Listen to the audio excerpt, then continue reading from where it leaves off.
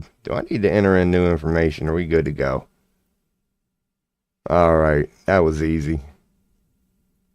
Cool. And hit pause. So that one's working. We're on YouTube. We're on Twitch. Let's go for Trovo. What the hell? Bam. Connecting. All seems well. The final step is the old restream. All right. Come on, don't give me no bullshit. Sending data. So far, so good. Sending data. Streaming. We should be good. We should be good. What the hell? Share to space? What the fuck? Nah. Sync to Twitter. Send and post. Notification sent, but the sync media post to Twitter failed. Good job, Trovo. I don't know. If it worked, it worked. Welcome to your boy's stream. The only other option at this point would be X. But I think you need a paid account to stream on X. Your boy ain't doing that. I could link YouTube. Why not? What the hell? Or Twitch. I'm probably destined to get banned. I'm destined to get banned on all of them. Who the hell am I kidding? Hey, I've got an excellent connection. Man. Stream URL. That's not the one that I want to link to people. I'd send them directly to my YouTube studio, I believe. Yeah, your boy's been copyright struck. It ain't bad. With that audio I was editing the other day, it didn't like it when I had the original raw whatever. View my channel. I'll be checking chat here in a second if anybody's hopped in and said hi. I'm trying, speaking of chat, I normally don't do this. I'm trying to get people in here today. I'm going to link this on X and be like, hey, I'm streaming. Join me if you want to. How in the hell? I can't do that? Conveniently? All right, I'll bring you along for the ride. What the hell? I got something in this room. If that's that mouse, we're cold. Now, I'm going to show you what I got to do real quick. I'm pretty sure that is not that mouse. I got a squirrel in the ceiling, and this is my life. If it's that squirrel, which I think it is, let's go and just, we're going to do this. All right.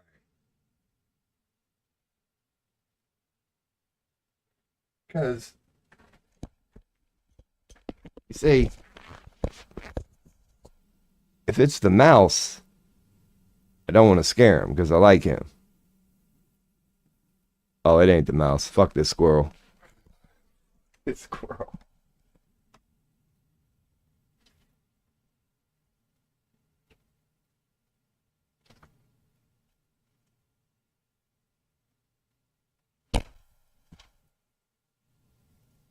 Squirrel.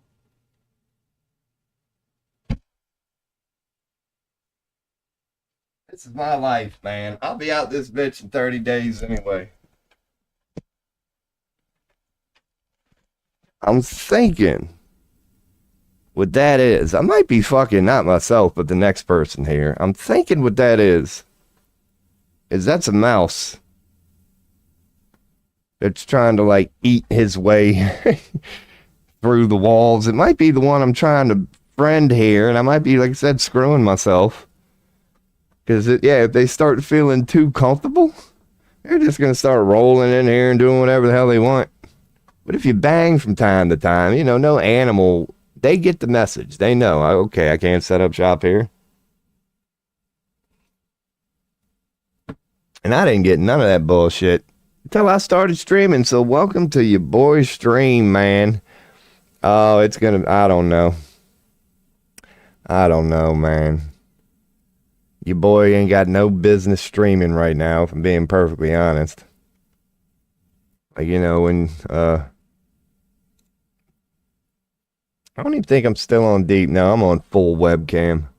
I got a notification. Hey, I got a follow. Ah, I can already tell by the name. It's like I get a follow on Rumble.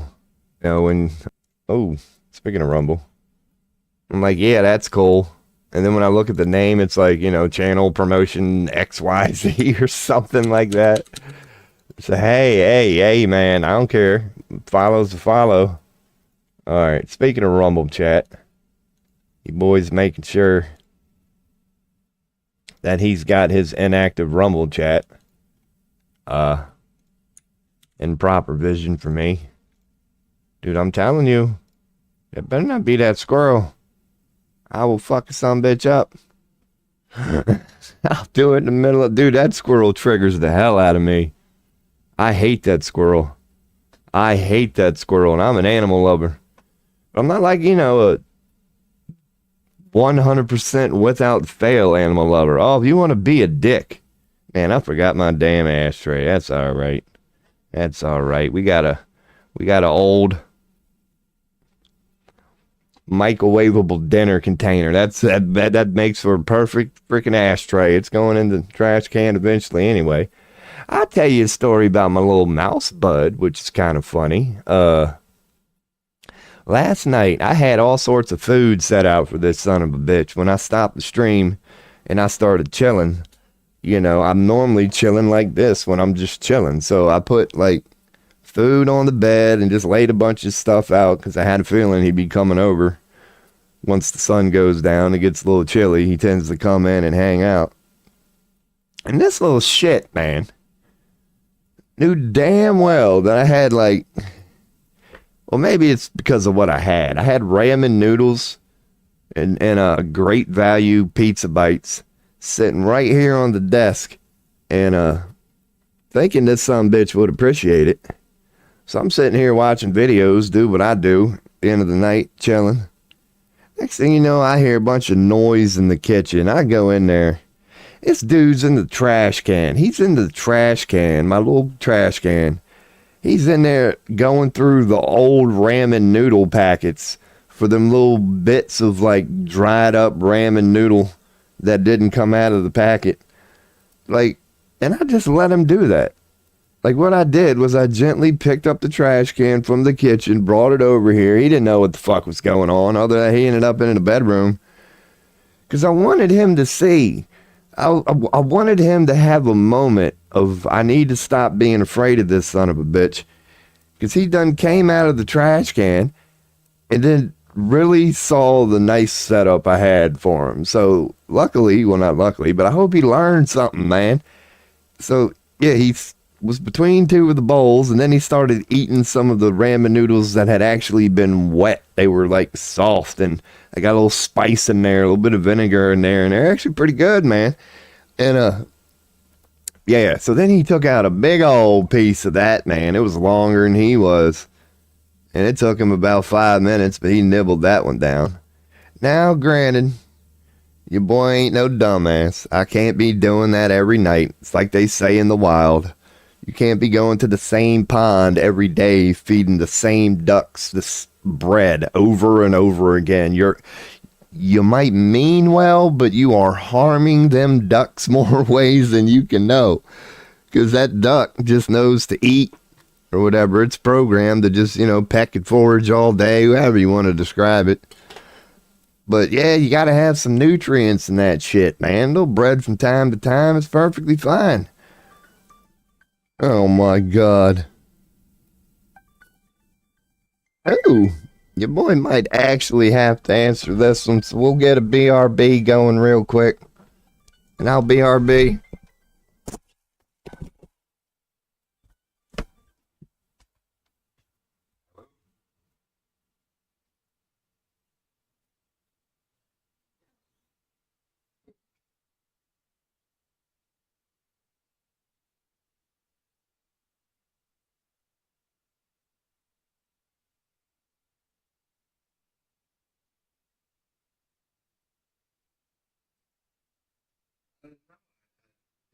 Just walked away from that company about a month ago because, yeah, I'm looking for a change. I'm definitely looking for employment. I think I'm kind of not preferring warehouse at the moment, but I'm definitely looking. So, and I'm looking to get out of that. But one thing I'm discovering, and I'll just get it out of the way now, is I have THC in my urine and I don't have a card. I would assume that went away, but I'm finding out with employment, it's kind of still a thing. So I do have that holding me back. Like if it's very little. So I'm thinking that mouse swab might be all right, but I would not, unless they're okay with it, I wouldn't be able to get that part.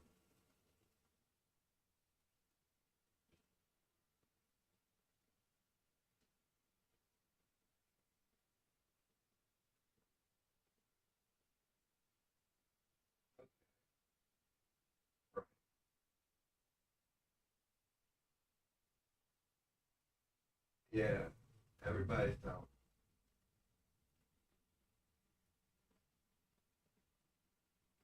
Okay.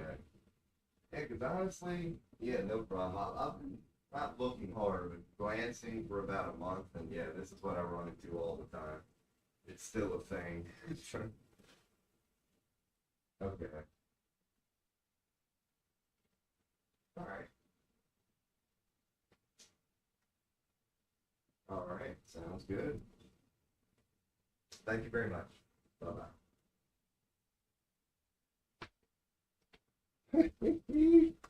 All right, I'll be back in a second, man. Wait, no, we're good. We're good. Let me update you on that one. Let me turn off my light.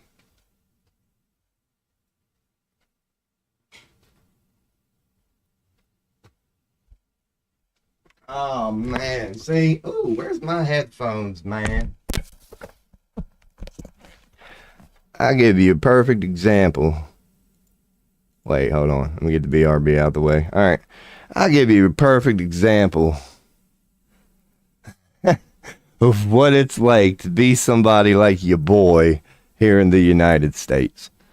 What that was y'all know I'm in between jobs shooting out applications, so that was a job call. I had a feeling that's what it was. That's why I was like, shit, man, I gotta pick this one up.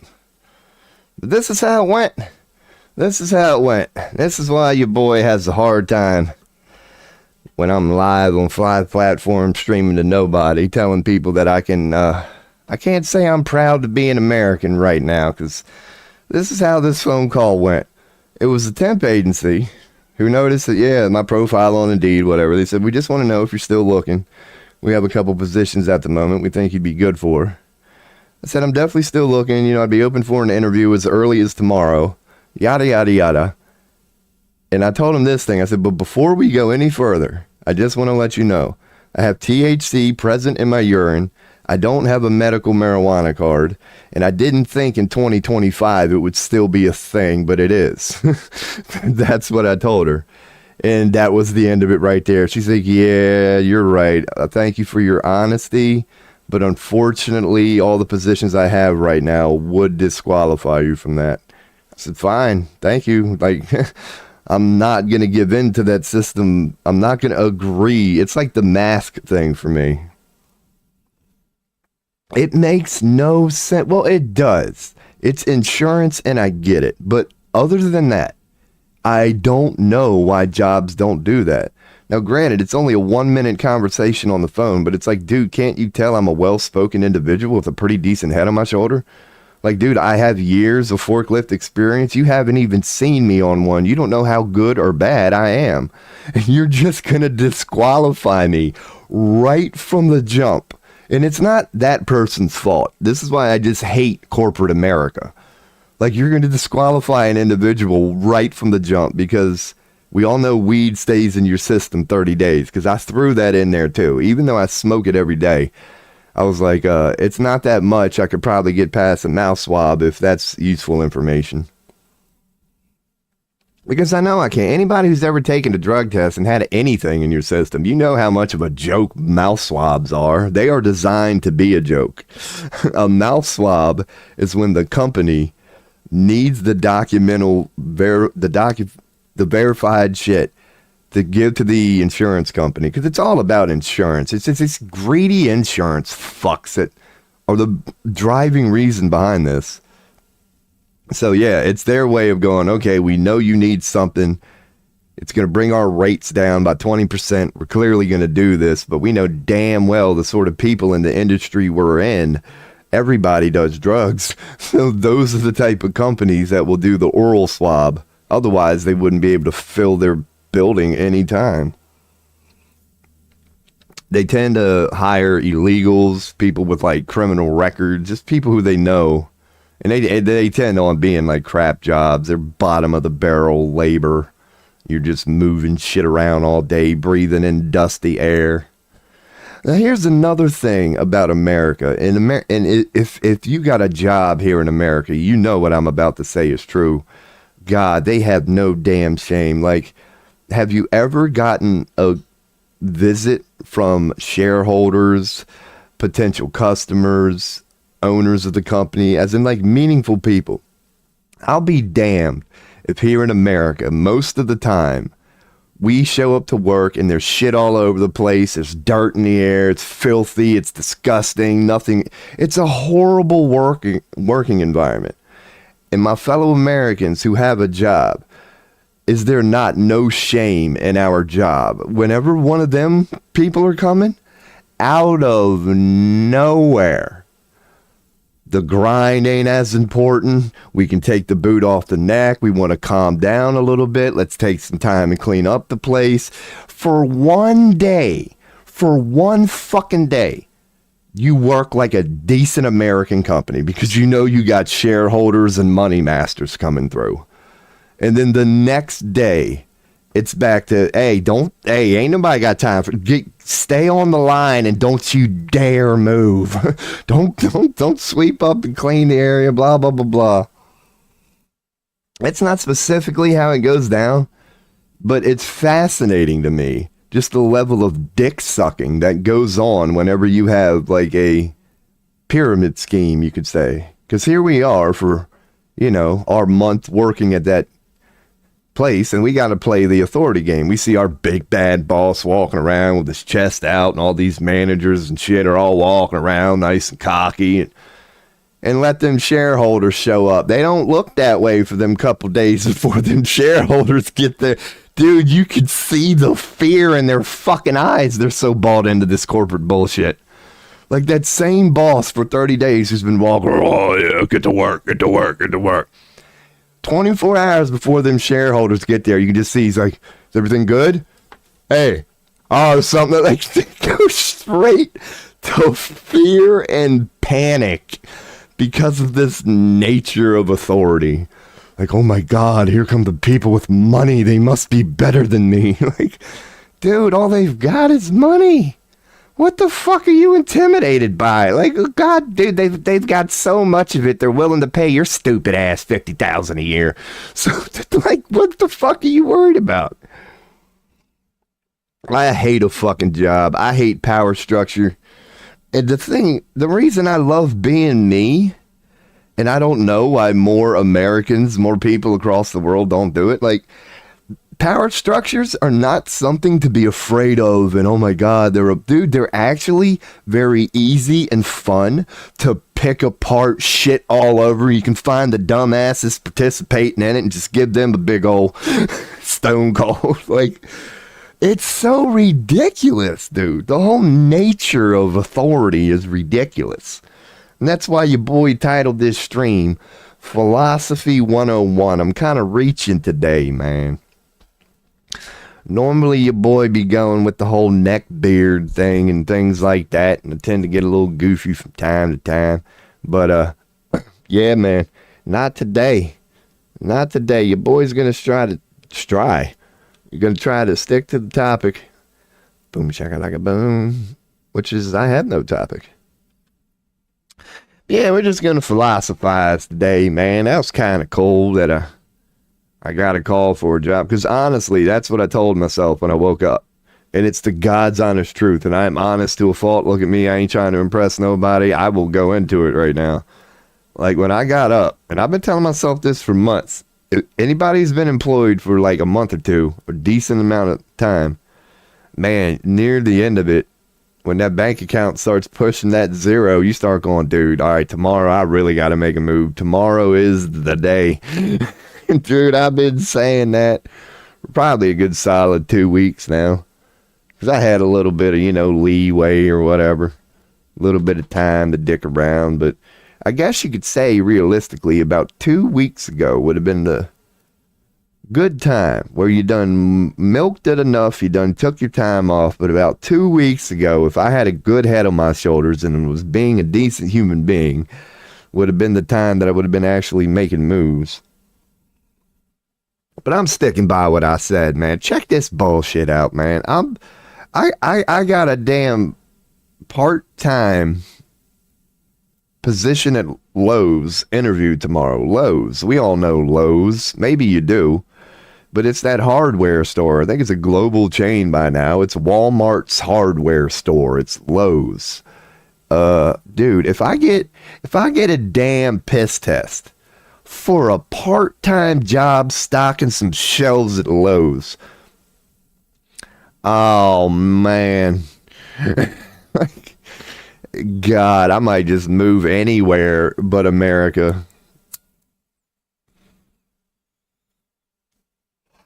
I'll go to throw this in there. Here in America, I don't know if it's around anybody else's country, but here in America, we have a term, a saying called love it or leave it. Love it or leave it. So if you are bitching, whether at work, wherever, if you're bitching in America, about America, many Americans will revert to the line, well, if you don't love it, leave it. Like, love it or leave it is a big thing over here. And I've told every person about reality, and it's never been called. My bluff has never been called. I said, honestly, are you willing to pay for the ticket? And that ends the conversation right there when they see how serious I am. Because I'm being dead serious. I dare anybody to ever call. Nobody has called me out on that bluff yet. Where I've looked my coworkers in the eye when they said, oh, if you don't love this country, then leave it. I was like, dude, are you willing to pay for the ticket? And they all backed out, man. Not one of them would be willing to call my bluff to see how much. Dude, I hate this fucking country. But I'll say this, man. I feel like it's where I need to be. It's just, I don't know. I think we can all relate to this. Because what I'm getting at, and it's a good time to just philosophize and get into this. I think, it's just hand in hand with kind of where we all are on the globe right now. Whether we like to admit it or not, and I'm saying this on streaming using nothing but digital shit. We've become way too digital, and we can feel it in our soul, and it's painful. Like, whether it's just a career version or whether you're just a person sitting at home, it seems like a lot of people, I don't know, man. Like, yeah, we're out of touch. We're out of touch. That's a good way to put it. Not sure where I'm going with it. Really don't know where I'm going with it.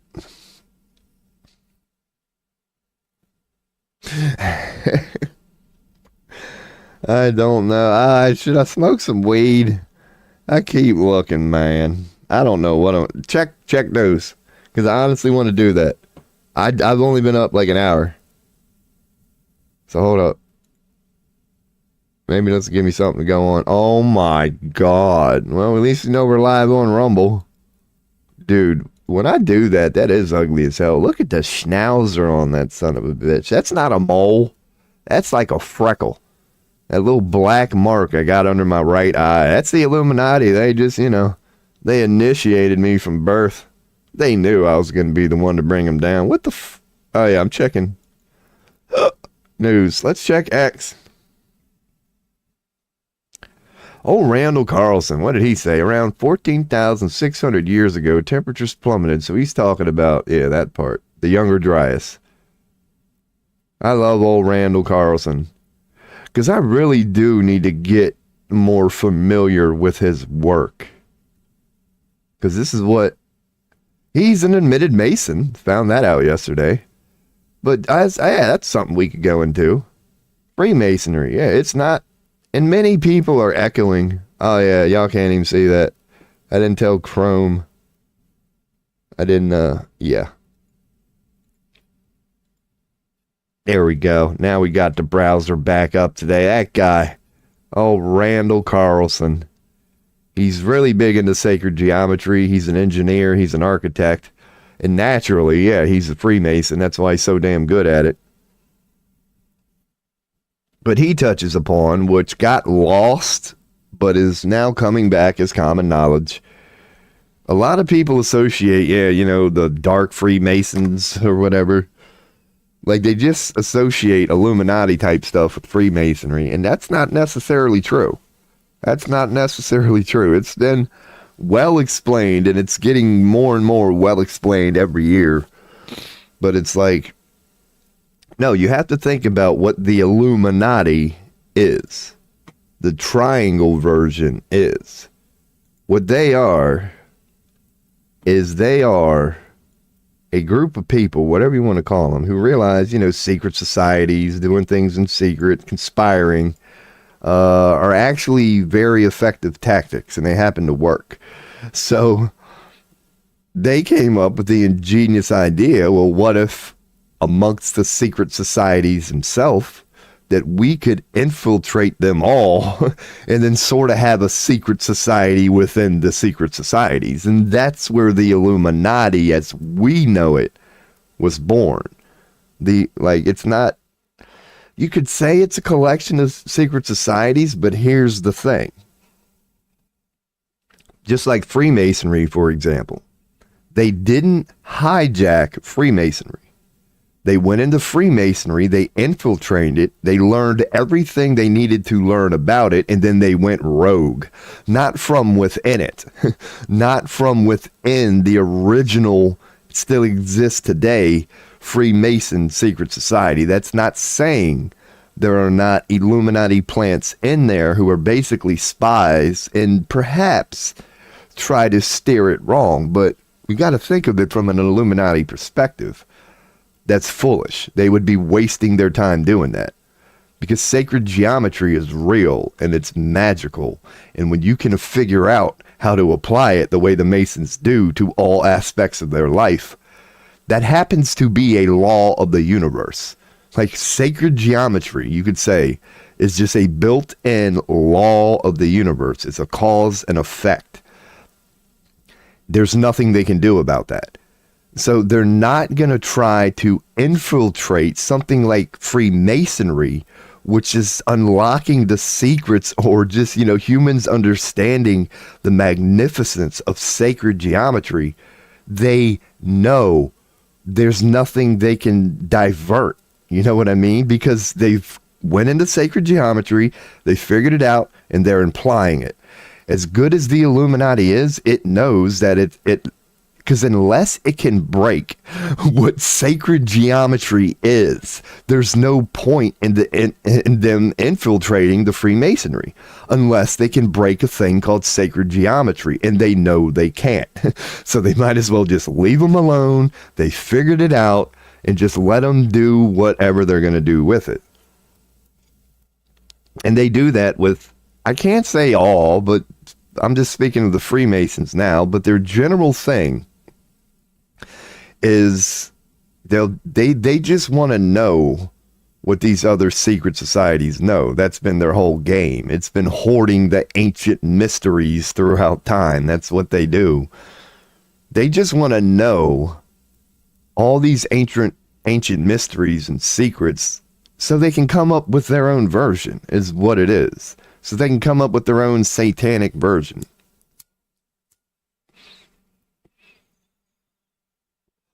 Because when you're dealing with things like the secrets of the universe, the fundamental core secrets of the universe, even the Illuminati themselves know there's nothing they can do about it. It's why God, or why Satan hates God, you could say. Like Satan cannot, this is all, metaphorically speaking, it is. I'm not speaking of Satan and God, it's energy. But Satan, darkness, knows that it is powerless, 100% powerless against the light, and it hates it. Can you blame it? Like, it hates it. It can't stand it. So in its hate, the only thing, the only advantage it can get, it's kind of like some ex-girlfriend shit. Like, when you know you can't quote unquote beat that being, you gotta go to ex-girlfriend tactics. You gotta go to like character assassination and the things that females who are known to not be imposing, alpha, have the muscle density, they can't go with the typical beat it into them mentality. Like dudes, when we got a problem with each other, we square up. We know how to settle that. Whether who's right or wrong in this situation comes down to who's got the best right hook. Like, that's how we decide a lot of debates. And I'm getting playful here, but women don't. They go for the psychology and the character assassination part of it. So that's why you could say the darkness is ain't nothing but a bunch of bitch ass motherfuckers, man, because they have no choice but to do the same thing. They have no choice but to do the same thing because it's a very simplistic but powerful law of physics.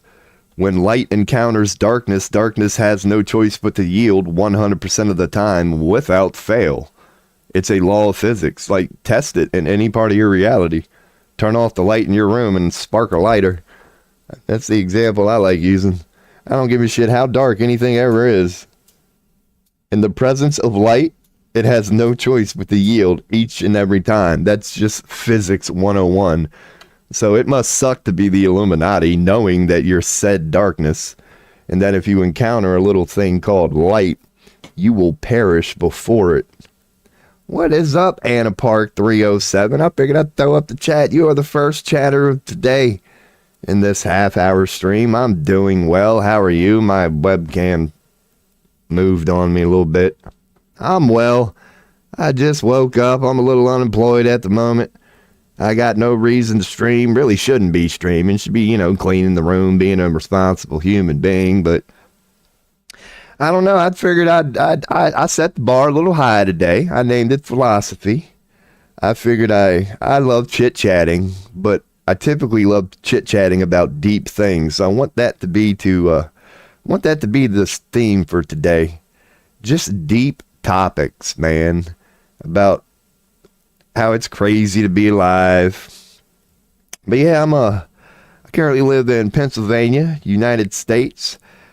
Yes and no. Like, I took a week off about, a couple days ago. Pretty much I'm good for every day, every other day, but I had so much background work to do to this platform. I inadvertently took about a week off, but yeah, I don't have a set schedule at the moment. This stream is going to be up in the air for about 30 days because I'm going to be moving. But in about 2 months, I think I'm going to be settled in, and then I'll get to a set schedule. I'm admittedly hitting record before I should have, you could say. Like, I'm just like, well, I got the webcam hooked up. Let's just go now and build it as we go. But no, I don't really have a schedule.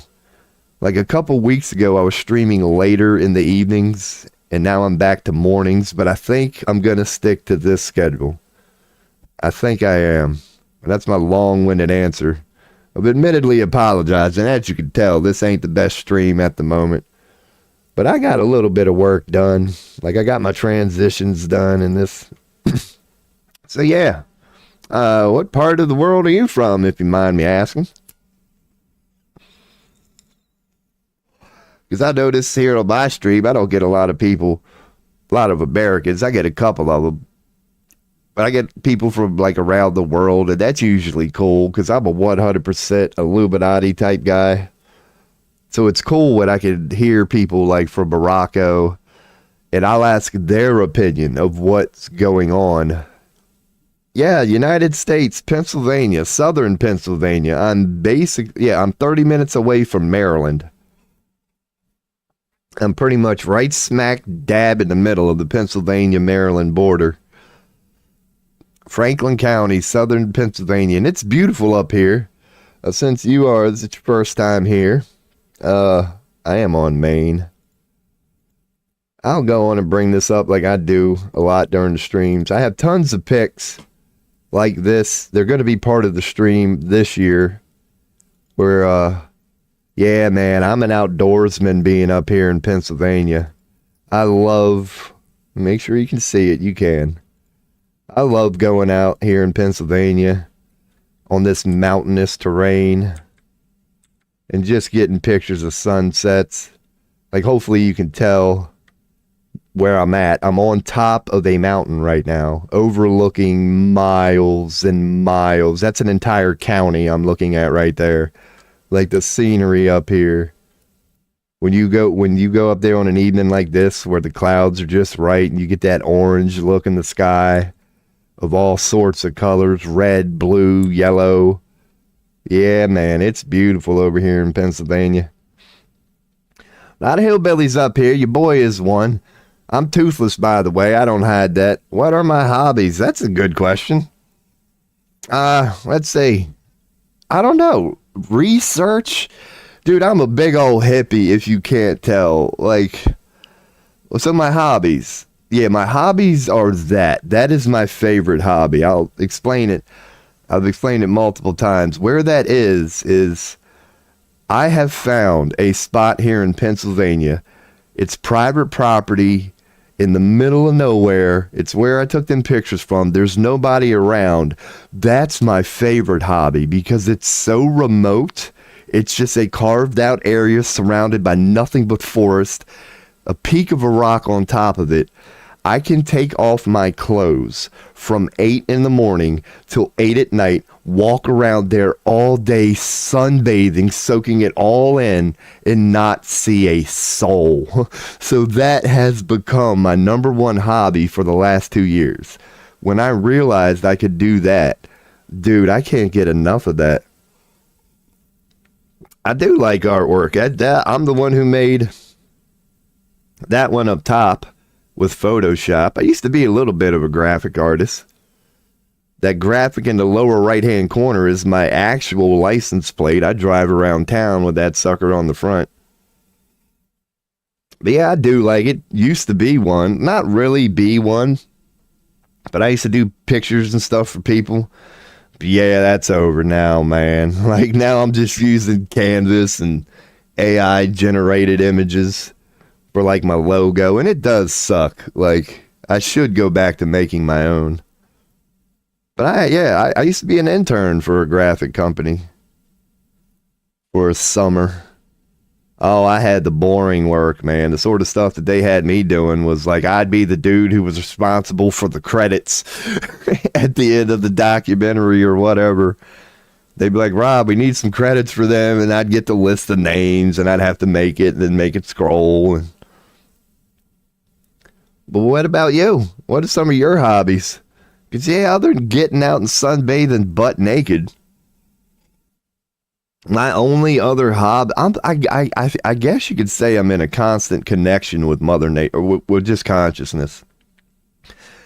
Because during the daylight, when I can get outside, it's all about getting out, absorbing the sun, connecting with beings, getting my bare feet on the ground. You like making art, working, and gaming. Of course, gaming is huge. I'll throw that in there. I am a former World of Warcraft player. You're right. I can't believe I didn't think of that. I used to be my main hobby was PC gaming, man. I went hard. Mainly World of Warcraft. I got like 15 characters still. Used to stream it for 5 years. It really didn't go anywhere. What sort of games do you enjoy? Because, yeah, MMOs were my thing. I loved MMOs. I had fun with first-person shooters. They just didn't last too long for me. There was like a couple years where I couldn't get enough of them. Now I was kind of done with them. But that's why I don't have any teeth, if I'm being honest. I became so much like PC gaming. I went so hard on it that the reason I don't have any teeth is because I just simply didn't take care of them. They're just gamer teeth, you know? Like, they just rotted and got so bad. I said, Doc, pull them all. How long have I been streaming on Twitch? Let me go back to chat here so we can see this. There we go. Now we're doing some producing.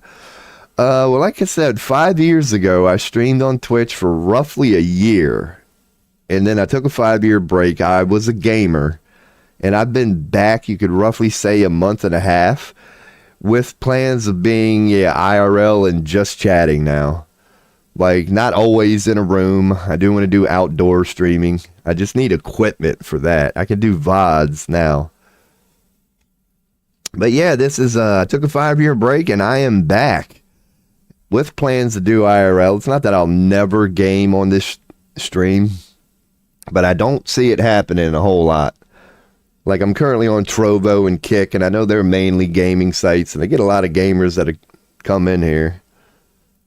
Because, yeah, I'll notice that about Twitch. Like, just chatting is pretty much number one all the time. But Twitch is still the best spot for games. Like me, I will always watch StarCraft 2. It's weird. I've only played it like 6 months in my life, like actually playing it. But as far as games that you can watch at the end of the night when you're eating or whatever, I will always be a StarCraft 2 guy. It's like a show to me. I don't care what year, what tournament. I can sit down and watch StarCraft 2 and watch these nerds go at it, and their APM is like insane when you factor in how difficult it must be to control all those armies and be aware of so much. It's a gaming debate that's been had a lot. What is the highest skill cap in all of gaming? In my opinion, it's RTS. And it's totally opinion. It is an opinion. But I think to be the number one at an RTS when it comes to mechanics and mouse positioning and button pressing, like, God. Because the thing is, when you watch them, when they set up their keyboard cam, it's insane to me. Like, you just see, like, they don't stop. They don't stop. I need to update. I think you need to update your channel. Oh, I need to do a lot of updates in my channel. All recommendations are welcome. This stream sucks. Like, last night I listened to my mic and I was like, dude, yeah, you might want to spend 10 minutes and, play with the equalizer. Why are you only at 38 followers? I have no idea. Probably because my content sucks. Probably because I'm going to gaming sites, not shaving. No content, no real rhyme or reason, just grasping at straws at any and all moments. But yeah, I don't know. You'd have to ask Twitch. Yeah, there's a whole bunch of answers to why I've only got 38 followers. Only been at it, month and a half. And I don't advertise. I really don't. And it's not like recommended. I just like playing with life. Because I know a lot of people say, if you want to advertise or if you want to make it advertise. We know about the bot packages and blah, blah, blah, blah. But your boy wants to see if I can do it grassroots. Like, because me, I hate marketing. I cannot stand marketing. The whole concept of marketing, I don't even think should be legal. And I mean that. So, yeah, I don't know. I want to see if it's grassroots. Because reality will tell you if what you're putting out is any good or not. So, if I stream and don't market and don't do anything for a year, yeah, my philosophy is I'll know. Like, for example, if I'm still doing this in a year and it's no longer fun and I have no followers, I will stop. It's kind of like just a test for me. And it's not recommended. Like, I apologize today. I don't even know if I went through with it. Like, I think I might have advertised on X, or I'm in the process of it, that I'm actually going live. I just, I'm an artist. What, a graphic artist or an artist? Because graphic artists I feel bad for, but I don't believe they're going away. I believe that humanity is going to go through a brief period where AI does, quote unquote, take everything over. And then we're going to realize how bad that sucks. Like we're gonna have AI doing all of our graphics for us, writing all of our music for us, making everything for us, and then we're gonna realize what we have lost in the process, and we're gonna go, let's never do this again, okay? The whole purpose of art, honestly, the whole purpose of art is for it to come from the soul. There is no other reason if it's not coming from the soul. You could argue art is boredom, music is boredom. You don't have to paint. You don't have to have music. It technically doesn't serve a purpose. Then why do people do it out of pure boredom? And when they do it, why does the world fall in love with it? Yeah, I could check out some of your work, depending on, where it's at. If it's on Tumblr, if it's on a site that looks safe, I wouldn't mind checking out some of your work. I definitely wouldn't mind checking out people's work.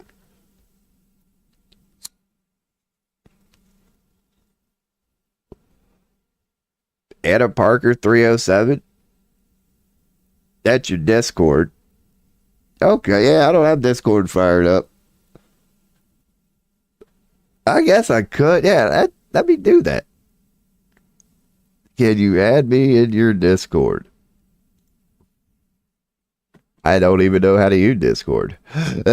I just installed this like a month ago. You would think being a gamer, good. Y'all can't see it. Good, yeah, y'all can't see it anyway. But I'm on my Discord right now. Add a server? Maybe I should.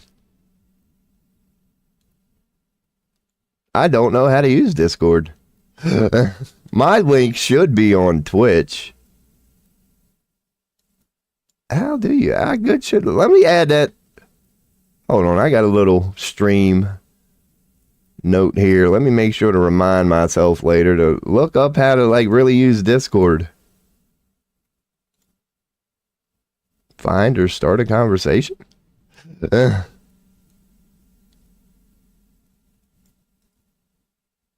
right, maybe I will take this down. Because here's what I'm looking at. I don't even know how to use Discord. I guess you go up to Discord, search for servers, channels, or DMs. Okay, we're getting somewhere. Now, can you make that go away? Where would you like to go? There. Is that how it works? No, apparently I'm doing something wrong. Yeah, I have two discs. Do I have an LG? What, phone? I got a shitty phone. I hate cell phones. Add a server? Join a server. Maybe is that it? No.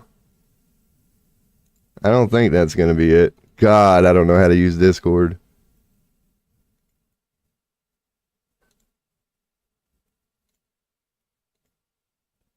Have no idea. Friends. Add friend, you said. Okay, I think we might be getting somewhere. So you should have a request. Man, yeah, you would think somebody who's played WoW, because I know Discord's big on. I always hated Discord gaming. Let me go on and take a leak real quick. I see you popped up on my. All right, I will be right back in no more than 30 seconds. I gotta go get rid of some coffee real quick. I'll be right back in a hot second. Oh my! I'm sorry if that was loud. My mic hit the computer. Ooh.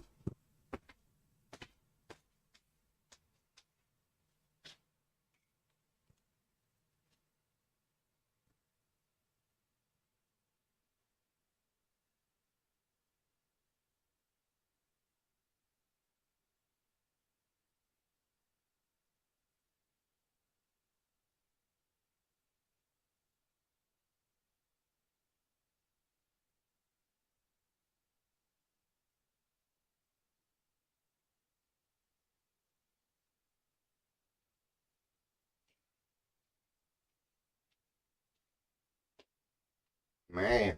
Ooh. Oh, God.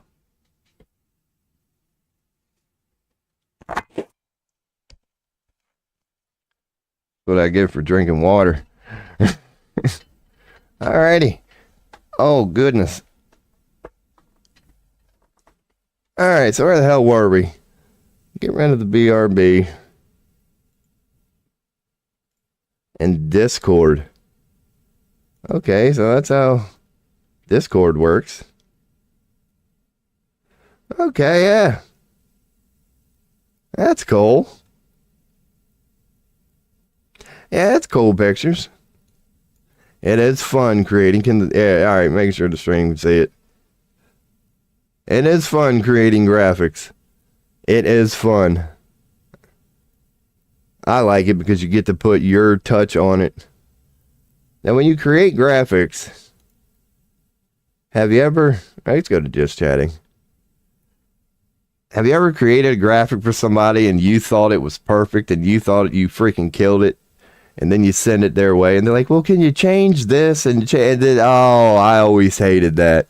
It's like you got to, because that's the person you're doing the graphic for. But oh yeah, you definitely got talent, man. You definitely got talent. That's way better than any of the crap that I made, because your stuff looks good. You want to see graphics from 20 years ago? Oh man, here's the stuff that your boy used to do. Just memes. Oh man, just simple stuff. Photoshop, text, cropping photos. That's a friend of mine that I made a wanted to. Somebody asked me to try to make a crop circle one time. And that's the best I could do, which is not very good. That's Bashar. Oh yeah, I love making graphics. Hell yeah, let's go back to the main. So what, yeah, I guess how do you make graphics these days? I guess they're surprisingly easy. Because I've recently unsubscribed from Adobe Photoshop after like years of being on Adobe. I was like, damn, man, I really don't need Photoshop anymore, do I? It saves me $10 a month. But yeah, those are cool graphics. And that's definitely something I don't want to see go away. Because I know America, man, I got a feeling we are going to... I'll go back into the deep stuff here. I got a feeling, I mean, I'm not spilling the beans, but I got a feeling we're in for some bumpy rides for the next, like, 5 years. It appears like what we're going to have to do is we're going to have to just let these people superimpose their AI thing on us for a little bit, and it's going to take over for a little bit, and then humanity's going to realize how horrible of an idea it is. But I do believe we got to go through that phase, man, because that's one thing you don't want to see, your graphic artist being lost. The beauty of human-made anything. You never want that to get lost. It's like, that's the beauty of a handmade anything. Is like the imperfections. Granted, a, factory, well-built machine can make exactly perfect duplicates every time. But when you start doing that, yeah, you lose the individuality of the person who made whatever. Maybe they purposely put that ear a little bit to the left, and the same goes with graphics. I mean, it's known for art. Van Gogh had a certain style. Every painter has a certain style. It's like the moment you introduce AI to handle everything, unless you purposely tell it to go for a certain style, yeah, you lose that. If Van Gogh could have been looking at the same landscape as an artist next to him, and it would have been the same painting, but you would have been able to tell which one was a Van Gogh and which one was the other artist.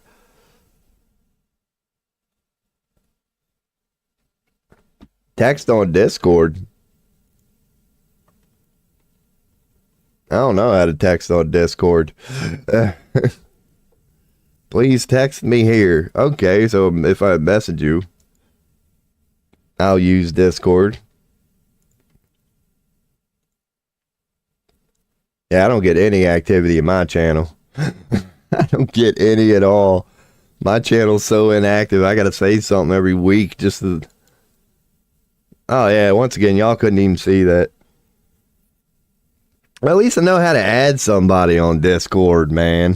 That is something I do have to get better at.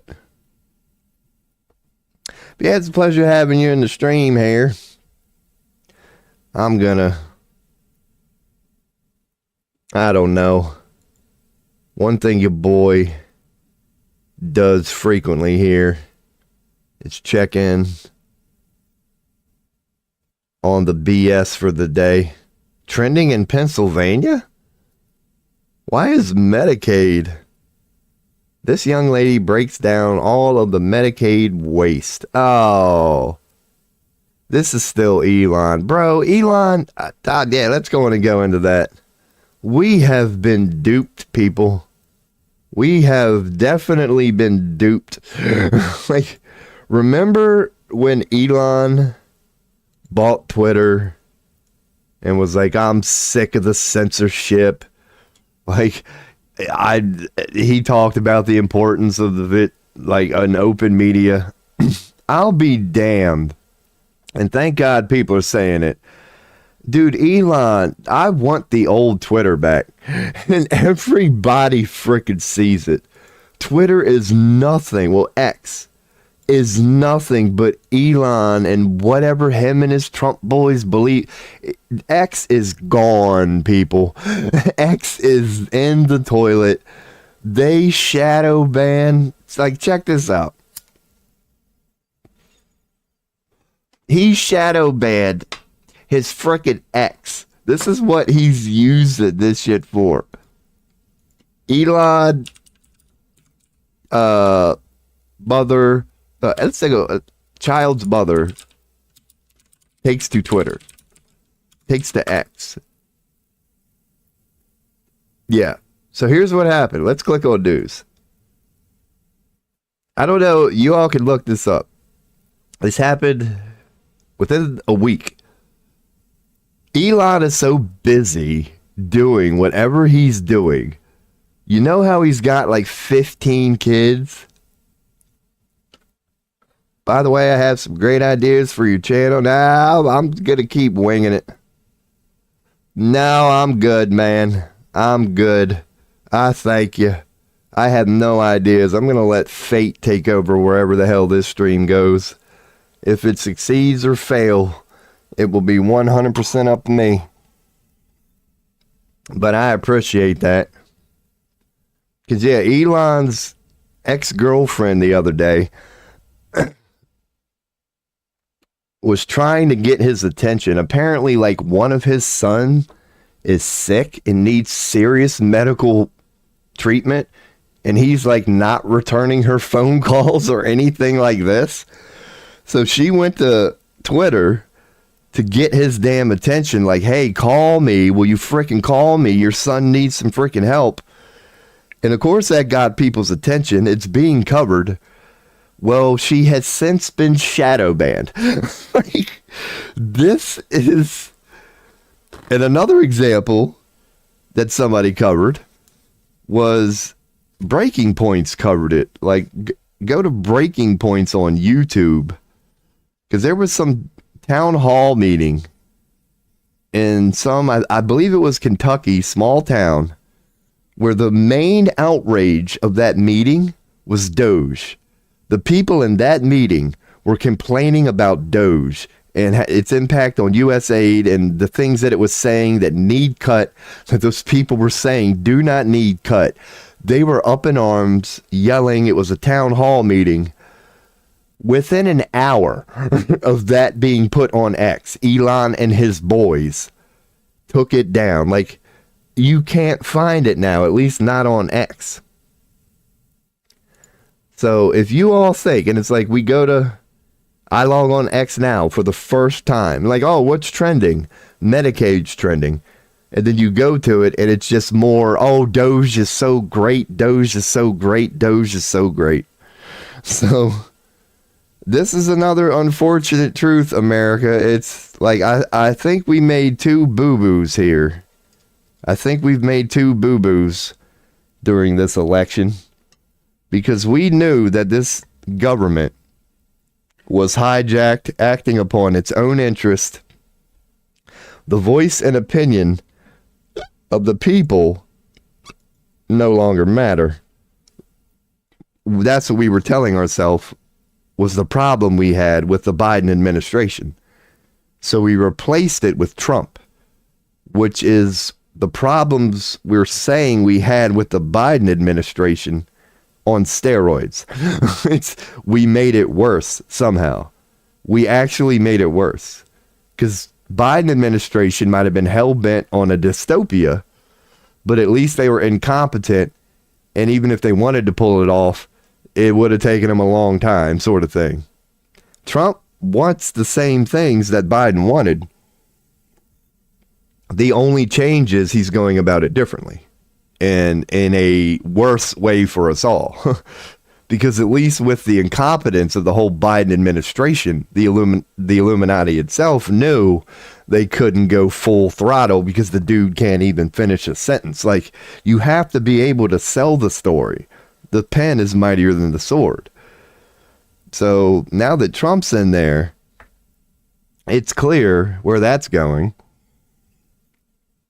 And then we all recognize that we did, thanks to COVID and all that came out in that, we realized that information is being controlled. Information is being suppressed. And then Elon came along and said, yes, I see this too. Don't worry, I'm going to handle it.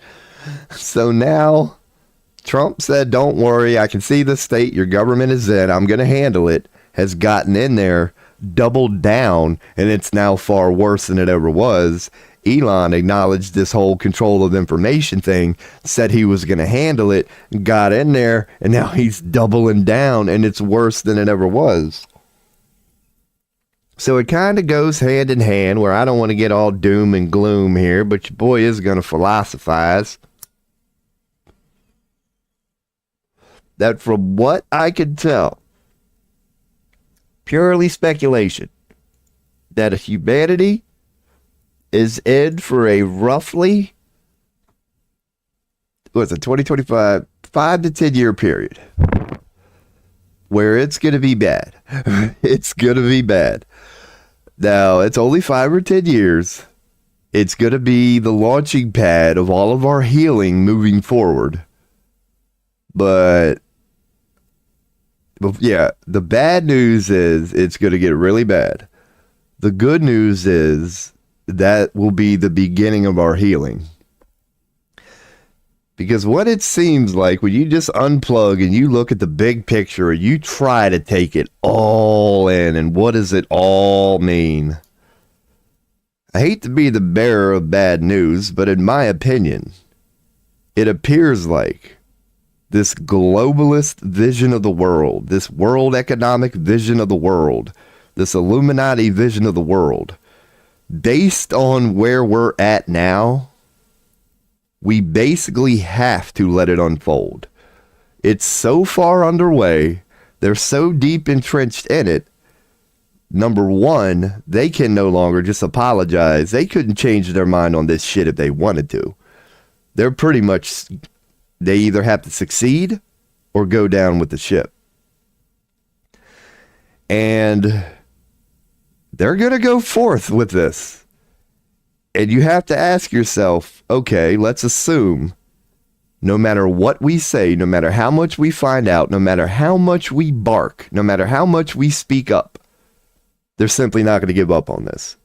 That where they're going, they're going. We might as well kiss the Middle East goodbye. We might as well kiss Ukraine goodbye. That it might be a little rah, rah, rah. We might put up a little bit of resistance, but they are going to do what they want to do, period, end of story. So it's like we need to accept that. Because if you can accept it, it's like Tony Robbins and all, the powerful mind coaches that are popping up these days. They all tell you that. They go, humanity, the earth, whatever, goes through cycles. When these cycles happen, that seem like nothing but destruction and the old ways being torn down, many people freak out. So those would be wise words. The ability to recognize patterns that look at human history, humanity as a whole, constantly goes through up and downs. We'll have an age of boom, followed by an age of fathom, followed by an age of boom, followed by an age of fathom. It's just, we can't escape this pattern. It's what we do. But when you recognize the pattern, what's going on right now, and as crazy and as chaotic and as horrible as it may seem, and perhaps is, when you realize it's just part of human nature, it's part of the pattern, it takes a lot of the fear and the mortality and the pressure off of that, because you realize that you're just going through the exact same thing that all those civilizations you've read about as a kid and even as an adult went through. You just happen to get your own version. What did you think? You were immune to it? It's like, why would you be surprised? I mean, even the history books that we read that you remember from childhood, it's not like they were telling you these stories of these empires that happened hundreds of thousands of years ago. They were hundreds of years ago, as in 1 or 2 grandmas ago, people, as in it just fucking happened. This is still the same human mentality, the same human collective. It's only a few hundred years. So according to you, birthed into this earth, to you, even a few hundred years ago, seems like such a different world because you weren't there. Like, you could go back as a little, I can only imagine what it was like to be alive in the 1600s. Dude, that's 3 or 4 grandmas ago. Like, you almost would have been able, they'd had to been 400 years old, but you get the point. Like, you actually, it's not far-fetched to think that you could have talked to somebody from those realities. That's how close they are to us. Like, why we think they're basically a different version of humans. It's like, it's not. Humanity goes through very frequent and very dramatic changes. Frequently, every few hundred years. Like, look at this thing about global warming. That's another thing that's common about this Earth that we're currently being completely lied to about. A 5-degree fluctuation in Earth temperature, as little as it is in the big picture, it's massive. What's up, Spirit Oyster? What's up, brother? I'm just going. I'm just here on the same theme as yesterday, man. I went with the philosophizing theme. I'm aiming to go deep and hard along. Oh, God, that sounded bad. With that same theme of yesterday, of time as we know it, man. Change as we know it. And as crazy as this world is right now, yeah, we think it's special, which it is. But you could say, when is the last time that the whole globe was in a situation like this? Oh, a few hundred years ago, really. It's not that long. Except a few hundred years ago, it was the Romans, was it not? Like, humanity has a constant battle of, oh no, X person, regime is about to take over the world. Neverwinter is, I hate maintenance. Fuck, I hate maintenance. Dude, that's I hate maintenance. I feel for you. Well, hopefully I can give you something to do for maybe, how long's your maintenance today? Hopefully it's no more than like half hour. It's probably about an hour. But I used to have to go that with WoW. And theirs was the same thing. It was Tuesday maintenance. Freaking Tuesday. Oh, that's a bit rough. 2 hours is a bit rough. God, especially when you first wake up. Because when you first wake up, it goes hand in hand with that first cup of coffee, that first cigarette. Yeah, I used to hate losing that. You'd wake up Tuesday morning, you're planning on your routine. Let me log on to my MMO, get this coffee in me, get the cigarette, ease into this game nice and slow. And then you find yourself sitting there looking downtime. And then you just pray to God it goes as planned, which it normally does, at least speaking of World of Warcraft. But then every now and again, you would get that delayed maintenance. And every now and again, it would be there were times the maintenance ended up being 6 hours. And then by then, everybody's on YouTube and X going, what the fuck? God, I remember those moments, man, fellow gamer. The old Tuesday maintenance, man. That's when I'd normally clean up the room a little bit, empty the pee bucket. Maybe. Well, pleasure to have you, man. Pleasure to have you. You've been the second person in chat so far. Oh, no, Maldiv was here. No, they're right.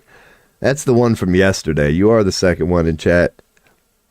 But yeah, man, I don't know where I'm going with this stream today. Your boy got a call for a job, and I announced it on stream. I'm actually holding the weed bowl now. I ain't taking a toke yet. But here's what it's like to live in America, man. I got a call from a job. They said, we saw your application, your resume, whatever. We'd like to talk to you. And I think that you would agree, Spirit Oyster. Like, I'm a pretty well-spoken individual. They should be able to tell that I'm not a bad guy when they're talking to me.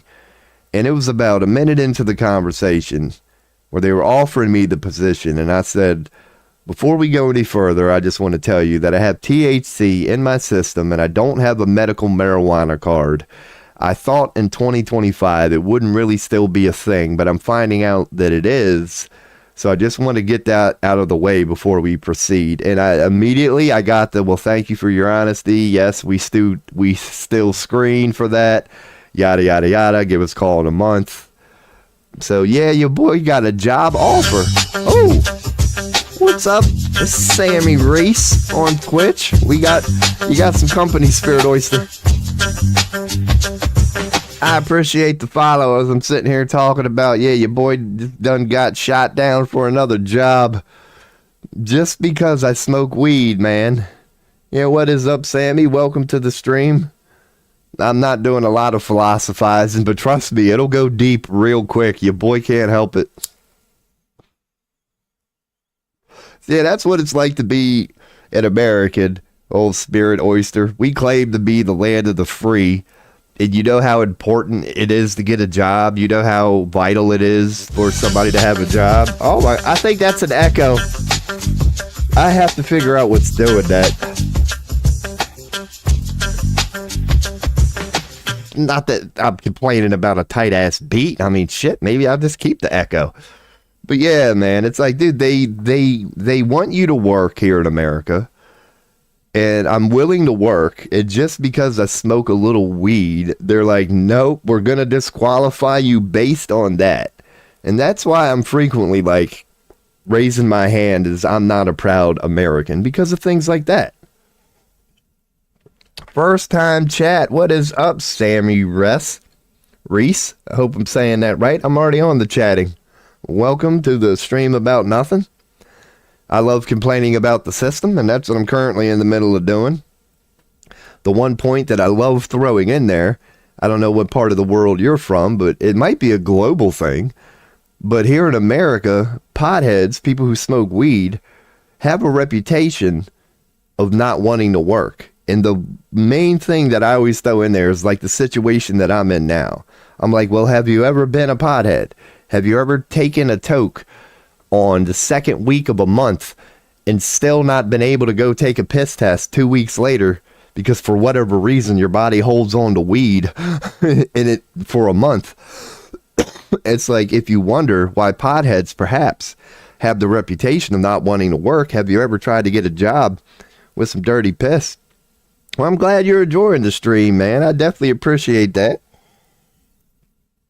I did notice yesterday I got a comment on YouTube that said somebody was enjoying it. I got a like, and that stuff is appreciated, man. Because I'm doing this for my own reasons. It's fun to me, but I do believe there's a positive message in all this. So yeah, it's cool that people enjoy my content because I'm anti-establishment. But yeah, man, that's a damn shame here in America that they'll still disqualify somebody because of weed.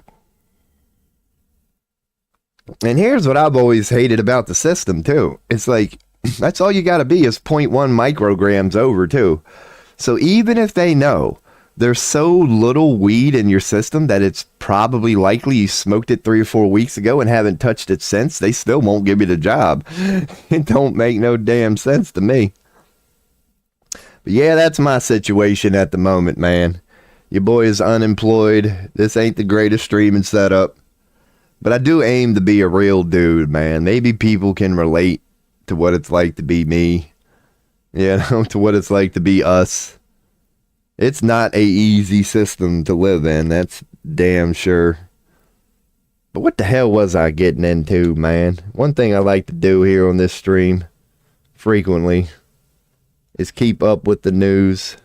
'Cause I don't know what part of the world you're from, Sammy Rez, but I am here in the old United States of fascism, Pennsylvania to be specific. But yeah, I like checking up on our government every day and seeing what the hell our government country's about to do to the rest of the world. Oh, Kash Patel. I don't know what anybody's feeling on that is, but your boy might come across as a negative from time to time. Because my opinion on Kash Patel and this whole Donald Trump, don't worry, we've got a new head of the FBI, everything is fine thing. I just want to caution Americans, just get prepared to be let down, okay? Just prepare to get let down. Like the same thing is gonna happen with Kash that happened with that's happening with P. Diddy, Jay-Z, JFK, Epstein, COVID. Kash Patel and this whole FBI thing is going to be the Illuminati acknowledging all of the horrible things that they keep from us, the power that they have. They're going to remind us that what we know is always going to be dependent on what they feel like in the moment they have to tell us. So yeah, we could segue back into that. About what your boy sees unfolding here in the next few years, I don't see being very good, but I don't want to present any of this as negativity. What I see happening in the next 5 years, and I'm going to be talking about this for hours, your boy's going to go into it, is I can see the Illuminati. What was that? Would love to join the next with friends. Hey, if you got any other streamers that are looking, yeah, I'm always up to that. Small streamers like myself, we'd have to work it out, of course, but if they were like, hey, would you go live next time? Would you like to sync it up with me? Because when I took a week off last week and didn't stream for a week, God, I got a lot of windows open. What are we at here? Let me make sure OBS, no, okay. Now y'all can see what I'm doing. Yeah, your boy went on and signed up for Telegram, Snapchat, Skype, Zoom because of that reason. Yeah, we happen to live in 2025 and you can see it sort of taking over. A lot of people are starting to do that since we have programs like that. Yeah, you just need somebody with a cell phone, really, or a webcam who's willing to do the Trovo Skype thing. It's easy to go side by side and do a little co-stream or whatever, interview sort of thing. I'm definitely down for things like that, man. The only thing, though, I don't know. It would be a we'd have to see thing, and it would be on me. I'd have to... Your boy hits a little hard, is what I'm trying to say.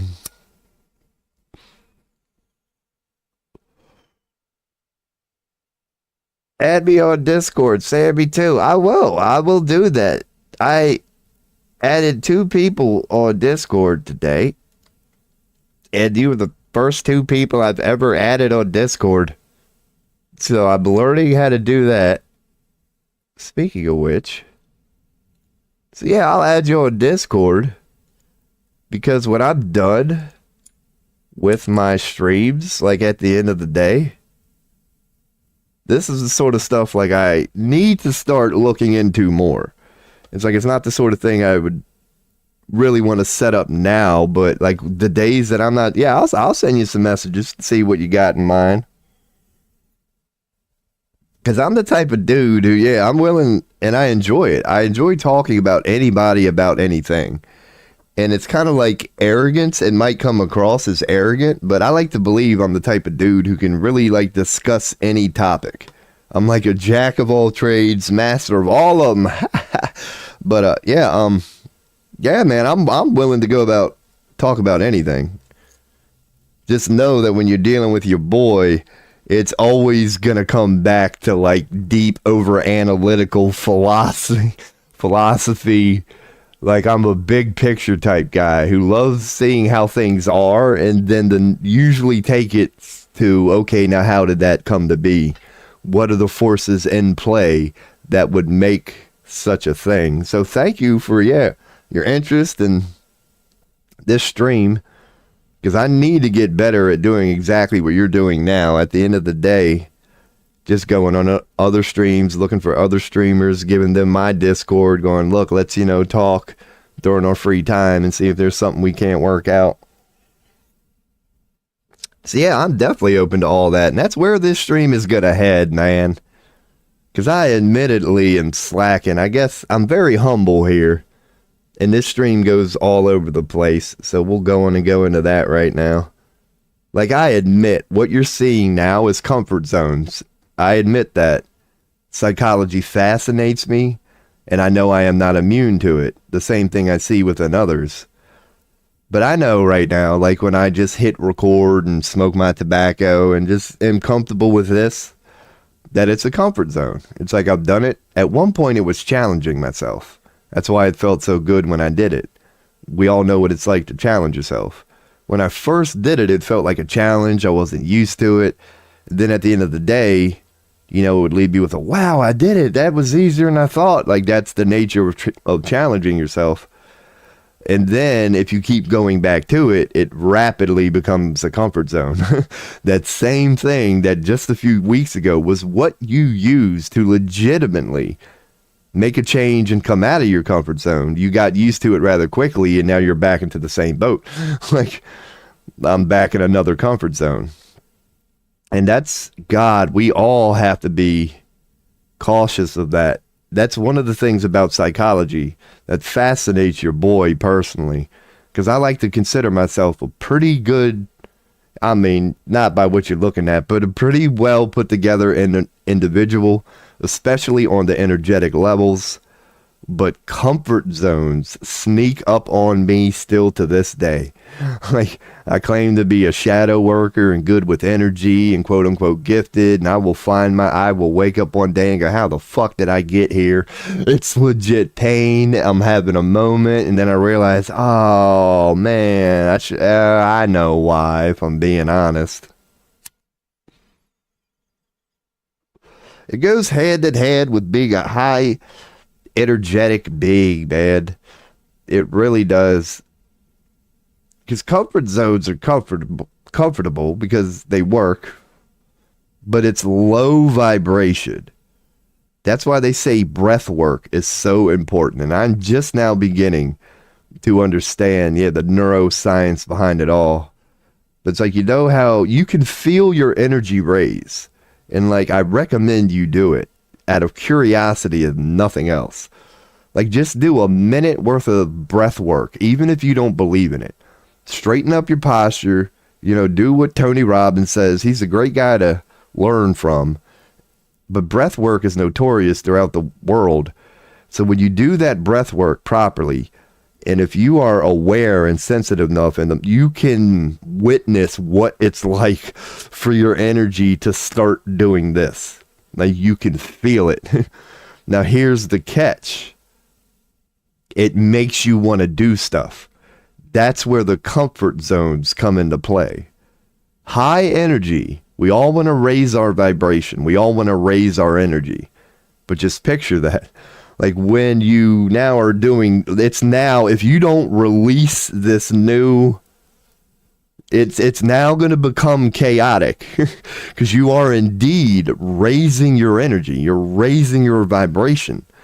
But if you stick in those comfort zones, which are built upon low vibration, it's not going to go well. Raising your vibration is a good thing.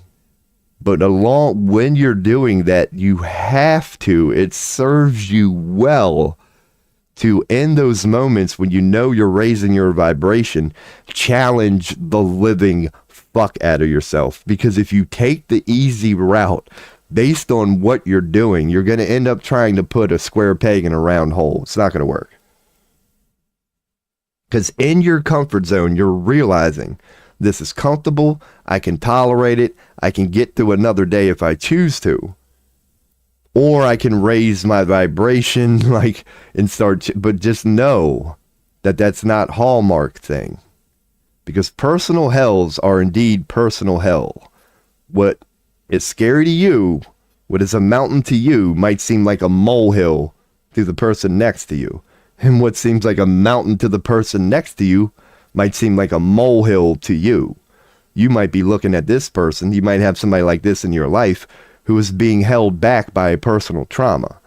Now, when you see it, based on your filters, that specific version of trauma for you is easy to get over. So you can clearly, based on how you know and what works for you getting over it, you could be like, dude, I've been through that. It don't affect me. What's the big deal? But do you not have things like that? I'd like to think we all do. Things that we know we should be doing. Things that we tell ourselves during those moments. What the fuck am I afraid of? Why is this such a big deal? You know in your heart of hearts because you see other people doing it. You know whatever reason there is to be afraid of it has to be your own. And that's comfort zones. They're very comfortable, man. I still fall victim to them. It has to do with low vibration. And I know we're all going through this. I appreciate your spirit, Oyster. I'm gauging that out. I am on, because I'm new to all this and they are evolving like everything. I love playing the dance. I appreciate that. And I am well aware, my man. I am well aware of the dance. But in kind of like the state that I'm in with so little, it's like you almost gotta acknowledge it at the moment. You know what I mean? It could be the ingenious of it. Because if you are, a bot of sorts, or you're just out to sell a product, it's not a good idea to go to somebody with 500 viewers because the chat is your little spam message. It's not even going to be seen. But if you target somebody with little chat, and who brings his chat up, it's like the perfect environment, really, for such things. But I appreciate you looking out for me, brother. You're definitely a real friend. But as far as I'm sneaking up on your boy, and I'm not saying I'm perfect, but I will say, they would have to be damn good, man. You know me and how I talk about marketing. I know all of their tactics, and I cannot stand it. Because it's all deception, man. It's like, dude, if you, at least be honest with me from the front. I would respect you so much more if your opening line was, hey, I'm here to sell a product, nothing else. I'd be like, fair enough, dude, because technically that's what I'm doing. It's all about and how you do it. If you try to insult my intelligence, dude, I'm sitting here claiming that I know how to decode the Illuminati. Please do not. But I know they will. It's what they've been taught to do. And I love it because I love psychology. That's why you see me have fun with it. Like the one that I got yesterday that said $100 for, I'm like, hold on, dude, you're not even doing it right. All right. It's like, if I was a marketer, if I was a bot, let me give you some advice, man. You're not even doing it right, man. Hey, I noticed you don't have a banner and avatar icon. That's what they've all been too. And I guess maybe it's being a former graphic artist. There's honestly a little bit of sympathy in there because I used to be similar to that. I never did it the way that they do it, which is go infiltrate people. But well, no, I did it in similar ways. I can't lie. I did, but here's the way that I would do it, right? If I went to a web page and I saw somebody could have used the logo, I did this a couple times and they ended up using the logo and I never charged them. Like I would come up with my version of their logo and then that would be my opening line. My first message would be, hey, I'm a graphic artist. I caught version of your product. I see, yeah, I believe I can do better. Here's my version of a new logo. That would be how I did it. Right from the start, I'd be like, this is my intention. Hello. but yeah, but I am cautious on that. Speaking of which, hold on, let me check my Discord. I got some sort of beep that y'all might have heard. Oh, there we go. Yeah, okay, because I'm a part of one of their Discords now. But I really do need to learn how to use Discord, man. I've had a couple people. One of them was legit. That was like, yeah, let me know about your Discord. And it took me like 5 minutes just to figure it out. So that's one positive. I do need to use Discord. But I do appreciate that, man. And yeah, I still have yet to smoke weed, man. So I'm going to take a piss because I like where I was going with that. Because that's another thing too, man. Like if it's you, Spirit Oyster, or anybody who's just wanting to interact and has questions, yeah, I will stop what I'm doing to address that. But I get that from the bots a lot too. And that's it, yeah. Like when I'm sitting here in the middle of one of my rants and I'll politely address my chat. A lot of times it ends up being a waste of time. But yeah, I'll be right back in about 30 seconds. You know me. Oh man.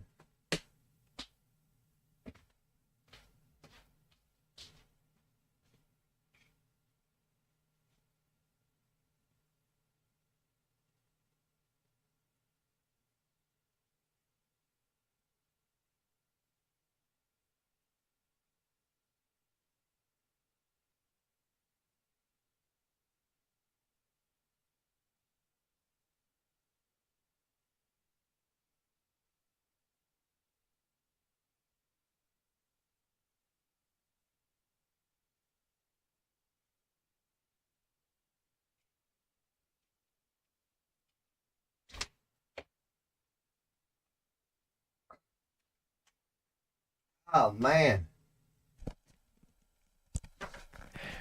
I just thought of something when I was taking my pee that I do want to check out of my own curiosity based on what just unfolded here on this stream. I'm going to look up something. Well, let's do this. Because that graphic that I told you about that I made back in the day, it was for oh, it's probably going to be so hard to find. It was a company, or it was a page called Living Empowered. And they actually ended up not making it, but kind of blowing up. You know what I mean? They get like 1,000 likes per post, whatever. So let me see. 1.k followers. If this is the one, I'm not going to spend long on this. Because of what I was just saying. Like the way that I did graphics when I would advertise myself would be I would go on and make a graphic and then present it to the page. So my opening line was the graphic, like an example of my work. I can't find them right now. Because, yeah, nowadays, like, Living Empowered is, like, you know, popular. It's something that's taking off, and I'm glad to see it. Yeah, I'm not finding it, so I'm just going to move on. But there was a page back in the day called Living Empowered, and my opening line to them was a graphic. I was like, this is what I can do. Yes, sir, on Facebook. I would know the graphic when I see it, but I didn't save it because it's like a tree. So picture a capital L and a capital E. So you know how both of them have 90s? So it was an easy design. I just made a capital L and I put a capital E on top of it, and they fit nicely because they both have 90s, and their logo was a tree. So I made the L brown. So the L ended up looking like the branch of the tree, and then it had the E next to it, and then I had like the tree draped over it. So it basically, you could tell LE, Living Empowered, but the L looked like a tree. And they ended up going with that. Like, kind of shisty, you could say. Because they might have sent me one message like, yeah, I kind of like that, whatever. And then it wasn't all their fault, but we lost touch. But I noticed a couple months later, they ended up going with it. When I went to their webpage, it was my graphic. Now, you could tell that they had one of their graphic artists like touch it up and added a couple things, but it was my graphic. That they liked my idea, and they have went forth with it, using my logo. And it ended up being me giving it to them 100% free. But that's how I used to do it back in the day. And it did bite me in the ass a couple times, clearly. Where it's like, in order to show people how good I was, I went on and proved how good I was, and then gave it to them from the start. And that's why I never made any money off it. But yeah, man. Yeah, because your boy has always been into this, man. Whole hippie thing. Positivity thing. Oh, man. I should go on and burn one. Because, yeah, I don't know. That's the only thing I wanted this show to be today, man. I'm going to keep it on this deep theme. I'm going to try to go back to chatting for a hot second. Oh, it's already cleared itself.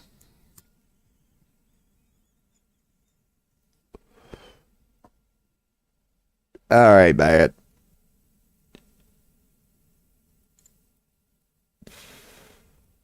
Hell yeah. So what sort of crap's Elon telling us that? Who got fired here in America? Remember when the Biden administration... Oh, no. Let's not remember the Biden administration. Oh, my God. Can we not just let that one rest? What the... Now says it will take 5 years to rebuild in L.A. Fox News has ordered its reporter not to cover the leaked calls and texts. Here's something interesting that you're not going to... It's going to be hard to find on the internet. But one thing that came out in L.A. is during the L.A. fires, it was discovered. They discovered an underground tunnel network. That's where we're going with this. Now, the only way you're going to be able to find it, and it's not going to be easy, is the official story we were given on day one. You're going to have to look up something like hazmat units, LA fires. Because the way it was presented here in America, and I'm not making this up, it might not seem a little ridiculous, but it seems ridiculous to me. The story we were given here in America, the reason hazmat showed up in the area they did during the LA fires, it's out there. It's hard to find. They shut it down within 24 hours. The reason they gave the American public, they said, we have found what appears to be an underground tunnel network in Los Angeles. We're calling in hazmat to block off the area. Nobody's allowed in to see what the fuck these tunnels are. The reason they gave us was they believe, now this may be true, but it seems a little ridiculous, and why? They said the reason is because they believe they had found a large storage of lithium batteries. That was the story they told, because you had to tell the public something, because out of nowhere, it went, from fire, like it got upgraded. It went from fire trucks and just, EMS and ambulance to freaking hazmat showing up and blocking off the area for it. Like, they're telling the police and the fire at that point, get the fuck out. They quarantined that damn area once they found out the tunnels were there. Now, certain people knew, but once it, got to that point, yeah, and here's the thing. It's like, why did they cover that up? That's why I want to go the conspiracy route with it now, because I'm not saying that underground tunnels aren't a thing. They're not talked about, but they don't have to be nefarious. I mean, there are plenty of reasons for an underground tunnel network to make sense for a business or whatever. Like, it's just an easy way to get to point A to point B. You avoid traffic and all that. So I'm trying to extend that olive branch and go, okay, I'm not saying whatever, that every time there's an underground tunnel, it's clearly for nefarious reasons. But the only thing it seems suspicious now that they're covering it up. Because when I got wind of it the day it happened, because everything was trending, everybody was following it, and it was just part of the LA story. I'm like, oh, hazmat's on the scene, why? And then they weren't hiding it that day, because they had to tell, like, it was all on the CNN. They're like, yeah, large lithium battery, and it was all over the news, and they were going with it. If you tried to look up that same story the next day that you knew was out there already, it's like that shit didn't even happen. And that's where I want to start going. I was willing to be open to, okay, they found a tunnel network. I was willing to go with the lithium battery thing. And the fact that you can't even find it now tells me what them tunnels really fucking were. And I mean, we're talking about LA now, the satanic capital of the world. What do you think those tunnels were used for? Because I would have been on board with the lithium battery thing. I love questioning everything. And even things I really don't think are true, I'm willing to accept them at the moment. Just go, all right, whatever. And I was willing to do that with the lithium battery thing. Until within a 24-hour period, it's nowhere to be found. They do not want anybody talking about that hazmat thing in LA. And that brings you up to the next logical question. It's like, now I want to go, okay, I had a feeling that lithium battery shit was BS from the beginning. And based on the fact that you're trying to cover it up, tells me that it is, man. Because, I mean, God, I mean, in LA, but then again, because I'll go on and admit it. Where are you boys getting at here? I admit it. I'm getting at the pedophilia, the child sex trafficking part of it. But let's just say, okay, it might not be that nefarious. Okay. Well, we all know what's going on with P. Diddy. We all know what's going on with Jay-Z. And where are they from? California, Hollywood, LA. We all know the celebrities of America tend to go to LA for whatever reason. That's the Hollywood capital of the world. It's really not Hollywood. They might make the movies. That's where the production studios are in Hollywood. But the people who, the actresses and actors, the celebrities, tend to live in Hollywood or LA. They make it in Hollywood, but we all know the amount of celebrities that live in LA. That's why the fires were so kind of comical. Because we were like, should we really feel bad for millionaires losing their mansions? Because those are the sort of fucking people who live in LA. So that leads you to the next logical question. What are these rich celebrities in Manson? Like, why are they above a tunnel system? Maybe it's not because of the child thing that I was getting into. Maybe it's simply the P. Diddy thing. Maybe it really is just a bunch of, adults doing consensual adult things, but yet it's so freaky Borderline demonic. Oh shit. Do you believe it's a punishment from a higher power?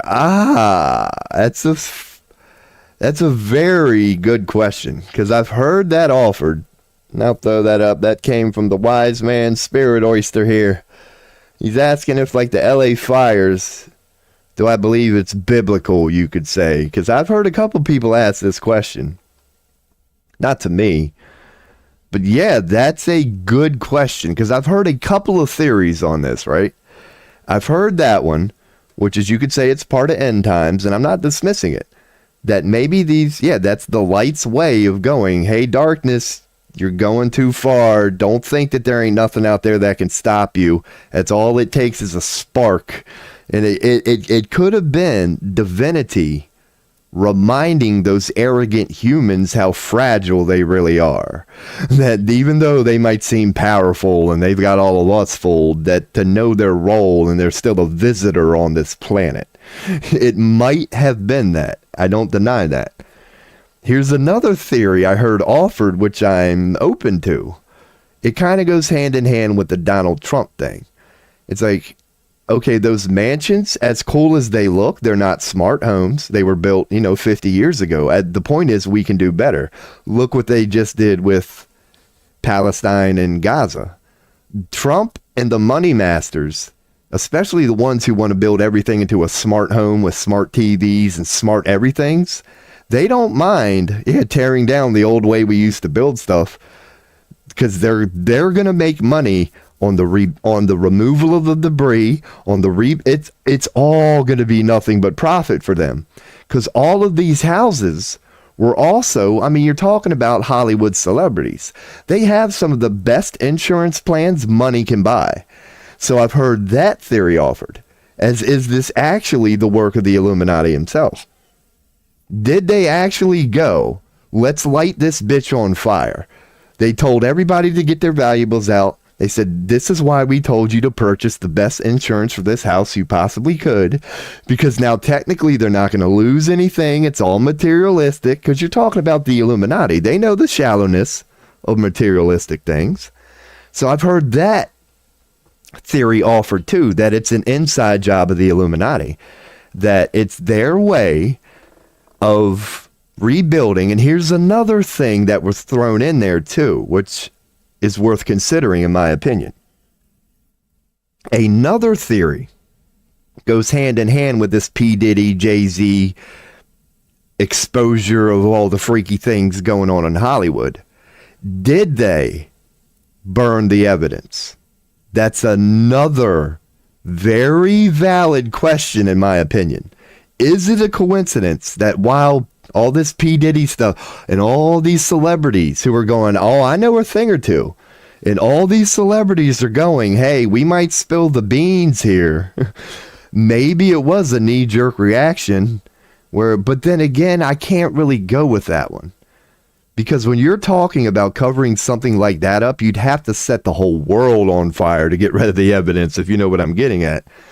So I'm open to a bunch of theories on that.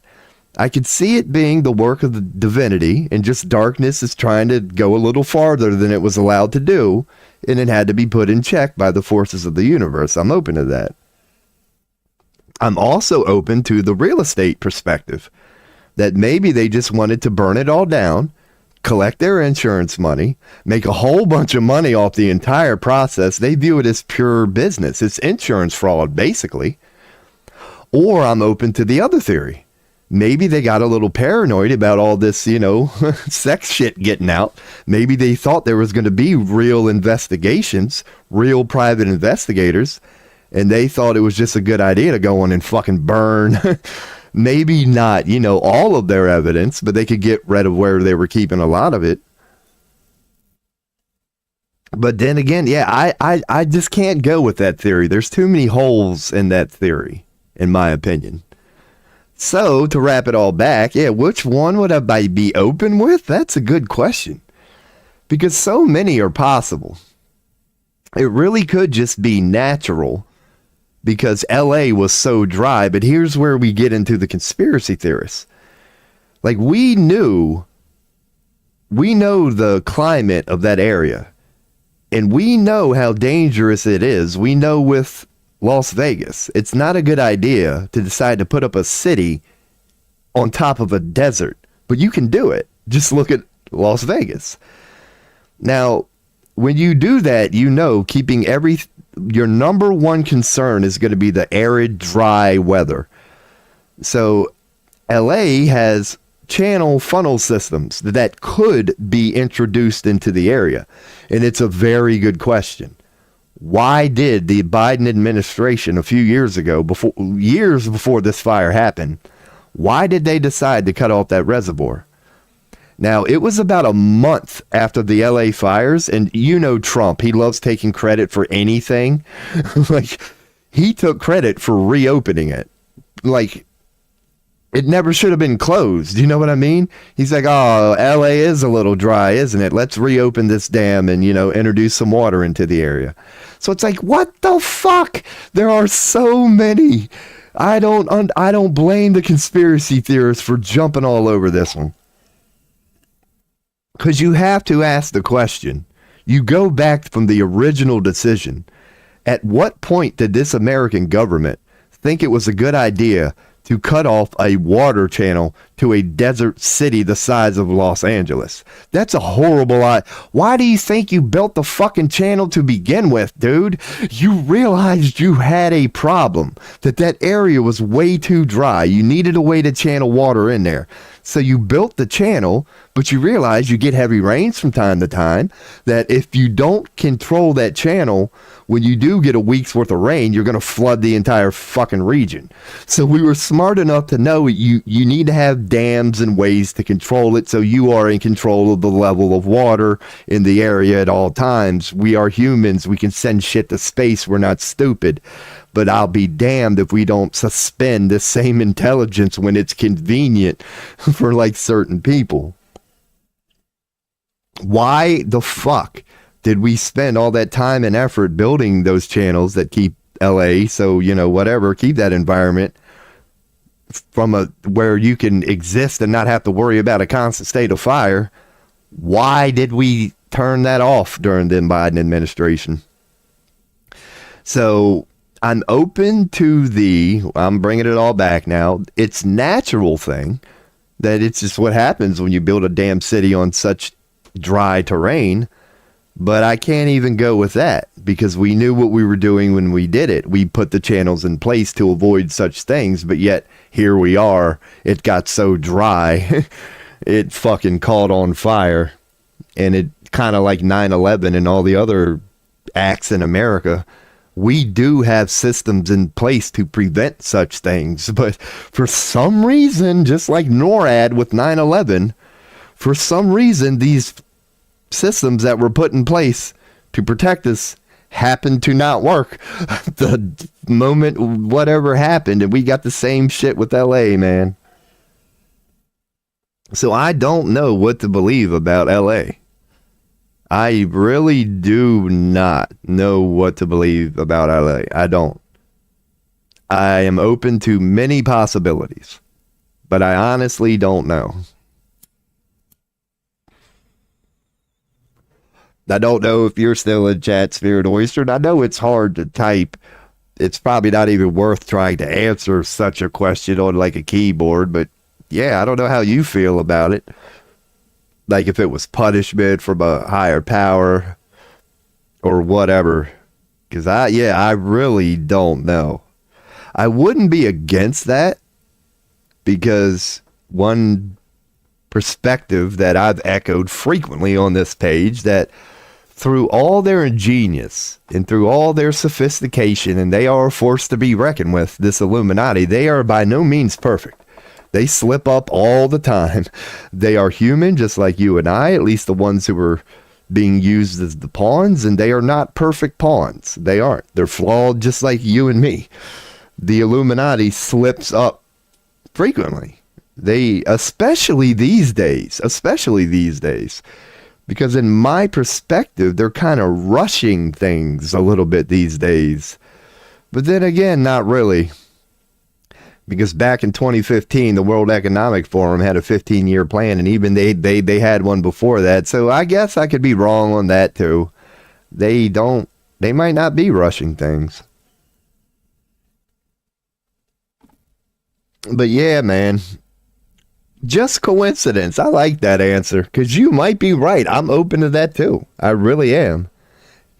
It really might just be coincidence. It really might be. Yeah, because that's what it got to. That's why, yeah, it got so dry that, really, just a careless cigarette smoker. Hey, what's up, dude? I got my first Rumble chat ever. What is this?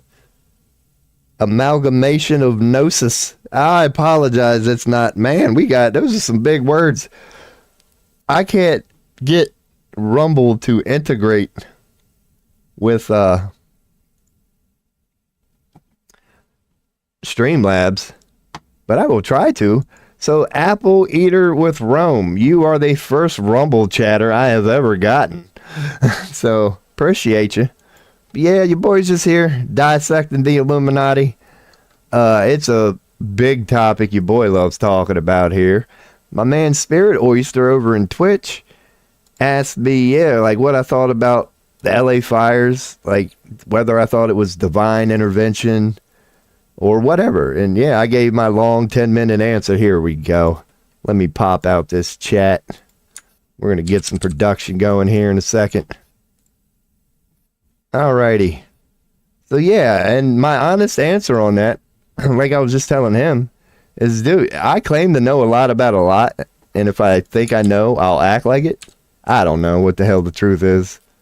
There we go. That's my ghetto way of getting some Rumble chat going on here.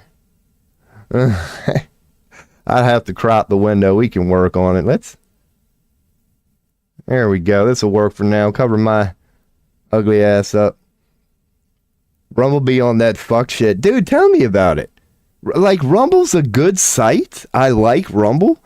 But as far as integration with other platforms, I don't know why they don't, like, they'll integrate Trovo and Kick before Rumble. And it's like, dude, Rumble's been around longer. It's like 4 times the size of these sites. Like, why wouldn't that already be integrated in? Yeah, I'm noticing that it's like, it's weird. For a while, they really promoted Rumble. They wanted everybody to go to Rumble, and people did.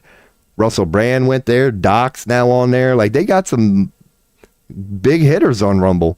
And it's like, now that Rumble is kind of second to you, like, they did what they meant to do. They blew it up. And now they're kind of like giving up on it.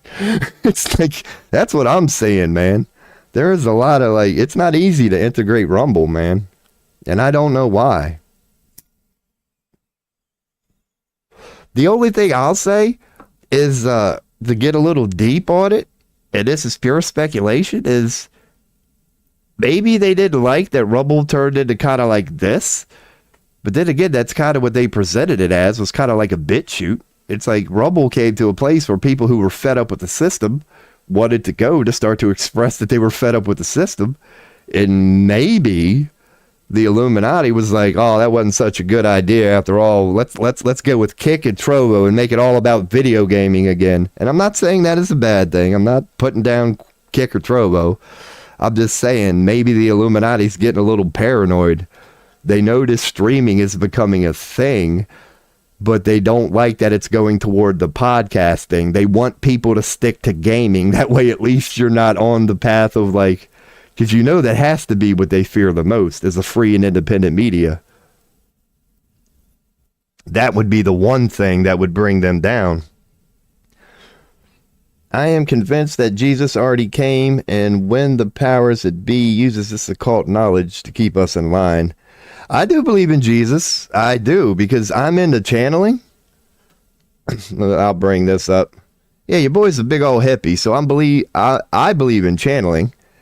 And there are people out there who can claim they can channel that Christ consciousness. And I believe that. I believe in the story of Jesus. Now, my deep perspective of it, like, because we all know religion or whatever is just an interpretation. So to put my own little twist on it, is I do believe Jesus was real. And I mean that. But I believe what Jesus also was yeah, just a reminder, like, because that was Jesus' teaching. Jesus was like, I am nothing you cannot be. Like, Jesus was just trying to remind us of kind of what you were touching upon, what the occult has kept from us. And dude, what they have kept from us is the craziest. We all have the potential, not even the potential, we all provably could do everything Jesus Christ did and more.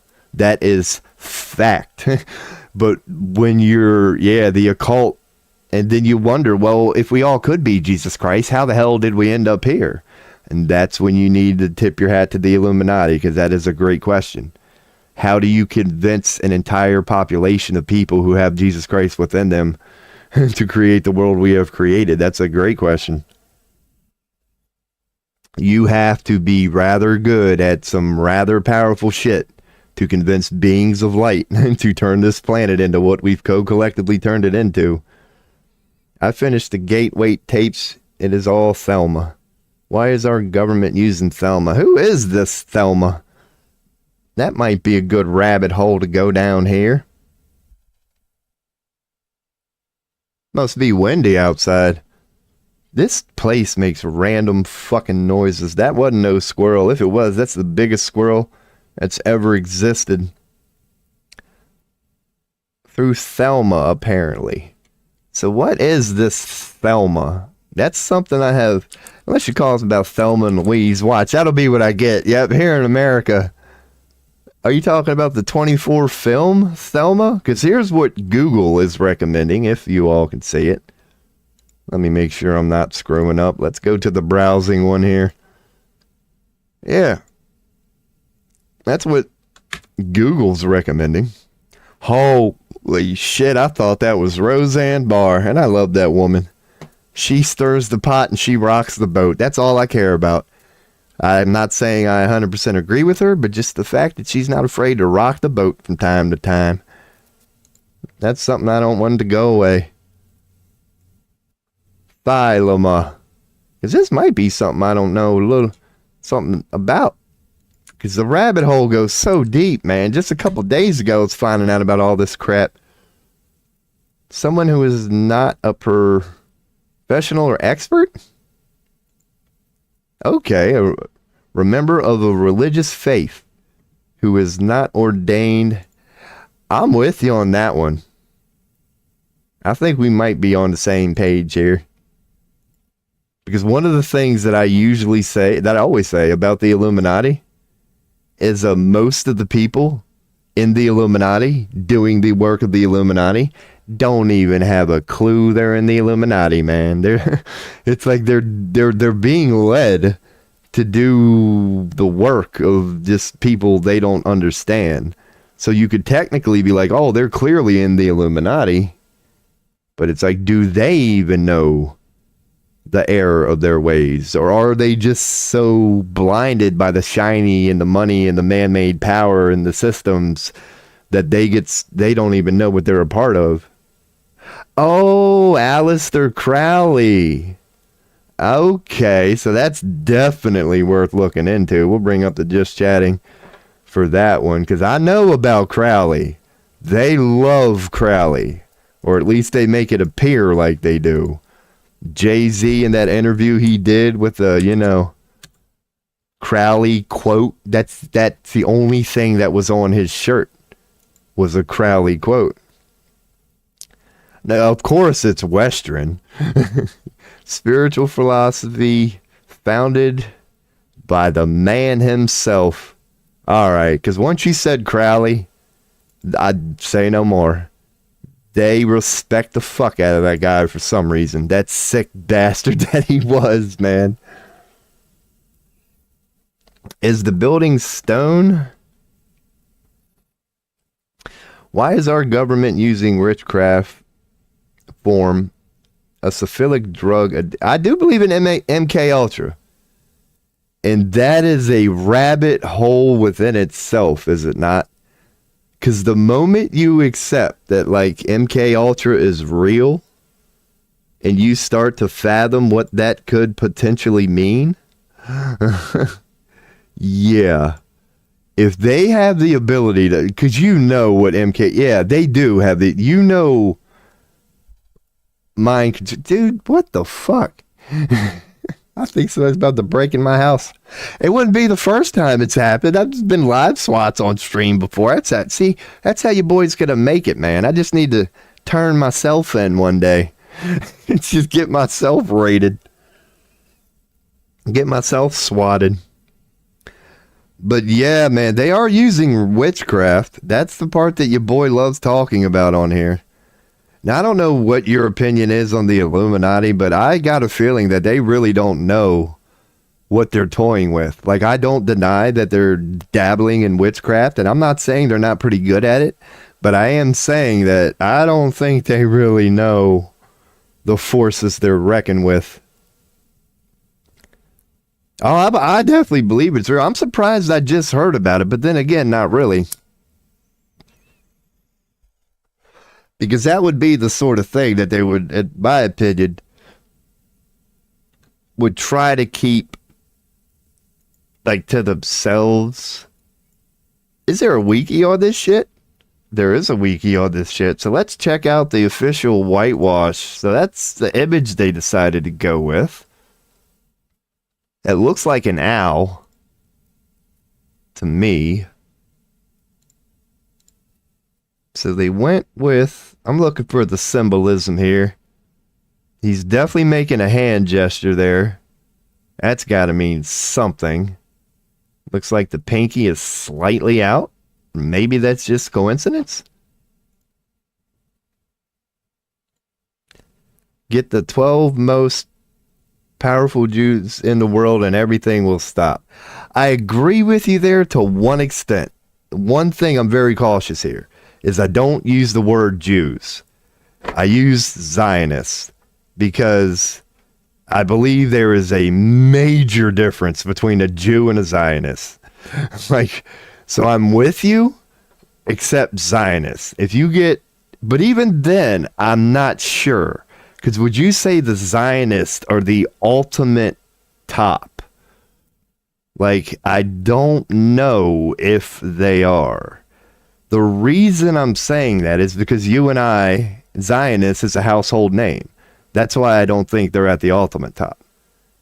They have to be, in my opinion, being controlled by somebody. And that somebody, none of us has ever said their name. Oh, here we go, Spirit Oyster. Or the Sunday, yeah, okay, yeah, Scooby-Doo, Velma. What are the tapes and YouTube called? Let me try to, yeah, let me look up Thelma. The Jews we have now are not Jews, globalists, if you will. All right, yeah, exactly. We're on the same page, yeah. Because I just don't want to, you know, I feel bad for the Jewish people, like as an American. Because I know, like, Americans, our reputation might, like, the American citizen reputation is being ruined based on the act of our government. Okay. So here, this probably ain't copyrighted, but look at this Crowley fucker. That's what I'm saying, man. This might be a good one.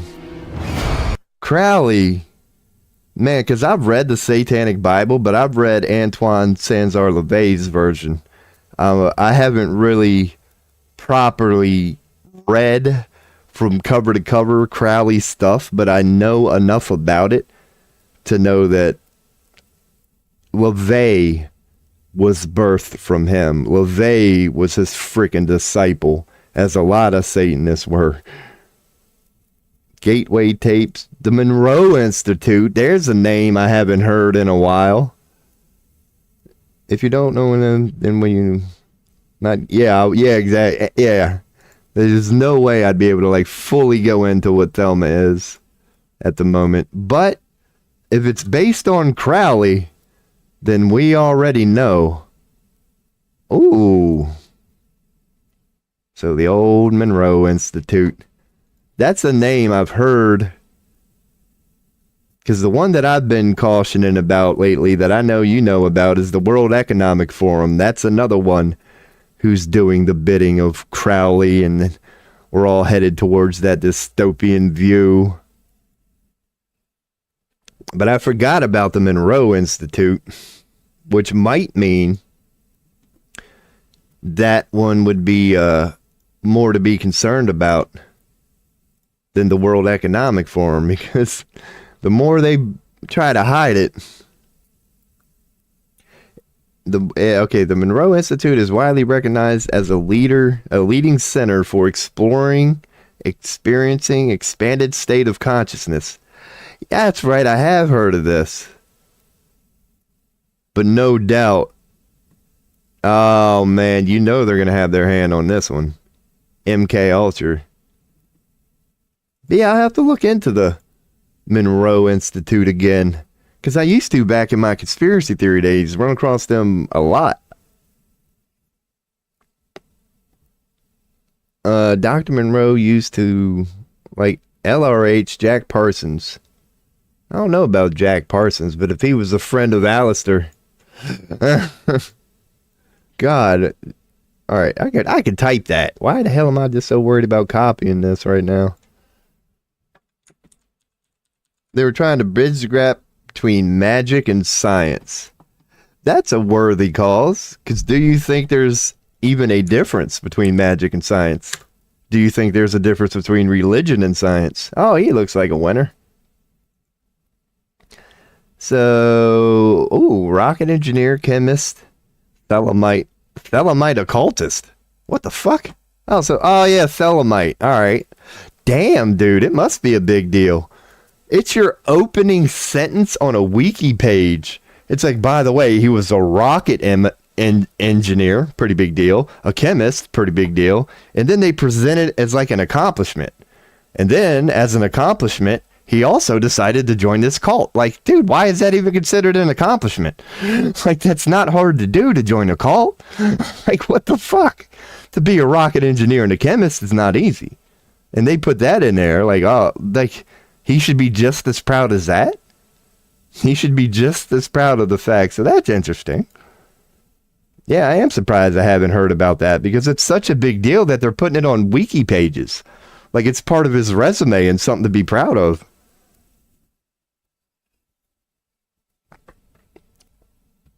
I don't believe in magic. There's nothing proving magic works. That's true. And like we were talking about earlier, magic is simply something whoever is experiencing it doesn't understand at the moment. That's really all it is. They don't understand how it works. Therefore, to them, it comes across as magic. Scientology. I just found out about that one. There's somebody called Relatable Reese on YouTube. Relatable Reese. Now, she got out of that. Her story is interesting because she got into the Scientology world, and needless to say, when she got in there, her boyfriend, the one she ended up meeting, was a jester. He was a jester. She got introduced to sex trafficking and all that. Now, she was just his wife, but she knew what he was doing when he said, hey, I got to go away for 5 days. I'm not taking my cell phone. Like, when she got into Scientology, on her own, for her own reasons, she got introduced to the occult, and she didn't expect it. She didn't like it. And now she's out of it. But she reminded me of Scientology and how sick those fuckers are. They really are. I thought it went away. A lot of people did, but apparently it's still a thing. Makes you wonder why they are broadcasting magic just from a scientific point of view. Yeah, they definitely have their own agenda. They definitely, and they ripping ass. They think they have it all figured out. But that's where I fault the Illuminati. Because maybe you agree with end times. Like, if you agree with end times, I don't deny, like, all of their genius and what they're doing right now. But I know in the end, the joke's going to be on them. Like, they think they're performing all this illusion, using all this darkness and all this shadow, and they have no fucking idea that there is actually a shadow puppet above them, using them as the pawns that they think we are. Like, that's how I ultimately view them. Even Crowley, you could say, as good as Crowley was, and as his understanding of the dark as they claim he has, it's like, come on now, do you think he actually controlled it? That's just the arrogance of man. When you summon like darkness, I don't care if you're Aleister Crowley. Dude, it's darkness itself. If you think you are going to master it and control it, that's purely the arrogance of man. Like Crowley might have been good, but this is why they're just, in the end, they're foolish. It's like, dude, when you summon shadow and black magic, what do you think the intention of said shadow? Like, fuck whatever your intention is. It's shadow. It's black magic. What do you think its intention is to do with you? And how are you foolish enough to believe it when you summon this demon, this Satan, and it appears before you, and it promises you all these riches and all these children and all these things? Like, you're dumb enough to fall for it? Like, you don't have the awareness to realize what you have done. You have summoned evil personified. And you actually are naive enough to think it's telling you the truth? You just summoned evil personified. What makes you think it gives a fuck about you? It's evil personified. And that's where the Crowleys go wrong. This Satan will let them in and make them feel like they're a high-ranking general, but they're getting played the whole time. I feel like end times happened. I think Crowley ushered in the Scarlet Woman. I'm with you on that. The Lady in Red and shit like that. Yeah, there's some very deep truth there. They still parade. The Lady in Red means so much to them, and it's in so many ancient. Lady in Red, the Scarlet Woman, it's a tradition they are continuing. What did Taylor Swift wear at the last Grammys? She was the Lady in Red that night. I noticed that shit too. They are definitely, and it's part of this secret knowledge. I like summoning rituals, creepypasta rituals to be. Tom Cruise. There's one that dude, he's crazy. I want to think he's Illuminati, but he's kind of ashamed. I don't know. Yeah, he might be MK Ultra. Tom Cruise, something ain't right. All right, let me go take a pee real quick, man. I appreciate the chat going on today, man. We got a couple of Googles looking up. I'll be right back, and I'm going to continue this wiki crap. Oh, man. See if we can find out about these Thelma bastards. All right, BRB.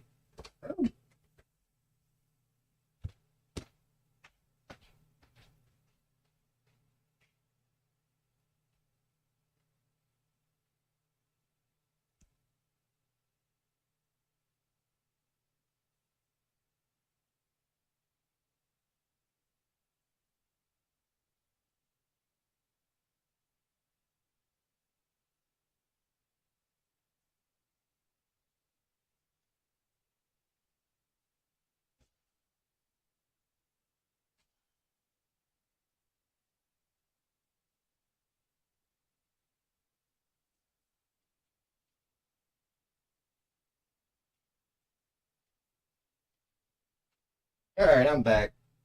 Oh, my God. I smacked the wall real quick. I noticed when I took a pee there that I got that damn squirrel back in the house again. I had to smack the drywall, so he went running. He'll be back in about 10 minutes. He will be. Ooh.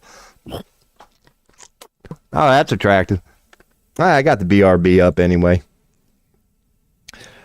All right, let's go back to the just chatting. The great deception is that end times is coming. I believe that. Why it works. Crowley taught that you didn't need consent to magic, and that cracked the code wide open. Crowley is about big on that. One of Crowley's messages I think they like is that whole selfishness thing. Crowley is all about fuck everybody else. It's all about you, and they love that part.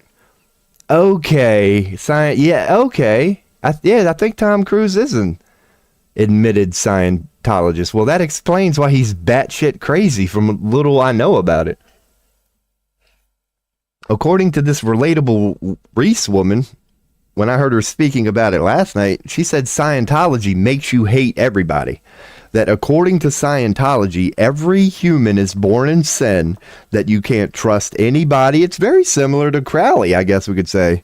It's that selfish, fuck everybody else. It's all about you mentality.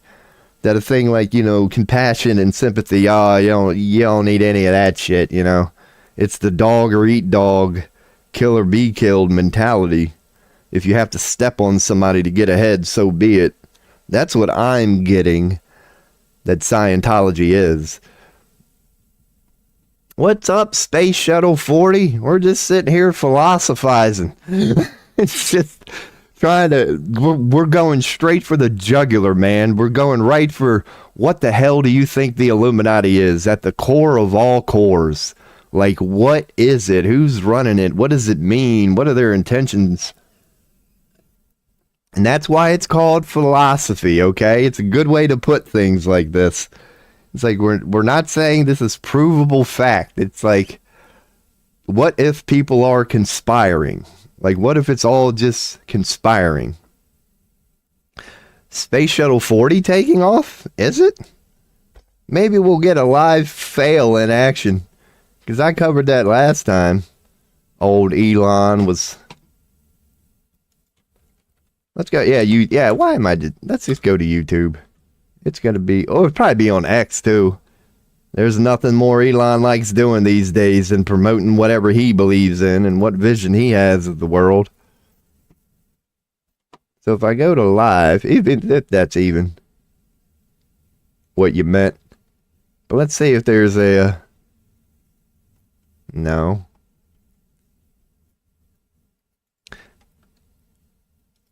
Space Shuttle 40. It was a club for artists and stuff. I don't think they're still active. Oh, what the Scientology part? That was my assumption last night. I haven't heard people talk about Scientology in a long time. But yeah, that girl that I talked about last night, or ran across last night, yeah, she was talking about how she had recently got out of it, and she was sharing some of her stories about how she was in it and all these jesters and these weird sex parties that go on from time to time. Maybe I misread that wrong. I'm trying to keep up here. The Illuminati, I know. Goath was a member. Wonder who this sucker is. We've been finding out about a couple things tonight. Have you ever heard of what we were just talking about recently?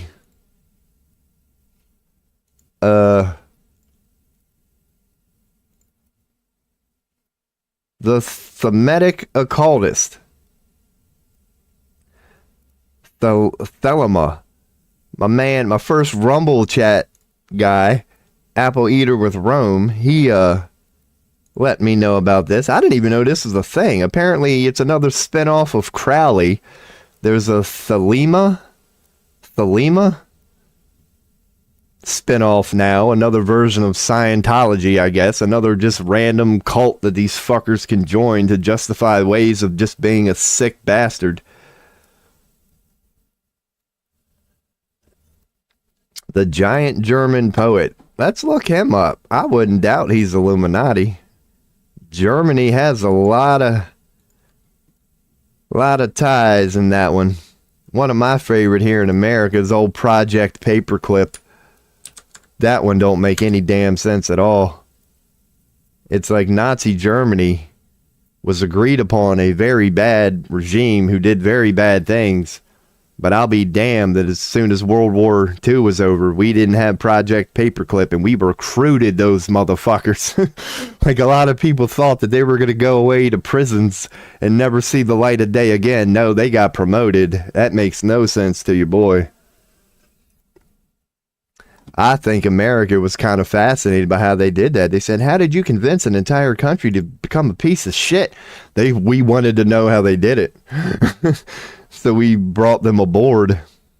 What the fuck is a polymath? He was a German polymath, an individual whose knowledge spans many different subjects. Known to draw on complex bodies of knowledge to solve specific problems. Okay.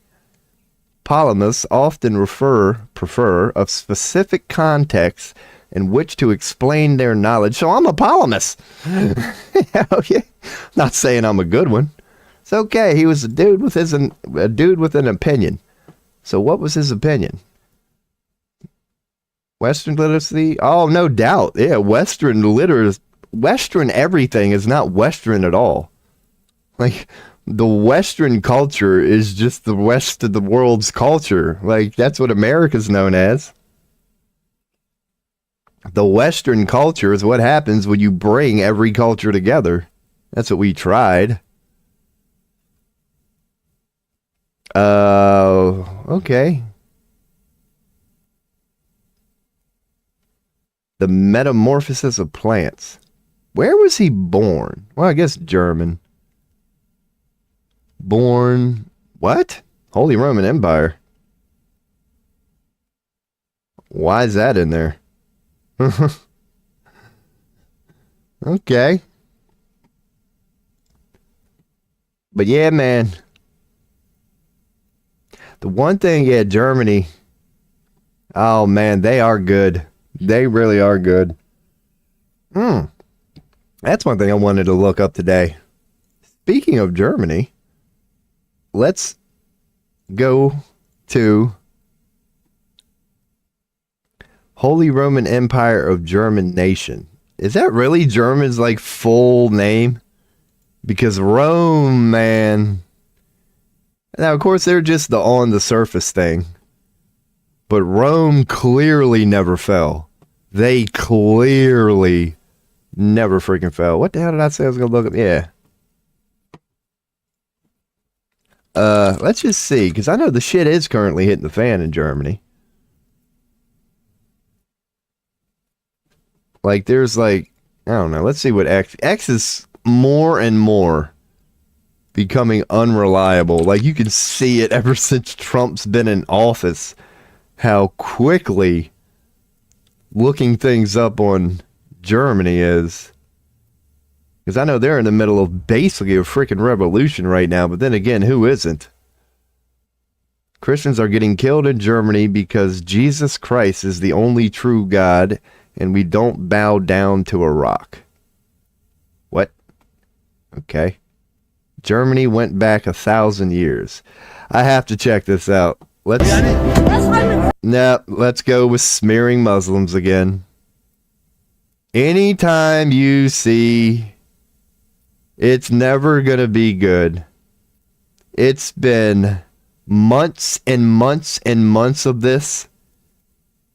And our American media will take this is all they got. This is all they got. Kids who didn't like being recorded. And they're now saying, oh yeah. See, this is psychological warfare. At least as an American, I'm aware of it. But every day you go to check news, what's up, Spirit Oyster? Oh my God. What's that, French? Love and what you will do. Those are wise words. That's why I'm doing this. I really shouldn't be, but I do love it. Crowley and Paperclip too, so that's an old one. Latin, okay. Boy, how stupid is the American language? Ours is, other languages are so beautiful, and then English is what it is. But yeah, man, at least, see, I knew before I even clicked that video. I know I live in America, and this is a Zionist-owned media, and Elon sucks Zionist dick any chance he gets. See, lo and behold, in the act of scrolling down X, thousands of Muslim immigrants have arrived. It's all about, we all know the Zionists hate Islam and Muslim. They hate them both. And this is why we get what we, yeah. It's just, any chance here in America for them to make Islamists and Muslims look like just terrorists who want nothing but jihad and destruction in the world. Oh, they don't take that chance every chance they get here in America. Because as you can see, well, I am scrolling Germany, but I guess that's what they're selling in Germany. Because I don't know if it's you, Spirit Oyster, it might have been Maldives, but yeah, I think somebody came in from Morocco and said that they're hearing terrorist stories and they're being told they're Islamist and Muslim, and now Germany's getting hit with terrorism and they're being told they're Islamist and Muslim, and now we already know about the Middle East. And so according to current narrative, every terrorist in the world is either Islamic or Muslim, according to the current narrative. Hey, Spirit Oyster, enjoy your Never Winter. I'm going to sit here and just make fun of everything that the system is trying to tell me. But seriously, my man, enjoy your Neverwinter. I'm glad the maintenance is over. Hopefully, it'll be a good day, man. You get a little progress. You get that rare drop, sell it in the auction house, make a little money. That shit is cool. Enjoy yourself, my man. It's been a pleasure having you. I apologize that you never got the high version of me yet. I said an hour and a half ago I was going to take that first hit of weed, which I haven't done yet. But man, heck yeah, we had a couple people coming in hot, giving you boy things to look at that we got here in the tabs. I guess I can close a lot of this stuff. Things, oh my God. That was me on I'll keep YouTube up. So the Monroe Institute. Yeah, that is one I'm going to have to keep an eye on, because something like the Monroe Institute, I personally would be very passionate about, you know, making sure people are in positive state of minds, because that does work. But if you know something like the Monroe Institute is out there, you have to assume you know who has their dirty little tentacles all over it. Deity. So this Thelmic thing is inspired by ancient Egypt. The highest deity is Nuit. I knew it. I knew it. I knew it. It was Nuit. Is okay, so their highest deity is a goddess. The speaker in the first chapter of the Book of Law. Nuit is based on the ancient Egyptian sky Nut. Oh God, pun intended, I never even knew there was a god called Nut. Man. Also known by various other transcriptions. You think? You think? So Nut is also... So it's representing the sky. That's meaningful.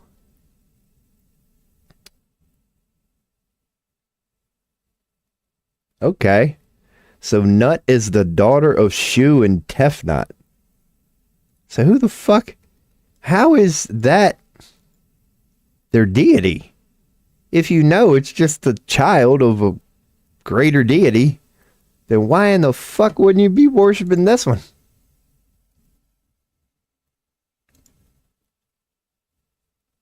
What the fuck? That's interesting. That kind of goes with the world pillar theme there. Even Egypt. Oh, here's the old eye. Is that actually a PNG? As in transparent? It might be. I'll check that out later. I might need that one for later.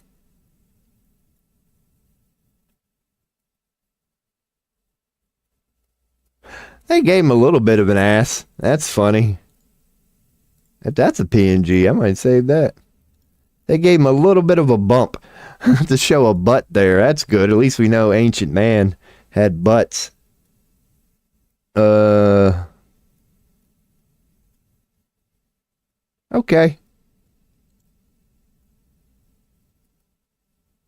That's funny. I had no idea there was a goddess called Nut. And why would... What you call the goddess nut? Wouldn't you call the god nut? Like, dude, if women can do many things, there's one thing they can't do. Nut. Like they can orgasm, but we're the ones with the nuts. So what the fuck? This don't make no damn sense. Even the gods don't know what that's how flawed humans are. That even when we create a god, we're so flawed that even the god itself ends up being a joke. She had ISIS? What the fuck? We might be getting somewhere. So if one of the children was ISIS, Horus? I was expecting Hamas or something to come up next. So Isis was a major goddess in Egypt.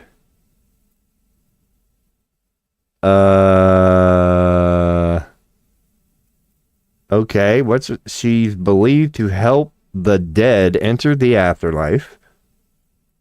Oh my God. Divine Mother of the Pharaoh. Okay. So I'm trying to just figure out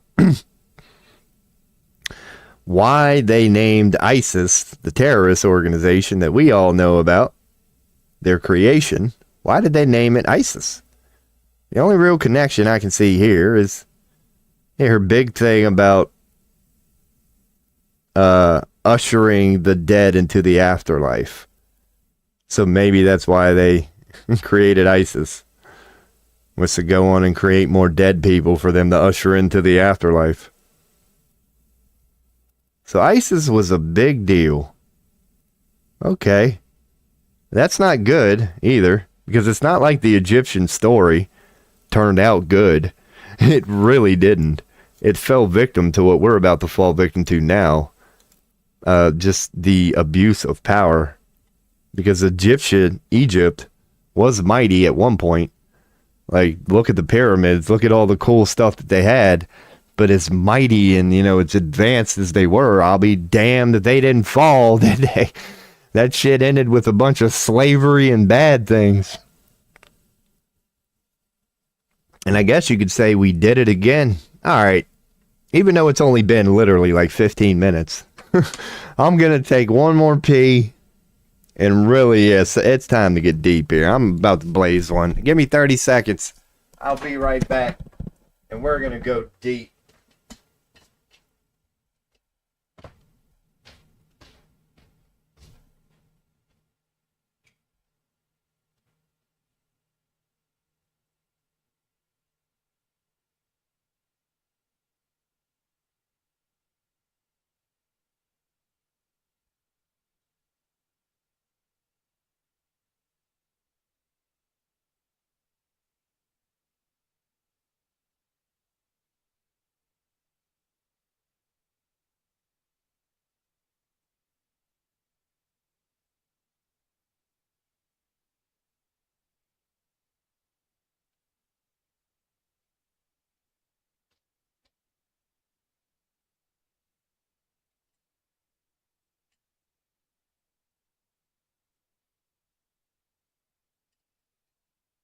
Oh, yeah.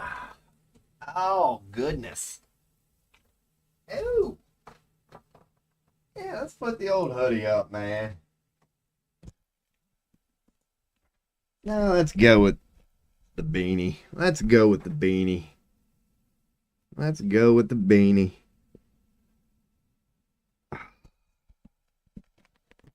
Hell yeah. I do got some good news, though. The good news is I don't think I'll be streaming tomorrow.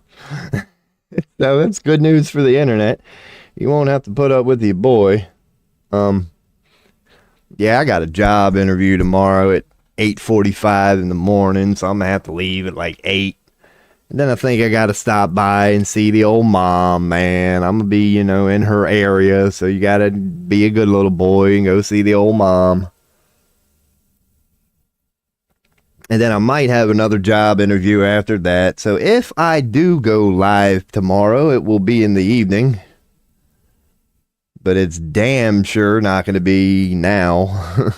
I will not be live. during this time tomorrow. Boys got to go out and get one of them jobs, man. I'm about to settle on a part-time job at a damn kitchen. Now, here's what your boy's going to do, though. Like, I need something. Not need, but it'd be smart to get something right now. Anything.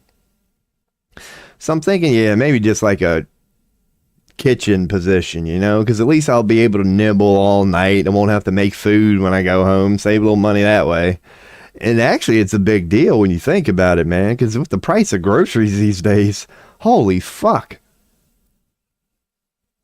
It's like back in the day, it was considered a little bit of a bonus if you got to, you know, fill yourself up for the night. You might have saved $5 before the end of the night.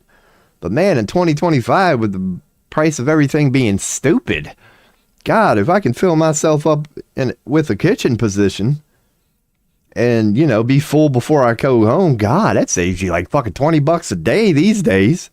You can't go anywhere and get a decent meal for less than $20. Not here in America.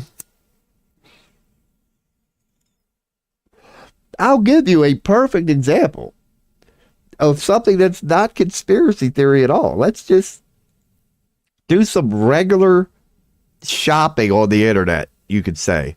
Like, let's see. Let's go for Burger King. Here's what it's currently like to be an American. All right, now here's the first thing I'm going to preface this with. What's the minimum wage in America? $7.25 an hour is the minimum wage here. Now, that's not what they normally pay us.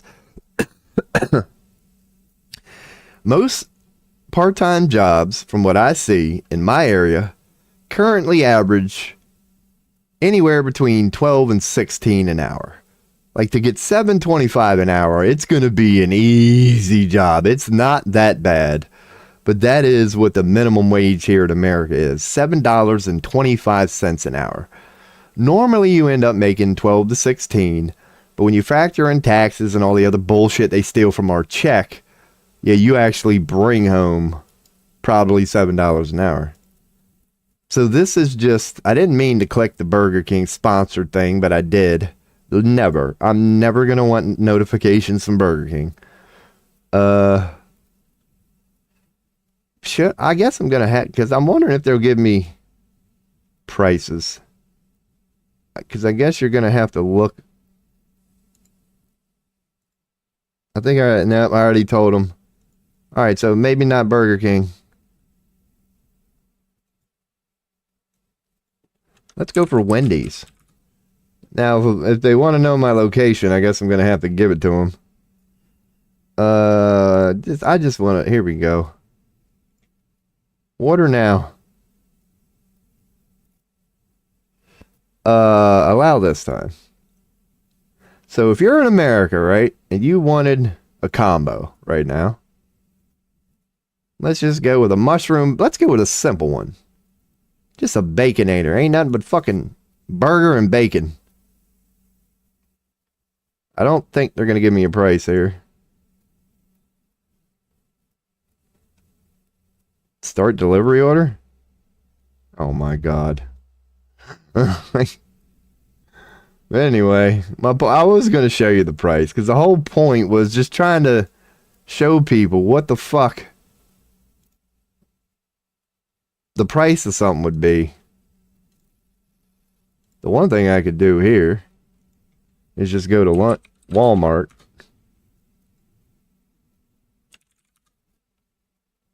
So if you're in America and you want,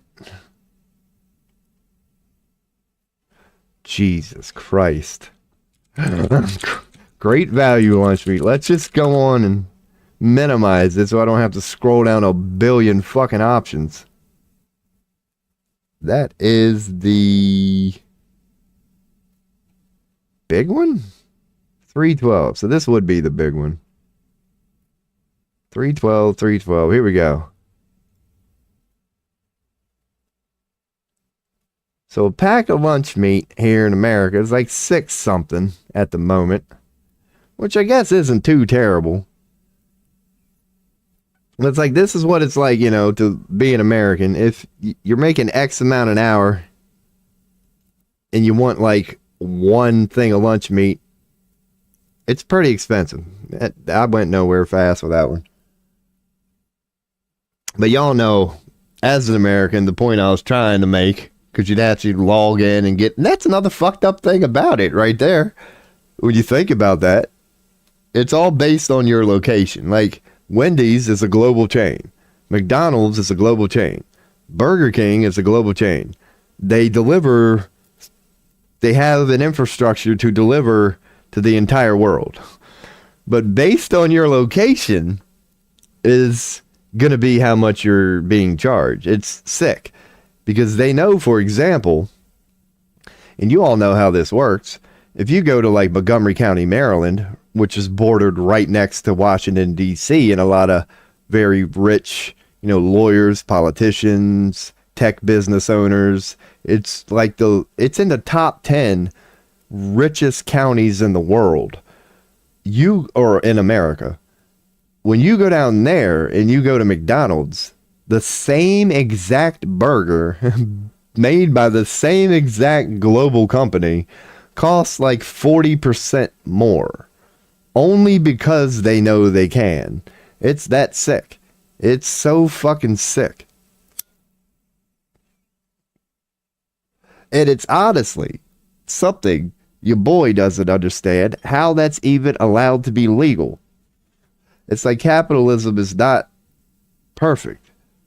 It's like, you have the ability to sell these things for a fraction of what you're currently selling them as, still make a profit, but yet you're so damn greedy that even though you're as big as something as McDonald's or Wendy's or Burger King, like, you're almost too big to fail, you still spend all of your day hiring people to do the math on what the average wage of those people in that town are, so you can charge the absolute maximum down to the penny that your program and your analytical shit is telling you would be the most you could get out of it without making the price so high you've now turned them off. Like, it's so sick where we put our focus at the moment. Like, it's fucking shameful, man. And here's another reason why your boy don't agree with marketing. I know I can prove that on this one. Let's go back to Wendy's, just for the hell of it. Here's another thing I honestly do not understand about marketing. How is it legal? And I mean this, it might seem like a reach, but I really mean this. How is it legal for something like Wendy's to show us a picture like this? And I mean this. How is this not false advertisement? Because you all know damn well, by the time you get that burger, it's going to look like somebody done stepped on it, man. All three of your patties combined will not be as thick as this one in the middle. Like, it's going to look nothing like that. And your boy hates marketing, but because you might think it's a little bit of a reach, like, man, you're just complaining right now. And perhaps I am, because your boy's pretty good at it. But no, in my opinion, it's not too much to ask that shouldn't there be laws in place that ensure, no matter who the fuck you are, like, you have to show your product as you're selling it.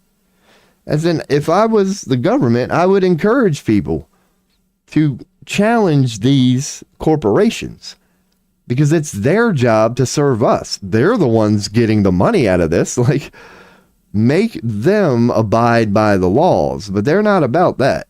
It's easy to be a corporation. You can damn near get away with anything. It's like, maybe it'd be smart for all of us to just register ourselves as a corporation, because you really wouldn't lose anything. You'd be given a tax ID, and you would have more rights as a corporation than you do now as a human being. Like, honestly.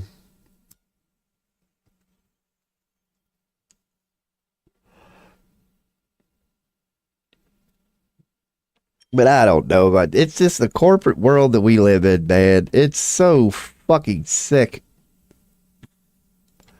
We all already know how, like, X is. Like, social media is pretty much fucked. You all gotta admit that. Because corporations and their greed is so fucking out of control. Can you even go to a social media site anymore?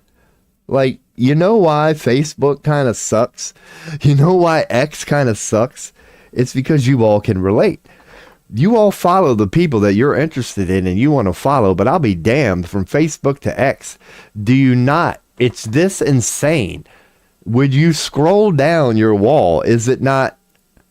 The first one is probably somebody you actually know and follow, and as little as the second post, sponsored, and then right below that, recommended, and then right below that, whatever, and then you might get another one of the people you follow's post, and then right below that, recommended, right? Even when you scroll down your actual wall that's supposed to be yours, it's not even yours anymore. You can't even, because maybe you're like me, and this is an honest question. Is there any point at following any more than 20 people on any more than one social media platform because of the way they've created it? Like, let's say there are 50 things that you are interested in and you follow 50 people to keep up with them on a daily basis. Do you know how long it would now take for you to, like, if you went down even the follow thing has recommended. Even when you purposely click on the point that's like, I only want to see the people I follow, you still now have to scroll far longer and farther than you ever did if you want to see what the fuck your people posted for today. It's like marketing is just, God, it's everywhere, man. It is fucking everywhere. Like, you gotta get end times and satanic to describe the level of greed that's going on this planet at the moment. Like, God, you can't make it up. It's like we're kind of used to money, and we've just accepted it. But it really would be mind blowing to just show somebody a reality where 1% of that population controls 99% of the world's wealth. Like, that's insane. That is insane. Lose conspiracy just zoom out as much as you can. How can you argue with that? How the fuck can you argue that that's not a bad thing? The only perspective I could see would be the capitalism perspective. Well, these people happen to end up making more out of themselves than other people did. Yes, that will always be a thing. But I don't understand why the questions, I know you're immediately thrown into the socialist psychological trap, but it's an honest question. Why the fuck, logically, should any person, corporation, logo, entity, whatever, be able to hoard so much wealth? Because just think about the basic concept of money. Money is invented to be circulated amongst your public. The point of money was not to be hoarded. The point of money was to make barter and trade a little more easy. It is debt. Money is debt. Money is when you went to barter and trade and they went, okay, I'll give you a bunch of food, but you have to give me a bunch of clothes. And if you didn't have enough clothes or enough food, if you couldn't hold up your end of the bargain, money was just supposed to be a temporary IOU. You would give somebody a coin or a piece of paper that we all agreed was worth something that you could trade in later if you didn't get the shirt or the food that money was basically an IOU. It was a promise to pay you later. It doesn't actually represent wealth in any way, shape, or form. It's just an agreement. But what it's turned into now is it's turned into points in a video game. It's turned into a competition. It's turned into, those with the most points win. And we have to be approaching satanic levels at this point. Because ask me, why does YouTube continue to nickel and dime? Like, why do we get any advertisement on YouTube? That's an honest question.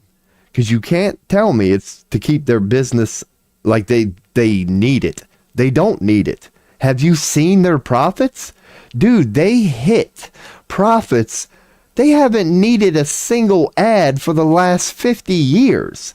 Like, they make more than enough. Well, they need some ads, but their whole "we need ads to survive" thing makes no logical sense. So then you go, okay, so let's assume they're being honest. It's like, okay, we're doing it just to hoard money. If they were being honest, we want as much of this thing called money as we can get, and we are not going to stop, even though we could be worth billions, we could be worth trillions, quadrillions, we will never stop. It's always going to be about money for us. The next question is, okay, why? What good does that serve? Because what you now do through a thing called capitalism and profit, you are now admitting your goal is to hoard money in a bank. Why? Because it collects interest. It's another way for you to make money. Okay, fair enough. Who pays for that interest? Again, the people. We do, the taxpayers. All interest in the world is paid for by taxpayers, because interest is just debt created out of thin air. It goes hand in hand with the Apple thing. Let's assume apples are the only currency in the world. And you come to me one day, and I'm the only world, so like, you can only get apples. An apple is an apple, and you have ran out of apples. But I happen to have a lot of them. So you come to me and you go, look, man, I need one of them apples. I'm a little low at the moment. I'm 30 days away from a harvest. But for the next 30 days, I'm going to need an apple. Can you give me one? Here's interest in a nutshell. This is why it's debt created out of thin air. It makes no logical sense any way you cut it. If I told this person, okay, I'll give you an apple, you got to go with I'm the only source of apples. Let's say I'm the only source of apples on the planet. You cannot get an apple anywhere but from me. And I decide to give you one. Now, there's only one catch. I will give you this apple to do with whatever you want to. It's yours. You can only get them from me now. You can't get them from anybody else. It's only me. Here's the catch. I'm going to charge you 0.1% interest, a very low interest rate. So when you're done with this apple and you give it back, the only catch is you have to give me an apple 0.1 back. That's the only catch. I'll loan you this money through the guise of interest. I'll give you this apple, and you just have to give me 1.1 back. That's interest in a nutshell. How on earth is it even possible, if you are the only source of money and you only give them one, how is it even possible for them to give you 1.1 back if all you gave them was one? If all you give them is one apple, you're only going to get one back. And if that is the only source of all apples in the world, they cannot get an apple from anywhere else but you.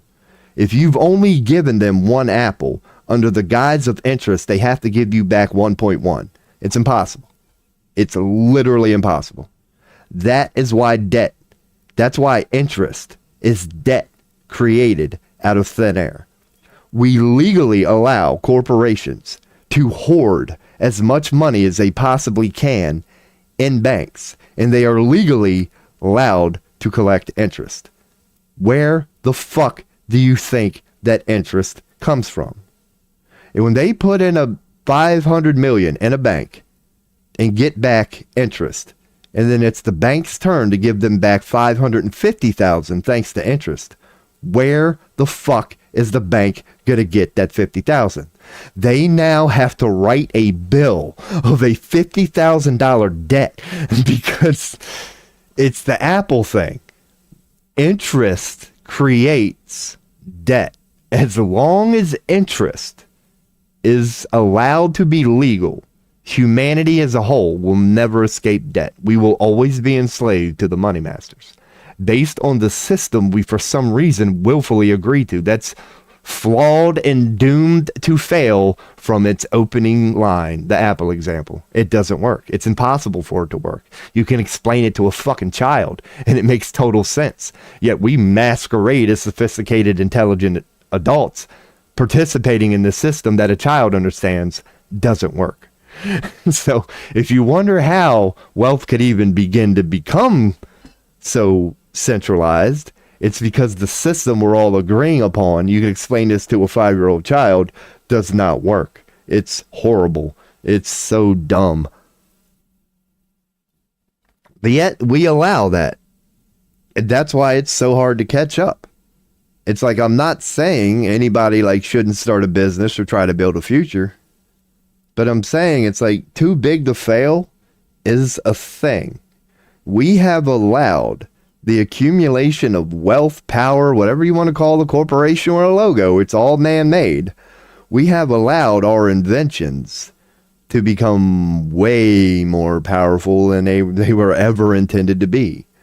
Nobody was properly warning the last 100 years about capitalism. Well, they kind of were. People have been saying forever that you never want any thing, logo, or whatever to yield too much money and power. We've always been saying that. It's just that we have always been told it's socialism. Don't dare state such a question because you're clearly a socialist. But no, man, it's a logical question. I mean, once again, just lose being human. Lose being human. If you go to any of them stars that you see in the sky at night, if you went to any of the planets within them solar systems and you found a planet where 99% of the world's currency or whatever they're using at the moment, their form of wealth, 99% of it is controlled by 1%? Can you picture a reality where that would be good for anybody? It doesn't have to be Earth. It's a horrible reality. What would happen would be what we're getting here on Earth. You would immediately assume those people would go to abusing all that power, and that's exactly what they're doing. I mean, I think it's instilled in all of us.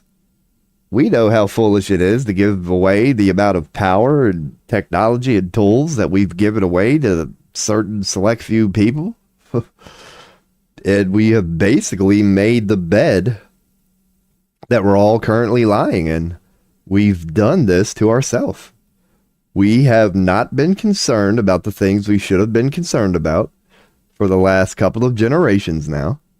That we've been distracted, whatever, through no fault of our own, because these things don't take long. All you need to do is fall asleep for one generation, no more than 2. And your whole, everything you've worked for is gone. Like, it's so fragile. Hundreds and hundreds of years of Darwinism and evolution can be flushed down the toilet within a generation or 2. You just end up giving it all away to the wrong people. And when you're dealing with that much power, you can do a lot of bad, well-intendedly or not, awfully quickly. You really can. Yeah, man. Oh, let's go on and rip one. Let's go on and rip. Oh, I might as well just keep the cam down. Why not? That's be a quick and easy way to do it.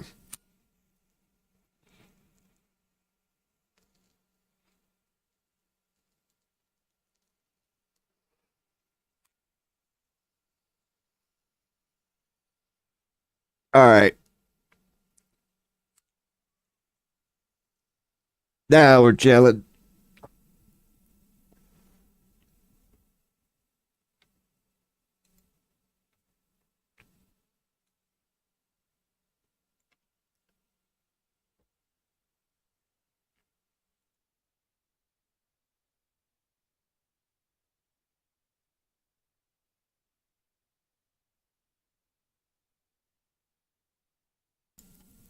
Oh, yeah, I knew I was going to have to spit on that one. That's what she said. Hold on.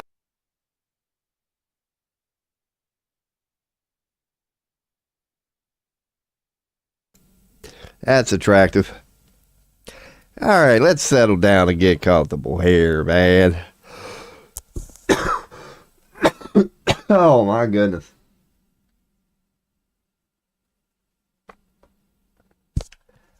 See, yeah, all right, let's go back into where I want this stream to go, man. Get ready for an Illuminati takeover. That's my positive message for today.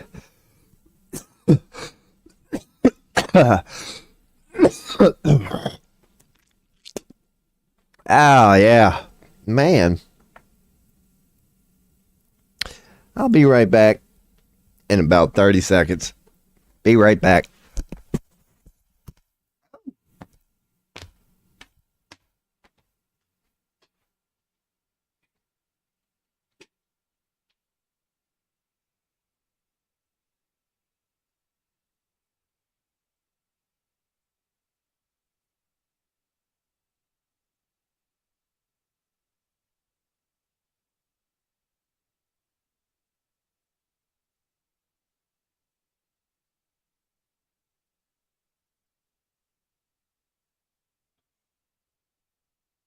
Wow. All right. All right, time to settle in now. Time to officially settle in. Damn, I still got a cough.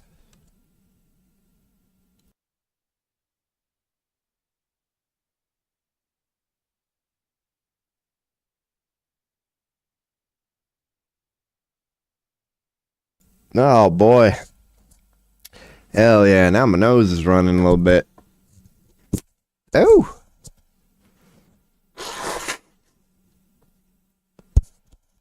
All right, let's break it down here, man. Let's try to offer a little something. Let's do what your boy does here. Break down this bullshit. Go right into the deep stuff. I want to address all the bad things happening in the world right now. I know they say don't focus on the negative, but hell, I recommend not putting your head in the sand and not acknowledging it, too.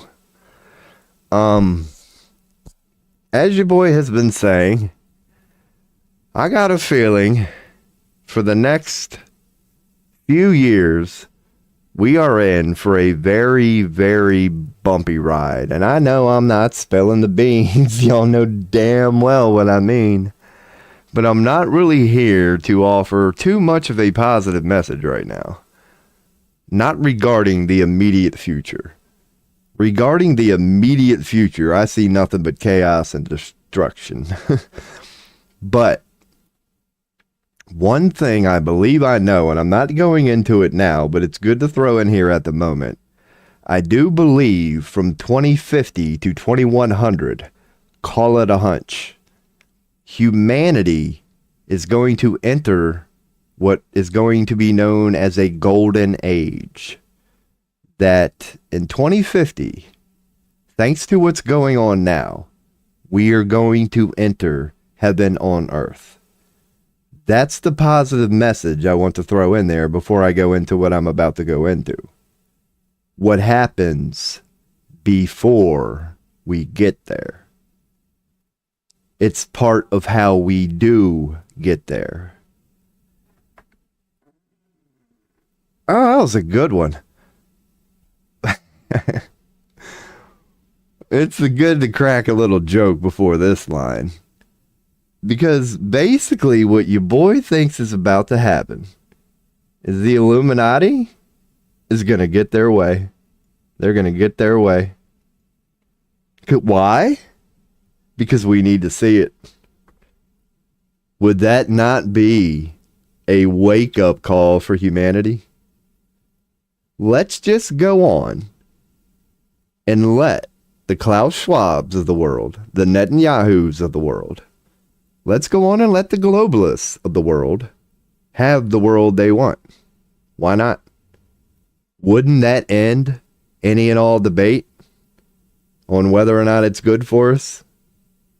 That's what I mean by I think the next 25 years, it's going to kind of do this, where it's going to peak, but it's going to be kind of miserable. It's going to be kind of bumpy because of the bed that we have made for ourselves. If you want to be perfectly honest, you could almost say it's already too late. I mean, look at what's going on now. Nobody in the world approved the Palestine. It went along unchecked, unfazed, without a hiccup. 9/11, you name it. The only thing you could say is slightly, even remotely a hiccup would be Ukraine, but could that be part of the plan too? But you all can see the path we're all headed down now, because the stakes are so high at the moment that no matter the conflict and no matter the part of the world, we're all kind of already under this globalist world, whether we realize it or not. The internet is helping with that, and it doesn't necessarily have to be a bad thing. Globally, we are more open and transparent than we've ever been. Never before on this timeline, with anybody who is currently alive, has technology ever been at the place that it's at now. This is all new ground to us. The ability for Americans to talk to people in any parts of the world, and it goes both ways. No matter what part of the world you're in, you can stream, you can even use your cell phone. You don't even need a computer. You need a device this big, and you can go live, not only to the world, but with another person, one-on-one, however you want to do it. Like, the internet is a very primitive version of telepathy. Because when you think what it would be like to be a telepathic species, what telepathy is there are no secrets. That you know that shit you did when you were a kid that you never told anything about. You know that sick little fetish you still have to this day that you think is only yours and nobody except a few people in your life know about it. In telepathy, there are no secrets. Anything you have ever did, any dark secret you have, the being before you can see it. It knows you. It is you. Like, that's telepathy. We seem like we're kind of far away from it now, and we are. But if you want to know how telepathy works, you need nothing more than a pet, perhaps a child.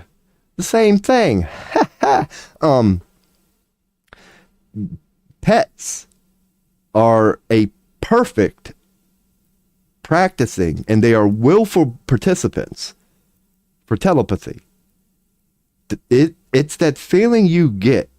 Don't you know how it seems kind of so out there and weird? What is it about your pet knowing when you're in a bad mood and you don't even need to tell it? What is it about your pet getting close to you that day before you get sick the next day? What is it about that? What is it about that feeling that your pet knows you like nobody else? Like I said, they are willful participants, teachers in telepathy. As a human being, if you want to learn how to get telepathic, start focusing on the relationship you have with your pet. How do you communicate with that fucker? It doesn't know what English is. When it talks to you, it's either a meow or a bark. But you know what it's telling you in that moment, don't you?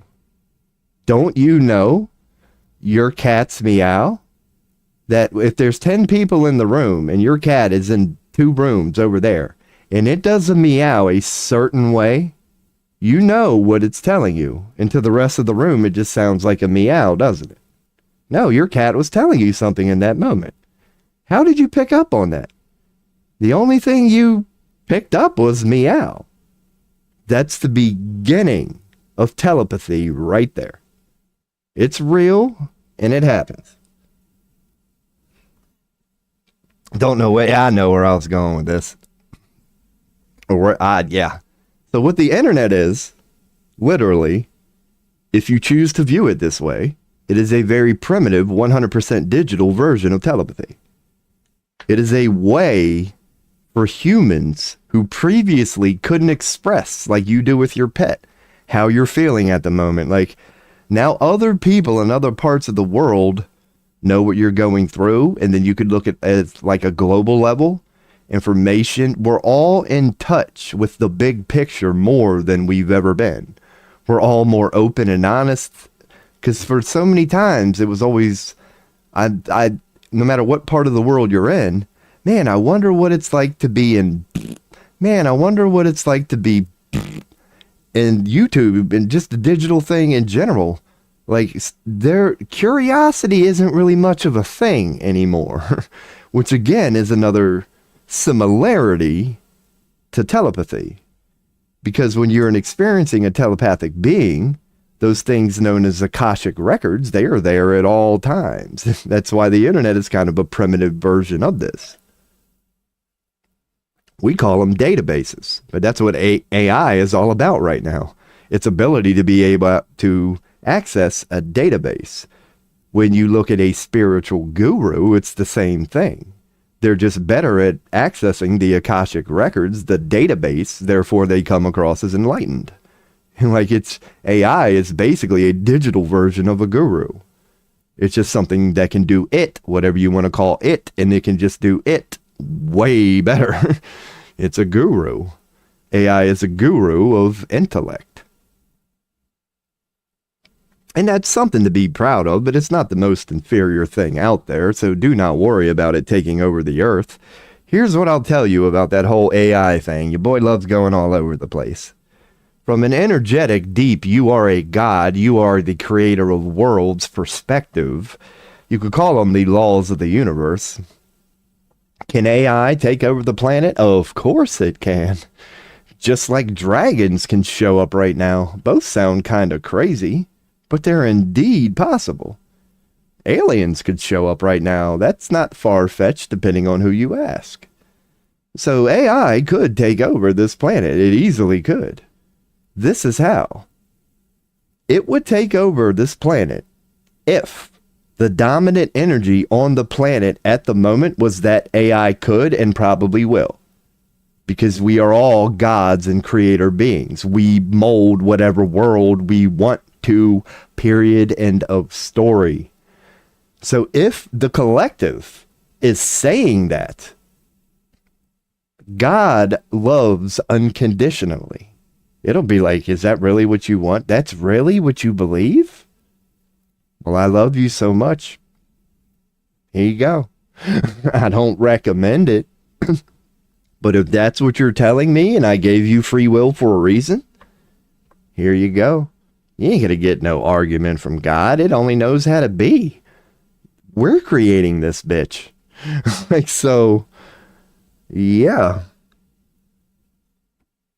The only way AI on any timeline, any dream, any reality, any dimension, any whatever you want to call it, will ever take over is when the gods, the beings, the inhabitants of it believe it can.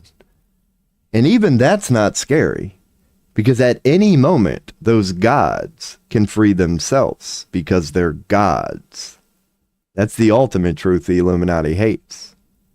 No matter how many shackles they imprison you by, based on the magnificent thing that you are, you can nuclear explode them in a nanosecond at any moment. And that's the part they will eternally hate. But you can't blame them. I'm going to veer here. We're from the telepathy thing. You can't blame darkness. You can't blame the Illuminati. That's seduction is their greatest trick, and we were warned about it. Does not what does prophecy tell you? Prophecy does not warn of a big, bad, club-carrying, boogie-oogie-oogie, I'm coming to get you demon that's going to beat us all down into submission because it's just bigger and stronger. Prophecy did not caution of that. Prophecy cautioned of a little thing called seduction. Prophecy cautioned of a little thing called an antichrist. Prophecy cautioned of a being from the darkness who is not going to present itself as a being. If it's a demon that you know is coming, you can prepare yourself. You can brace. You can develop a plan. You can see it. You can go, holy shit, here comes some fucking darkness. Let's get ready. That's not the one that prophecy warned about. Prophecy warned about the demon who cozies up next to you and starts stroking you and go, hey, I see you're hurting. I'm just here to help. That's the one prophecy warned about. Snakes in the grass, you could say, the ones you don't see coming, the serpents. They didn't warn about the elephants, the gorillas. They warned you about the serpent, the one you don't see coming. But if you if you let the serpent in your house, even though it's only that fucking big, it's not about the size of the dog and the fight. It's about the potency of the venom. That's darkness in a nutshell. So yeah, that's one deep way. Your boy just loves talking about this shit, but don't worry about any of that, because one of the reasons darkness loves seduction is because of what I just said. If you're worried about darkness bowing up and just going bitch smacking the light around a little bit, that's impossible. The only shot through eternity that the darkness will ever have for the light to come to the dark would be it has to trick it. Period. End of story. It has to somehow convince the light to come to it. It has to. It has to be seduction. Period. There is no such thing, because when we picture holy wars, we picture wars. It's not like that. Because the moment light engages in something as war, it's no longer light. That's the pen is mightier than the sword. Light will never engage in war. That's what makes it light. It's too busy loving to have any time for this hate bullshit. But if darkness can somehow trick those inhabitants of light to temporarily suspend their light for whatever reason, that's why religion, speaking here in the Western American culture, never forget that when Eve bit the apple that supposedly damned humanity, what was the apple? What was the promise?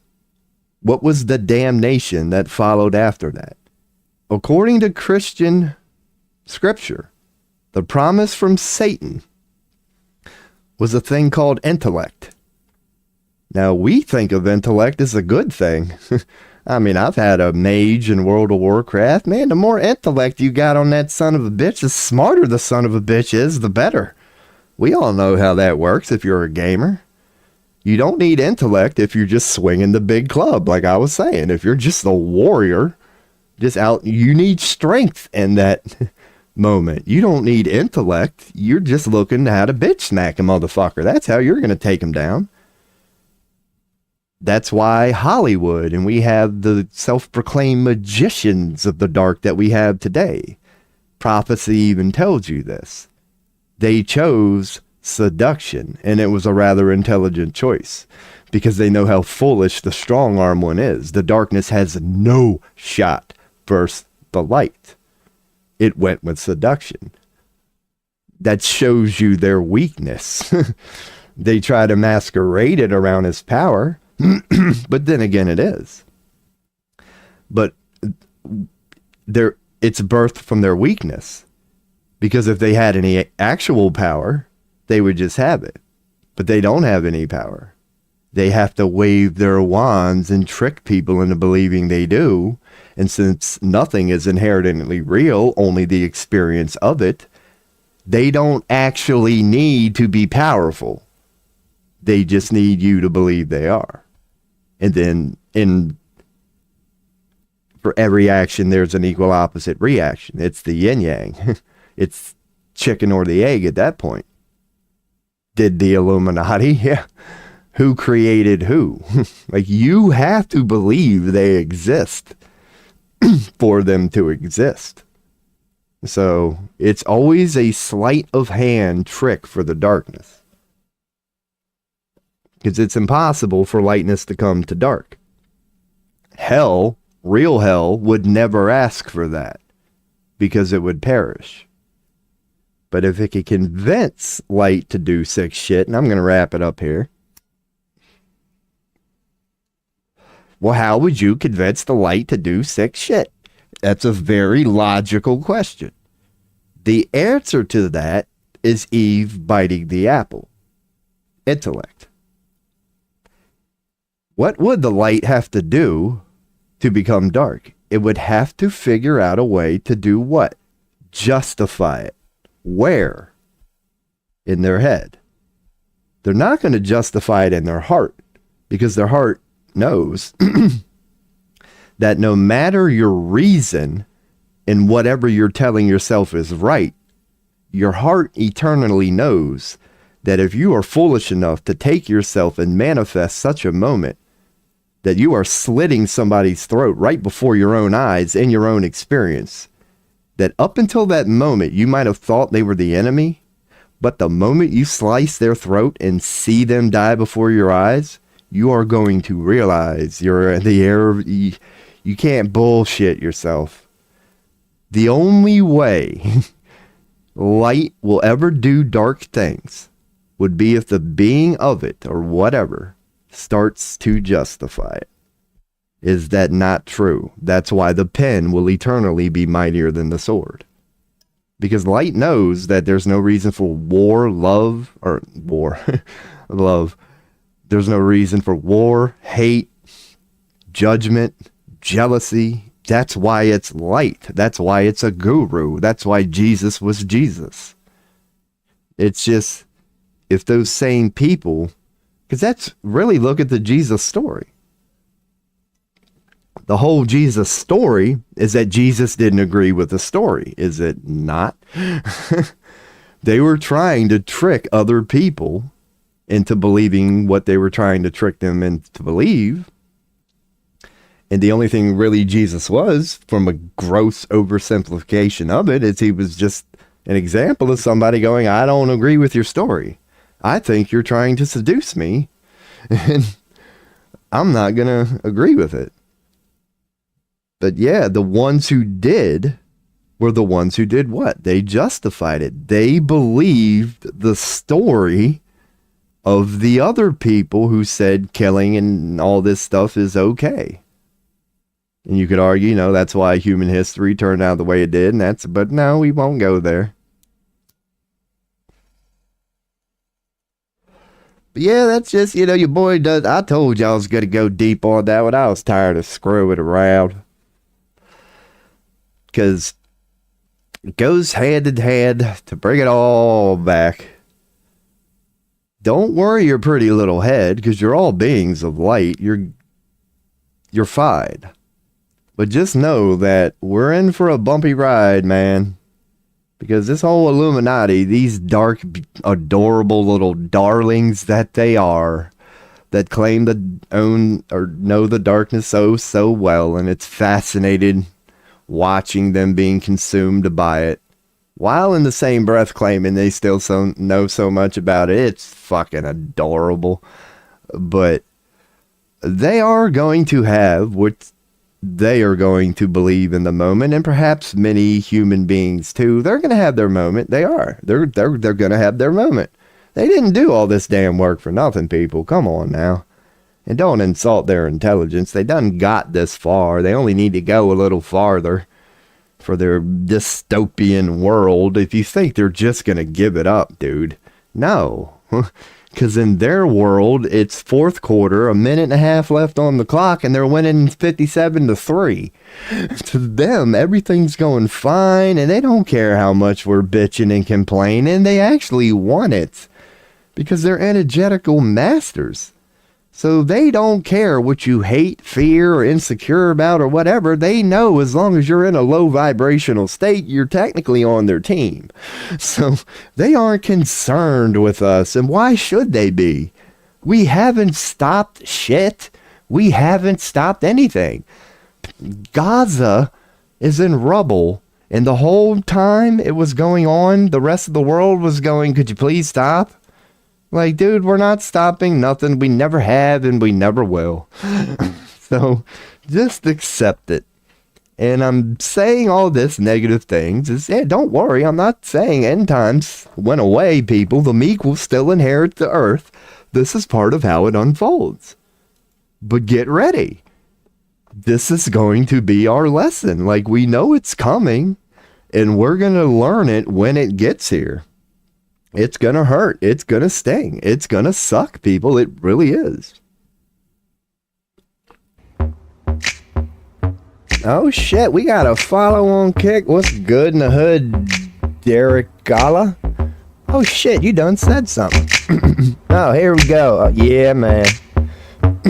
I've been getting that a lot today. So, yeah, man. So, yeah, get ready. That kind of does go hand in hand about, you know, the world we're living with here. I'll show the stream. I can take down the Rumble one for now. That's the one like the one from yesterday. But y'all are throwing in the Discord thing now. So that's interesting. But yeah, man, that's what I'm saying about hand in hand, man. That's perfect. I thank you for that one. Because I am here trying to, you know, explain to people how I can relate, man. We live in a world gone mad. Look at what just happened, dude. Like, this is what I mean about the Illuminati will have their way. They want money to be the most important thing in the world. They want people out there selling their soul, doing immoral things just to make a buck, whether it's prostitution or being a bot or being a politician. Like, as long as you're out there doing what you know are shiesty things. Again, I'll use this as an example. Bots. It was kind of going hand in hand with the seduction thing. Is it not? It's like it's all about just insulting everybody's intelligence right now. It's all about like this evil shit. We all know what you want. This goes from the Illuminati all the way down to a bot. You're both playing the same game. It's like, we know what you want and you're willing to stop at nothing. Like, whether or not this bot is AI or human, I would want to ask it. Like, let's say, for example, let's bump it up from $1,000. Let's say I offered you, I said, "Wait, I happen to have a lot of that shit called money right now. I will give you 50,000 of that thing called money right now if you can prove to me that your mother is still alive and you're willing to hit her with a baseball bat." Would you? Like, how much does it mean to you? Because I could see how easy it is to justify, you know, interrupting somebody's stream, whatever. I appreciate the follow, but you know what I mean. In hopes of you making $1,000, you have to admit, and I am going deep on this, but you have to admit in your heart of hearts, you know you wouldn't want that done to you. Like, you know it's a low tactic, you could say. So why else would you do it? You would have to believe the story you're being told, that you have to for some reason. Even though you know it's wrong, that you wouldn't want it done to you, you're still willing to do it to another. Why? Somewhere in there, you've convinced yourself it's fine. And I don't want to come across as a holier than thou guy, because I don't hate the player, I hate the game. I'll throw out an olive branch and go, unfortunately, money is a thing, and it means way too much, and we're all out here just doing things we don't want to do to try to get it. Every time the alarm has always went off for every job I've ever had, the first thing I've ever said every morning is, fuck. I didn't want to go, but I did. I put aside my soul, my morals, and my pride, and I said, let me go get this thing called money because I have to. So I'm with you on that one. But at least I put that one on myself. The only person I was hurting in that moment was myself. I was just going to put boxes on a shelf. So that really wasn't like too shiesty. But yeah, it's just, that's a good way to lead into it. Is you do need, and that's why Jesus said, or just every religion said, it's like, forgive them, they know not what they do. That's another way of saying don't hate the player, hate the game. Because when things like this, what's happening to me, happen to you in your life, you could view it as every human being on the world from a Scientology point of view. Your boy's learning a little bit about that thanks to this stream. You could just go on and dismiss it as all humans are evil. But I'd recommend looking at a newborn baby and just reconsidering such a logic and going with the don't hate the player, hate the game sort of thing. When in Rome, do as the Romans do sort of thing. Forgive them, for they know not what they do. Jesus sort of thing. It's like, maybe every person isn't born evil. Maybe they're just playing the hand they're dealt. And instead of shitting on the players of the game, let's start shitting on the game. Like, instead of shitting on the bots and, you know, even the Klaus Schwabs of the world, the Trumps of the world, instead of complaining about them, let's complain about a system that births bots, that births oligarchs, that births people who can wield military power and not seek the approval of their own fucking population and blow the entire world up if they so choose to. Let's talk about the systems and not the freaking puppets, the people playing the game. Let's talk about the game. That's why your boy likes getting deep.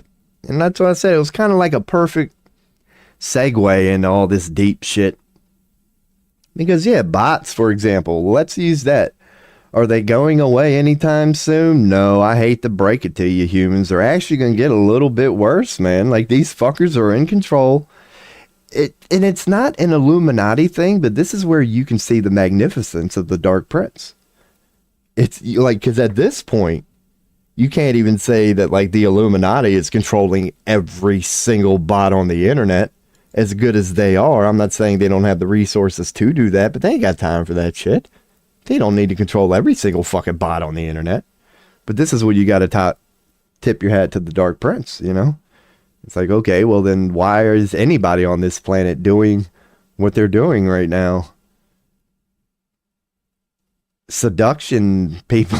Like, don't underestimate darkness and the Dark Prince. Like, we all, and none of us are perfect. None of us are perfect. It's just things like bots and just what people are willing to do for money. That's not a theme that's going away anytime soon. And you can't put that all on the Illuminati, what we all do for money. Instead, like I was just saying about the American worker, and I've said this perspective before, and I'm going to echo it again. Isn't it funny how we look down upon prostitutes for the way that they have to earn their money? We feel bad for prostitutes because we know that every day they have to get up against their will and go do something they don't want to do, and just to make money. Like, and we feel so bad for them. Like, because they would even tell you, all of them do. When asked, why are you doing this? Why are you living this miserable life? Well, I'm doing it for money. And we all are supposed to feel bad for them. You know, it's like, oh, whatever. But just, you know what I mean? It's sad because the prostitute has to sell her body for money. I ask you logically and honestly, it seems like a reach. How is the blue-collared American worker any different? When you have to get up against your will every day, assuming you don't like your job, and as an American, in my opinion, you shouldn't. If you like your job, you don't know what that's not what dude, we're supposed to be the most anti-authority people on the planet. So as an American, playfully speaking, you're not supposed to like your job. That's my point. Why do we feel bad for prostitutes? Knowing that this thing called money is so fucking powerful that they will go out and sell their soul for it. But we don't view the blue-collared worker in the same breath. Where if you interviewed them the same way you interviewed the prostitute, you would get very similar answers. You'd be like, well, why do you leave your family every day and go to this warehouse that's all dirty and dusty and come home with your knuckles bleeding and, you know, you need a hot shower and you're usually in a bad mood? And why do you do this? They'll tell you the same thing the prostitute tells you. I don't want to do it if I'm being honest. I'd like to stay home and spend time with you and we could go to the park, but I got to go make money. Like, if I don't go make this money, I'm not going to be able to give you the education you need, the food you want, the Christmas you want. You're trying to go to the beach this summer, right? Like, that's why I'm doing this. Like, I don't understand how those two stories are viewed in so different light. And they shouldn't be, in my opinion. But the deep point to all of this, your boy loses it a lot, but I'm actually holding on to him today. It's like, that's why you can't judge anybody else, really. Because humility is key no matter where you go in life. And I will say this, like, if you wonder how reality got so bad and you might feel like a good person, well, how did a good person get in a reality that's so bad if reality is nothing but a reflection? How in the fuck did I attract this? I playfully say maybe you're not so different than Donald Trump after all. Because if what I'm saying is true, because many of us have jobs, if you get up against your will every day to go to a job for a thing called money, you see what I'm saying? I playfully say this with love. You're not too different from Trump. It's similar yet different games. Because we might be looking at Trump or Netanyahu or Putin or wherever you may stand right now, going, why is that, person doing those clearly evil things? They have justified in their head a story good enough where they believe they have to. So you go, oh, okay, is that not a version of selling your soul? That's what I mean about darkness loves seduction, and it happens to be very good at it, and it happens to need a thing called intellect. It's like we're all guilty of that on some level. And the only reason I'm saying this is because, as you know, if you feel like a good person in a world gone mad and you're looking into the laws of the universe and like, how am I attracting this? Like, if there is a law of attraction, then where did I go wrong waking up to what I wake up to every day if I'm being a good person? It's because you have to put your arrogance aside, really. Like, if reality is indeed nothing but a reflection and the all is indeed one, you have to know at all times you are never too far-fetched from whatever it is you are experiencing in your reality. They are a reflection of yourself. It is only an aspect of yourself, yes, but it's still a part of you. So that's why you wake up to the world that you wake up into, because you do have a little bit of Trump in you. We all do, or we wouldn't be on this timeline. We all have a little bit of Netanyahu in us. We all know what it's like to do things that we know we shouldn't be doing, or we simply don't want to do. But we know how the power of justification, how I'll be damned if we all can't come up with rather impressive ways to justify it. So that's why you ended up on this fucking crazy ass timeline of a whole bunch of barely evolved, a bunch of above a chimpanzee about to blow each other up timeline like I did, man. Welcome to the club. And your boy will throw this one in there, man. It's based on what I think I know, as is everything. But at the moment, based on what I think I know, and your boy likes to claim he's in touch with an alien or two, at the moment, the Earth is known as the Cosmic Insane Asylum. We are known playfully throughout the galaxy as the Cosmic Insane Asylum. And when aliens fly by in their UFOs and do whatever the fuck they do, and they're looking down upon us, that's what we are. We're basically the TikTok of the whole hot dang universe, man. So you can picture us, and I've said this on other videos before, but it's fascinating to me, and I 100% believe it. I believe it. It's true in my reality that humans on a galactic level, you could look at us as the Super Bowl. Now, the last one sucked. The last one wasn't nothing but a butt whooping from the first snap to the last two charity touchdowns they even allowed them bastards to have, man. That was just an ass kicking. And I live in Pennsylvania. I'm a Ravens fan, but yeah, man, them Philly fans around here, they're going to be talking smack for the next 6 months. Ah, damn her. But yeah, humanity on a galactic level is like the Super Bowl at the moment, man. For real, we really are. Like, that's why aliens haven't said hi. I'll get into that here in a second. But just picture planets being like TV stations, right? This isn't hard to imagine. Like, if you're an alien who can traverse the galaxy, you've got some pretty damn impressive technology. So now that we've established that premises, what do you think their version of TV would be like? It's not too far-fetched to assume, because they like a little bit of entertainment from time to time. It's not like aliens are just up there saving the galaxy. Like, they chill the fuck out plenty and just chill.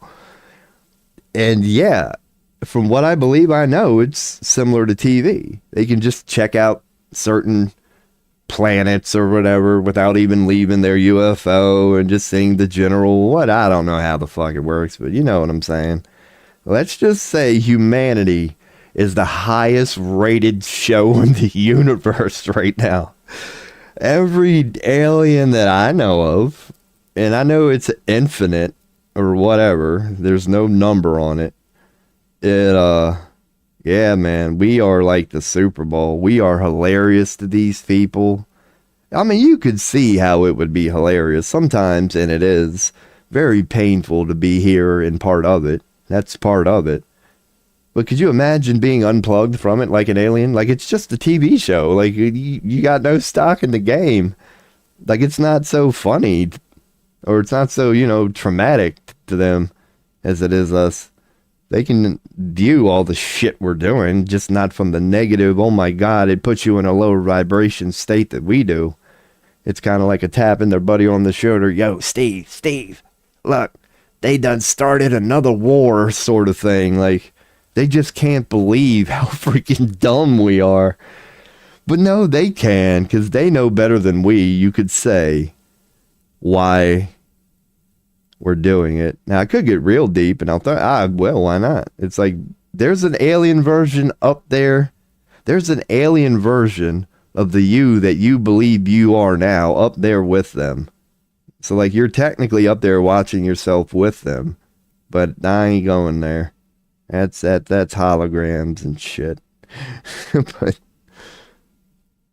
But I am going to stick with the general theme of what we've done with this planet. Maybe we'll brush up here on news in a second, because it don't take your boy long, man. I scroll no more than like a minute or two, and I find something to shit all over.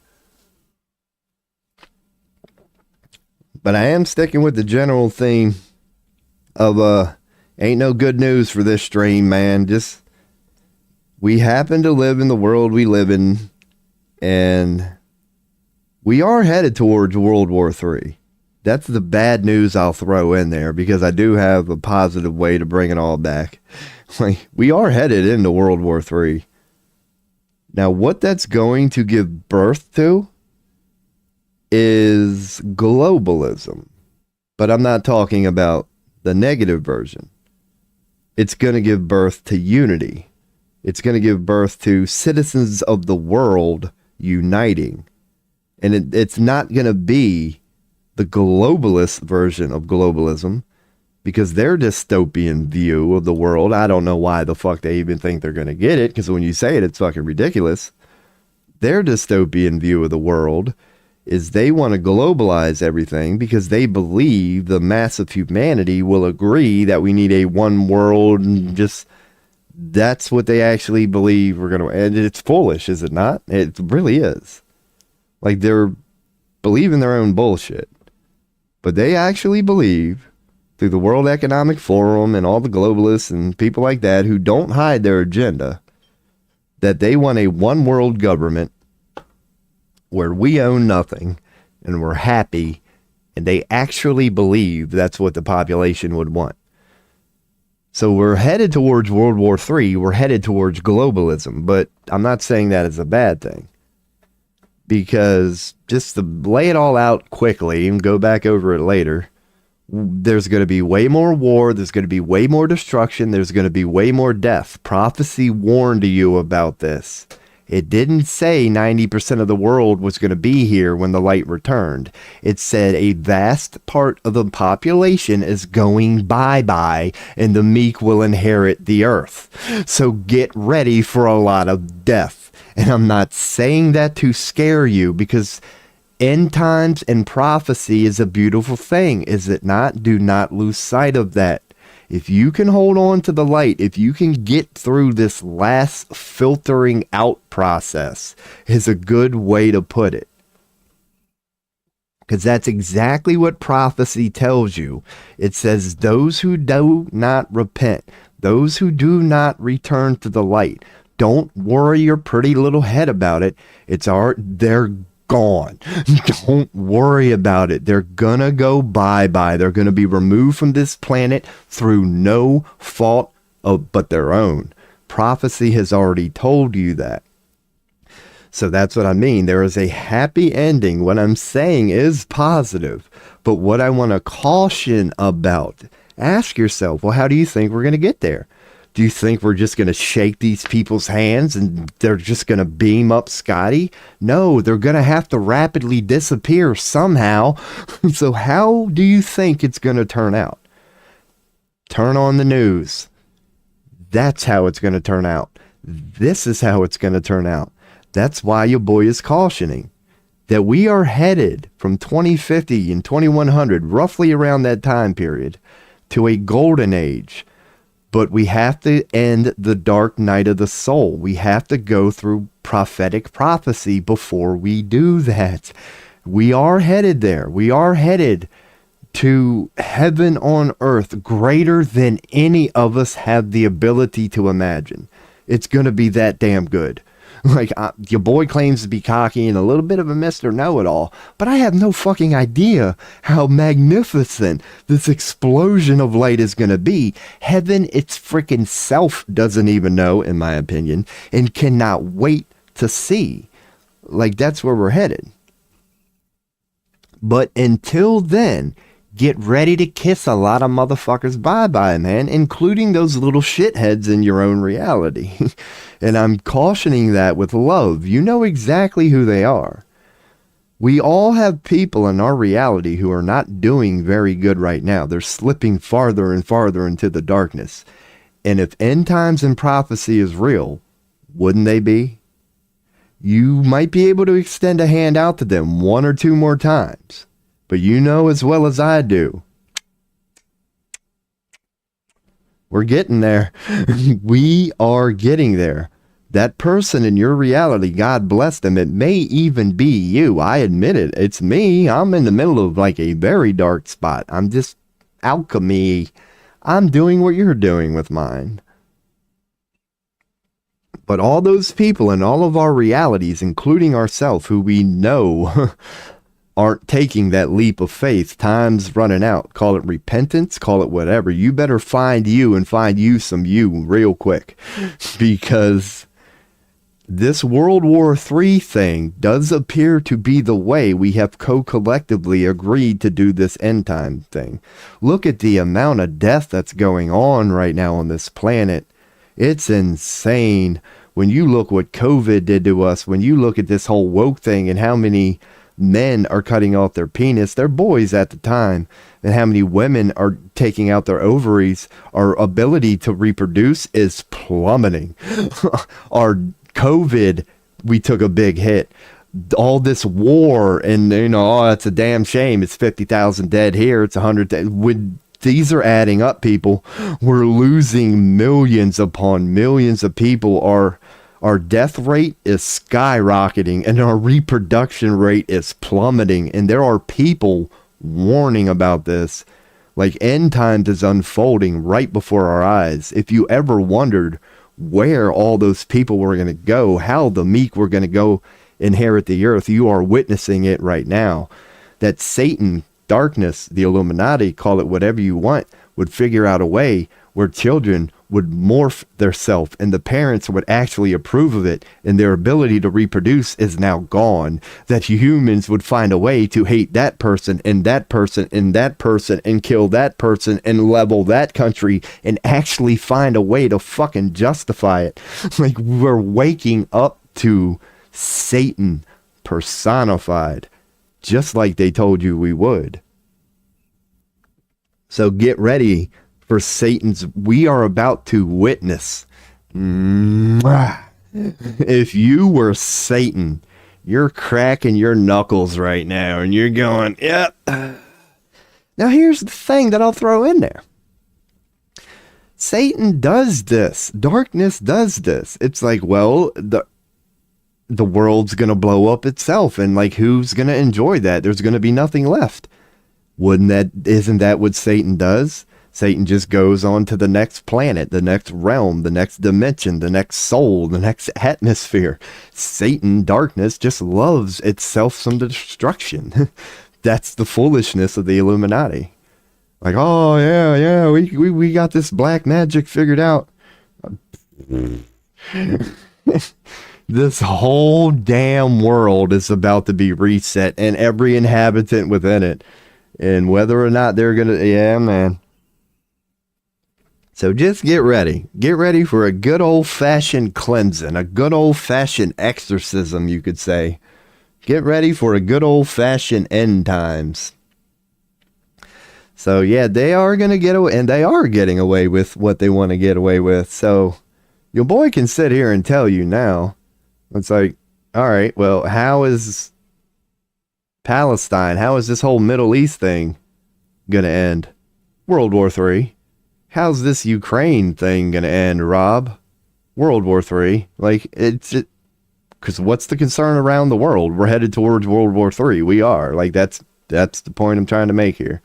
How exactly we get there remains to be seen. What are we going to tell ourselves was the main cause? Was it the Zionists and what they're trying to do in the Middle East, or was it whatever secret society and what the fuck's going on between Ukraine, Russia, and China's in the middle of this. They're just very good at diplomacy. They know to shut the fuck up until the shit really does hit the fan. But they're pretty much not even tilting their hand.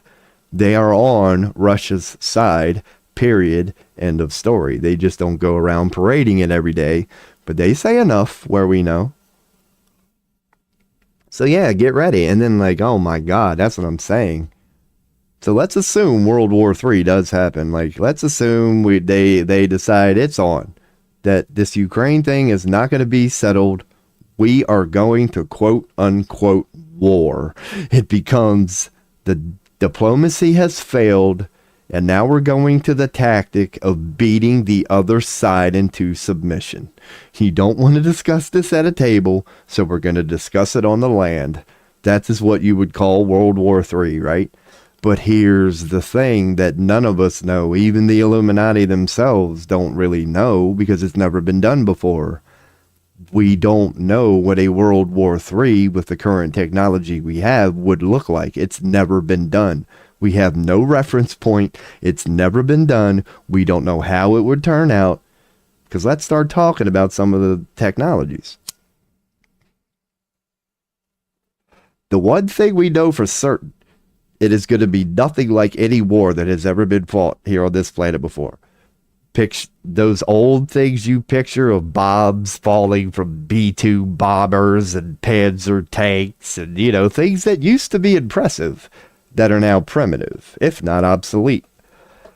Those aren't going to be a part of this one, people. That was a part of the war 80 freaking years ago, okay? Like, we got some badass shit this time. Like, I know the reason Elon, and this is purely hypothetical, but let's just go down this road. I know why Elon tells us all he's launching rockets into space every day. Ask yourself, why is he launching rockets into space every day? Who knows what the fuck that could be. I'm telling you, this World War III thing is not going to be what many people expect it to be. Because you just look at China, like let's assume China enters the war. Because this whole military thing is pretty much America. When it comes to military, pure military, the only competition, according to the world, I assume, would be Russia. If it was just a one-on-one fight. Even more than China, I'd have to say, because China's really not known for their military. They're known for massive amounts of people, which is a force to be reckoned with. But yeah, when it comes to the United States, if you're thinking about a land invasion, you have to have the best navy in the world to even get to land. So we've got them beat there, or it's a push, but either way, they can't do it. Even if it's a push, they have to be better than us. They have to be able to steamroll through us. So even if it's just a push, we win. They can't attack us using the old sense of army. China has no shot at that. Unless you say they come from Canada or Mexico, you could go there. But I'm just going to say this. They're not that stupid. Why would you when you have the technology they do? So let's say, hypothetically, World War III was announced tomorrow. China, which they've been telling everybody, is on Russia's side. So now they have no choice but to become offensive. Because they're on Putin's side on this one. So the moment the war becomes official, that's when they're going to go, fine, we're with him, let's go. And how do you think, what part do you think China's going to offer? Like I just said, Russia's got a better military, and it's not really about military. China's part in World War III is going to be AI. That's why we're freaking out right now. That's why we know we better get these data centers up and up quick. Because they're going to steamroll us. If it started at the moment, they are a formidable, if not better opponent than we are. Like, we wouldn't be able to stop them if it was a digital war. Said that's scary, is it not? That's the new nuke. Because what do you try to accomplish with a nuke during a war? What is the impact of a nuke? Unless you're really sick and you're into the whole 150 years of nuclear radiation after that, that's not the initial reason. The reason is to drop it at a specific location that's going to completely destroy infrastructure.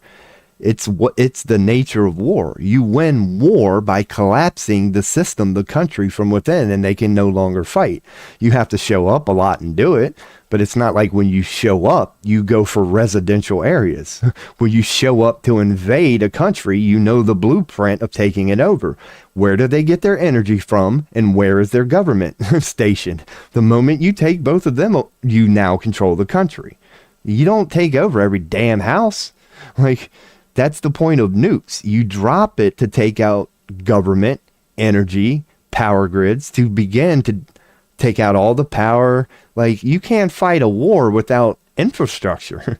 You need supply chains. They start with that. That's how you begin to win a war. You don't need weapons to do that in 2025. China, you could technically say, we've become so digital and so reliant on the digital, and we've put smart everything on everything, that yeah, as long as they can figure out a way into our computer systems, they can control our army, you could say. They could now be the ones at the helm of the same bombs. Because what are those bombs? They don't fire without what? Computers, digital programming. And maybe there are some that have purely mechanical mechanisms, who knows? And I would like to think they all are, come to think of it. But you know what I'm getting at. You don't need weapons to win a war anymore in 2025. You just need an ability to take out the infrastructure. That's the art of war, period. And that can be done so easily right now. Because it's like, as Americans, World War III, What, like, other than a nuke, like, oh my God, like, what's the worst case scenario? We picture nukes, you know, people invading from the sea, or maybe a nuke. I give you an equally as scary scenario, America. What if the internet as you know it went down? What if you could no longer pick up a cell phone, get on fit? What if just communication itself alone got shut down in this country? We would be thrust into chaos within it would be, they don't need to invade. They just need to collapse our grid and we'll go at war with ourselves. We're so dependent on medication and drugs and just quick fixes, and look at me streaming now. Just imagine if all of this was just stripped out from under us.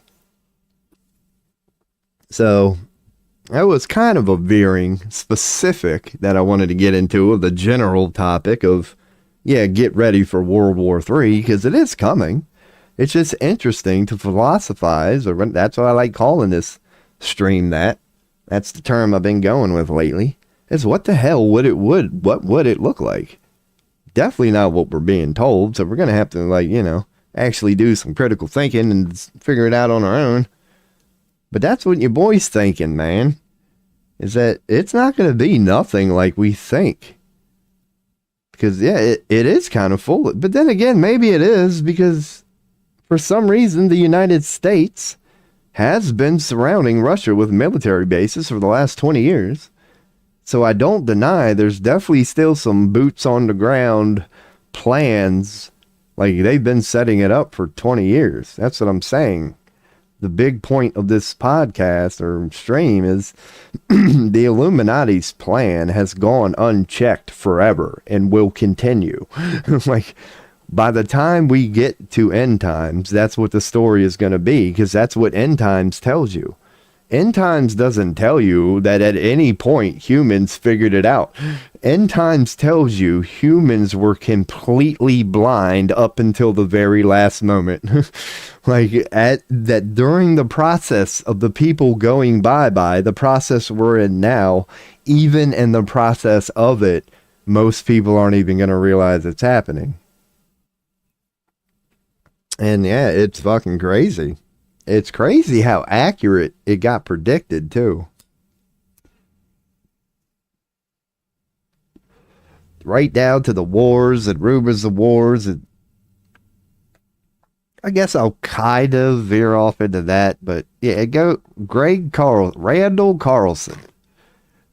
It goes hand in hand with what I've recently found out about recently, and I do believe it.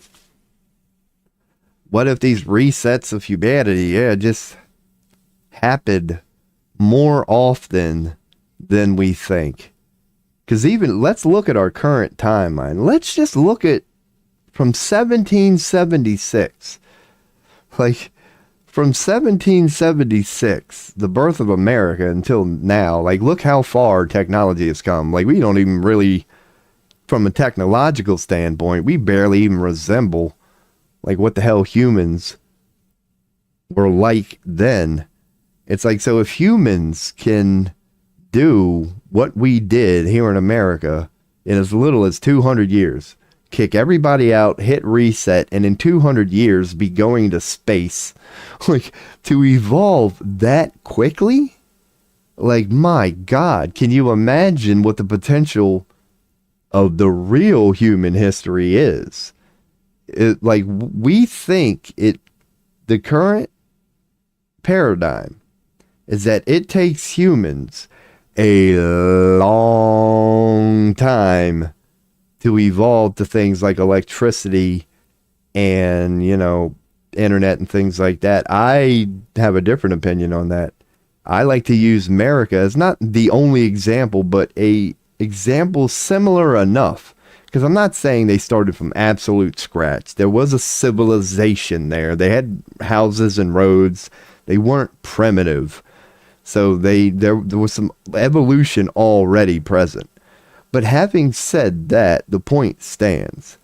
Like, there was no electricity, no running water back then. It was very primitive.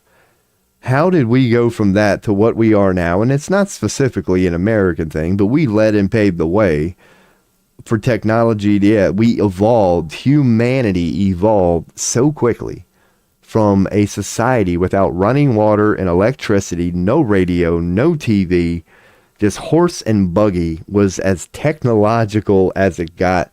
The gasoline engine wasn't even around then. Like, there's no combustible engine. There's none of that shit. Within 200 years, people, you could say 300 before the space thing. 1776. When did we go to space? They're saying like 1960-ish. So whatever that math is. No, that is about 200 years. 200 fucking years. You go from that. No running water. As in technology, not even like to being able to go to fucking space in 200 years. Grandma lives to 70.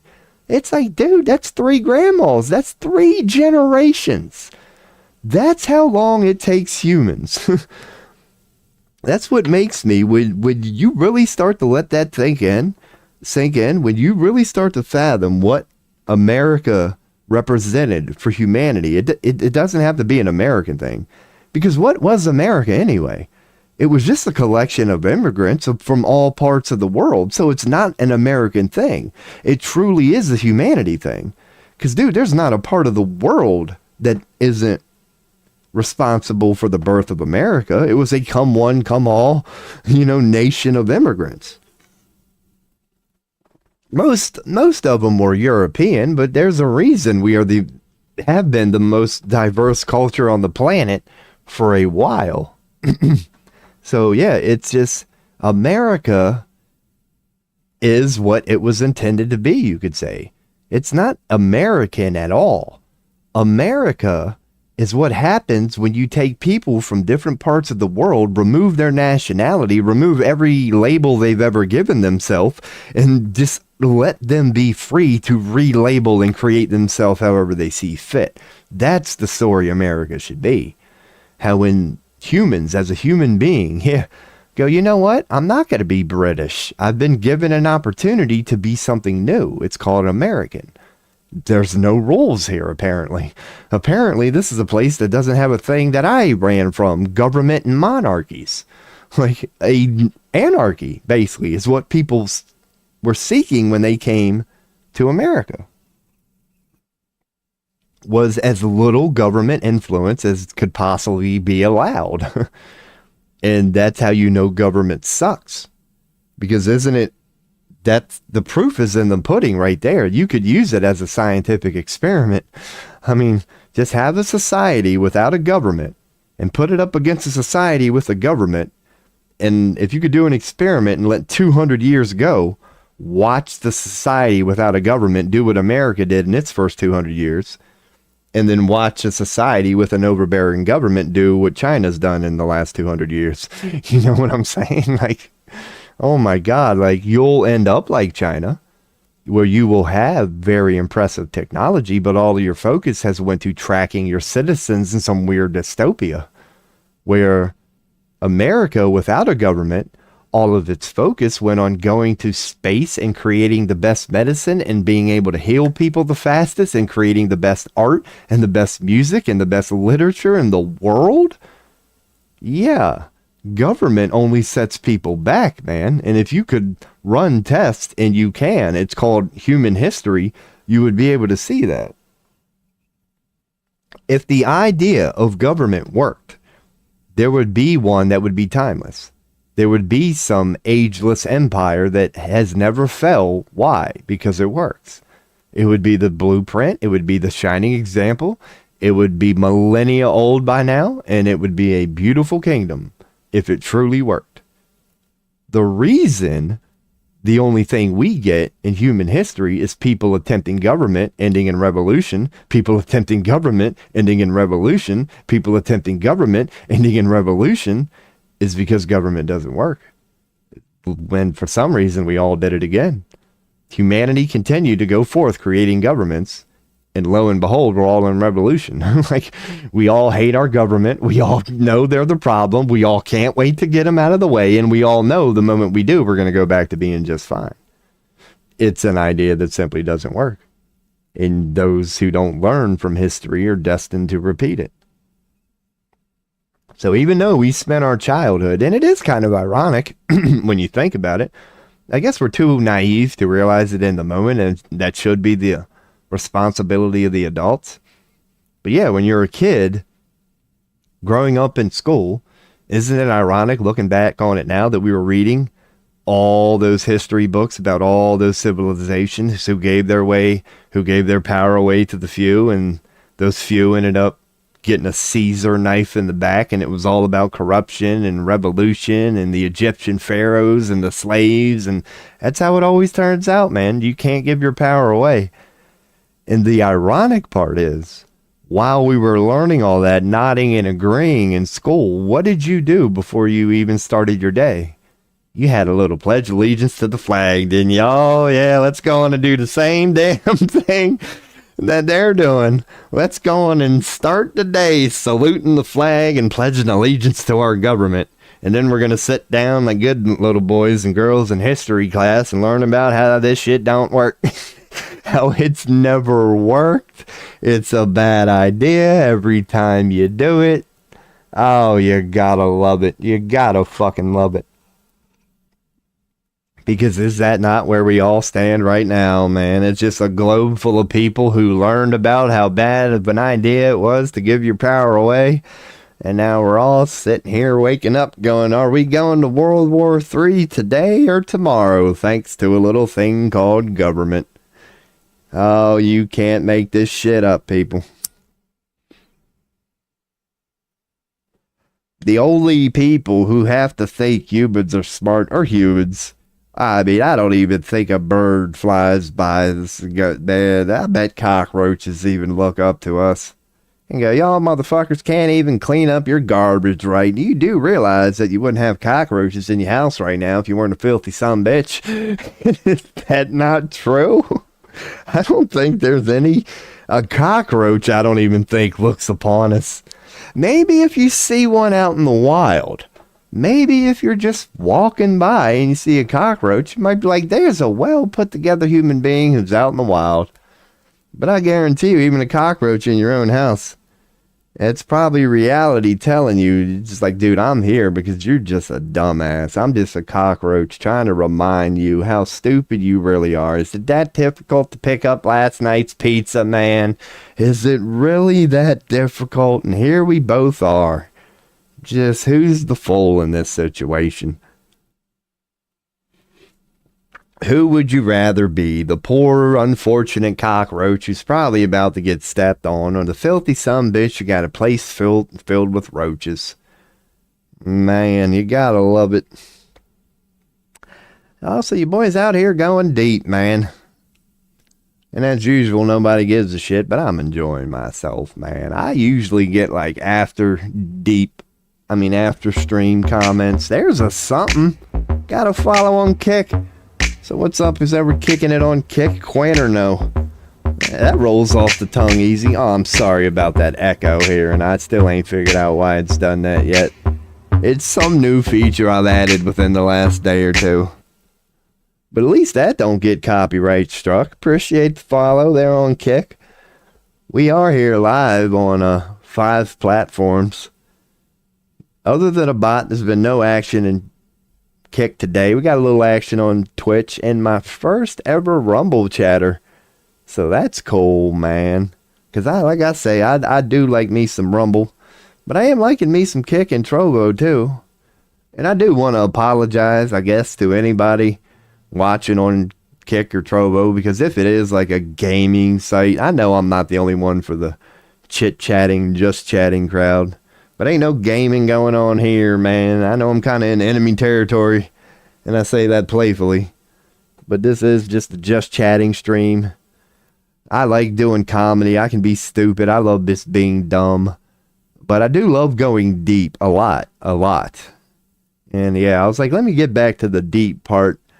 So I tried to keep it kind of deep yesterday. We're going to try to keep it kind of deep today. Just philosophizing and going in on very deep, naturally complex topics to talk about. But I like to believe I have a certain way to put it little gift of gab. And you'll see me hit this old tobacco pipe a lot here on this stream. But I also smoke a little bit of the old devil's lettuce from time to time. And I think I'm about to do that here soon.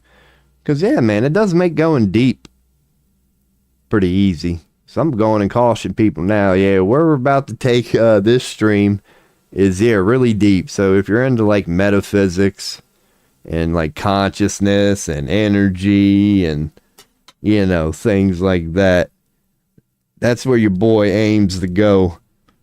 A little bit beneath the surface. Pure speculation. I believe what I'm saying. I believe everything I say. But maybe this sounds egotistical. And it is. I am a cocky sumbitch. But it's, you know. Say what you believe. And say it passionately.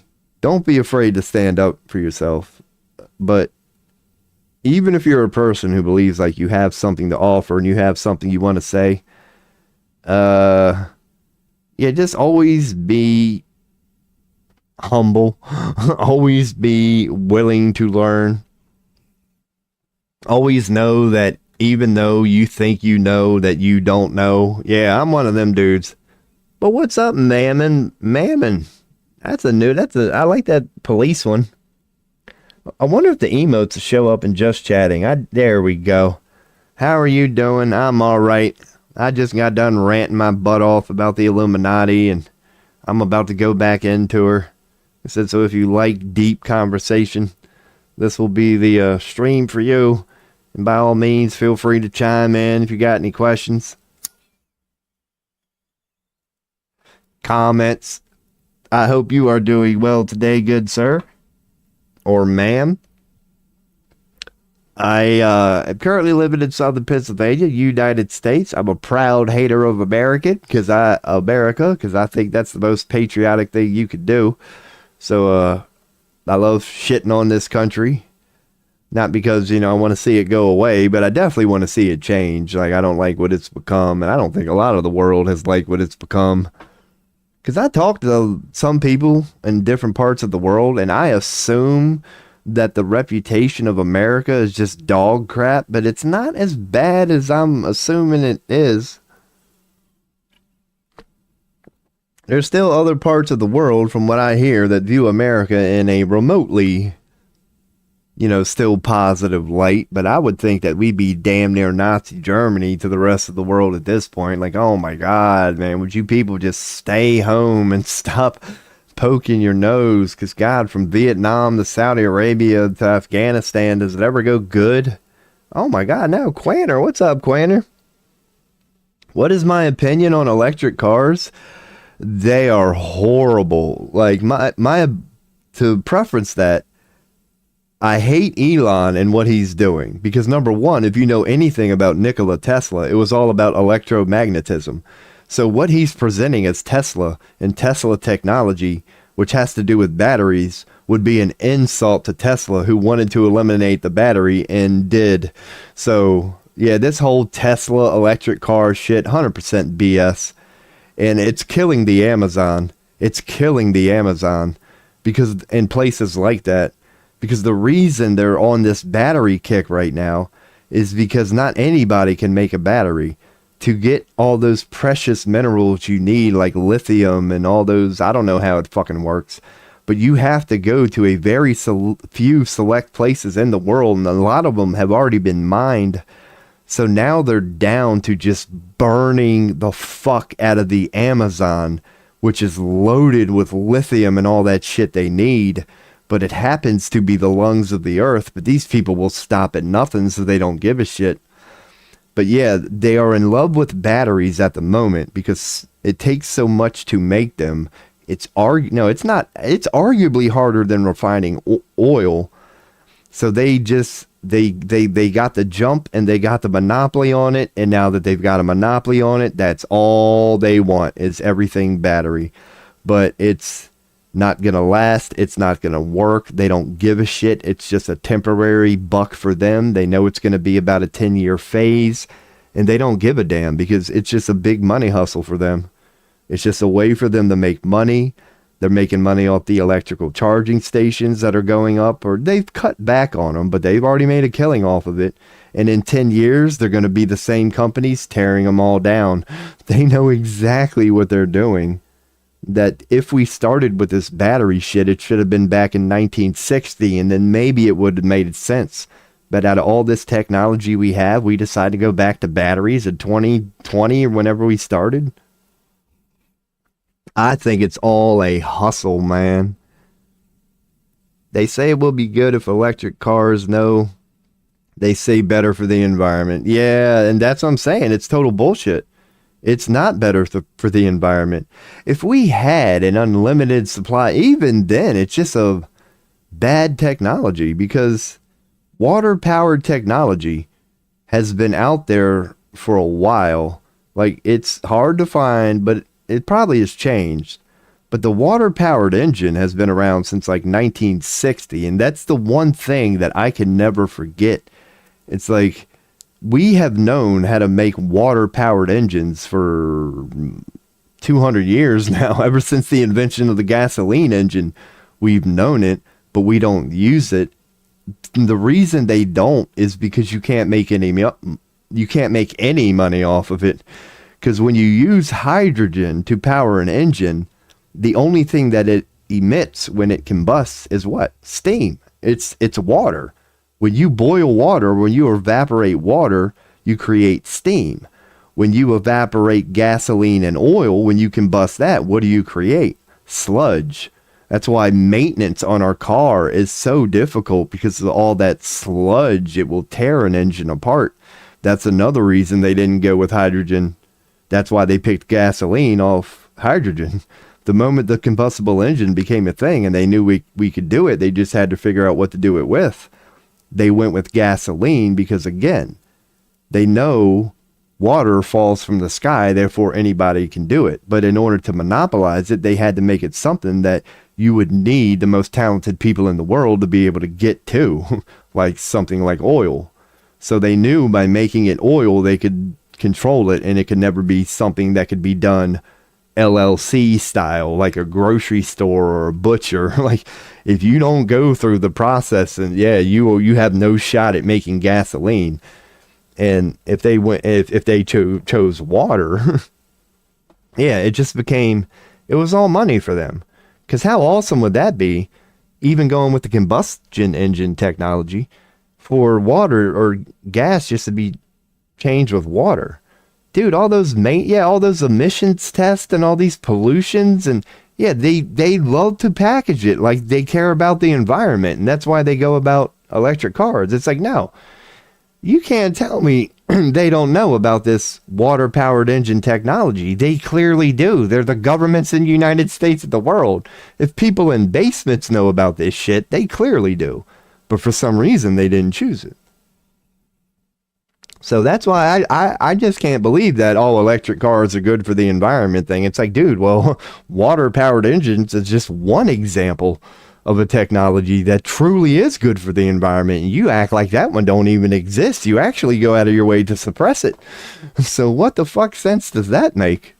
And again, you can go back to Tesla. That's just one option of many. What about Tesla's actual work of electromagnetism?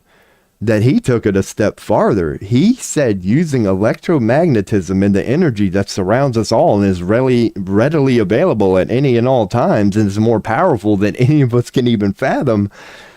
If you create the proper technology, the only thing you usually need is human intervention one time. Once you get it going one time, using the electromagnetism around the force, or around the world, once energy is created, it cannot be uncreated. So once you give it that initial, it will now, that's all you need. Energetically, that's all you need. This is the magnificence of Tesla and his work. Your little human push using Tesla technology could be all the energy you would ever need, because you can continuously coil and scale and amplify this technology, that once you get it started, the energy you need to get it started is done. End of story. All it does is yield from here on out. That's why electricity was chosen because electricity generators, things like that, they require power to produce power. So you just yield a different form of it. But you need power for these generators. Tesla technology is not about that. It's a technology that yields more power required to produce it. It's a giving, nothing but giving technology called electromagnetism, or just the work of Tesla. So just the fact that they know about that, and they even mock it with Elon these days, yes, saying Tesla technology has anything to do with batteries at all. Yeah, they know about that too, and for some reason didn't go with it. So that's why, those are two examples of why whenever they present it to me as we're doing this for the environment, I'm like, bullshit. Bullshit. Because there is amazing technology out there that would require us to never have to take from the earth ever again. Call it oil, call it wood. Well, maybe not wood. That's a different one. It's called hemp. Hemp will take care of that one. But yeah, it's like those technologies that they know are out there that do not harm our environment at all. There's no price to pay. They don't give them a shot at all. They act like they don't even exist, man. And I know they do, because there's been a counterculture, you could say. It's been hidden to the internet and the back page of magazines for 100 years now, but I'll be damned if it ain't out there. Just like the 9/11 Commission. It's like, well, if it's so out there, if it's so popular, then why isn't it common technology? Dude, COVID showed us just how in control these people are. Dude, I don't care what field you're in. It's a constant battle of that. Medicine is a constant battle of people doing their own research, trying to tell the established system that, hey, we've learned a little something. Your way is not the best way. And the system just goes, fuck you, we don't care. Like, name a industry that's not a part of. And that's what's going on in the energetic, and especially the energetic sector, because it's the most profitable thing on the planet. And if you don't believe me, look it up. I went down that journey on a stream not too long ago, where I was curious as what is the most profitable thing on the planet, because it goes through phases. For a while, oil, the military industrial complex. It appears to be data at the moment is their new golden child. Whoever that's what people want the most of. And when I looked into it, it was surprising, but not really. When I looked into what the military industrial complex is worth, it was up there. It's worth more than Big Pharma, because I was like, damn, Pfizer's pretty powerful with all their influence. I'm like, I wonder who could be more powerful than them. The military industrial complex, if money equals wealth, is more powerful than them.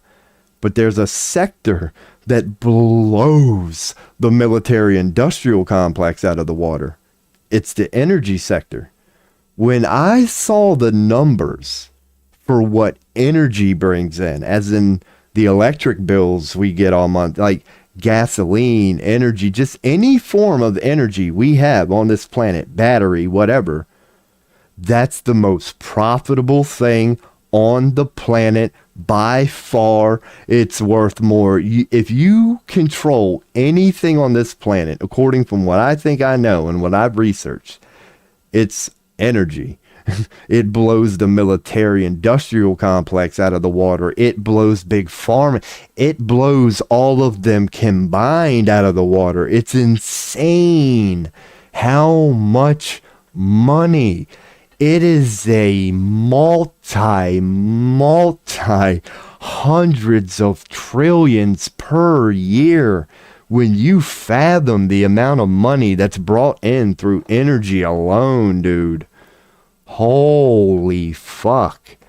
That's why they don't want technology like I'm speaking about. It's not like I'm the only one, but I'm one of many who are like, could you imagine the money that would be out of their hands right now if in order to fill up our tank, all we had to do was go to the local lake or river.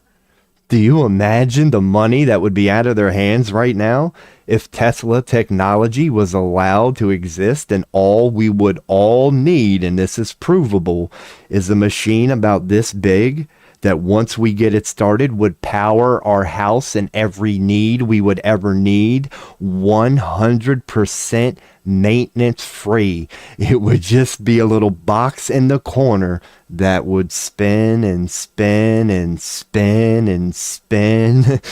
It's like, can you imagine the money they would lose if we never had to pay another gas bill, another heating bill, another electric bill, even another water bill? Because the reason, other than the cleansing, there is the cleansing part, but the main reason for a water bill is the technology, you know, what it takes to get it to you, which isn't a lot. A water tower goes a long way, but the infrastructure, and that one you could say, yeah, that one's, a water bill would still exist. But like I just said, by the time we evolve all these other suppressed technology, trust me when I say there's no reason for any human to get a utility bill. There's none at all. Like, dude, we're going to space and we got cell phones. We can read license plates from space. If you don't think that, yeah, oh my God. I could see how it would be a new paradigm for some people, but it's really easy to get to that paradigm. Just do what I'm doing now. Look up water-powered engines and Nikola Tesla. Just look up those two things alone. And when you find out the truth about those two things and that they both exist and that they're both possible, you will see how overnight we could eliminate our need for fossil fuels. We really could. It's not that big of a deal. The only thing it is a decision that has been made by a bunch of greedy son of a bitch. Shiz. That this is what we have to go with. Trust us. This is the best we can do right now. Trust us. These are the same people saying a magic bullet killed JFK. Trust us. These are the same people right now going, aliens aren't real. Trust us. These are the people that have been telling you we've got that Epstein-Maxwell thing under control. Trust us. Those are the same people telling you gasoline's the best we can do right now. Trust us. That batteries are the wave of the future. Trust us. That real Tesla technology. Oh, that better not be that damn squirrel. I'm telling you. I'm telling you. This is what I go through when I'm not streaming. I think they're getting smart. I think they're realizing when I'm streaming, I'm distracted. Because I have gotten to the point, they don't test you, boy. Let me see. Let me go test it real quick. I'm not even going to take off. Well, hey, I might as well put on the BRB. But what I have to do, and welcome to your boy's life, is I'm going to go smack my damn wall real quick. And I'm going to find out if that's the squirrel or the mouse. I got to pee anyway.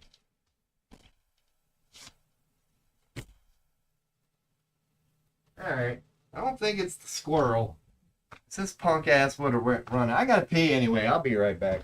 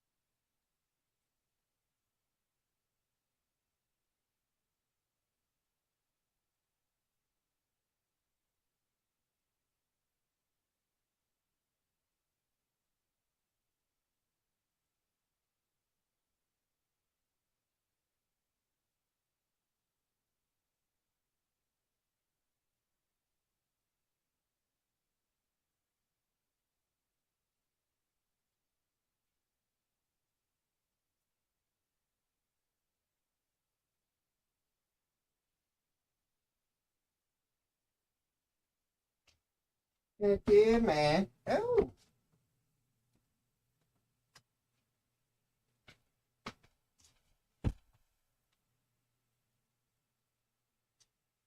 I know what's going on. I do. I fuck myself. I know what's going on up in this son of a bitch, man. I think that is the mouse. Me and him gonna have to talk later. I might have to reconsider this approach. Because I'm trying to get friendly. I still have yet to post a highlight video. I started last night. I'll post it on my YouTube here soon enough. But yeah, I caught a mouse in the house the other day, man. He was a part of the stream for a little over an hour. And, you know, I'm trying to be friendly with him. I'm not trying to kill him. He can coexist. I'm not going to be here that much longer, blah, blah, blah. So I'm doing my best to make him know, let him know that I'm his bud. I'm leaving out food. We're having a good old time whenever I do see him at night. But he's getting comfortable. Now he's just in the walls where he used to try to be quiet and used to know that not to piss me off. But now that he knows I'm his bud, he's just in there eating away, making himself at home, just making a whole bunch of freaking noise. When it's the squirrels, I don't like them. They get in here too, and they can get the hell out. It's your toothless boy Robo, by the way. That one's a little stale. But yeah, man. I'm out at... Oh, my God. Your boy done fucked up, man. I don't know if you're like me, but I know it's a me thing. I am very triggered by some damn banging. Hold up, man. Hold up. I am just going to leave the cam up.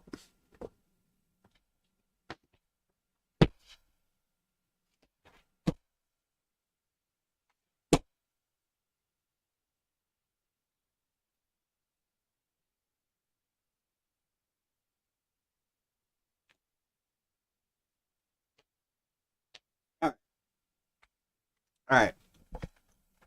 All right. I'm not too proud to admit this. Reality hit me when I went over there. I got my heat on low, right? And it's a baseboard heater. So you know how when your heat first kicks in, it starts crinkling and crackling and making a whole... That's what's going on right now. Good. I was just making sure good. So me and the mouse are still cool. Ain't gonna be no fighting tonight. All right. If you're in the house, which is probably not, because it's a decent day today outside. Not warm enough for your boy, but we're getting there. All right, that's my heat. And I see if my headphones weren't on, I'd be able to tell that's my heat, because that goes on a lot, too. I'm constantly on alert for these sumbitches, man. Man, that's the playful way your boy always is, man. I really am like that. Like, I will coexist with an animal real quick. Ain't no damn way.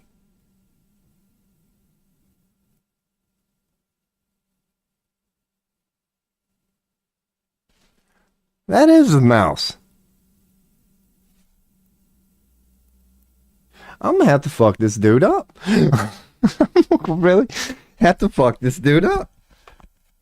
Oh, no, man. See, that's the bullshit of it. I can't actually fuck him up. Hold on, let me go to the other room real quick. It's some bitch.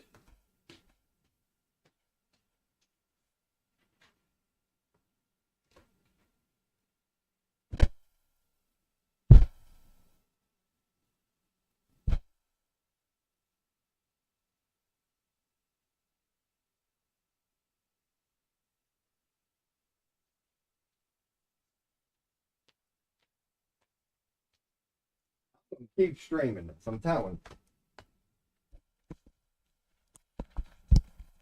This is pathetic. What do you do when you got a mouse in the house and you're cool with him, you know, but he's in the walls making a whole shit ton of noise? You can't get to him. Like, he's insulting my manhood at this point. Like, he's challenging me. Like, what? You gotta know by now. I want you to shut the fuck up. And after 2 nights of feeding and watering him and breaking bread with him, We can't at least agree to that?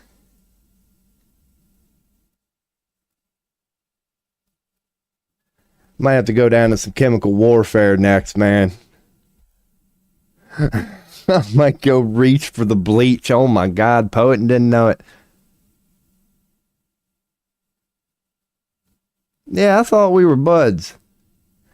I might have to reconsider my approach now. I might be kicking this motherfucker out tonight. He seems to forgot the first night when I wanted to catch him, I caught him. And it didn't take long either. It took about an hour and a half. So me and this motherfucker gonna have to have a little talk tonight, man. I might have to go in and lay out some traps now, man. I'm gonna have to look this dude dead in the eye and remind him that I can fuck him up, man.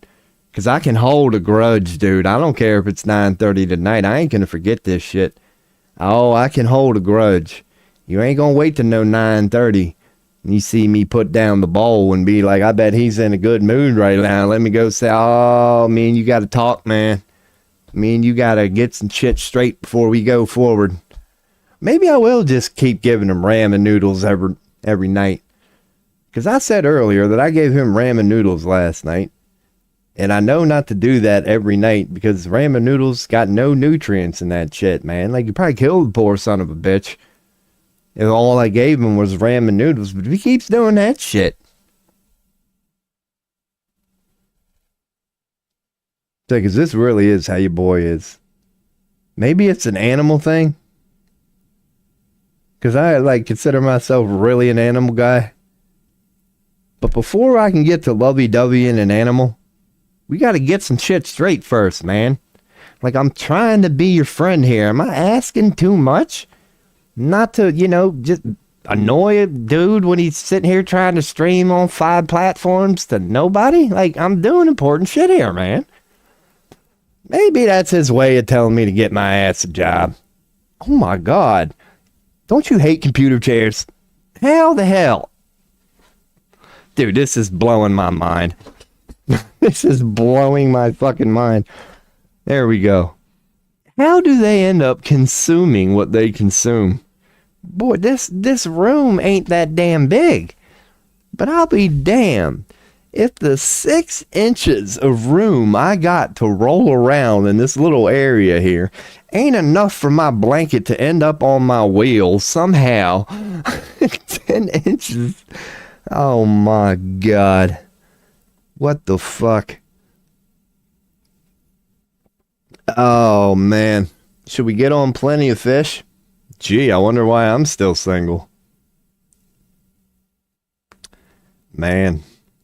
That's how, man, you got no life when you look at, like, your texts, and it ain't nothing but them business numbers. It's just verification codes, looking for jobs. I ain't got one actual friend in my current, like, top 10 bubbles of text messages. They're all, like, BS. Oh, I love talking about it, man. So if you happen to be, a little bit of a black sheep, I will throw that in there. I have, like, this is completely off base. But I do consider myself a black sheep, and I've had meaningful conversation with a couple exes at night, for example, and I've offered this perspective, and it's one I want to share here on stream, man, because maybe somebody can relate, because I meant it when I said it, and I mean it now. One thing your boy can't stand personally, not that I can't stand it, but you know me, people walking around claiming to be a black sheep and like it's cool. It's like, look at me, I'm a black sheep. Oh, I'm such a black sheep. Ha ha ha ha ha, I'm a black sheep. Like they're wearing it like it's, something cool. I'm cool. Like, this is cool. I'm a black sheep. I'm just like, man, no. Because once again, I've had this conversation during very humble moments with like a meaningful person such as an ex, where I was really being humble and trying to explain some of the trials and tribulations I was going through at the moment. Where I'm like, no, like, just imagine really being a black sheep. As in, just imagine really being a black sheep. Like, as in somebody who just, like, doesn't fit in. Or at least you feel like you don't. It's like being an actual black sheep is not cool. And I don't know why a lot of, like, well, I do know why. But it's like, no, when you're an actual black sheep, that's not like a cool thing. It kind of goes in hand with the old high school lunchroom thing. It's like there's a reason like-minded people tend to sit with each other during breaking bread and things like that. It's just good conversation. You know, you've got things in common. You got things you can play off of.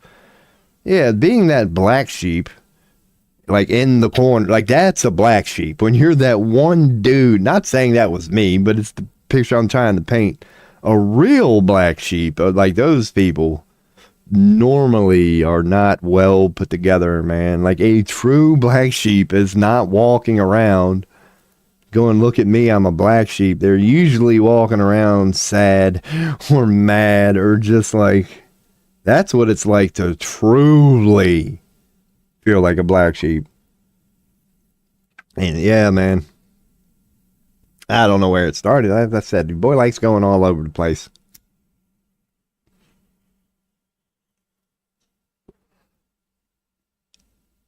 This motherfucker. I keep thinking I hear him now. Let's just get back to what I was going to do quickly is, well, maybe not quickly, depending on what happens. Let's do the old checkup on the browsing thing. Let's see what sort of crap Elon's out here telling us. So what's Russ saying? Old Russell Brand, if anybody's watching on Rumble. Trump is doing in plain sight what the bureaucracies of globalism are doing invisibly and disingenuously. I don't know what he means by that. So let's see, the Elon approved. No, Trump is exposing fraud, abuse, and corruption. Bureaucracies and the globalists are funneling our money through NGOs. Republicans and Democrats are guilty, and the actual intended people they're supposed to be helping get almost nothing by the time it trickles down. Well, welcome to 2025, bitch. I'm glad you finally caught up. That's a great comment there. So what search? That's actually a good question. DuckDuckGo. Come on now. DuckDuckGo ain't a bad one. I can't hate that. I like the post. But I use Google because I like being lied to.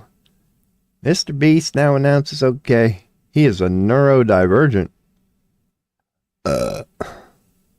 Mr. Beast is an Illuminati plant. Not that he's anybody to be concerned about, but he's controlled. He's clearly controlled. Delta flight and had to make an immediate. Oh. Alright, so that's Louis C.K. making fun of airlines.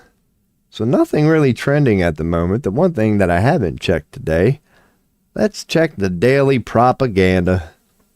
That's what we're doing now anyway. Let me double check here. We're good. Check chat. Cool. So here's some of the propaganda in America today. Okay, resign rather than help Musk and Doge. That's BS. Well, it might not be. Because, yeah, dude, I'm telling you, man, Elon is losing his shit. He really is. But it's kind of like Trump, I guess. Even Russ was just saying it. Like, maybe Elon's really not losing his shit. He's just done lying to everybody. So now he's just being honest about what he's really been about the whole time. Saying they were refusing to use their technical expertise to dismantle. Yep, exactly.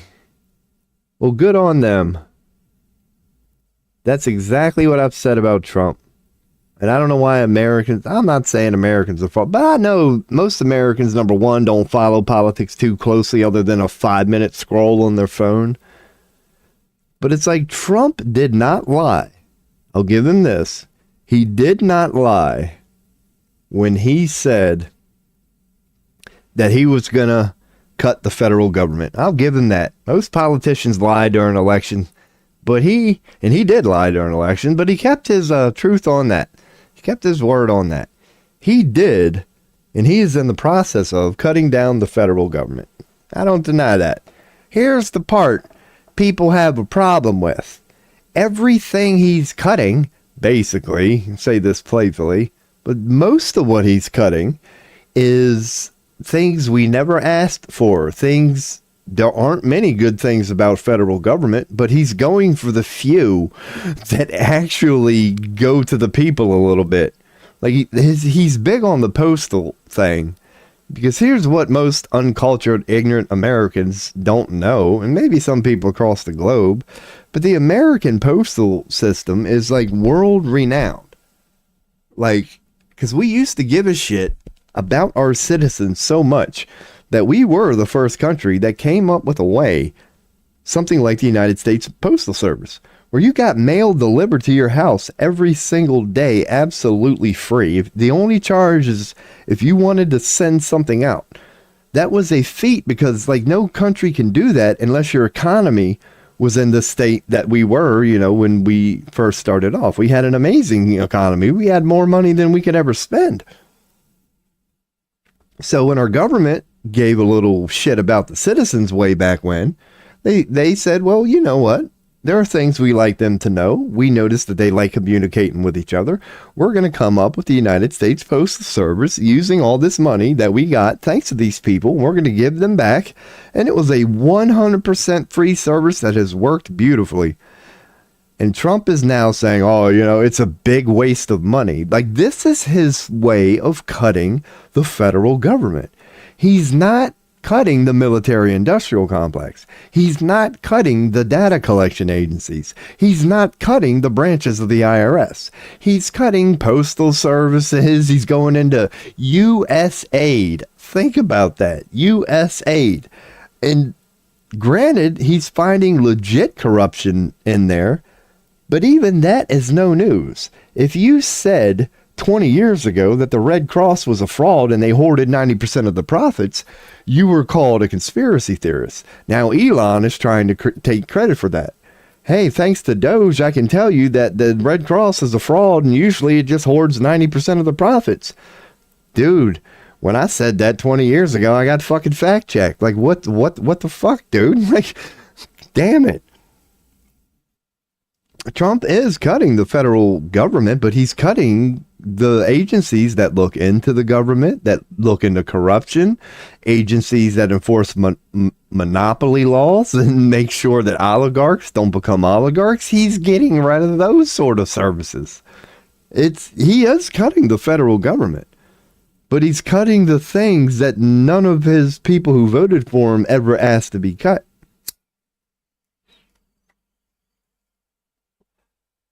That, I don't know, I can't speak for every American, but it's like, dude, I don't care how pro-Trump you were, it's only been a month, maybe a little more, but you already should just be up in arms and pissed off, man. See what I'm saying about your boy can't go no more than, all I did was freaking click on the front page.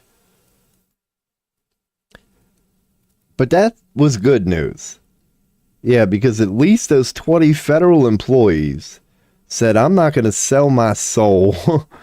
And yeah, they good on them, because Doge is not good. It's like everything else they're doing. They're presenting it as good, and they're using all their media power to give you nothing but positive stories about how it's so good. But meanwhile, there was a town hall meeting in Kentucky yesterday where people spoke up against it, and if you try to find it on YouTube right now, it's shadow banned. So Elon, I'm telling you, he's a work of fucking art, man. He does not give a shit about what he's doing right now.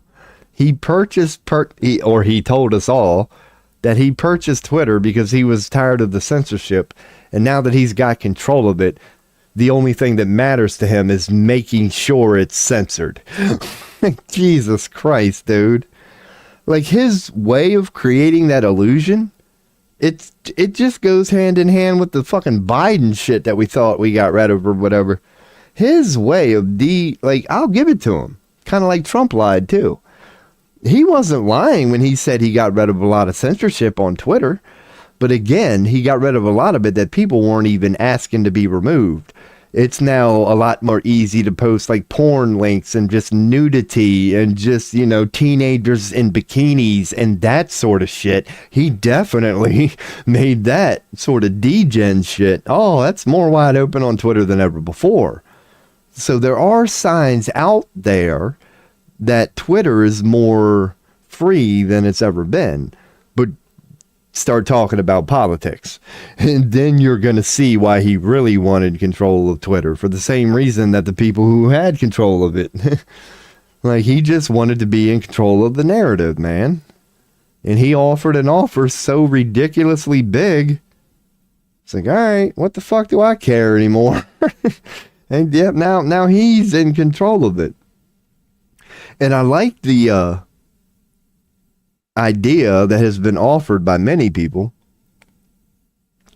that now that we find ourselves in a world where technology and social media is what it is, outlets like X should, but here's the slippery slope, like, it should become a public commodity, as in when you have something as powerful and as influential as what we do now, a thing called social media, the ability to just influence people if you want to, that needs to be controlled. But that's a slippery slope. Because, yeah, who do you ask to do the controlling? Like, you can't ask government. So how we would ever do it is beyond me. But the fact that Elon is in control of it, it seems like, you know, X is becoming the thing, because for a while, Facebook had the belt. I think you could say Instagram maybe took over because they were well-timed on the cell phone thing. But it now appears like X, and I guess it's the nature of the beast, with Elon being so big and important. Yeah, X is like the new, what Facebook was 10 years ago. Everybody go here, what MySpace was back in the day. But here's an interesting thing people might not know about Trump and what he's been doing with his power in office. And I just found out about this last night. He federalized Elon's private security force. Now, when you have a private security force, it's like having a bodyguard. Like, your job is to protect, you know, your employee or whatever. But you don't have the power to arrest and charge people. You have no legal power at all. If you want somebody officially arrested and charged as a bodyguard, you have to call law enforcement. You can keep them in check and keep your guy safe, but to get them actually charged, you need to call somebody who's been federalized, like a police officer. He has now changed that for Elon and Elon only. His private security force, his bodyguards, are now legalized law-carrying citizens. And think about that. I mean, you're talking about Elon. Do you know the power he just gave him to abuse? So, technically, yeah, if you piss Elon off now, his bodyguards, aka friends and buddies, are now officers of the law. That if he can find a way, using all of his resources and power, if he just don't fucking like you, he can now tell his guys, hey, man, go serve a warrant on, like, Trump fucking federalized his boy's private security agency. You won't hear about that, but your boy wanted to say that here on stream. Go on and look it up if you want. It's out there. He can't hide it. To do something like that, you have to make it official. But I guarantee you, yeah, especially on X. Especially on X. Good luck finding that shit on X, man. Because Elon, I'm telling you, that's the only good thing you can say about him and Trump right now is go, well, at least they're not hiding it. At least they're not hiding it. At least they're just like, fuck y'all, you gave us the key to this bitch for some reason, and now that we got the keys, here we go. I really can't blame them. If the population of just such passive, ill-informed, whatever people are willing to give you the keys to the car, I don't blame them for taking it. I don't blame them at all. So yeah, I guess I'll take a rip here and then go back into the deep stuff. Go back into the kind of negative news, I guess you could say. This is tobacco. I ain't taking the rip yet. I did bring an origin here to try to convince myself I try to live a little bit healthy from time to time. So yeah, man, what's the browsing one looking like? Let's bring whatever that bullshit is up. So if you want a little reading and you happen to be on PC, because you probably can't read that bullshit on cell phone.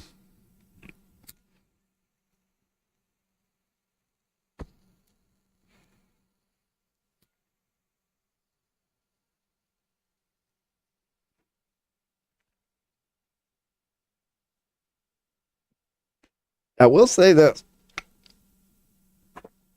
I think me banging on the wall helped. I don't think I hear that mouse anymore. Maybe I'm just so focused on the BS that's coming out of my mouth that I just don't hear him. Oh yeah, your boy's ready now. Now we're chilling. Now we're chilling. Oh yeah, so let's go back. I'm gonna no. Who the hell am I kidding? I think I just heard him. Ew. Oh yeah, back to the negative news. The negative news is that yeah, we're all fucked. So, but yeah, back to what we were talking about. Now that I got the old relaxing going here, I guess I'll yeah, let's bump me up a little bit. I don't mind that one. That's kind of cool. But yeah, back when I was saying, whoever might just be tuning in. Is your boy's main message this stream is just, yeah, I hate to break it to you, but we're fucked. So, like, this global agenda's going through. There's nothing we can do about it, but, I don't know, man. So it's like, just get ready for a lot of chaos, but know that it's also going to be fine. Like, a lot of people are going to die, but they are dying. Like I said, it's crazy right now when you look up the, reproduction rate throughout the globe. It's plummeting. The death rate throughout the globe is skyrocketing. But so yeah, we're gonna head towards this dystopia for a few more years, and it's gonna get worse and worse. But and you could get a jump on it now, because where I see it heading is, you tie it in with prophecy or whatever. We're becoming too digital. We're getting sucked into something that we're going to be saved from ourselves. There's going to be a big reset. The grids are going to collapse.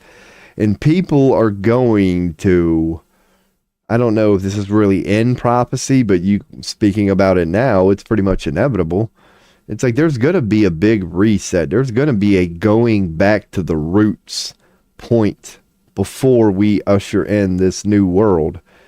So you could say when the Illuminati officially collapses, there's going to be a transition period. It's not like it's going to go from a world that's currently being dictated by the 1% to a world that is actually a global reflection of the collective. You can't go from one to the other overnight. I mean, technically you could, but you know what I'm saying. It ain't gonna happen that way. It's gonna be a process. It's gonna be a process. Oh my god, damn camera. And the process we're in now is the getting it all out on the table process. Because if the Illuminati falls, then let's hypothetically talk about how it would work. How would the Illuminati fall? Well, we would have to, because it's all about percentage, and it's a rather large percentage. Because the percentage of people who don't believe the bullshit has been on a steady increase for X amount of years now. It's been going on a while, and the internet is helping. But, so, for the Illuminati to fall, the only thing that really implies would be an X amount of people, a certain percent of the population, it would have to become common knowledge that they exist, they're real, and they're just bullshitting us all. That would be the beginning of how they fall, correct? So that's why I caution towards the next 5 years, but I also say all this as a positive. Because it appears like as a collective, the way we're going to end up exposing these people is we're just going to have to let it play out. We are. Whatever they're going to want to do, like this Ukraine thing, the Zionist thing, we're not going to be able to stop it. But what's going to happen when it gets bad? When it gets but so bad, and whatever that point is, your guess is as good as mine. But if this dystopia continues, it's going to inevitably get to a point that's so bad, none of us can stand it anymore. It's going to get, I don't know what that point is going to be, but it's going to be a moment where even the militaries throughout the world, like, it's going to be a moment where people just go, I can't fucking do this no more. I don't care the reason you give me. I'm not firing another shot. This is stupid. What are we doing here? It's going to take a massive global thing like that. And that's why your boy cautions into the immediate future moving forward. But it would be a beautiful thing. So let's imagine that happens. Let's imagine this Illuminati goes forth unchecked for the next X amount of years, and then we wake up one day and just the Zionist thing went unchecked and the Ukraine thing went unchecked. Therefore, the Middle East is basically in rubble. Europe is a fucking mess. Russia is scarred. America's scarred. The entire world just went through World War III. There's not a country on the planet right now who's not, economy's not fucked, global trade is fucked, everything is fucked. Like, that's pretty bad if we let this go unchecked. Because, of course, that's what they're going for when you think about it. Their agenda for this World Economic Forum thing, it's just that. Collapse the global infrastructure, because globalists, unfortunately, they're not trying to usher in a new reality. They've been doing this globalism thing for quite some time right now. It's well established and it's in place. That's their plan, to destabilize every country throughout the world, just create total fucking chaos, deplete every military in the world, where we just wake up one day a defeated, destroyed country. There's so much shit and rubble, and the only thing we're wondering is how the hell did we get here? What the hell just happened, dude? Like, what were we all doing? Wow. Like, I could see that happening. And that's when you throw prophecy back in there. That's just going to end up being our way. That's how end times appears to be turning out. That this dystopia, whatever, this conflict that's going on in the world that we all know about, it's going to continue.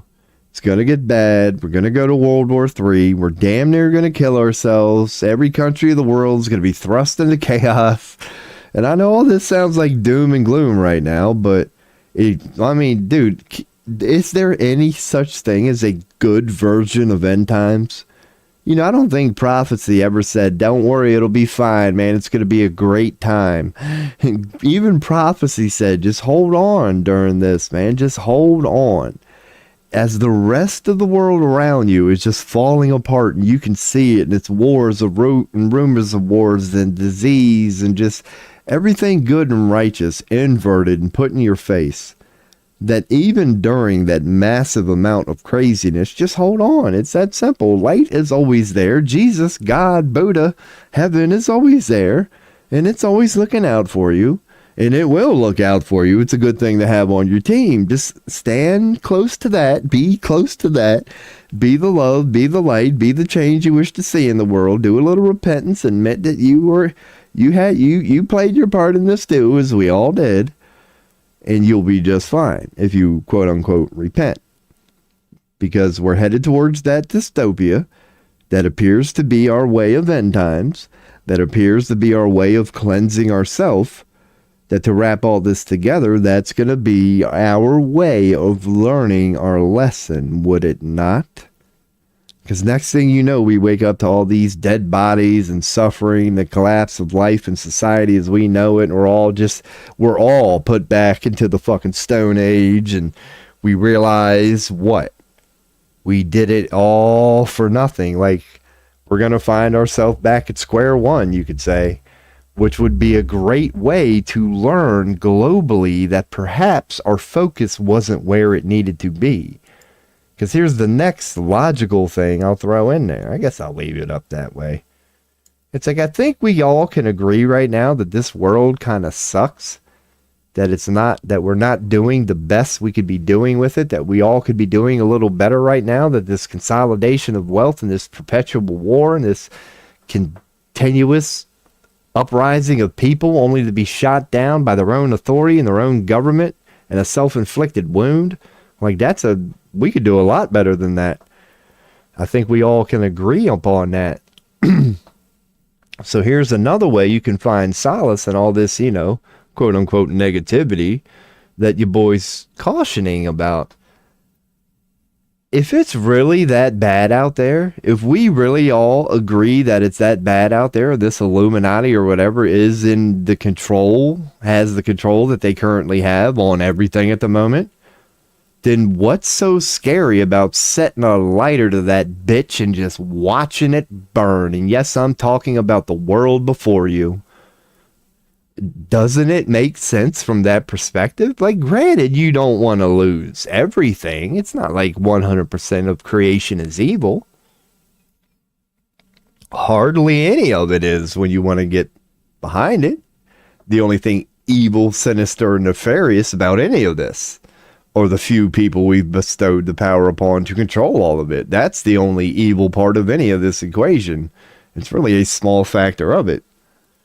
But the point stands where you can relate it to end times and a bunch of people going bye-bye, because prophecy even tells you the world that you're currently living in is going to burn. It's going to not burn literally, but it's in there a lot. It's Phoenix Rising. It's like the world you're a part of will be brought to ash by however means necessary. And from that will be born anew, heaven on earth. From that, the meek shall inherit the earth. But they didn't say the meek would inherit, a well-built establishment. They just said the earth. And that's the only thing we need is the earth. That's the story of humanity. We wouldn't be here if the only thing we didn't need was earth. We don't need electricity because we didn't have it at one point, yet here we are. We don't need, airplanes and cars and internet and gasoline. We don't need it because at one point we didn't have it, yet here we are. The only thing we technically need is a planet. And that's the only thing that prophecy promised, other than a planet of light. We can go on and steer into that. A little bit of positivity here. So, all right, let's assume what I just said is true. That this appears to be the way that our end times is going to go down. It's going to indeed be World War III. You could say we've known it for a while. We've said it for generations that if we have a World War III, that's going to be it. And then lo and behold, here we are at World War III. And when it goes down, it's not even a matter of if anymore. Oh, it's going to be it. There ain't going to be no more going back from that, people. They were right in World War I. They were right in World War II. World War III is indeed going to be our last.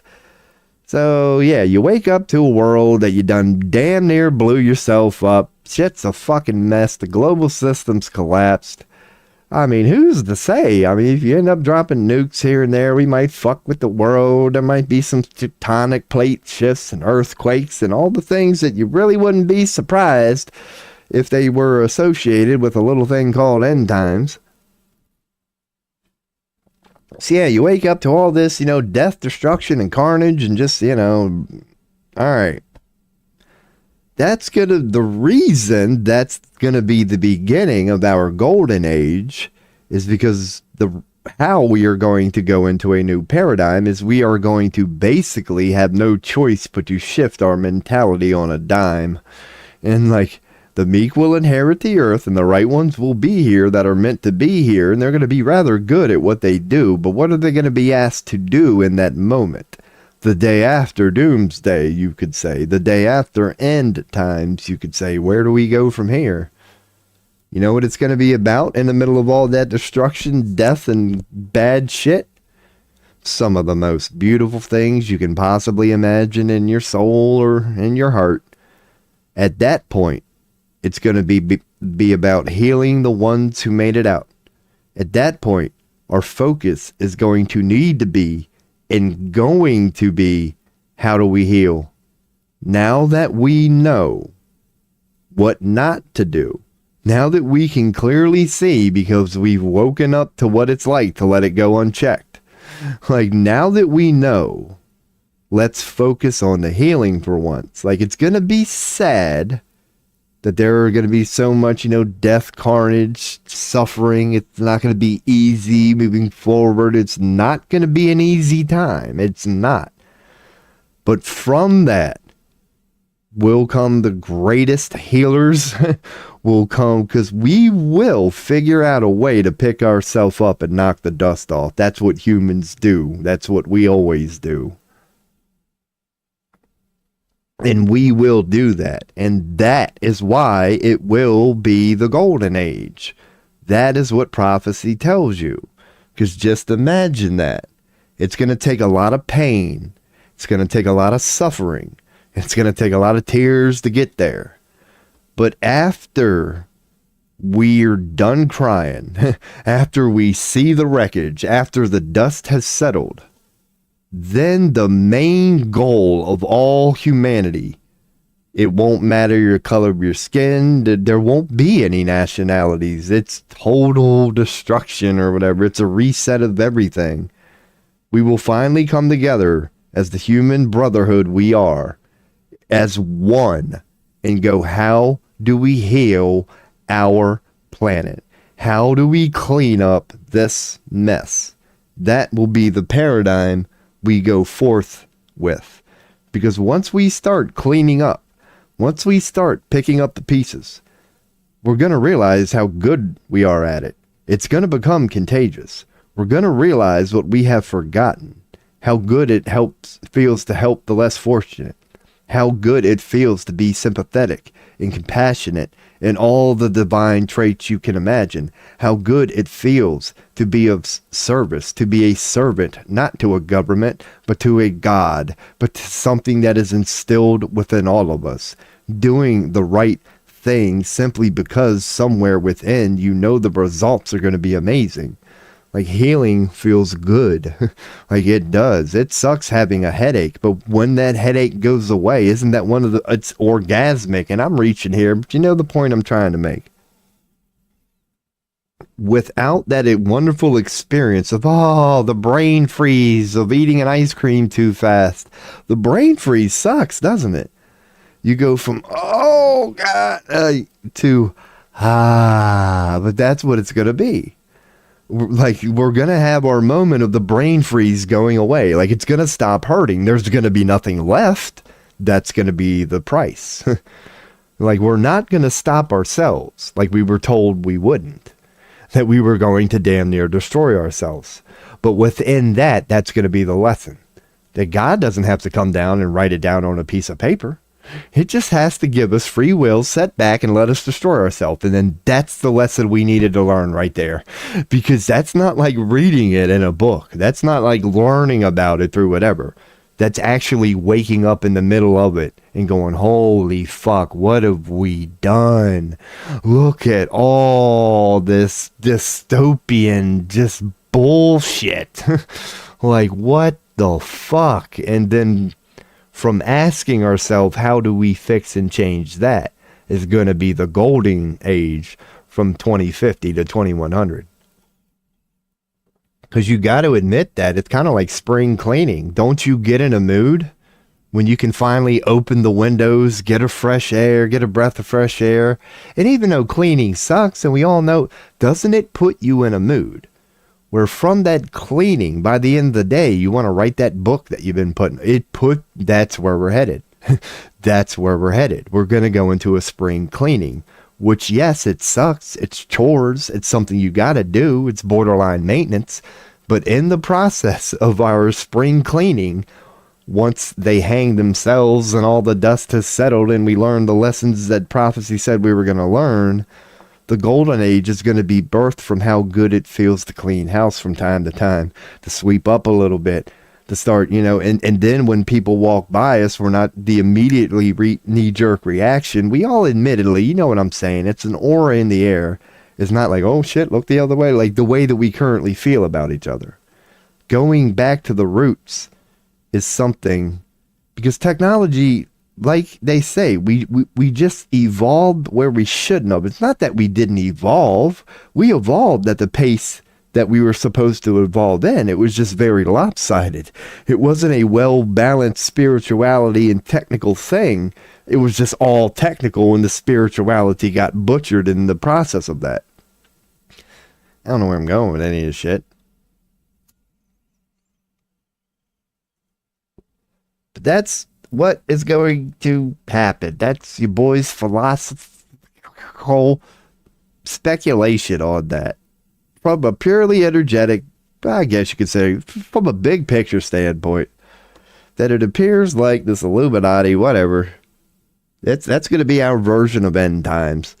They won, they did, but it's not going to work, sort of thing. That's because, yeah, that's how I see it turning out. Because the ultimate one, or not the ultimate one, but the alternative one, like if they win, where they think they're going to win is during all that. Yeah, when they think their version of us waking up to that death and destruction is really going, let's do it again. I don't know. You know what it's like they really think that when we see what's really going on as a collective, when it finally gets so bad, none of us can deny it anymore. They think when we see that, we're going to go, well, let's continue with this, listen to a select few people, when it's not. It's not. It's going to be end times. Now, here's the other interesting thing, and I admit this, the part that I have not thrown in any of what I've said in the freaking 5.5 hours I've been live. What do we do about the perpetrators? And this has always been, not always been, but it's a fascinating conversation to have. Like, okay, like, I don't think it's gonna matter, is my point. Because one thing I've always wondered, it's the Martin Luther King quote. From an energetic standpoint, it's so true that, like, that's not the Martin Luther King quote. His is the one of the night devoid of stars. But you can't fight fire with fire is a very true statement from an energetic standpoint. Because if you want the Illuminati to go away, there's one thing I can promise you cannot do. That's hate them, view them as an enemy, and go to war with them. Because that is the personification of Illuminati shit, is it not? You cannot go to war with them without becoming them. Because the nature of war is dark itself. So the moment you go to war, you're harming nobody but yourself. So from a purely energetic standpoint, the only way to beat the Illuminati is to become the complete opposite of it, to become the light that you are from within. That is the ultimate way. It's an exorcism, really. You have to exorcise them in your own personal reality or whatever. So when you wonder, like, okay, the dust is settled, whatever. Does that mean we're all going to find out who Klaus Schwab really is and that real truth about Epstein? And if so, yeah, are we going to hang these people in public? And, like, are we going to get vengeance on them? No, we're not. We're not. Because vengeance is sick. Like, even God doesn't judge. Because you have to admit, like, let's say Epstein Island is true or whatever. It's a logical question to ask yourself. If Epstein Island is true, if there's a God, why didn't God do anything about it? Why would humans have to stop that? It's because God loves unconditionally and is non-judgmental. That might be hard to wrap your head around. But think about what it's like to love unconditionally.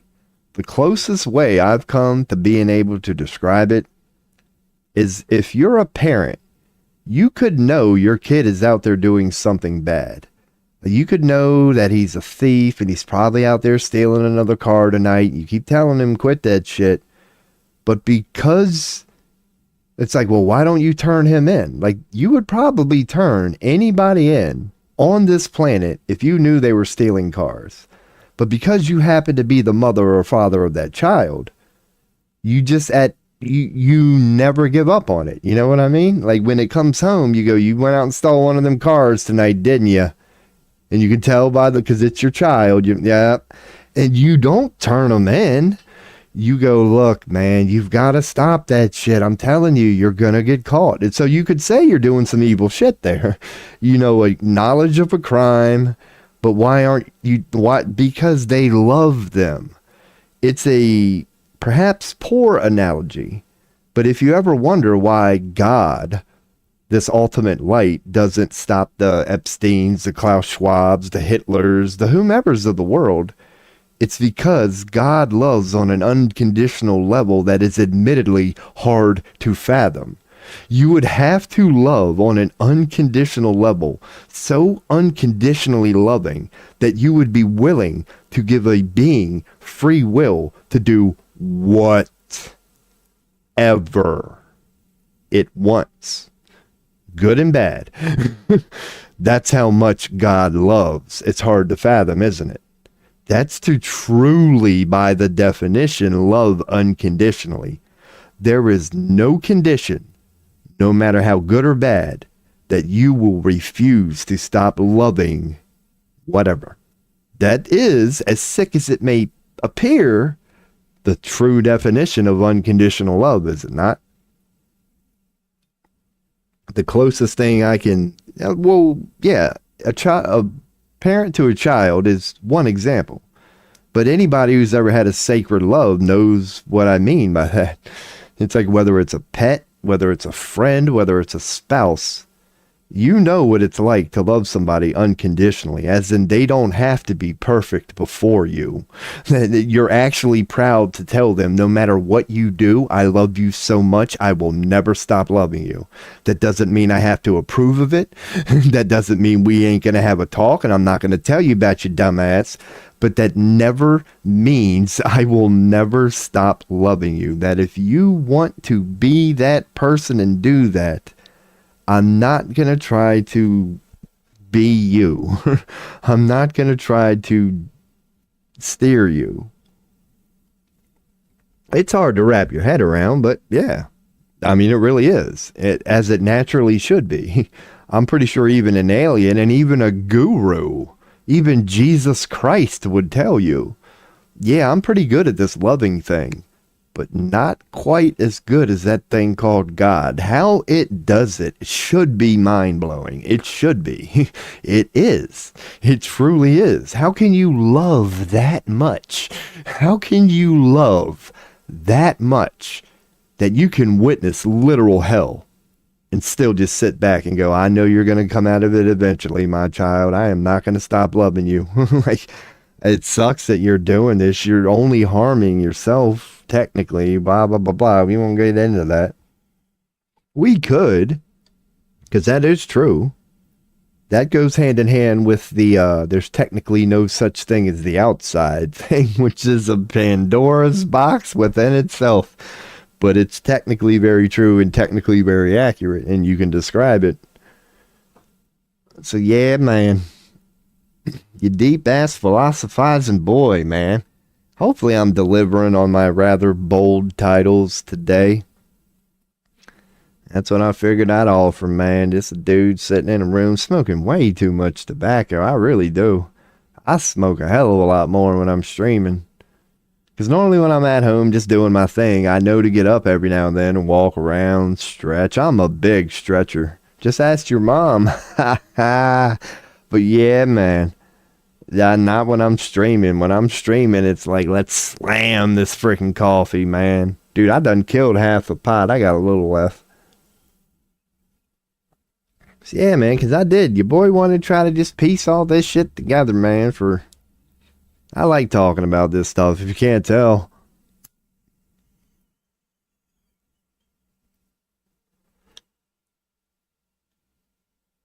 But I don't know how much longer I continue by until I could continue just beating home the same message for hours and hours and hours. It's a blessing and a curse, let me tell you. But yeah, it is fascinating. But that's where I was ending it off at. Is like, yeah, if you wonder whether you're a conspiracy theorist or not, if we're ever going to get quote unquote justice or vengeance on whomever may be perpetrating all of this, my suggestion, and I mean that, it's a suggestion, is no. No. But that doesn't mean they're going to get away with it. It's just like, what do you mean by, are we going to get justice for this? Because how I see it turning out, we're never going to find out about Epstein Island unless you're a conspiracy theorist and willing to accept it, that avenue. Will there ever be a full disclosure about what it is? No, I don't believe so. I don't believe anything like that will ever come out except a general picture of what happened. I could see us ending up at a collective conclusion that these people were indeed, and it's really all you need to know. It does explain everything. It's just a simple way to explain it. The only thing you're going to need to know at that time is that they attempted black magic. They fucked it up, but they did black magic shit. The sort of shit you would expect from occult black magic sort of cults. They did the sort of shit you would expect they do. I think we're going to kind of leave it at that. And think about that, too. You wouldn't want to go into the details. I mean, we want people to know, those of us who are like me, but I'll be the first one to caution. It's not like you want to go into the fucking details. It's not like you want to be like, oh, there's videos? Well, let me see them. Like, come on now. Come on now. No. It's not going to turn out like that. It's not. In your boy's opinion. Like, we will get to a point where we are going to accept that there was an Illuminati and that it was all quote unquote true. We're just not going to go into the details. That's how your boy could see it. Because they're really not going to matter at that moment. It really, when you think about it, it's true. It's kind of similar to living in the past. It really is. It's like it would be nice to know who did it, and we can dive into the details if we wish. But it really is, at that point, living in the past. As horrible as something like that is, and I would like to think that's the worst of the worst, honestly, as much as it hurts, what the fuck are you going to do about it? Like, we're talking about the past, so we're talking about what has already been done. And that's not a very wise approach, because what has already been created cannot be uncreated. So I think we're going to be enlightened enough at the moment to know that when we finally start to accept it, oh shit, it's true, that really nobody's going to pay for it. Because think about it. We're talking about the entire system collapsing, including the court system. Dude, it appears like there's, at the very least, potentially, not even going to be a court system to try them on. It's all going to be gone. It's going to be a completely new paradigm. It's going to be biblical. There's something greater than a revolution. It's called an end time. It's not going to be a revolution. It's going to be a paradigm shift. It's going to be massive. So this is your boy's long-winded way of just piecing together, trying to say how I don't think we're ever going to get justice the way we may picture it now, as in trials. Because again, when you think about it, we have no right doing that as a human being. That's really just the arrogance of man. To send them to a court of man, to judge them for committing sacred crimes of the universe? Dude, look at our planet. We are nowhere near ready to judge people for breaking universal sacred laws. That's in good hands. Trust us. We want it to be handled by forces way wiser and better than we are. I don't think that's going to be our part. I don't think our job is going to be to make sure these people pay, because that would be too much like fighting fire with fire too. It's not going to be a time for that. It's going to be a time for healing, for moving forward. Like, I'm not saying one day when humanity is a little removed from it and calmed down and you're like a generation removed, we might not ask ourselves, okay, but again, you're not, because why would you want to? It's almost you don't need to know the details. You really don't.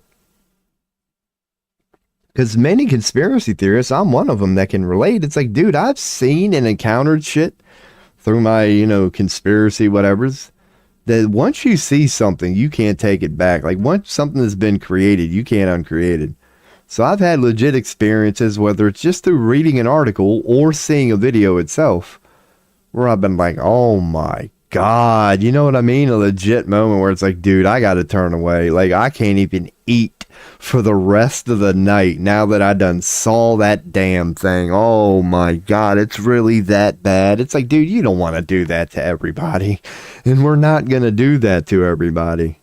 The truth is, the God's honest truth is, God, I'm even pretty much victim of that. A lot of times you don't want to know, man. You end up finding out and you go, damn, I'm not going to be able to forget that one, aren't I? That one took a piece out of my soul, man. Fuck. So yeah, man, that's how you boys sees that whole bullshit turning out, man. Just don't expect justice. Don't expect justice. It's kind of been hand in hand with everything I've been saying. It's like, dude, their plans are going to go through. Accept it. But there will be justice. It's called end times. I said, don't worry about it. Like, their whole world's going to be taken away from them, man. They think it's going to go a certain way. They're actually orchestrating all the destruction right now. But one quote that I always say, it's like, dude, as far as the world, that ain't going nowhere. What's clearly going away, it's happening right before our eyes right now, is a world. A world is definitely going away, but it's not the world. The world will continue, but a world is going away. Their world is going away. It's collapsing right before our eyes. The world will continue, and but it's their world that's going bye-bye right now. Man. Okay, yeah, we got another one of them again. Here's another one of them again. So I appreciate that, man.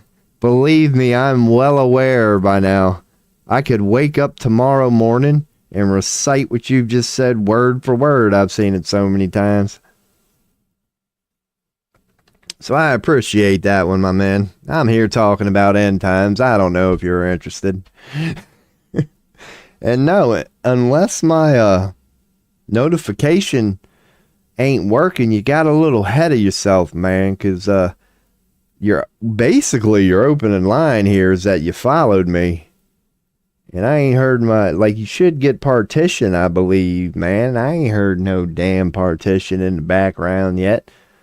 So yeah, you might want to adjust your algorithm there, or your approach. Because, before you say that you followed somebody, you might want to follow them. Or did I miss it? Is it in my damn thing that's scrolling down now?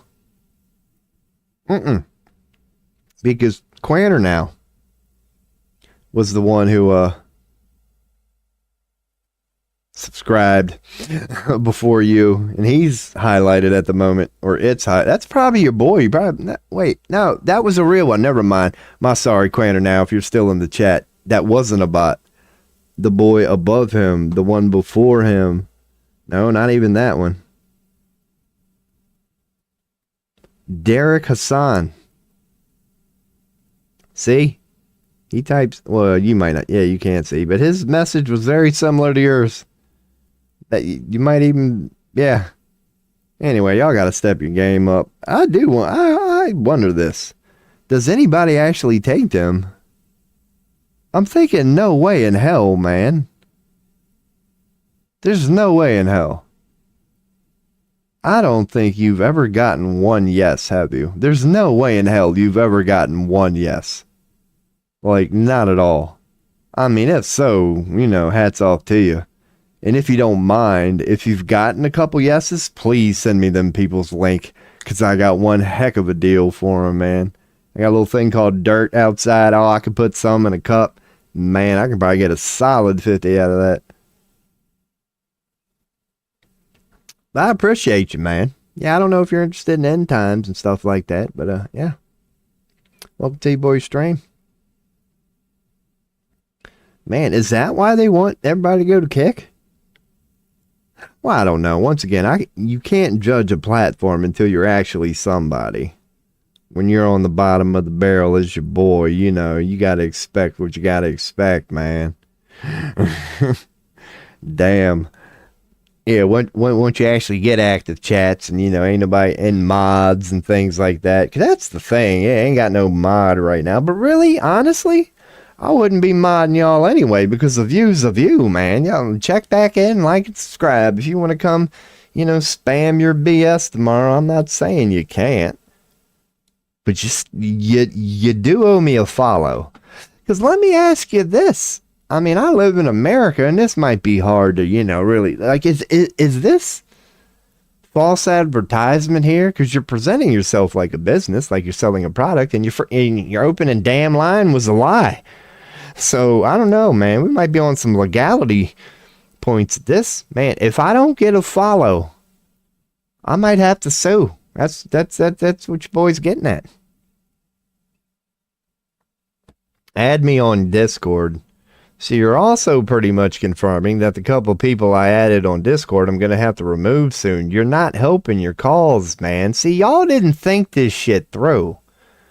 It's like, if you're going to... Oh, the fucking mouse.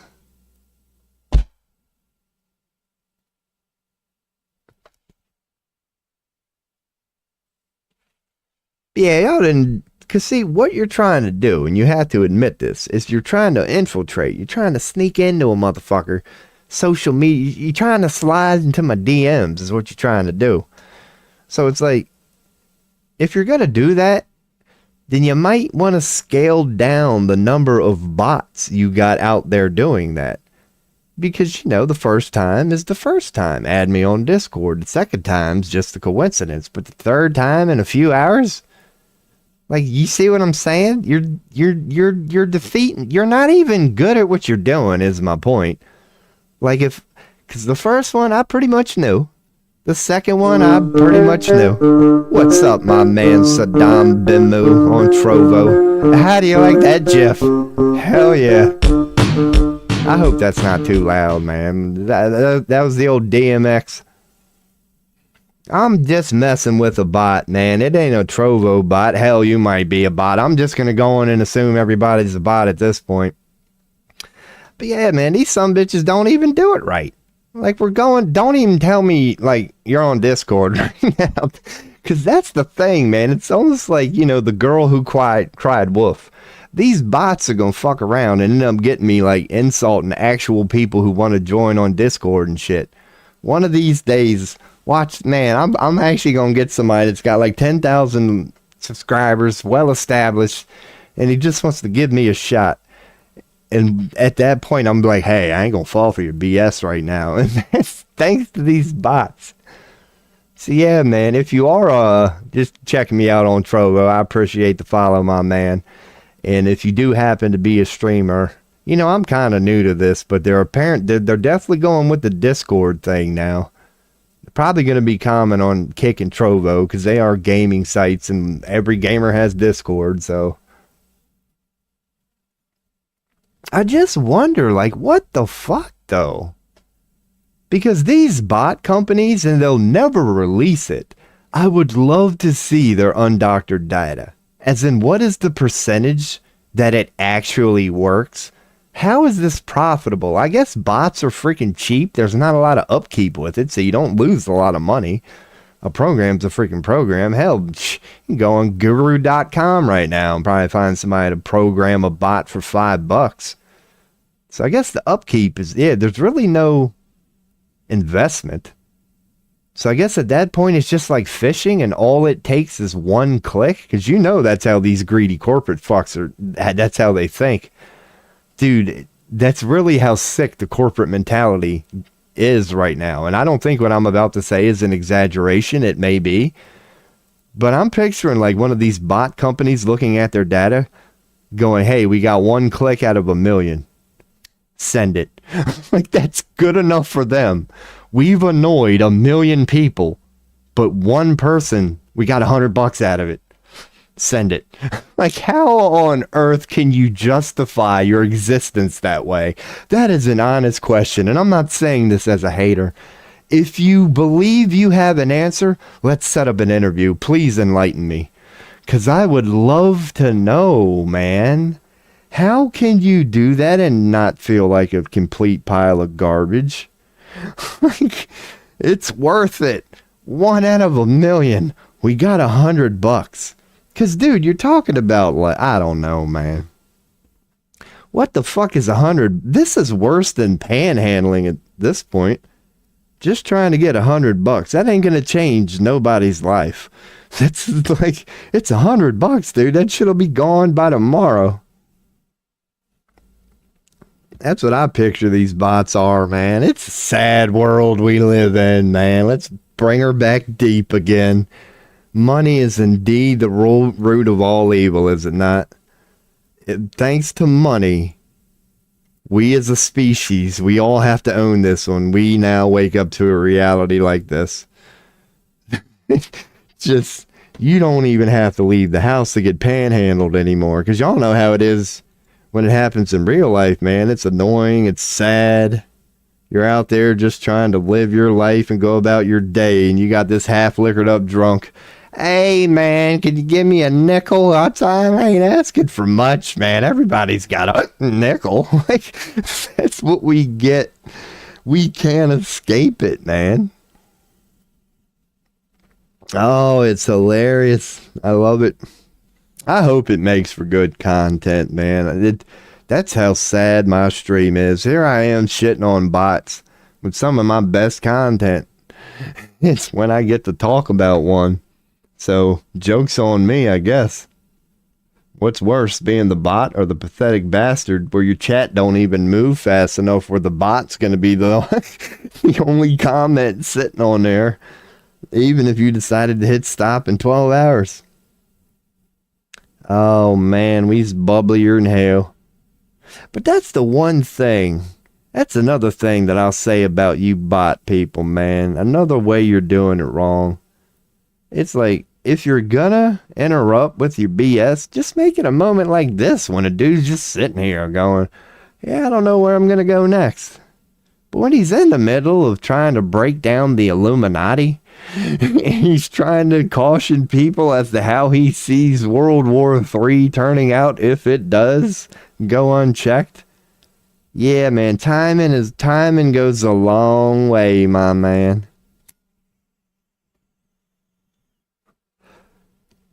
So yeah, you really don't get it on. Yeah. The thing about YouTube, they got the comment bots. YouTube got the comment bots. And what's up with the ones that, like, name their self, like, the channel you're on? Dude, I still get that to this day. Just the other day, I liked a Tony Robbins post. No, I commented on a Tony Robbins post. And then some bot-ass picture of Tony Robbins' account followed me. It's like, why? Seriously, once again, maybe these people have a legit answer and I just don't know what the fuck it is, and I would love to. But the first question I have would be, how dumb do you think people are? And again, it's probably all bots anyway, man. And yeah, this is definitely end times. That does suck. that the internet used to be cool, and I'm not saying it's not, but you got to admit, at this moment, you don't know what's real and what's not. Like, you really don't. I mean, there are bots, because there are sophisticated bots, you know, that they're not all about marketing and panhandling and shit like that. That there are bots that they test frequently. I couldn't tell you how, and I'm not getting at anything nefarious. But there's AI so good that they could let it roam free in a chat and you wouldn't even know it's AI, man. It's like what Chat GPT was first designed to be. Just something that's good at interacting with humans, and it wanted to show you how good it was at making you think you were talking to another human, and it was very good at that. So they do have bots like that. But that's what I mean. It's so easy for them to, like, influence right now because we've created this digital world and bots are like a thing. That's why it's so easy for them to have the industry plants, as they say, just people you know that didn't make it grassroots. It was 100% a plant. They don't have a lick of fucking talent, but if you market them and present them in a certain way, then watch the Illuminati admittedly work the magic that they do. Yeah, they'll be Taylor Swift in no time, like if they want them to be. Especially with bots. It's being talked about and exposed now. But it's like if they want their streamer to make it, yeah. Why do you think some of them within 6 months have like 20,000 viewers? And you know how borderline impossible that shit is. Unless you legit have a real video, something that happened where you went viral quickly because of a stroke of luck, you could say. But the ones that, seem to be, there are many of them. That's what I was saying about that one guy, man. I forget his name, and it's probably not a good idea to mention it anyway. But there are many examples of that, of people who they swear blew up on this platform because they're so good about talking about politics or whatever. They're so good at being anti-establishment, and they quote-unquote blow up. And pretty much from day one, you can tell. Like, dude, you're pro-establishment. Like, how are you blowing up in the anti-establishment community when you're not even real good at it? Blah, blah, blah. Bots are just crazy. Because you wonder if the NFL does that. Like, do you wonder if how rampant this is?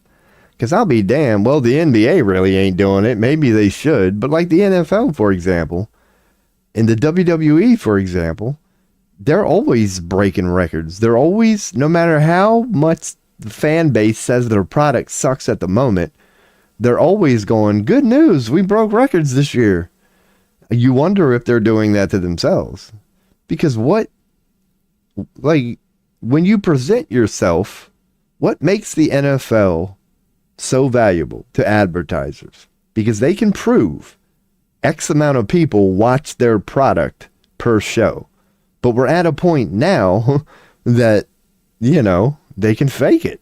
They can really fake it. Because it used to be just a way to track who could actually do it. And thanks to AI and technology and a little thing called evolution, they can now, fake the view. They can now be like, oh, yeah, you got a person watching here, but how do you know it's not a bot? I wouldn't doubt there's things like that in place. Like, I wouldn't doubt has part of it. It's like, if you're the NFL or any corporation and you want the most for your advertising buck, as in what the advertisers are paying you based on your platform, the more inflated you can seem, the higher you can charge. So I guarantee you they put some money and effort into fabricating their numbers. Because, advertising for a show that's going to get 1 million viewers is going to be a lot cheaper than advertising for a show that can guarantee you minimum of 2. So that's what I'm saying. The long-winded version of that is you don't know what to freaking believe anymore. Technology has gone so far and left unchecked, you could say. Because you could say we have laws, but come on now, that's hilarious. It's like, man, you don't know what to believe anymore. And here's another interesting thing that I've always said it's related but not, and I'll throw it in here. That's all your boy knows how to do is go. One thing that I can't stand when these corporations talk about how their numbers are so good, They never factor in people inflation, which is really a thing. Because think about it. Now, you could argue that it's not so much anymore with our current reproduction rate compared to our current death rate. If anything, it's the opposite of what I'm about to say. But generally speaking, for the last 100 years, there's been a little thing called people inflation. You can relate it to money. The value of money goes down the more there is of it. It's called inflation. But people inflation is never taken into consideration whenever these corporations want to pat themselves on the back about their numbers. They're like, oh man, our marketing strategies are clearly working. We're doing everything right because look at our numbers. They're going up every year. It's like, dude, look at the population. It goes up every year too. So naturally, as the population is going up, your numbers, based on the fact more population means more consumers, means more viewers, means more customers. So yeah, unless as the population is doing this, your numbers are doing more of a whatever, I'm technically not impressed because of a little thing called people inflation. So I see that all the time, where corporations will give you like a 10-year span of, oh, look at how our numbers have went up 10%. We're doing everything fine. Lay off our back. It's like, yo, dumbass, the population went up 10% too in the same time period. So you've basically, when you factor in people inflation, you've been doing this, motherfucker. You ain't impressing your boy. You've got more potential customers than ever, thanks to more people than ever. So you damn well better be, you know what I'm saying, old people inflation, man, because your boy happens to be a hater of like the NFL and video games and shit like that, like ones that I enjoy. You know how it is, where you're looking at the product and you're like, damn, this can be so much better in so many ways. Why don't these idiots see it? And what they always fall back on is sales are up. You know, we're going to continue with this fucking failed approach. Our forums are littered with nothing but complaints from the people currently using our product. But according to the numbers, everything's fine. And that's the only reason we need to go forth. Public opinion is worse than it's ever been, but the numbers are fine. And that don't make any sense, does it? That's what I'm saying. Like, we don't, I don't know. Be careful. You don't know what to believe anymore, man. That's one of the prices of a digital world, is it not? Is it not? Is it not? Because the one thing, I don't care who you are, that you have to admit is that they have, whoever you want to call they, because I can even just talk about Hollywood, you know, basic public stuff. Just starting and leaving it at Hollywood. We know Hollywood alone has the ability to make a video so damn real you wouldn't even know it's fake. I mean, any video about anything you can imagine. Hollywood right now, using AI, and we all know it, could recreate the presidential election. Like, it will actually look like an undoctored video of the real Donald Trump we all know and his wife or whatever that thing is. Like, yeah, no matter what it is. They can make it. They can show you a 100% AI video of 9/11, and you wouldn't notice any different from what you've already been shown. Like, they know how to create it all from scratch, as in you wouldn't be able to tell at all. Like, doing something like this with me is easy. Like, they could create this to a pixel. They could act like me, go live tomorrow with their technology, and you wouldn't be able to tell if it was me or not. We have to all know that that's where they're at. They are. Hollywood alone will show you that. And now let's talk about CIA, NSA, Mossad, MI6, the deepest of the deep states. What the fuck do you think they have?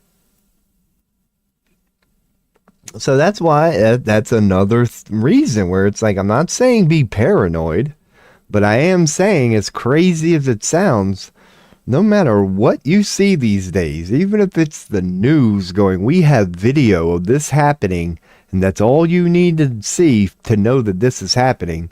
Ask yourself in the moment. The first question to ask yourself would be, could this be fake? The answer to that, based on what I just said and where technology is, yes, it could be fake. Now, the only question after that would be, is it? And yeah, you can come to your own conclusion. But just know that technology, especially the one you don't know about, can fake so much now, man.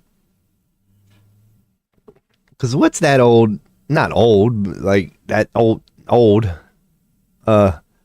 line with gamers kind of, pics or it never happened, and you'd be joking around with your boy. Oh man, this happened to me the other day. You'd be like, pics or it never happened. You used to demand proof before you believed that certain things. Whether it's your friend or whatever, you're like, man, you're going to have to show me some more proof before I believe this bullshit. So just be a little cautious here in 2025, man. Because you used to be able to use something like video as proof. You'd be like, dude, I got video of this. I got it on tape. Like, I can prove it to you. And that used to be the end game. Like, all right, you got it on tape, man. Dude, how can I deny it if you got it on tape? But thanks to a thing called evolution, you and I both know it. You can't even say that anymore in 2025. Even if a motherfucker comes to you and says, dude, I saw Bigfoot. You'd be like, bullshit, I got it on tape. You still would be like, come on now, I'm going to have to see that tape because, man, it's easy to fake video these days. We all know it. Like, even if they told you in 2025 that they'd have video, you might still be a little cautious. And I'm just recommending, treat your news the same way, man. Next time they tell you they got video of Hamas soldiers doing this or that, I'm not saying they're lying, but I'm just saying what I'm saying. Just ask yourself, could this be fake? Because the answer is clearly yes, and then develop your own conclusion from there. Just know that it could be. Not saying it is, I'm just saying. Oh man, I can't do that as good as Chappelle. Maybe if I go back to browsing, I am still up here. Oh man, I got so little room on this damn desk. Alright, Elon. So 60%. Why the hell is 60% trending? WBRC News ran with the headline, 40% of canceled contract. Oh, God. Elon, would you stop blowing smoke up your own ass, please? God, this man is hell-bent on making us feel like Doge is a good idea. So what's this all about? How good Doge is? Now that I clicked on the other one? There's a big fight coming up soon. I'm not even going to watch that. I know right now... Maybe this is useful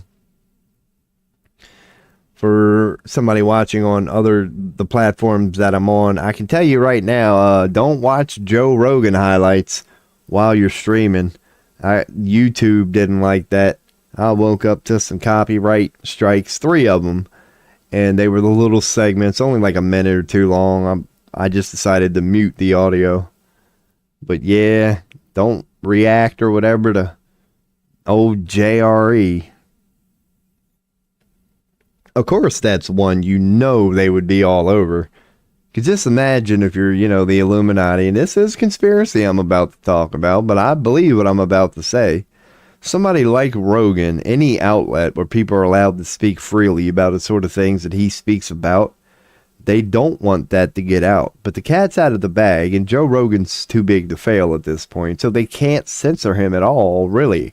Other than maybe doctor his likes a little bit, they got to pretty much leave him alone. But one way you can censor him is just by honoring the copyright for JRE more so than any other thing. Because I react to things often, as many people on streams do, but I wonder if they're getting copyright strikes, because I don't get copyright strikes on everything copyrighted I bring up for a minute or 2. I can watch it and don't get no warning at all.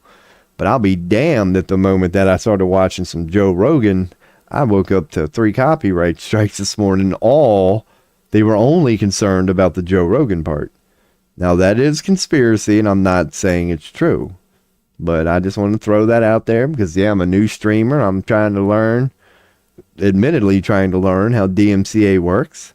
The only other thing that I noticed, which I kind of expected, because again, I said this when I was streaming it, when I edited audio, I got copyright struck like when I was listening to the original track as I was trying to figure out what part I wanted to chop up. So it taught me what I was hoping it taught me, that yeah, once you start to chop and screw it, once you start to lower the pitch and tempo, however you just decide to mess with it, once you start doing that, you're fine. But when you let it play as it is, the AI is all over that shit. You're not allowed to use it. If you're trying to monetize it, I'll throw that in there too. I don't think I would have gotten anything because it said that, like, yeah, your video will just no longer be monetized if you leave that part in there. And I was like, well, shit, a penny's a penny. So I went on and told them just to take the audio out. Not that I give a damn anyway, because nobody watches my VODs, and rightfully so. I need to get better at highlights, but I don't see that happening.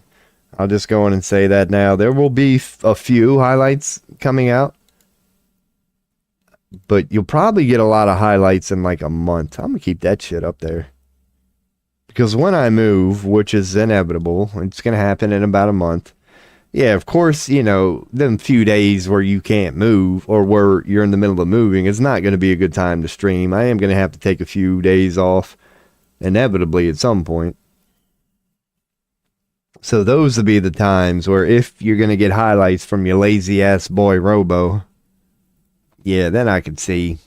Because I got plenty of content there. I'll just leave, or yeah, I'll go get ready to take a pee before we go into another deep rant. Because yeah, your boy does have plenty of content. So the days that are not streaming on these platforms, I will always be posting. I got pictures. I got a couple highlights. So yeah, you always be getting something from you, boy. All right, I'll be right back. Let me find the old BRB. Where's the BRB? There it is. I ought to call it BRP. My goodness. You better not be making no damn noise, damn mouse. I will mess you up.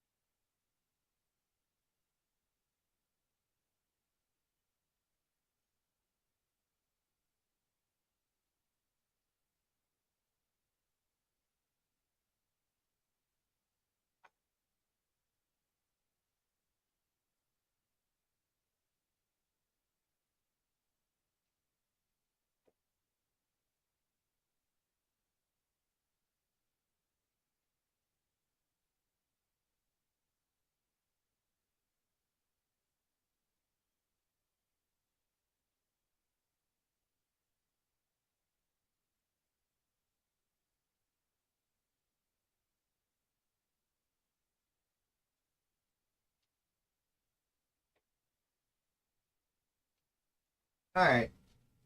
I'm back. Kinda. I'm doing something.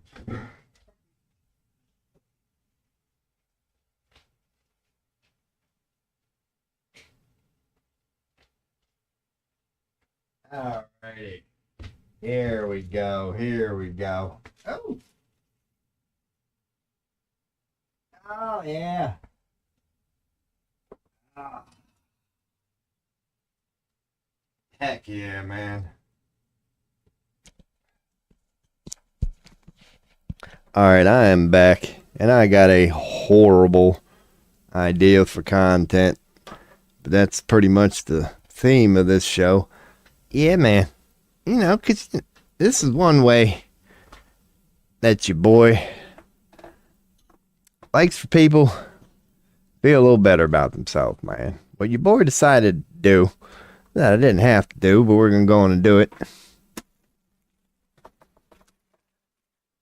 Ramen noodles. Oh, if you feel bad about yourself, just look at your boy here. Now, here's how your boy don't mind getting down on some ramen noodles. Now, y'all know how it is. This is probably horrible audio. It's probably all in the background.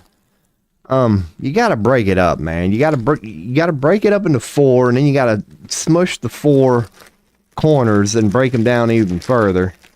Now, see, most people cook noodles, and it's highly recommended. They're good when you cook them that way. You spice them up, make them however you want. Man. Alright, so you put the noodles in there, right? Alright, so you dump your noodles. So damn lazy, I ain't even got a trash can. I'm using, I see? Alright. Then you put your little salt in there. Man, now here's your boy's secret to making ramen noodles, man. Anybody can do it. It's your boy, Chef Ramsay out here. And what you do, almost poked myself in the eye there, is you take, you know, y'all know you need a little bit of water. But if you want to add a little tang to it, you put a little vinegar in that sumbitch. So what I got here is a little bit of water with a little bit of vinegar, right? So then you just, you know, add your water to your ramen noodles here, your Awwww noodles. Hell yeah, man. And, all right, there you go. And then you set the water down that you bought way too much of, because even though you've done this 150 times, you're still a freaking idiot. Yeah, man, you give it a little stir. You give it a little stir like that. You know, you got to make sure your nice unhealthy sodium is all in there. We do love our sodium here in America. Oh, man, we ain't, you know, well, diabetic is sugar, you dumbass. Ain't got a damn thing to do with no damn soda. All right. And yeah. And what time is it? 3:17. So the way your boy's looking at it is I'm cooking dinner right now, man. You let my boys send me a text right now. I'm like making some food, man. I'm cooking dinner. What the hell are you doing? Make it seem like I'm actually out here. So hell yeah, man. And another reason why your boy's putting it on the bed there, he can't even really say her, is, yeah, man. My old mouse bud, he might be coming in. I highly doubt it. It probably won't be about 6:30 or 7. But if he happens to hop on my bed, walk around, and do what he wants to do for a little bit, he's going to have a little something, something. But until then, until my dinner's done cooking, your boy eating a pizza bite up in here, a pizza gum. Oh, man. Fucking Elon. Let's check this out. Release to Epstein is trending. Your job is to arrest the crazy motherfuckers working in government, stealing our money, and trafficking children. Don't talk about grabbing citizens' guns. Okay, so it's the usual.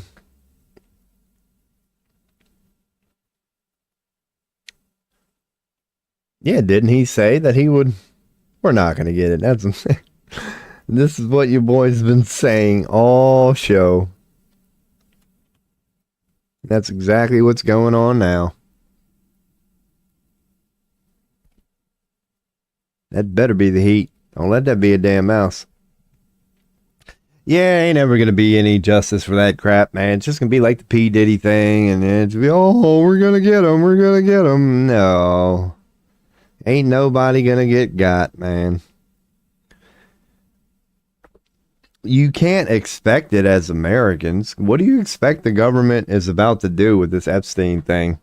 Do you think the government is going to admit that they've been sitting on known evidence of a crime? No, because then they'd be guilty of a crime themselves. They're not going to admit, upon any stretch of the imagination, that they've been sitting on this shit, man. God, that's why I can't wait and see how this turns out. Because your boy, yep, he's going to have his I told you so moment. That don't feel good when you get them moments, though. Just like the Trump thing, man. Oh, my God. I don't know. Trump still has a pretty decent reputation. It's not completely shot yet throughout the world, but hey, he's only been in there A little bit over a month, man. He's on his way. He is on his way, and it is freaking fascinating. It's scary knowing that we're headed towards freaking World War III and a whole bunch of chaos and just dumb shit. But it is fascinating. I mean, really, you should feel proud to be alive during this time, regardless. The only thing I'll say, and I mean, I'm not that old. I'm 44, but I'm getting up there. I can only imagine what it must be like to be I'd even say, yeah, 21 and under. Like, what the hell must it be like being born into the world that you were born into, and you're still young, you've only been on this planet 21 years, and you're looking at these self-proclaimed adults and gray-haired people just talking about what they're talking about in the world that you've born. Like, yeah, that must be crazy. Because I remember, me being 44. Yeah, when you hear people talk about the good old days, there was still connection. And I'm not saying this as like a back in my day guy or that it's better or worse. But I am saying, yeah, that there was like family connection. And even back then, when I was young, my grandparents were saying the same thing. That it used to be way more family-like, even a generation before them. That even what I consider an old world, more family-like, way more than the one that is now, the world that I experienced with them as a child, the whole time they were telling me how great their, grandparents or parents were, and how family-like it was when they were growing up. And I know that trend has continued. Because, yeah, I can only imagine, what it's like to be a kid these days, where you wake up and you got a mom and dad, but you wonder where the hell are they? Like, and then not saying they're out doing drugs on drug benches. They're just working 40 to 50 hours a week. They come home, they do chores there. They're just living these busy lives, and maybe you get 2 days a week with them. So then you're like, damn, where the fuck is mom and dad? Yeah, and then you go to school, and God, I remember back when school was quote unquote innocent, more innocent than it is now. And I was even sitting in class then going, what the hell, man? Why are you wasting my time with this crap? And I can only imagine what it's like to be a student in this current damn educational system. Where it's like 4th grade, they're like, all right, now let's talk about who you might be potentially dating in the next 20 years. Like, what the hell? How could you follow up Christopher Columbus with this bullshit? Like, what are we doing? Like, I feel for them kids. That's why when you see, like, a lot of them or whatever, they say, oh, the younger generation's been hooked on more drugs than any ever before, other than maybe the hippies. And you'd be like, that should tell you a lot, shouldn't it? It took something as horrible as the Vietnam War for hippies to start going, holy fuck, I gotta numb myself somehow. There don't even need to be a war. It's just called reality itself. And the fucking kids you're kicking out today in this country immediately default to, God, what do you got to turn this shit off? Give me some fentanyl. Give me some something. I just cannot stand this. Like, yeah, you can't hate the player. Hate the game. Because one thing your boy has always said, man, I made a video about it on YouTube. It's so funny to me, but it's so true. It's like, you see a lot of people out there who do hate on children. I guess it's a common mentality. I get it, being 44 years old. You look down on the younger generation and you become one of them finger waving, oh, what's wrong with the younger generation? It's been a question asked throughout time, and it's perhaps a fair one. My little playful saying I like throwing in there is, hold on, time out. How can you bitch about the children? It's like, okay, let's say I acknowledge it, and I'm on board with you. You're right. Kids are fucked up, man. Kids done lost their damn mind. They're lazy. It's all they want to do is spend all day on their cell phone and just stream all day. They're stupid as shit, man. Like, okay. My next question is, who had the kids?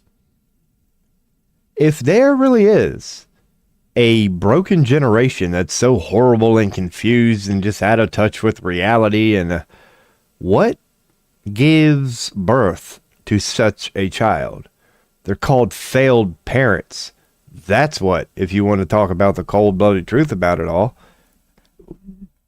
Proper parents don't yield these fucked up generation we're all talking about. So if we're gonna talk about, oh, what's wrong with this younger generation, which perhaps is a fair question, the next fair question is what happened to the generation before them that apparently didn't know how to raise a freaking kid.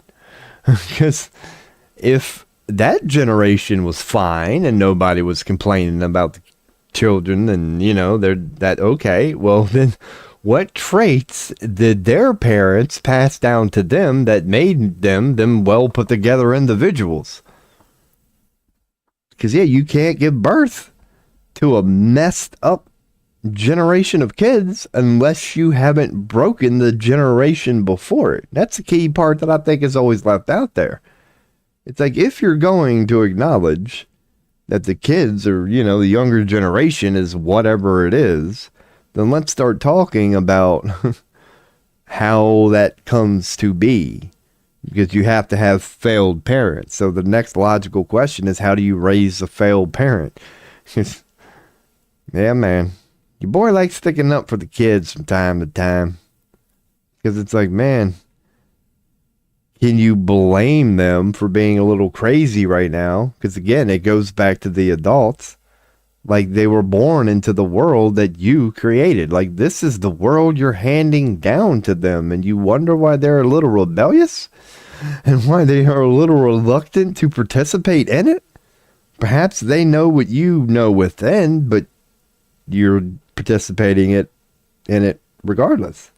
Is that system you're trying to hand down to them sucks. That they are lashing out against it. They are rebelling against it. They don't want to go along with it. Well, have you turned on the news lately? Can you blame them?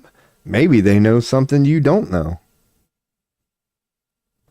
So that's what needs to be talked about. What the fuck system was it that broke the parents to raise these kids or not raise these kids? Somewhere along the line, we went wrong. We clearly did. That's especially an American thing. The only country, I don't know. I don't think China can really say that, Because America, we've pretty much peaked. Everybody's accepted that. We peaked years ago, and now we're just on. But I don't know, China. I think China might be at their peak. That, like, they've been getting a little better every generation. Well, at least intellectually. But yeah, I don't know, man.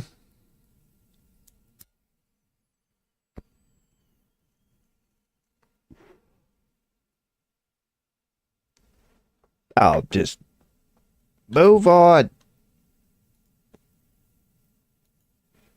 So I never did properly because I couldn't freaking get through it. Check the news for the day. Because I made it through the first article. Again, the first. Here we go.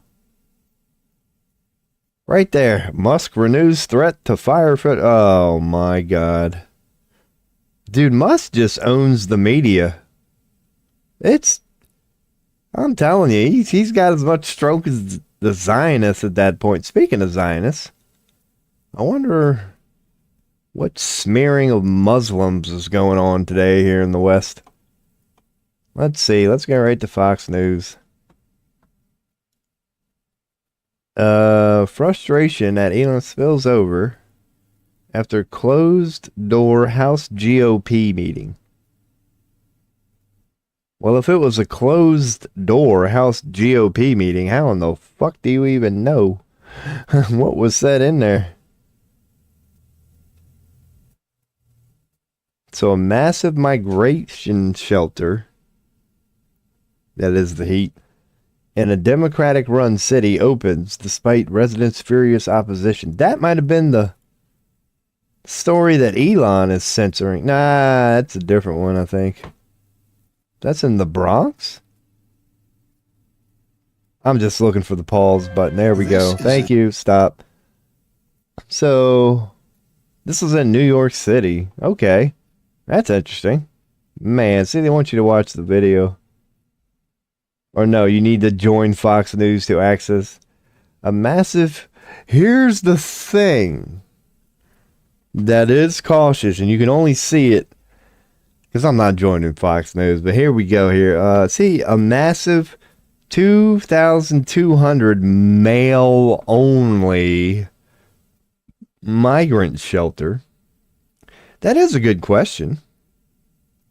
If Trump has initiated this ICE thing, and we are cracking down on immigrants, what are we doing opening up new immigrant shop? Like, make up your fucking mind.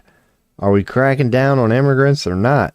I don't care either way. Just make up your fucking mind. They quit giving us... They tell us whatever they want to tell us and don't make sense to me. But yeah, what I was getting at, because this was a conspiracy. During the end of the Biden administration, you could say. The conspiracy was, and I'm not saying I agree with it, but it's an interesting thought to entertain. They were wondering what benefit, other than clear destabilization of the country, that the Biden administration was getting out of just letting whomever come in. When you started to look into it and see, you know, the people that were covering it, whether or not you believe it, who knows? But you notice how that story that I just brought up here, they even said it was 2,200 all male. And that's a pattern I'm noticing. Here we go. Let's just print screen it. To hell with you, Fox News. And we'll just copy over this image. Oh, but now you all ain't going to be seeing. All right, let me go on and go here. I just printed the screen. That way we can go. Oh, my God. Here. So I can just show you all how this point that I'm trying to make is... So here's a screenshot of the article before all the pop-ups and bullshit start. 2,200 male-only migrant shelter has been opened in the Bronx, but not only despite public opposition, but that's what I mean, America. I can't get far on this shit. I'm going to have to address this one right here. If we are a nation of democracy, if we truly are, as in my opinion and your opinion matters, how is shit like this even happening? So we have the government, Big Brother, the state, telling us, the citizens, that they are going to put up a 2,200 male-only migrant shelter. The citizens show up themselves, 100% of them in the room. Damn it. Yeah, I just got to paste that again. So your constituents show up and tell you they don't want it. And I guarantee you they're going to go forth with this. How is this a democracy at all? Maybe the rest of the world don't know about what it's like to be an American, but this is what it's like to be an American. We claim to be a free country where the citizens have say. I can promise you, rest of the world and America ourselves, we don't. This is a prime example. Our government tells us they're about to do something. It's a shelter. It's like you don't have to say like they didn't build it. It was already there. It's New York. There ain't been no room to build in New York for a while. They bought the building out and now are using it for this. Why not homeless? Registered citizen. You can tell me there aren't homeless people in New York? Come on now. You ever been there? Like, why didn't you put up a 2,200 person homeless shelter? They didn't. They decided to go for male migrants. So I don't care what part of the world you're from. Can you blame the citizens for going, hey, can we stop treating migrants better than our own people? Especially when, where's this Trump ICE shit? Dude, like, he's so proud of ICE and how he's shutting down migrants, but yet you're opening up shop, dude. Make up your fucking mind. So the people show up and go, we don't want this.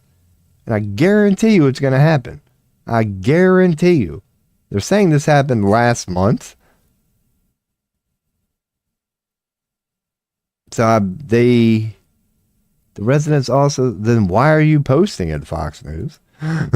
You know, this happened a month ago. Then why are you posting it now? Is that not a logical question? Because according to this article, I thought that was Aaron Rodgers there. Oh my God, that's an Aaron Rodgers. But when you go reading down the article, influx of migrant men being housed in the community sparked furious scenes at a Bronx community board meeting last month. Yes. So why are you just now reporting on this? But either way, it happened. I guarantee you it's still up there. But yeah, back to the original whatever. Not original, but I'll throw this in there.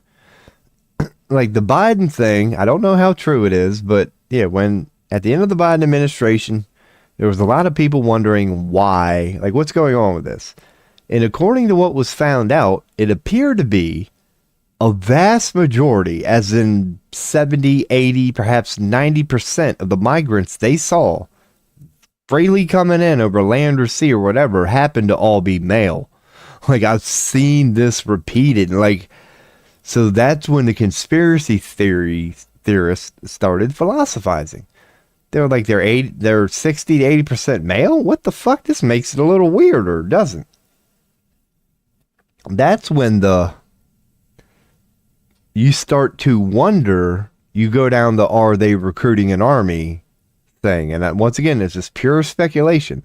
Let's say 60, 70, 80% of males are mostly migrants. And like this article is showing you, even in New York, they're like, yeah, we're going to build a 2,200 male only migrant. Why is this whole immigrant thing so male focused?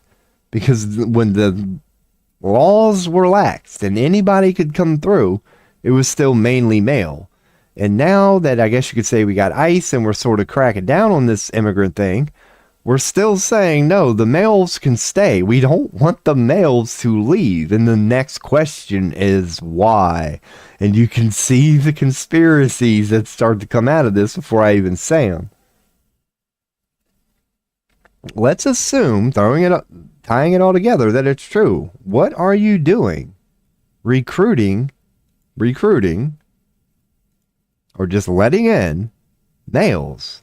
It would seem like you're recruiting an army to fight, wouldn't you? Like, why do you only want males? You could say it's they don't want the migrants reproducing. Like we're saying you can come in, but you can't set up and have a family here. So, we have to let one of two sexes in because we don't want to encourage reproducing. I don't know. Like I'm reaching here, admittedly, because I would think that would be, and perhaps it was asked in this meeting, a good question. Why is it only, not only is it migrants, it's a good question to ask, but they should also throw in there, and another thing, why is it all male? Can you answer that question for me? Like, what the fuck, dude? Is that not sexist? Oh, that was a good one. Like, why? Like, what's wrong with women? And I guess it doesn't. Age might not mean nothing. Like, maybe they'll accept boys because they did say male. They didn't say men. I say, yeah, man, that's what I say. Your boy can't get far without just running across some fucking bullshit here. Nothing they freaking tell us makes any damn sense. And you know how they're going with the divide and conquer here. They couldn't help but mention that this is a Democratic-run city. They can't help but mention that this is a blue state. So yeah, man, maybe that's why they're mentioning this month-old article, because this is just part of the divide and conquer. It's like they want the migrants hating the natural land-born citizens, whatever you want to call them, even though America's nothing but a land of migrants. Like they want to put the migrants against the citizens. They want to put the trans against the straight. They want to put the Dem against the blue, the red against the blue, the Dem against the Republican, the conservatives. It's just divide and conquer out the ass here. We're all human beings, but any way they can label and divide us, they definitely love doing that. Bill Maher. Another. Bill Maher, I don't think is a plant. Bill Maher is the perfect example I can give. Somebody stole a puppy. There's a puppy thief.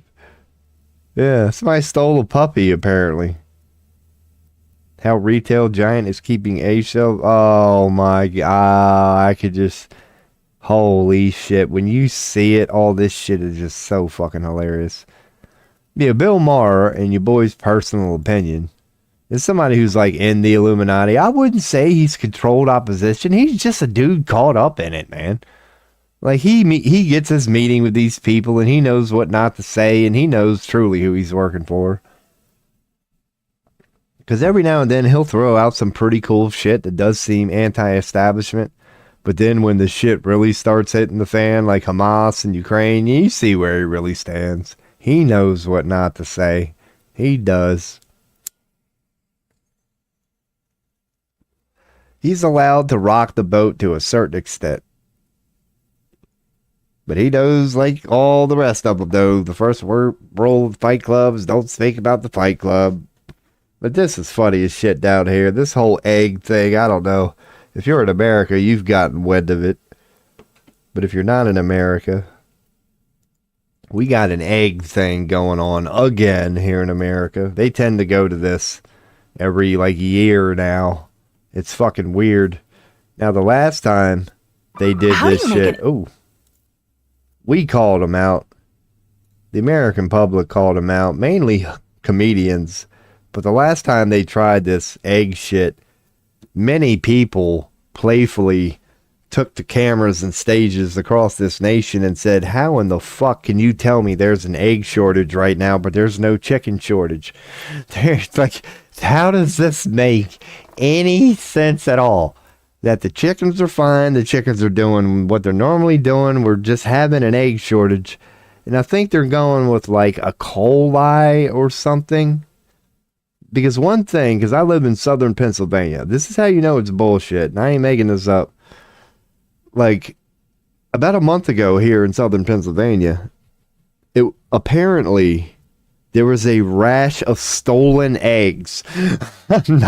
Luckily we have lots of local farmers, and they're all stepping in, going, don't worry, we've got plenty. Stop by at this address, and we'll give you this amount.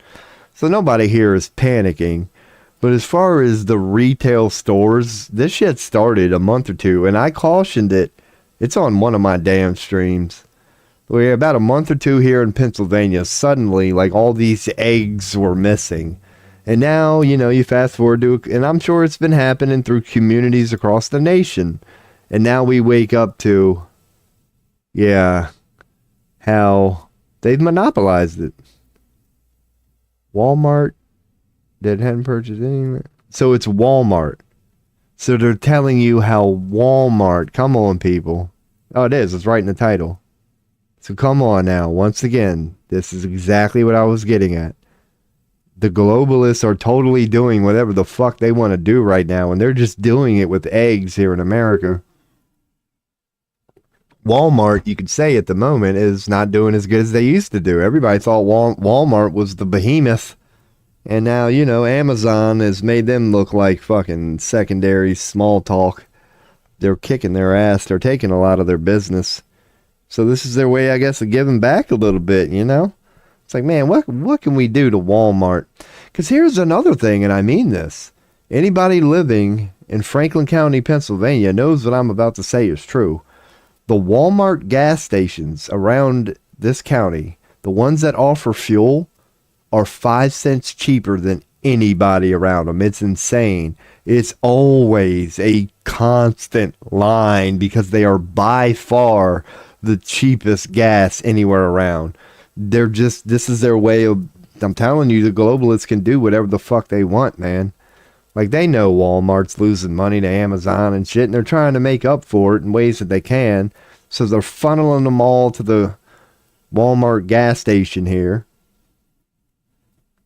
in Pennsylvania. Eggs are apparently showing up just short all over the place. And now even Fox News is telling you, hey, America, go to Walmart. Somehow they're not affected.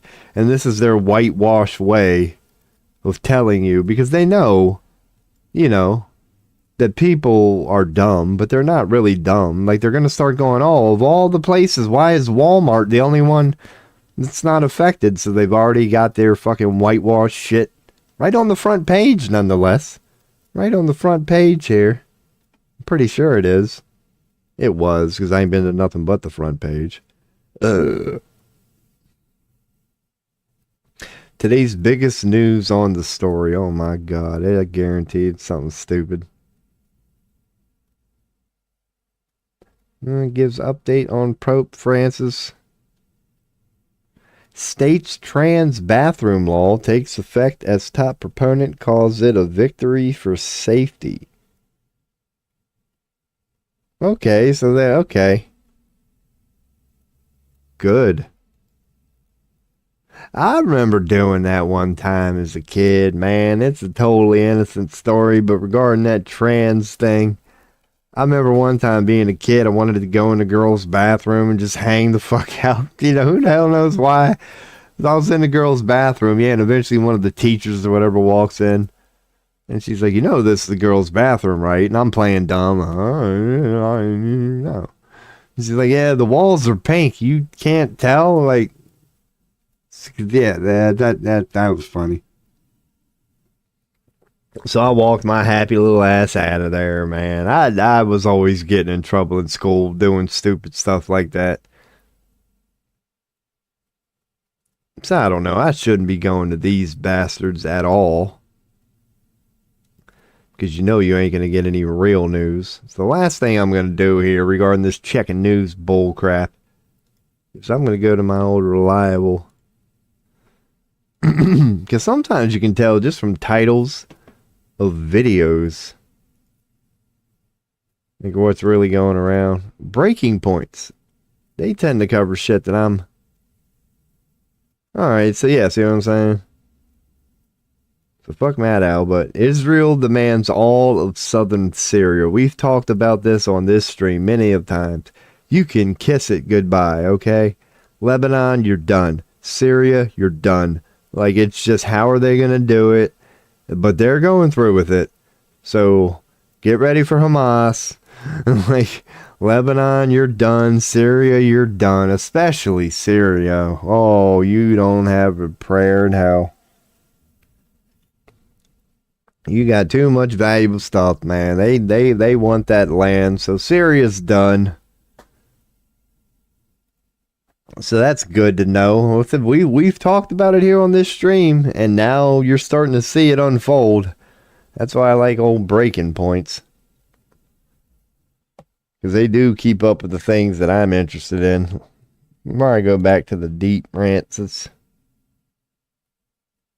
So once again, you can watch this yourself. Breaking points on YouTube. West Virginia got hit with some floods lately, and even though Trump's willing to give Elon $500 billion on the stroke of a pen, West Virginia, you're fucked. You're getting Katrina here.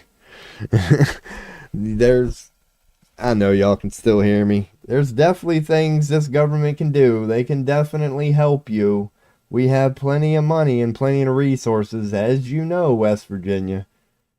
But our fucking savior in chief, Trump, he ain't gonna do a fucking thing about it, man. So good luck with your water. I don't know what this asshole's reason's gonna be, but this is pretty much what your boy's been saying this whole stream, man. The sooner you accept this is bullshit. Microsoft cuts AI data center spending. Please. AI is, unless they're just giving it all to Elon right now. Could be it. Bill Gates might just be passing the torch and like, look, I'm officially a philanthropist or whatever the fuck he's claiming he is now. But yeah, man, it's just more proof of what you boys been saying. Just, they're gonna get away with whatever they're gonna get away with, people. Ain't gonna be a damn thing any of us can do but sit back and watch. So you might as well enjoy the show. George Carlin's a good one to go to for that perspective, man. And I mean that. Your boy has to remind himself to get his Carlin on a lot. When it starts to piss you off, when you see what these people we've given the power away to, what they're doing with it, just be glad that you get to witness the freak show. Try to find a way to detach yourself from it. I know it's the fate of the world, so it's kind of hard to. That's why you got to throw the prophecy thing in there, man. Yeah. End times ain't going to look pretty. Where we're going is going to be worth it. But end times ain't going to look pretty, man. Like, and we are definitely headed straight for there. Because that's the part that, I mean, I'm telling you, World War III is inevitable. It really is. It really is. Because the question that I was about to ask is, how long do you think the Zionists, Netanyahu, Israel, and the United States, Trump, can get away with this bullshit? Like, they didn't even technically get away with Palestine. Like, they got away with it. It went through the way they got what they wanted. Total destruction of Palestine. That land now belongs to Israel. They got what they wanted. Ethnic cleansing and genocide. But they're not stopping there, clearly. They're going north. They're going north to Lebanon and Syria. They're next. I wonder what the reason is going to be. Because as horrible and as bad as that whole Hamas shit went, and hopefully expose them for the bullshit fucking problem, reaction, solution assholes they are, what is going to be their reason for Syria? They can't do this Hamas thing again, can they? Are they going to get so lazy to say something like, well, Hamas had to retreat somewhere, so they went to Syria? Like, that would be the low-hanging fruit, just simplistic way of doing that. They could create another one, but I doubt it. So what is going to be their reason to go into Syria? Because we already, I don't know, they'll think of something. You could use black ops and, no, I don't know, even regime change will not explain a complete takeover of it. Maybe that is their plan for Syria. It's just going to be regime change. You know, where they don't Palestine to some bitches and completely level everything and go, okay, reset time. That they just walk in, take over the government and go, okay, reset time. But it might not be Palestine sort of thing.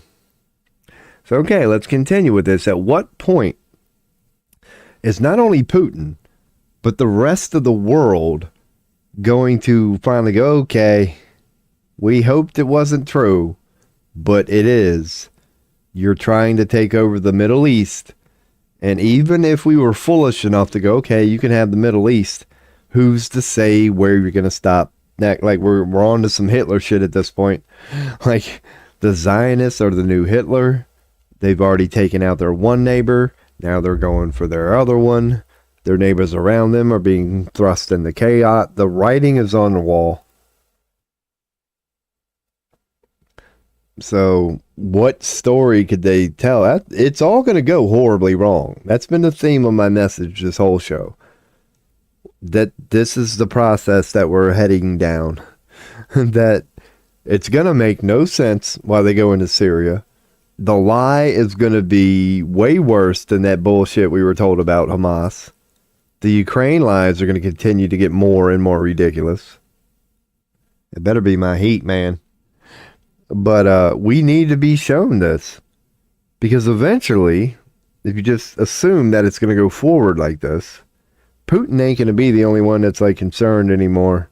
Like, people of NATO and of these secret societies are going to have to start really speaking up. And they're going to have to start calling these Zionists out. I hope they don't say Israel. If they do, they're going to say us, because it's our military they're doing it all with.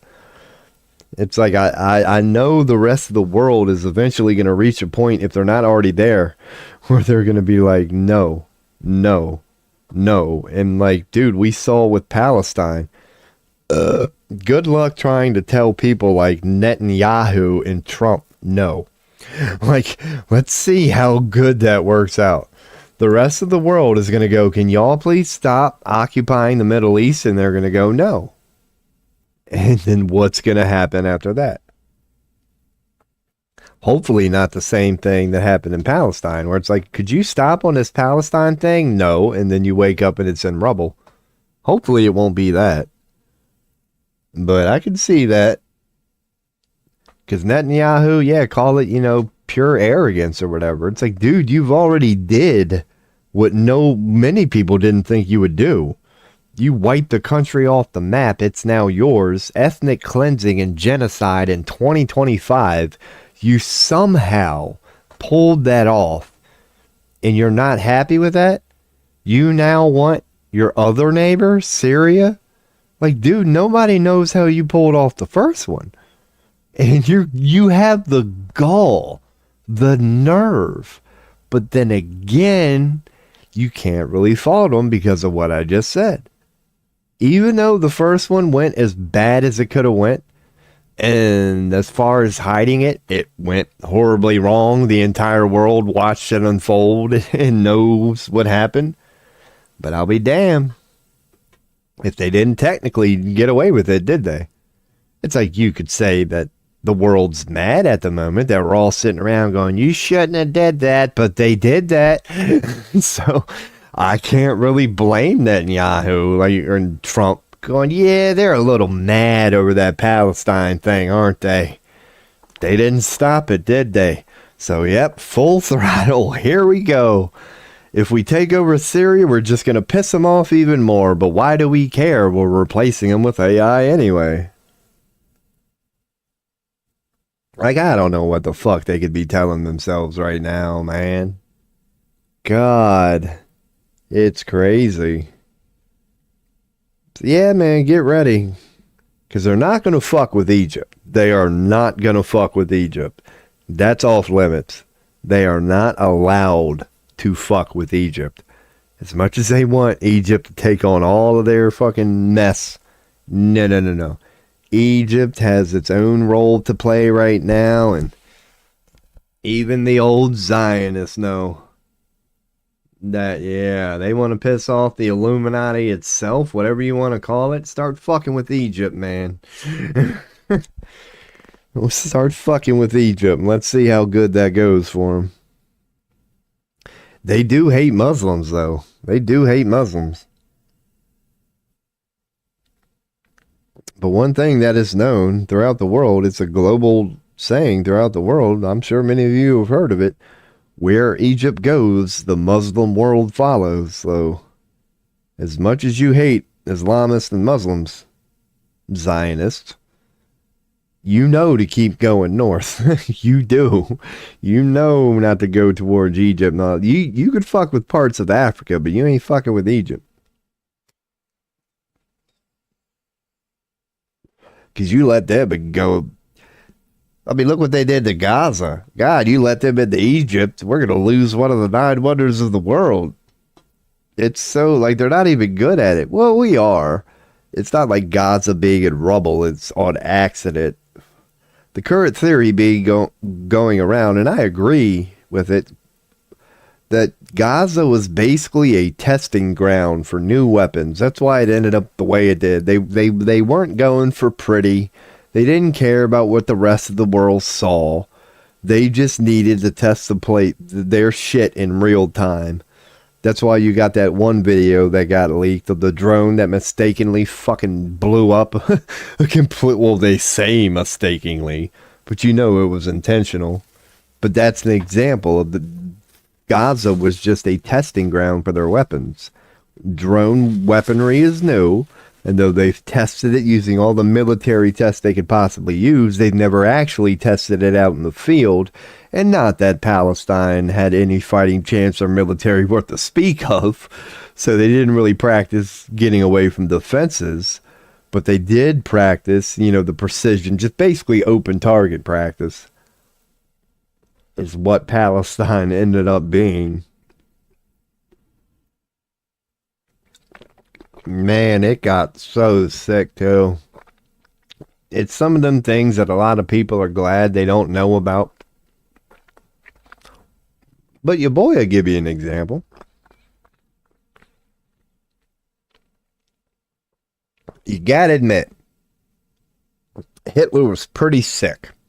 I think we all can agree Hitler was a sick son of a bitch. Did even Hitler send in a food truck? This is documented, people. Did Hitler send in a food truck to starving men, women, and children, knowing they're going to come out to the food truck, baiting them to come out to the food truck? And when these starving people came out to get some food, you open fire. I don't even think Hitler was that sick.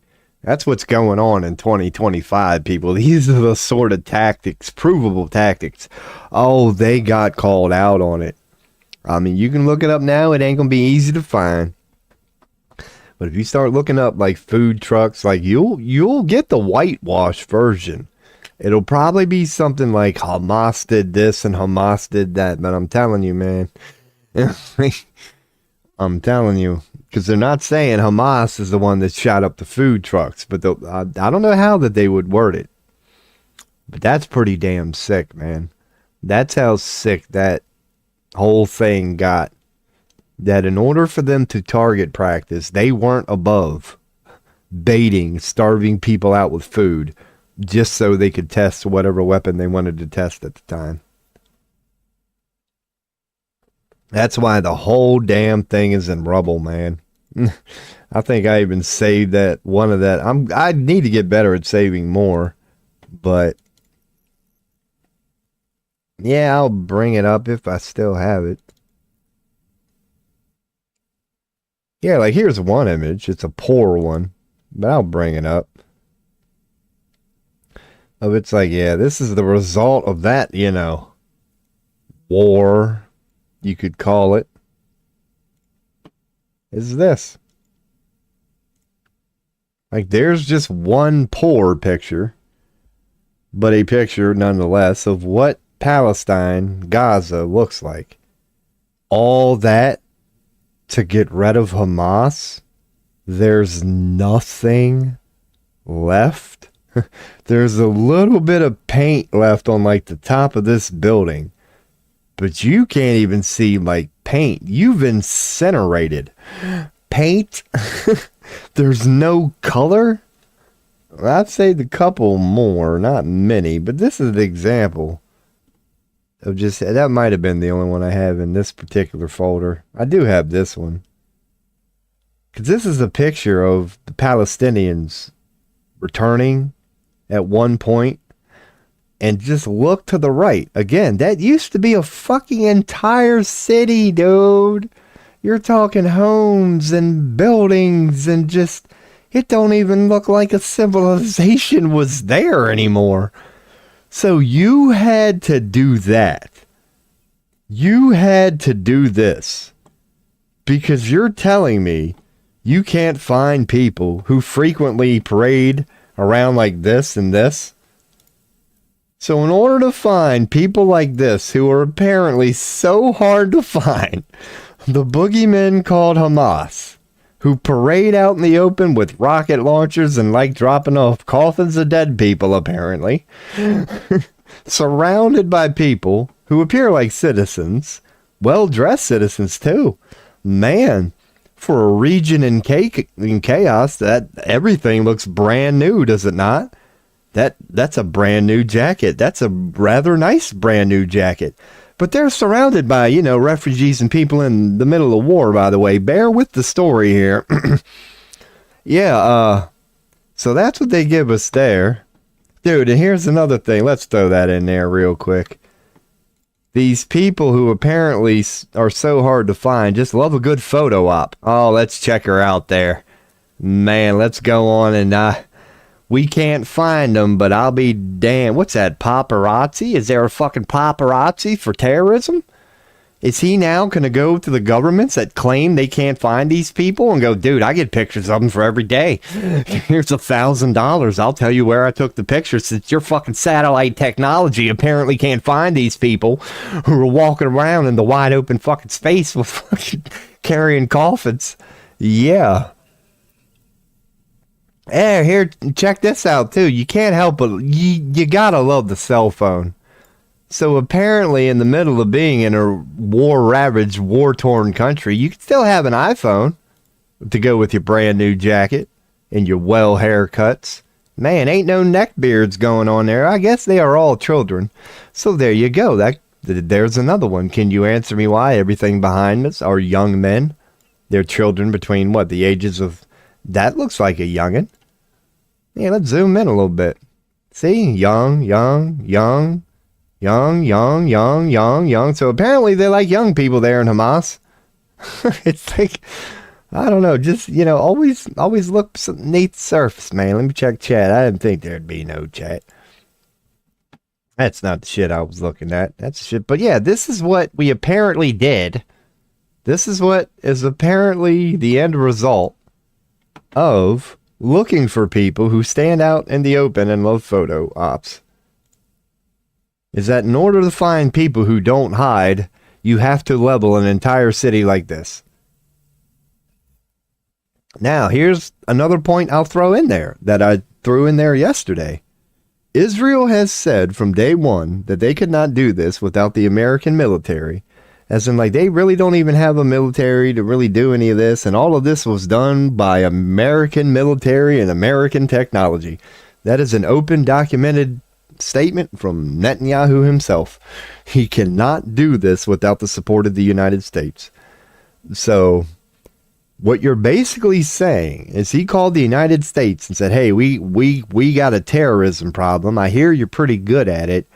Can you come over here and help us out with Hamas? Dude, America, you're telling me this is the good as we can do? Now, I admit, we screwed up Saudi Arabia pretty bad. We screwed up Afghanistan pretty bad. But America, aren't we supposed to be good at this eliminating terrorism shit? So if Hamas was in Palestine and our job was to eliminate them, would you call this a job well done? Now, granted, you eliminated Hamas, but you've also eliminated an entire country which is no longer recognized on the map. How are we impressed by that?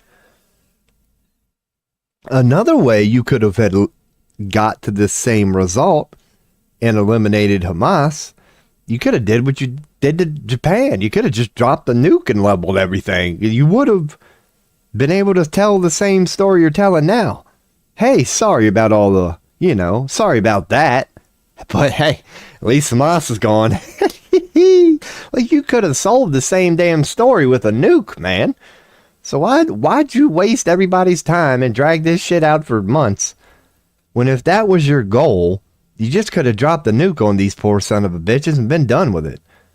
So we went in to eliminate Hamas, these people that apparently you can't find, but masquerade and parade around all day in front of cameras and young men, apparently. You have to level an entire city to the point that it's barely recognizable that human beings are even there. But at least you eliminated Hamas. So yeah, man, that's what I'm saying, Syria. You better hope to God they treat you with a little more respect than they treated Palestine with. Now, Syria is a well put together country. Let's go to the browsing thing here. Yeah, Chrome ain't even up at the moment. It should be now. We're good. Yeah, let's check out how Syria looks as a country, because this is going to determine, in your boy's opinion, a lot of, that ain't looking too built up yet. Oh, man, y'all might be in for some shit. Syria, it's been nice knowing you, man. Y'all been pretty good people on this planet. You tried. What could we say? Oh, man, this ain't looking too promising for y'all. This is how Syria looks. Oh, they'll blow you some bitches up in a heartbeat, man. They can't make no money off of this shit. You're done. Bye. Yep. Did they already blow you up? Like, what the fuck? This looks awfully similar to the... Wait, we're saying we're sitting here waiting. When are these images from?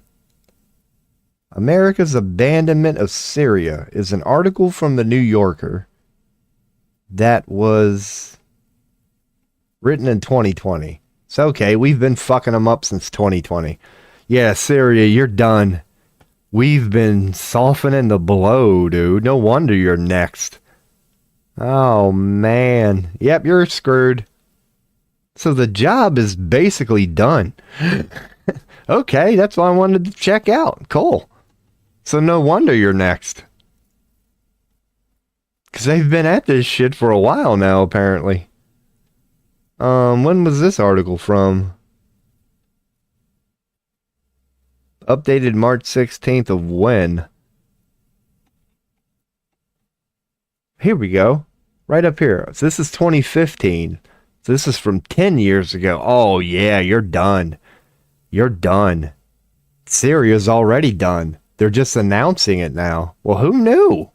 Wow, okay, so that job is already complete. Syrians probably know it. But dude, there ain't nothing left of your fucking country. What the hell's been going on over in Syria for the last 20 years? They've been systematically blowing this son of a bitch up. That whole country's fucking gone. It used to be a country. Once again, if you wonder what end times looks like, here's pictures of Syria. Here's what used to be Palestine. If you wondered how end times would manifest itself, behold humanity. This is what it looks like when we kill ourselves, when we extinct ourselves, when we destroy ourselves, and we just sell a good enough story. This is what it looks like. So they don't even need to do nothing to Syria. They just need to do what they're doing now. Announce it to the world, come up with a remotely good reason. This is the only thing that looks like something they would want to preserve. What's this from? What is the date? Kids.National Geographic. Oh, that's good. So at least they're not showing the kids. What's Syria? I don't know. If you look at that, that's going to be one I can't. But it looks like to me that this area, probably where the rich people live and the politicians, was kind of left untouched, but in the back looks a little dirty and perhaps fucked. Yep, old Syria, man. So, now that we know that, let's do the next thing here. Dude, why did you remove me from Syria? I already had it up. You should have left it up. So now that we know what they're doing, let's check out what they're telling us. So there's their new plant. Oh, they suddenly have a new leader. How convenient. So who's this fucker that they've already mafia'd in there? From jihadist to president. Oh, okay. So they promoted one of their terrorist guys. This is getting good. So let's look at this guy here. This is going to tell you an awful lot. So he's the guy who they gave the keys to right before they go in and just take that bitch over. So now that they got their plant in there, let's check out the official whitewash. Oh yeah, I know when I look at him, the first thing that comes to mind is Muslim. Okay, so y'all just got Zionist. There we go. So we got an obvious Zionist plant running Syria now. And what's their... Yeah, that's not... Come on now. That ain't no Ahmed Hussein al... I know. Dude, this is coming from a white guy, and you ain't fooling me. Also, here we go. Also known by the... Okay, not... Abdul Muhammad... Let's see what the reference is on this. What reference was that? C? Where? I do know. I don't even know how to look this shit up. Where's the damn C? Anyway, that's probably nothing. Born in Rida. Oh. Yeah, so he happens to be born in the capital city of Saudi Arabia. Okay. So he's probably got Saudi royal family connections, but I don't know. How Muslim is he? The Sunni Muslim family. So he joined Al Qaeda CIA creation. Okay, he's CIA. He's got ties with the CIA. He fought in the Iraqi insurgency. So, which was a damn near decade-long insurgency shortly after the invasion. Okay, so he's already new to this regime change, or he's already experienced with this regime change thing. We came in and removed Saddam because he didn't want to play ball. So you got your first experience of new regime. American forces captured. Please, American forces captured and imprisoned him? No. No, he served his tour and that was his vacation. He came back home. His release coincided with the Syrian Revolution. How fucking coincidental. So they released him when the Syrian Revolution started, so he could handle that. Oh yeah, it's becoming 100% clear why he's the guy now. So he created this in support of Al Qaeda. So he's not a stranger to overthrowing presidents and being a terrorist himself. Okay, so he's admittedly good at terrorism. Okay, well, there you go. There's the new president of Syria right there. Looks like he has ties. He might be Muslim. He's either 100% Zionist or the story is true. Once again, this is Wiki. According to the Wiki, then he would have royal Saudi family connections and be employed by the CIA since, yeah. And once again, the whole coincident thing. He served his purpose in the regime change for Iraq. He took his little break. He wasn't in no prison. Come on now. He was living it up, man, for a job well done. And then they said, fuck, we're going to need you again. He got the call. So they told the world they released him from his terrible prison. And then he led that, apparently. And here they're saying as of recently, he played a key role in the 2024 Syrian opposition offensive, which led to the fall of the Assad regime. Exactly. The Assad regime is the regime that didn't want to play well with the Zionists. That's why we've been smearing Syria over here for decades now, because they wanted to remain as sovereign as they could, and the globalists said, okay, Assad, we'll get you. That's what fucking Saddam did too, man. It wasn't about how he was treating his citizens, because that's what's cool about in 2025 now. I had somebody from that part of the world on one of my streams about a month ago, and their answer was what I kind of expected it to be. I was like, what was your real opinion on Saddam? Because I know here in America, we were told that y'all hated him and he was so bad and you couldn't wait to get rid of him and you just couldn't get rid of him on your own. That's what we were told. What they told me is the population was pretty much split down the middle. That there were some people that couldn't stand him and couldn't wait for the Americans to get there and thought he was the problem. And then there were other people who were pro-Saddam, who didn't want America anywhere here. They admitted he wasn't perfect, but they had a feeling they just wanted to be left alone and they could deal with him themselves. That's what I was told by somebody. You can look it up. It was a stream. I don't even know, man.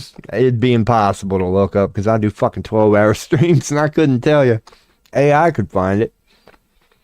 But yeah, man. So yeah. Look at that. Any symbolism behind him? No. No. Okay. So,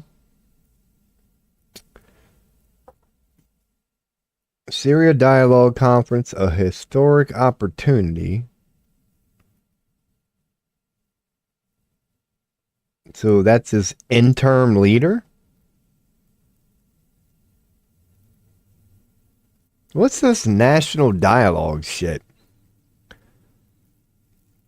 So he's a temper. So yeah, they're just using him like they used him with the other ones that we just read about. He's admittedly just temporary and there to do what he did on the other ones. He's going to be there for a couple years to ensure the transition of the new Zionist regime goes smoothly, and then he's just going to dip. It's not even his country. Syria, they gave you a leader, and they're not even hiding it. You're a de facto leader. I guess that's a little more polite to say than fucking rent a leader. Reiterated his pledge. Here we go. To deliver a democratic political transition as talks on the country's future opened. Isn't this what I've said? This is what I say my whole stream, man. Why do humans do this? So we can look at Syria as an example. This is the flaw of government itself. The Syrian population, and they tell you this is the flaw of government itself, has no choice but to sit around and wait for one man to decide the entire country's future. Why we ever create a government is beyond me. That's what happens when you give your power away to the few. Well, now you have the few. He's called one, and he's about to do what government, and we all ask for, is going to do. Don't worry, Syria. He's about to go in and decide your fucking future for you. You have no say in this. But yet, you're free. And they tell us all that. So he urged his countrymen to unite and pledged to establish a transitional justice body, who gives a fuck, aimed at guiding the country's political, years, no crap. So it's like it is here in the state. It was a pep rally where he's just going to say, he's going to put it in very general terms. I'm here to look out for your well-being, and he's not actually going to say what his plan is. He's just going to word it like, trust me, it's all good, and he's going to leave it at that. Here's an example. I urge all Syrians to stand united and hand in hand to heal the wounds and wash away the pains after decades of dictatorship. What the fuck? Like, again, what does that mean? Politics 101. Over the past 2 months, we have worked on pursuing those who committed crime against Syrians. Okay. So that explains a lot right there. Syria got problem, reaction, solutioned too. There was a bad guy. You had to react, and here comes the solution. So you all got hit with the terrorism thing too. The unity of arms and their monopoly by the state is not a luxury, but a duty and an obligation. More So he's definitely got the Saudi royal families around him. So that's, I guess you could say, confirmed. Plans for the conference have been in flux, so he didn't really say anything. So basically what he's doing is just trying to assure the Syrian public, and I'm sure they're not falling for it, that this takeover, regime change, is going to go smoothly, and yeah. So it seems like since Syria is already pretty much destroyed, that their method of going in to take it is going to be what I said before I even started looking into this, is regime change. They're not going with the war on this one. They're just going with the regime change. So Syria, you're probably not, you've already went through it the last 20 years. I just saw pictures of your country.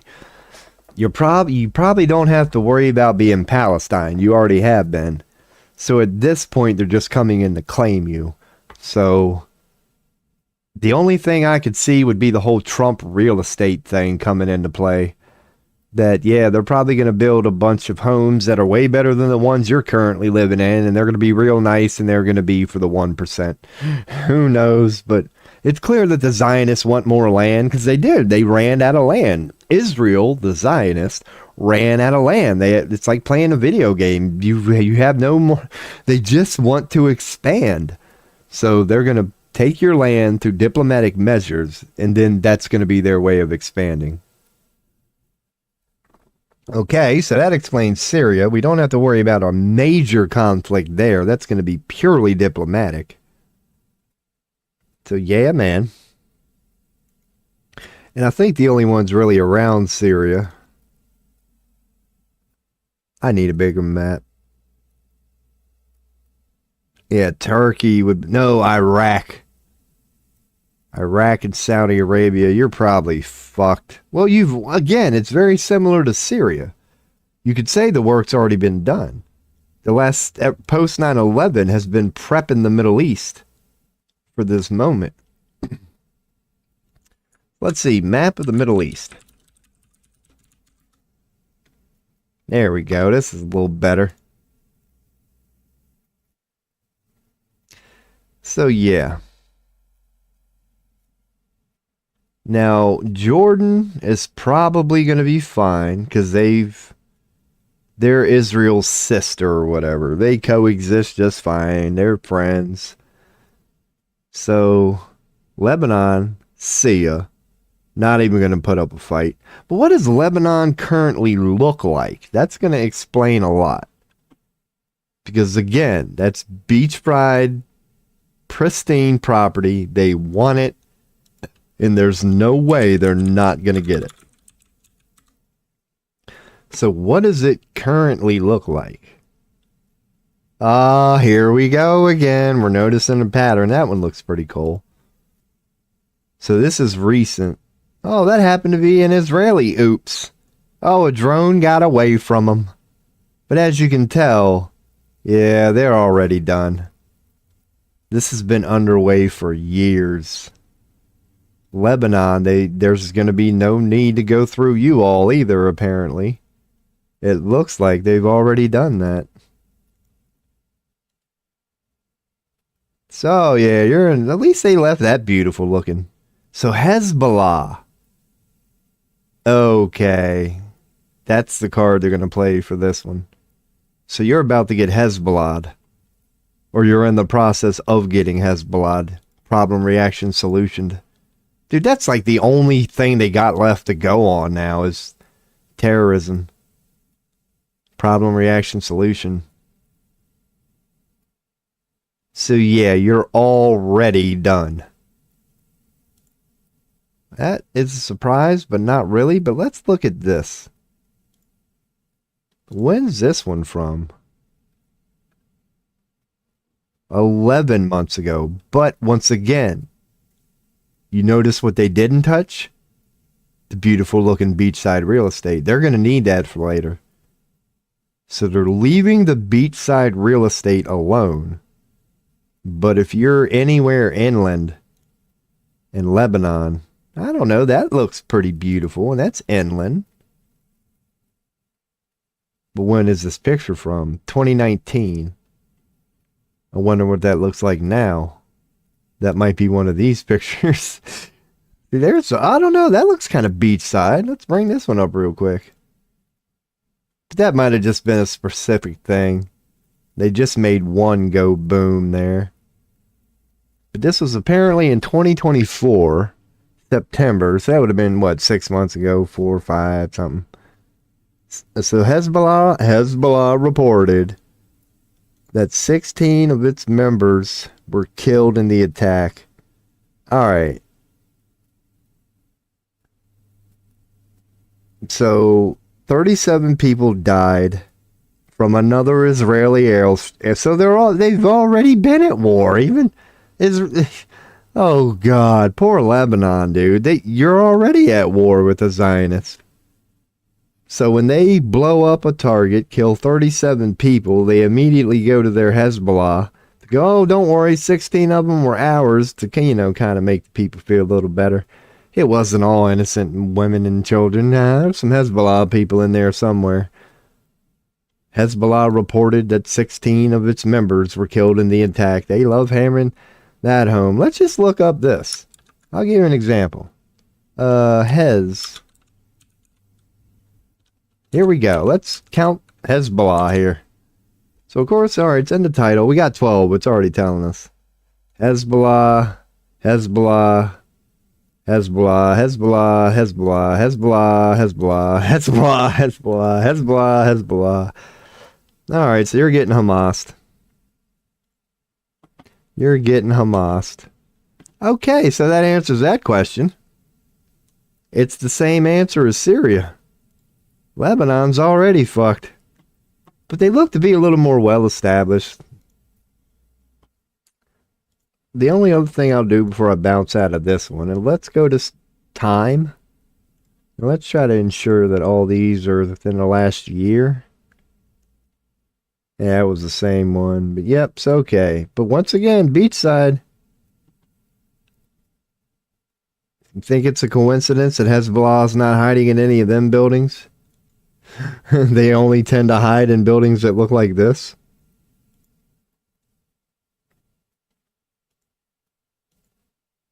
And it's all Israel.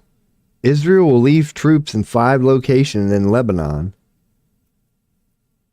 So yeah, they're not... When was this article? 8 days ago. So they're already in there. Israel will keep troops in several posts in southern Lebanon past the February 18th deadline. So they were told to withdraw by the 18th. And like they normally do, old Netanyahu and them, they just say, we don't care. So yeah, they're staying. So apparently, yeah, once again, America, this is how you know the announcements they even give you are bullshit. Look at this part right here. Making sure people can see it. Here we go. This part right here says under a truce deal, and here's a link to the article, brokered by Washington. I'm assuming they mean DC. So the U.S. told all of us to make us feel good way back when. Hey, we got a truce deal. We got a truce deal. We done stepped in and told them that they got to get out by February 18th. Well, here we are, February 25th. And they, see what I'm saying, America? It's all rot. Even when they tell you they've done something, don't worry, it's handled. They still don't follow through. We need to remain at those points at the moment to defend Israeli citizens. So Israel, not only is Hamas coming out to get you, Hezbollah's coming to get you. Like, dude, now they're going to do the same fucking thing here.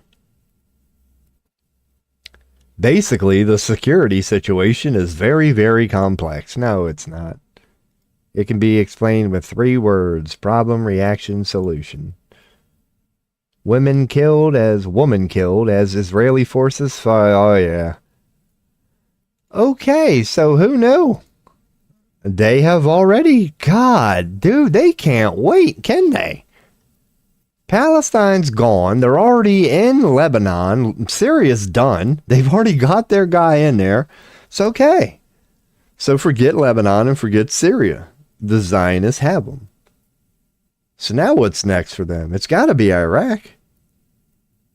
It's either going to be Iraq or Turkey or Saudi Arabia. But they've already got Saudi Arabia. Who knows? I don't know. No. Who knows? I'm guessing Iraq because they really want Iran. That's their public enemy number 1. Well, now that they've got Palestine, they've always hated them for personal reasons, but Iran they hate for a whole different reasons. Man, probably because of their land, their location. That's a great place to be if you want to control all trade in this area. So yeah, they're just encroaching on Iran. So unless the Saudi royal family gives them a backdoor deal through Iraq, they're going to be after Syria. There's really no need in going for Turkey. Because then you start getting near white people territory. And yeah, the British royal family and that whole mafia, including Italy and, the Vatican, you ain't going any farther than here, Zionists. You and I both know it. You better not try to go any farther than down here. But over here is still fair game. Over here, and we all know Afghanistan's been primed. They're not going to be allowed to touch India or Pakistan. Okay, so that's cool. Fucking hell, man. So that's what's going on in the Middle East situation here. I mean, it's going to take months to play out, but you heard it here from your boys. So, you know, you can just sit back and enjoy it like George Carlin for the next month or two, because I can promise you that's exactly how it's going down. I mean, you can tell just from what I went through, that's exactly how it's going down. They've been systematically picking apart Lebanon and Syria for at least 20 years now. The job is basically done, and they figure now's as good a time as any just to go in and fucking stake claim to that shit. Now, they still have to, you know, Hezbollah it and things like that, but they're certainly not promoting it like they were in Hamas. I don't care what part of the world you're from. Every day you woke up and heard about the atrocities of Hamas. But they're really not doing that with Hezbollah. They're just keeping that to the region. But they sold Hamas to the whole damn world, man. But I guess they kind of had to, because they knew their intention with Palestine was to wipe it out. With Lebanon, they're going to keep the borders. They're going to keep, like, the map ain't going to change. I don't know. They're getting pretty bold, but I doubt it. I think they're just going to walk in, claim it, and it's going to remain Lebanon, and the borders are going to remain there. But we all know who runs that bitch now. And I can see them doing that with Syria, too. So that could be why they had to sell Hamas extra hard, because they knew they had no intention of even keeping Palestine on the map.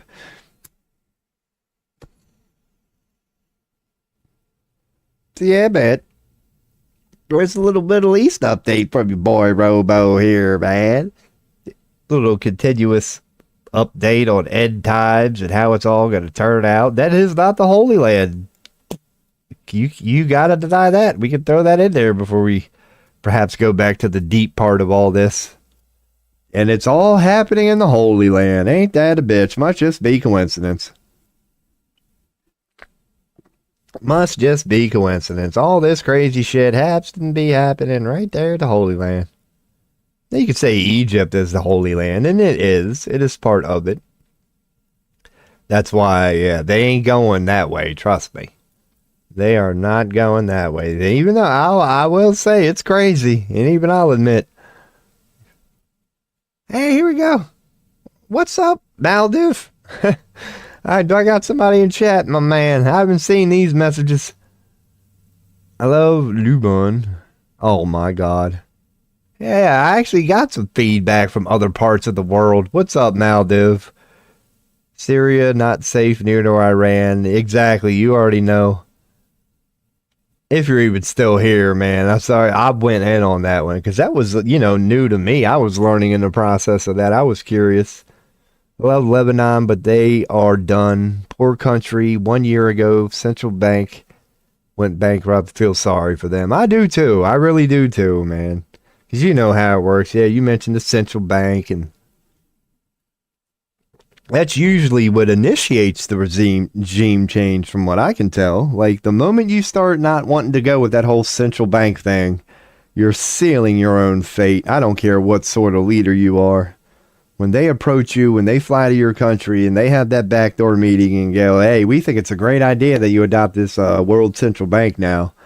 I don't care if those leaders know it's a bad idea or not. You can't tell these people no. Because they're not going to be like, well, bye. But I'm assuming it's going to be like a mafia meeting where they're going to be like, I highly recommend you reconsider this. Do you not know who we are?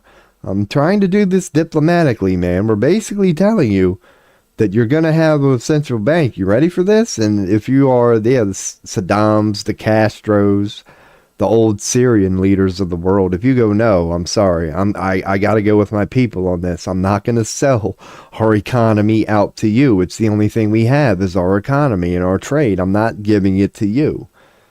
That's when you would think even these leaders know, when those Zionist, Americans, British, whatever, when they leave those meetings, they have to know, here come the terrorists. They know what's going to happen.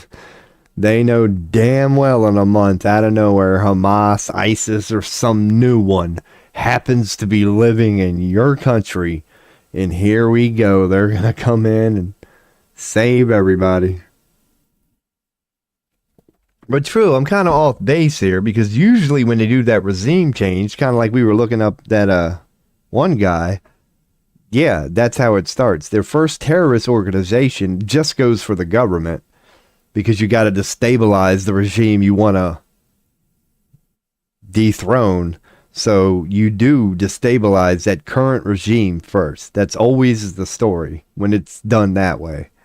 That the first terrorist organization is the one that uprises against the government and seems to be for the people. They get the people riled up and these people gotta go. So they set the stage, yeah. And then they go in, they forcefully remove that person.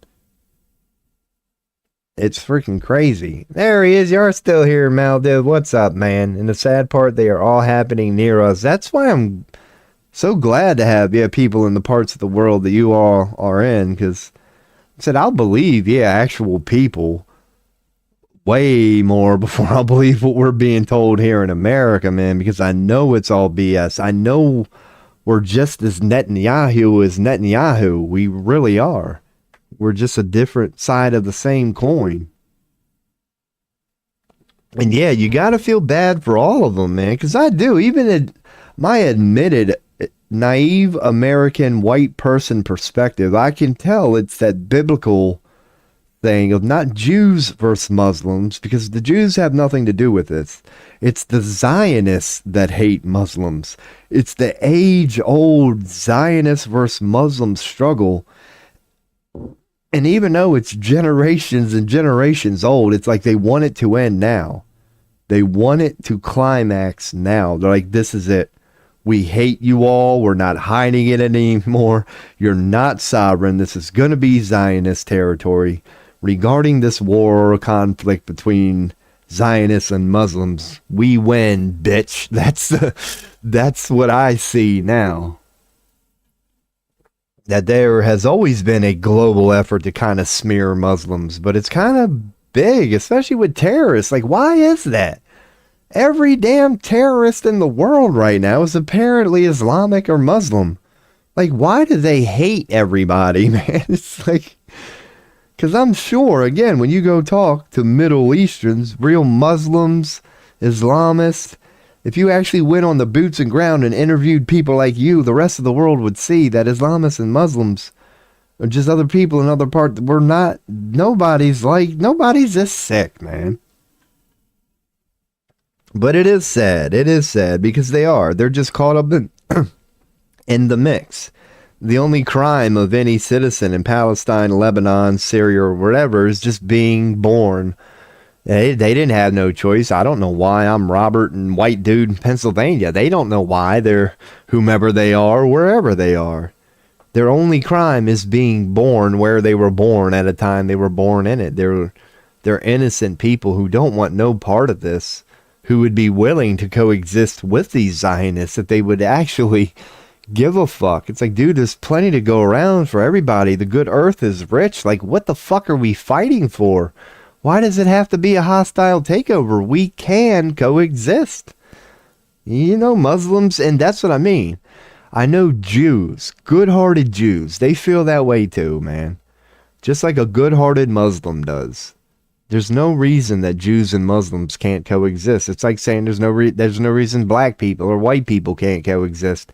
Any walk of life can't coexist. We can and we want to. Because, yeah, man, it's like it. Yeah, I was actually surprised. I'm sure you know way more about it than me, but I didn't know that their systematic dismantling of Lebanon and Syria was this far underway. Basically, mission accomplished at this point. They've been picking them apart using this terrorism thing and Hezbollah, and yeah, it's all the Muslims. Let's save everybody from these evil Muslims, and who's going to come do it? First it was, the American. What is the Israeli story? Because from the articles I've been seeing, they're not hiding. They're saying they're doing it to protect Israel. That's why they're encroaching on you guys, just to protect themselves. So they are going with the Hezbollah thing. Because Israel has to give the rest of the world a reason why it's continually forward. If you're defensive, how do you explain this forward shit? That's not the nature of being defensive. And so, that's how they're doing it. It's that pre-crime stuff, I guess. So yeah, man, but I don't know. I guess you could say, hopefully we can say, Maldiv, that the worst is over. Because yeah, you've been pretty much saying it. We just saw it from a lot of them pictures that hopefully the worst is pretty much over. Hopefully you almost hope they just walk in and sign the treaty at this point. It's like, can we stop this Hezbollah thing and killing of innocent people for no reason? It's like, do you want it? Fine. Take it. Like, what? So hopefully all that's over, because where's all this going to lead to? Because I'm sitting here picking it apart, and many people such as yourself know about it. But it's like, at what point is the rest of the world going to pretty much collectively agree on this? Call it a conspiracy theory, because it is by nature. It's like, who is trying to take over the Middle East? Why? They appear to be coming from Israel, and like that's definitely the story being told. At what point is the rest of the world finally going to go, okay, we have to stop saying this is how it may appear to be and start saying this is clearly how it is? And then what would be the next step? How do you stop something like that? Because you know Israel, the Zionists, are going to continue with problem reaction solution. I'm assuming, for example, it's always going to be, oh, well, what about the terrorist? We have to reach a point where that's not good enough for us anymore. Because they're going to go into Lebanon like they are now and go, well, what about the terrorist? They're going to go take over Syria like they are now. And that might not be... That's regime change? Yeah, that's the only other option they could use. But I wonder, at what point? And then you could say what would be done at that point. And who knows, man? Who knows? But that is, it is sad what's going on in that part of the world. But let's bring it back to prophecy, man. It shouldn't be a surprise to any of us. Guess what? The Holy Land's at war. The Holy Land is in full-fledged war. That is crazy. Yeah, that really is crazy. Because you do got to admit, man, like, that is crazy. Like, that was supposed to be, Mecca and all that stuff, and it's like, those were supposed to be that part of the world. No matter how bad the rest of the world got, you were never supposed to lose sight of a little thing called faith. That was supposed to be our shining example of that. And I'll be damned that they said, let's suspend. Yeah, you have the Holy Land itself. Instead of telling its people to go pray at all those powerful mosques and things they do, they're now telling them to cock the gun and get ready. And they're actually answering the call. They're going, yeah, that praying shit can wait. Let's go to war. The Holy Land is at war. It's biblical. It is. But yeah, man. So that's what they're telling me here in America. I try. I really do try. I'll start looking into this shit. And because it's the same thing every day. I mean, I say it all the time. Like, let's see how Elon is kissing his ass. Let's see how Trump is blowing smoke up his ass. And let's see how they're smearing Muslims and Islamists. And it's the same shit every day. So when I click world, let's see, according to America, and the Pope being sick is being given. So trapped in Gaza, residents speak out as Egypt blocks exit, rejects Trump's relocation plan. Good on you, Egypt, because that's exactly what's going on. The Zionists have created, thanks to ethnic cleansing and genocide, millions or hundreds of thousands, probably millions of displaced Palestinians who literally have nowhere to go. Like, they have nowhere to go. They have nowhere to go. And Netanyahu, what religion do I believe in? All of them. I think there's truth in all of them. But yeah, it's funny how Netanyahu has the gall to ask his neighbors to take on these Palestinian refugees. Maybe that's what Lebanon? No, not Lebanon, because that's beachside property. They're probably going to send them to Syria. Guarantee you that's going to be part of the regime change. That little bitch motherfucker we saw earlier, the new rent a leader from Syria, I guarantee you that'll be part of his package. Hey, we're willing to take on the refugees because Egypt ain't going to fucking take them. They shouldn't have to. And I'm not saying it because Egypt is wrong. Egypt is sending a rightful point. We're not going to clean up your mess, dude. You created this mess. You created these refugees. We got enough problems of our own. Like, you worry about this. So good on Egypt for telling Trump and Netanyahu, no, we're not taking on these refugees. Because it's not that they're saying that. They have taken on, like, thousands of them. They're just not taking on anymore. They're not taking on all of them. Like, dude, we've taken on plenty. Can y'all help us? That's really what they're saying. Because Egypt, as you know, they know what they're protecting. They know what they're sitting upon. They have to just stay out of it. The fact that the Zionists are even trying to drag them in it shows you just the arrogance of these fuckers at the moment. Oh, so let's hear this. This is a United States article from apparently a day ago. Students at an elite New York City college expelled for disrupting class that threatening Hamas propaganda. See what I mean? You can't get away from this shit here in America. So what did they say? 2 college students in New York. Can y'all see it? No. Bring it up. Here we go. So yes, sir, Amaldo, I believe in all religions. I believe there's some truth to all of them. So, yeah, I've already read on a post in X, 2 people said the Bernard administration, however, has historically been hostile to those support of Palestine while wielding okay, so, yep. So this is what goes on in America, my man, the land of the free. This is how deeply the Zionists are entrenched. 2 students, according to this article, from a New York City college, which college? Barnard College, were expelled, disrupting a first session. Okay, so what did they do that disrupted? All they did was go to X and said they showed a little support for Palestine. That they said, hey, man, like, you've been a little hostile to people who support Palestine. So they were trying to stand up for Palestine.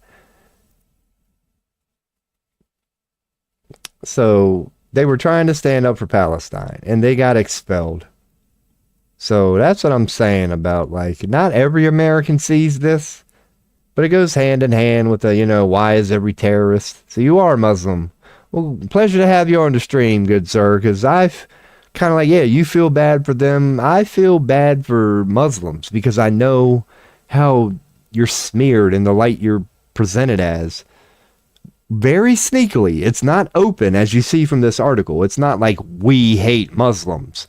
But I see it. It's that anytime you go, hey, Palestine, that's kind of sad, you're expelled. You're not allowed to say that in a place of education, dude. If you don't go along with the narrative here in the United States, you are expelled. You're told you're the bad guy. You are outcasted by this Zionist-owned whatever of ours. So Israel's ambassador slams the UN's silence on Hamas. Well, think about that. Because you got to admit, man, from a global perspective, yeah, NATO, they've voted and showed their support. Like when it came time to vote whether or not Palestine was going to be a part of NATO or not, look it up, people. 90-some% of NATO said yes. They were like 3 or 4 no's. Israel, the United States, and there might have been 1 or 2 other countries who disagreed with Palestine being a part of NATO. But Palestine is no longer here, so that never got a chance to happen. But NATO actually approved for Palestine to be a part of them within the last year before the Zionists went and said, nope, We're just going to go on and eliminate them. So that's what this article is showing you. That Israel's ambassador is mad at the UN because they called him out on this Hamas bullshit, as the rest of the world did. Like, they're even now, this is what I mean, but be careful about what you believe in. This might all be part of their, Illuminati psychological warfare. But the UN does not appear very happy with the Zionists, aka Israel, right now.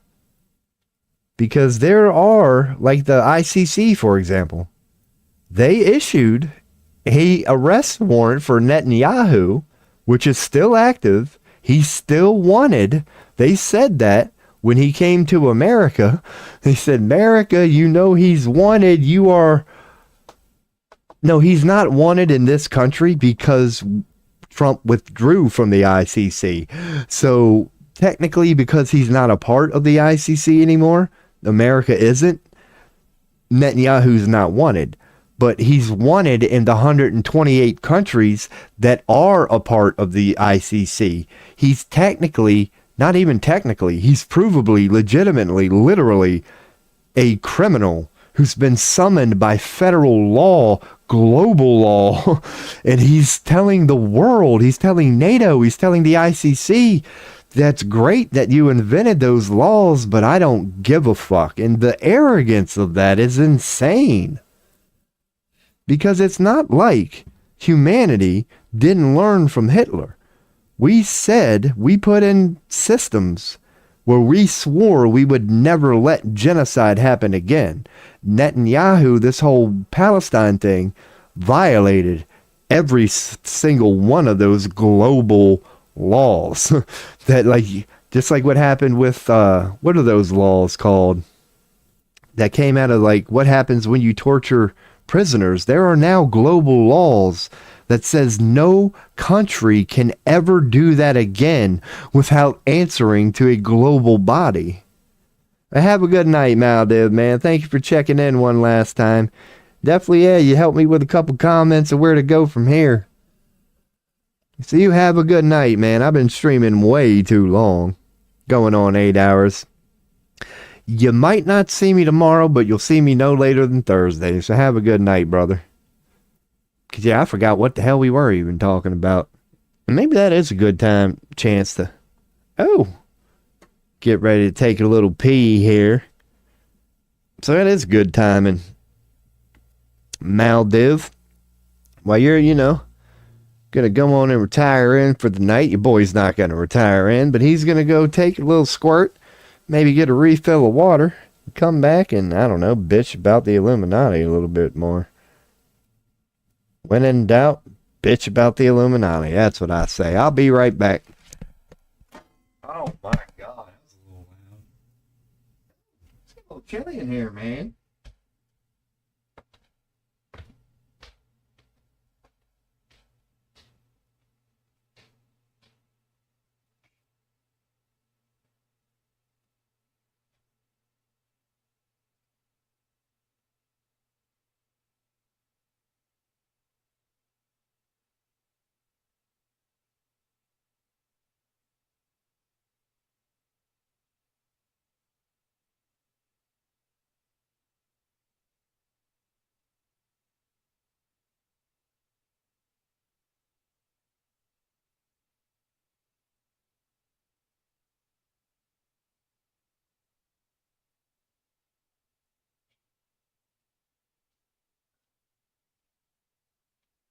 And getting her done. Getting her done. I'm halfway tempted to make some coffee, and that is not a good idea. But she's getting low, man. Ooh. Alrighty. We are back. Back in action.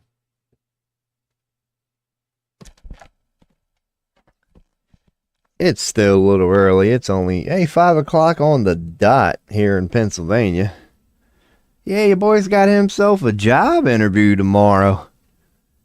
at Lowe's hardware store part-time. Hell yeah, he's keeping her low. I also got a job offer. It's mine if I want it. Nothing to be proud of. Like 15 to 16 an hour. Part-time kitchen help. So I might do that. The reason it's appealing to your boy is because it's at a like elderly home place. So I'm thinking, if I get in there, kind of get to know him, talk to a couple people, I'm like, hey, how about giving me a shot at this old taking care of old people thing? I know I ain't got no, certifications, but I'll go on and, make an old person feel good about themselves. Hell, your boy ain't got no teeth. I could be like, see, you trust me. You want me as a direct care person because, you might have an old person that feel a little insecure about being old and they ain't got no teeth. And I can, you can lose that insecurity when you're around your boy. I'm like, man, I might be 20 years younger than you, but I ain't got no teeth either. So touche. Hey, man, let's do the thing. You want to go eat some soup together? That'd be awesome. Your boy did come up with a great idea. I have mentioned it on this stream before. Man, I might be sitting on a gold mine and I shouldn't be spilling the beans, but yeah, I came up with an idea of a restaurant called Mush. Mush. A restaurant for people with no teeth, man. You can't tell me there ain't no market out there for it. Newborn babies ain't got no teeth. Old people ain't got no teeth. Nobody in West Virginia's got any teeth. Like, there's definitely a market for this shit. So I'm like, why hasn't anybody jumped upon that yet, man? You could have so much fun with that. You could be like, you could call it Mush. And the only sort of utensils you have in there are spoons. Like, in every cup has a straw. I guess it has nothing to do with teeth, but you get what I'm saying. You could have a lot of fun with shit like that. Like, what's on the menu today? Soup, mashed potatoes, applesauce, shit that you don't even need teeth for. It's just easy to get down. Ramen noodles, I don't know. Oh, man, you'd make a killing. That's all Olive Garden is ramen noodles. I can promise you that. Man, it's crazy. The placebo effect you can get from places like Olive Garden. I'm like, man, that's some pretty good pasta. Have you ever been the cook making that shit? Trust me, it ain't pretty good pasta. It might taste good by the time it reaches your plate, but if you would see the way we store that shit, you would see some of the freezer burnt bags this shit comes in. It ain't good pasta. Here's a little inside information from your boy. Like, I used to work for a food manufacturing company making sauces. I ran the machine. You know old Papa John's here in America? Better ingredients, better pizza, Papa John's. And then you see all those fresh vegetables on the commercial, everything looks fresh. Man, they don't use fresh tomatoes at all. I know it ain't no surprise to nobody, but when it came time to make some Papa John's sauce, we got a big old skid of nothing but canned tomatoes. And it was a pain in the ass for the poor son of a bitch. Luckily, it wasn't me. I think we had a machine that did it that had to go through and bust open every one of them cans and dump it into the main vat. And yeah, it wasn't nothing but no, man. Yeah. But I will say this, their nacho cheese sauce, man, that shit's pretty good. Ain't no cheese in that shit at all, I can promise you. That is a 100% scientific invention, but I'll be damned if it ain't pretty damn good. Your boy was going home. That was the cool part about that. I worked for that place like 2 years, which is pretty long for your boy. And, man, I didn't pay for a condiment for like 2 years. And from what your boy experienced, having access to so much condiments, one of the best ones, in my opinion, a well-made habanero mango sauce. So what's that shit called? Mango habanero? Whatever that shit is, the combination of mango and habanero, when it's done right, that had to be my favorite condiment in my 2 years at that place. I got a hold of some of that mango habanero and I fell in love, man. I'm like, where's this shit been all my life? Here I've been eating ranch sauce and honey mustard. Here's another little thing, you boy. Man, what the fuck? If you want to save some money, you know how salsa to dip a nacho chip in is like pretty damn expensive for a good salsa? There's a thing out there called picante sauce, which is like half the price, and it's pretty much the same exact shit. I noticed that while working there too. You made some of that really good salsa, and you're like, man, this shit's pretty good.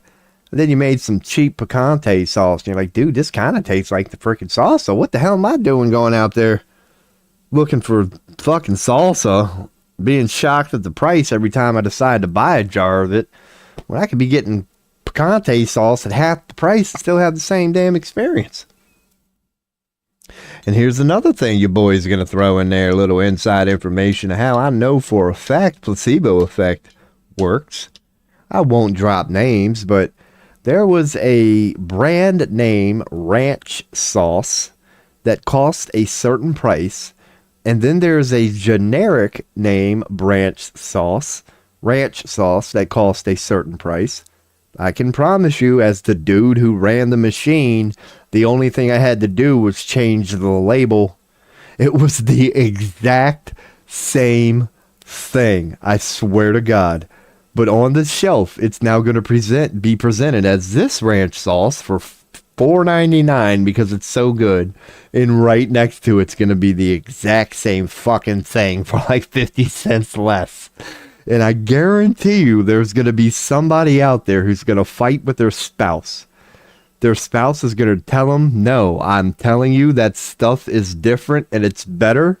And their spouse is going to tell them, no, I'm telling you they're exactly the same. Let's quit wasting the money off this bullshit. And it's going to turn into a fight. But I can tell you, I'm not saying this is the case all the time, but in certain cases it is. Where it's literally the same exact sauce, and it's just probably owned by the same company, and it's purposely just being marketed as sold as something different, when I can promise you it's not. I've seen it. I can promise you it's not. And here's another thing I'll throw in there, that goes on in the industry. Don't always trust your expiration date, people. You know that by nature.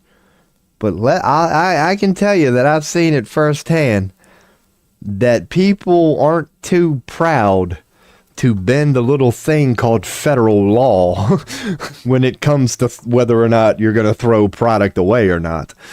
Like, you know how corporations are, man. Oh my God, I've seen some shit. I know we all have. We all know what it's like to live here in America. Made in America used to mean something, did it not? We had the best coffee tables, the best jeans, the best clothes. Like, if you wanted something made well, you bought it from America. But I'm sure the rest of the world already knows, and Americans especially, like, that shit don't mean nothing no more, man. Made in China is the new made in America. Because when we make shit here in America, any of my fellow Americans who have a factory job or a warehouse job, you know exactly what I mean. When we kick shit out the door, dude, the label could be crooked. The fucking seal might not even be right. It could be halfway squished. But God forbid you lose the sale. We send some bullshit out the door these days, man. As long as it's good enough to get through our QC check. Dude, if it's supposed to be, 100% stable and you come in at a solid 65, send it. Like, made in America don't mean a fucking thing anymore.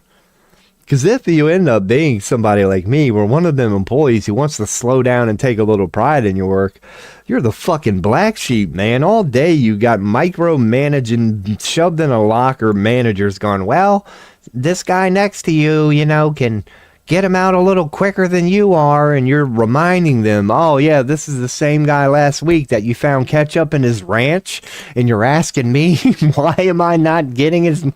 Dude, to have a job here in fucking America right now, if you're somebody like me, if you're Carlin, like, if authority just rubs you the wrong way, it'll drive you fucking crazy. Like, you would think these people would have a little pride. Living in Pennsylvania, you could say it's kind of ironic because I live in a very pro-Trump, all America, just good old boys, man. Just, dude, they ain't even figured out that fucking, social media is a thing. These fuckers are stuck in the 60s, I'm trying to tell you. And, yeah, man, I don't even know. I don't even. It's you gotta, hold on. There we go. Ripping a little. Ain't no way that mouse is coming in here now, man. Dude, your boy ripped the fart the other day. That was pretty cool. I ripped the fart, got up, took a piss, forgot I ripped the fart, came back in the room like 2 minutes later, and my first comment when I came back to the stream was like, I done forgot I farted, but she's still lingering. She's still lingering.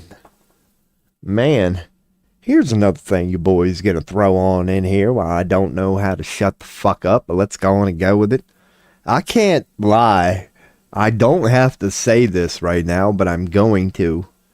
What's today? Tuesday? Let's go with Tuesday. We'll count Tuesday as one, even though the day's not over. Monday. It's been a solid 3 days since your boy showered. I gotta admit it.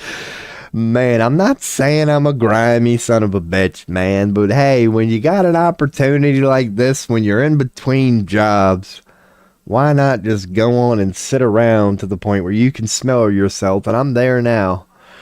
It's the same hoodie, the same shirt. Yeah, but like I said, I got a job interview tomorrow, man. There's a method to this madness. I'm gonna get up early. I don't know if I'm gonna cut my hair, because your boy is a crew cut guy. But this is another product of just being unemployed for 2 months. I ain't cut this fucker in 2 months, but it's the dead of winter, man. So I'm sitting here with the beanie on, and I've been holding back cutting my hair because it's a little more cushion for the pushing, if you know what I'm saying. It's like an extra layer of insulation up there. But your boy's normally a crew cut guy, and once I go back to that, it's over. Like, this is the longest my hair has been in 20 years. So yeah, once I cut her, I'll go back to the every 2 weeks thing. Let's say, because I'm going for job interviews, man. See, boy's going to have to get working here soon, and I will. Oh, man, what is coming up? March? All right. Yeah, you got to love the unemployment thing, man. That's kind of funny. I realize what I just said. You got to take a moment to be like, what month is it again? That's right. It's February. Just making sure. Man, here's the little weather forecast from your boy Robo here, because I am curious here in southern Pennsylvania what the hell the weather's going to be tomorrow. Damn it. Fucking 55 and cloudy. I might be able to get out Thursday. I might be able to get out tomorrow. I could get out tomorrow. I might have to consider that. Ain't no point in rushing home streaming, man. I put in, like, God, on average, 8 hours a day for a couple days now, because I took a week off, and I did want to get back on and whatever. But I might do that tomorrow, man. It's going to be cloudy and 55. But where I'm at, oh, I got to go to my mountain. I do. I don't know if I got enough weed to go to my mountain, but then again, it's going to be cloudy, so I'm not going to be up there all day. Maybe your boy will do that tomorrow. Well, I don't know why I'm announcing it on stream, because y'all ain't going to see it, but if you check my socials, I might come back with some cool pictures, man. Yeah, because it's finally about to be spring. God dang it. Now, I have a ghost hunter friend who we're going to do some ghost hunting once the weather turns, but I got some kind of bad news yesterday, man.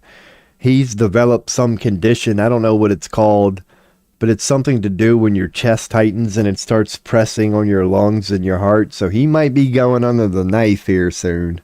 So that might put a delay on the whole ghost hunting thing. Even though where I'm at, there's tons of it. Yeah, anyway, that's tomorrow. So what the hell am I going to do today, man? What can I wrap up this stream with? Other than checking, news from time to time, you got to make sure ain't nothing blown up. I'm leaving that stuff up in case I decide to get into her one on time. There's my strum. There's my restrum. Trader? Oh, dude, Doge is always trending. Elon does nothing but kiss his own ass. 5 members of the Democratic Party in Blue Ridge, Connecticut and Philadelphia have been criminally arrested and charged with numerous counts of voter fraud at both state and federal levels. Okay, they were allowing an invasion, so I don't know. That might be kind of interesting. Funneled millions. All right. So it's going to get interesting here in America. Because one of the things, that's a great thing to go into. Because we all know how corrupt the government is, right? Like if Elon wants to go looking for some corruption or whatever, it's going to be there. So this could be interesting. Because every single politician, pretty much, if you wanted to find some dirt on them, you could. You definitely could. Like, let's go for the big fish, right? Like, whatever that senator was, that's not as big as Nancy Pelosi, who it's been talked about on Rogan. Like, many notable people have talked about how obvious it is that Pelosi has been doing illegal insider stock trading for quite some time. So I hope Pelosi shows up soon, Elon, because that one should be easy for you to get if your Doge system is so damn good. If your Doge system does what you're claiming it could do, you should finally be able to give people the proof that we all know is already out there, that Nancy Pelosi is guilty of insider stock trading. I'm not talking about a few bucks. I'm talking about millions upon millions of dollars. So I wonder if Doge is going to open that up. It's not going to. Because, yeah, that would open up into what prior knowledge did she have and where is she getting it from. So I guarantee you Doge, as great as Elon's claiming it is, somehow is going to miss that one. I guarantee you, Doge is going to be like, yeah, we looked into Nancy Pelosi, and even though all y'all know that she's a fucking criminal, we didn't find nothing, so I guarantee you, man. I guarantee you. They'll probably do the same thing with Hillary, too. It's always about, we're going to get Hillary. We're going to get Hillary. They're going to be like, oh, yeah, Hillary done did. Actually, yeah, they did do that. Who the hell am I kidding? They've already said that she got caught, with the whole Red Cross Haiti thing. It's like, great, she's a criminal. Now is she going to pay for it? No. It's like, what the fuck is the point of announcing that these people are criminals if there's, like, no point in paying for it? Like, it would be the equivalent of them saying that they're going to release these JFK files, going, yeah, the person that killed JFK is this person in the government, and we can prove it. And then they just leave it at that. That's what this country loves fucking doing. But I don't know. Where I'm getting at here is, how government, or how Trump and Elon appear to be hell-bent on taking down anyone and anything that might even resemble a threat to whatever it is they're trying to do. This Doge thing could be a new way for them to do that, because they have their choice at this point, because they're sitting back looking at the government, knowing every single one of them is a criminal in one way or the other. So it's just bobbing for apples at this point. They're looking at all of them going, I don't like you, and I know if I investigate you, I already know what I'm going to find, because we already know what you're all doing, because we're doing it too. So yeah, it's basically like fucking open duck season, or whatever the hell that terminology is. I could see Elon and Trump teaming up now to start exposing every politician that they view as not theirs, not their friend. Like, for example, here's one pattern I can promise you if you look for it, it's going to be there regarding this Doge thing. You are going to never see or hear about this Doge thing discovering any fraud with anybody Trump who is friends with or views in a positive light. You're never going to hear about, oh, we were letting Doge do what it does, and it turns out DeSantis has his hand in a little bit of money too. You're not going to hear that. You're never going to hear, oh, Kash Patel, it's another one of his darlings. You're never going to hear that. You might hear that on RFK, because as much as he likes to think Trump is his buddy, oh, you let Pfizer come to Trump, you'll be gone quicker than yesterday's trash, fucking RFK. So they could do that to him. It's because they're all guilty of something. It's the nature of politics.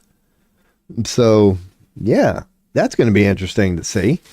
Because it's what we all know is kind of going on. We see it on global levels, and we see it within our own country. You could say, America, get ready for our regime change. Is that what this not is? This is our American version of Trump getting in there going, whether you like it or not, we're in for a regime change.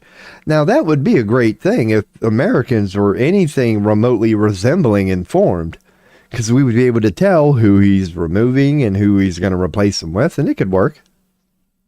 But Americans are going to do what they continue to do. They're going to keep living their busy lives and just assume it's all under control and never really look into it. So what he's going to do, he's going to take out all opposition and say, look for this pattern. It's going to be anybody who's ever spoken up about him recently. They're going to go bye-bye. And all the ones who are pro-Hamas, pro-Zionist, Trump ass-kissers, apparently they're not going to be criminals at all. Whether or not you're guilty or not with this Doge thing moving forward is going to be how willing are you to kiss Trump's ass in your current position. Because if you're not, you're going down.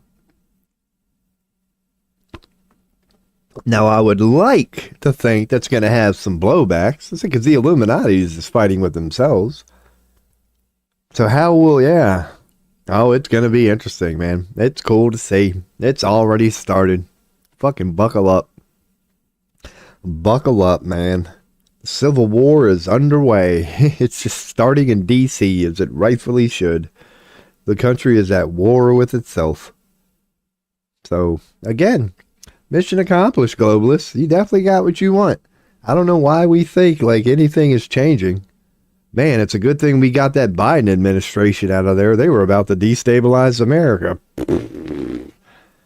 Can you tell me that we're not being destabilized right now? But you do got to respect that. Now, I do respect that. I really am glad Trump's in there and it's not Biden anymore. Because Biden was beating around the bush too much, man. Biden and that whole administration was trying to figure out how to be diplomatic, and they weren't even any good at it. But they were beating around the bush way too much. And I do thank the heavens that we finally got somebody like Trump in there who, love him or hate him, is willing to be like, fuck you, this is where we're going. So it's not hard to dissect as much. You don't have to read between the lines as much. He's more open to be like, nope, not being diplomatic about this. He only is diplomatic with the American people.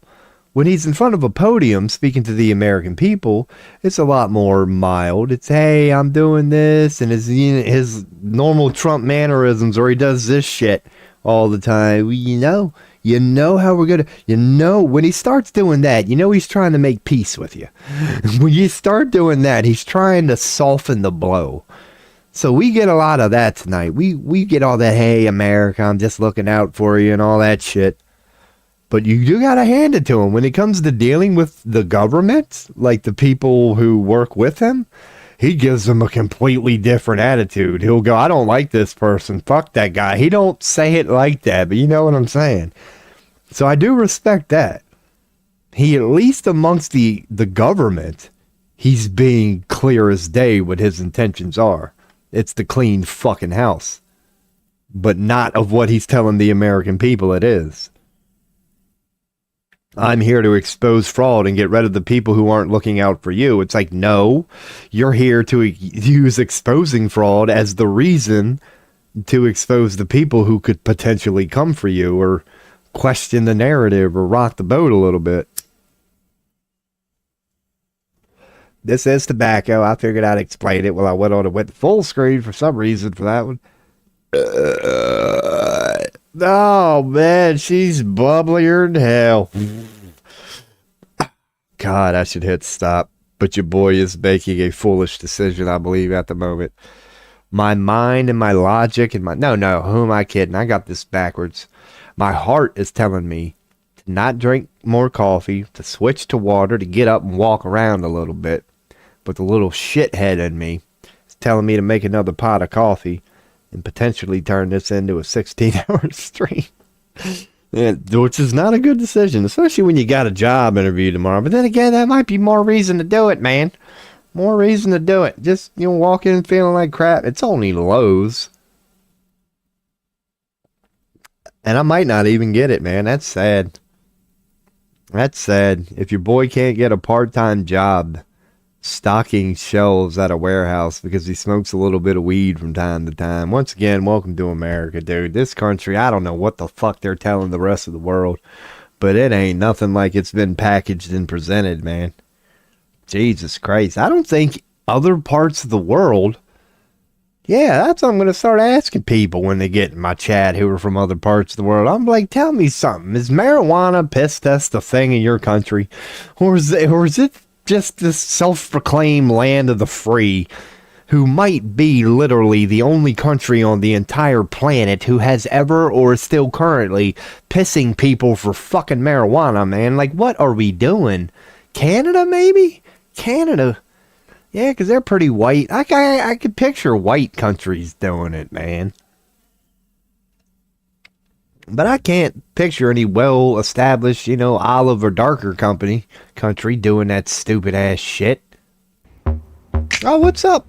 Treasure 68 on Kick. I've never had it. And Bergie. Oh, yeah, so Treasure. Yeah, we got another one of them. I'll bring up Just Chatting, because it's nice to meet you, Bergie. So there was 2 follows. Because Bergie, yeah, man, okay.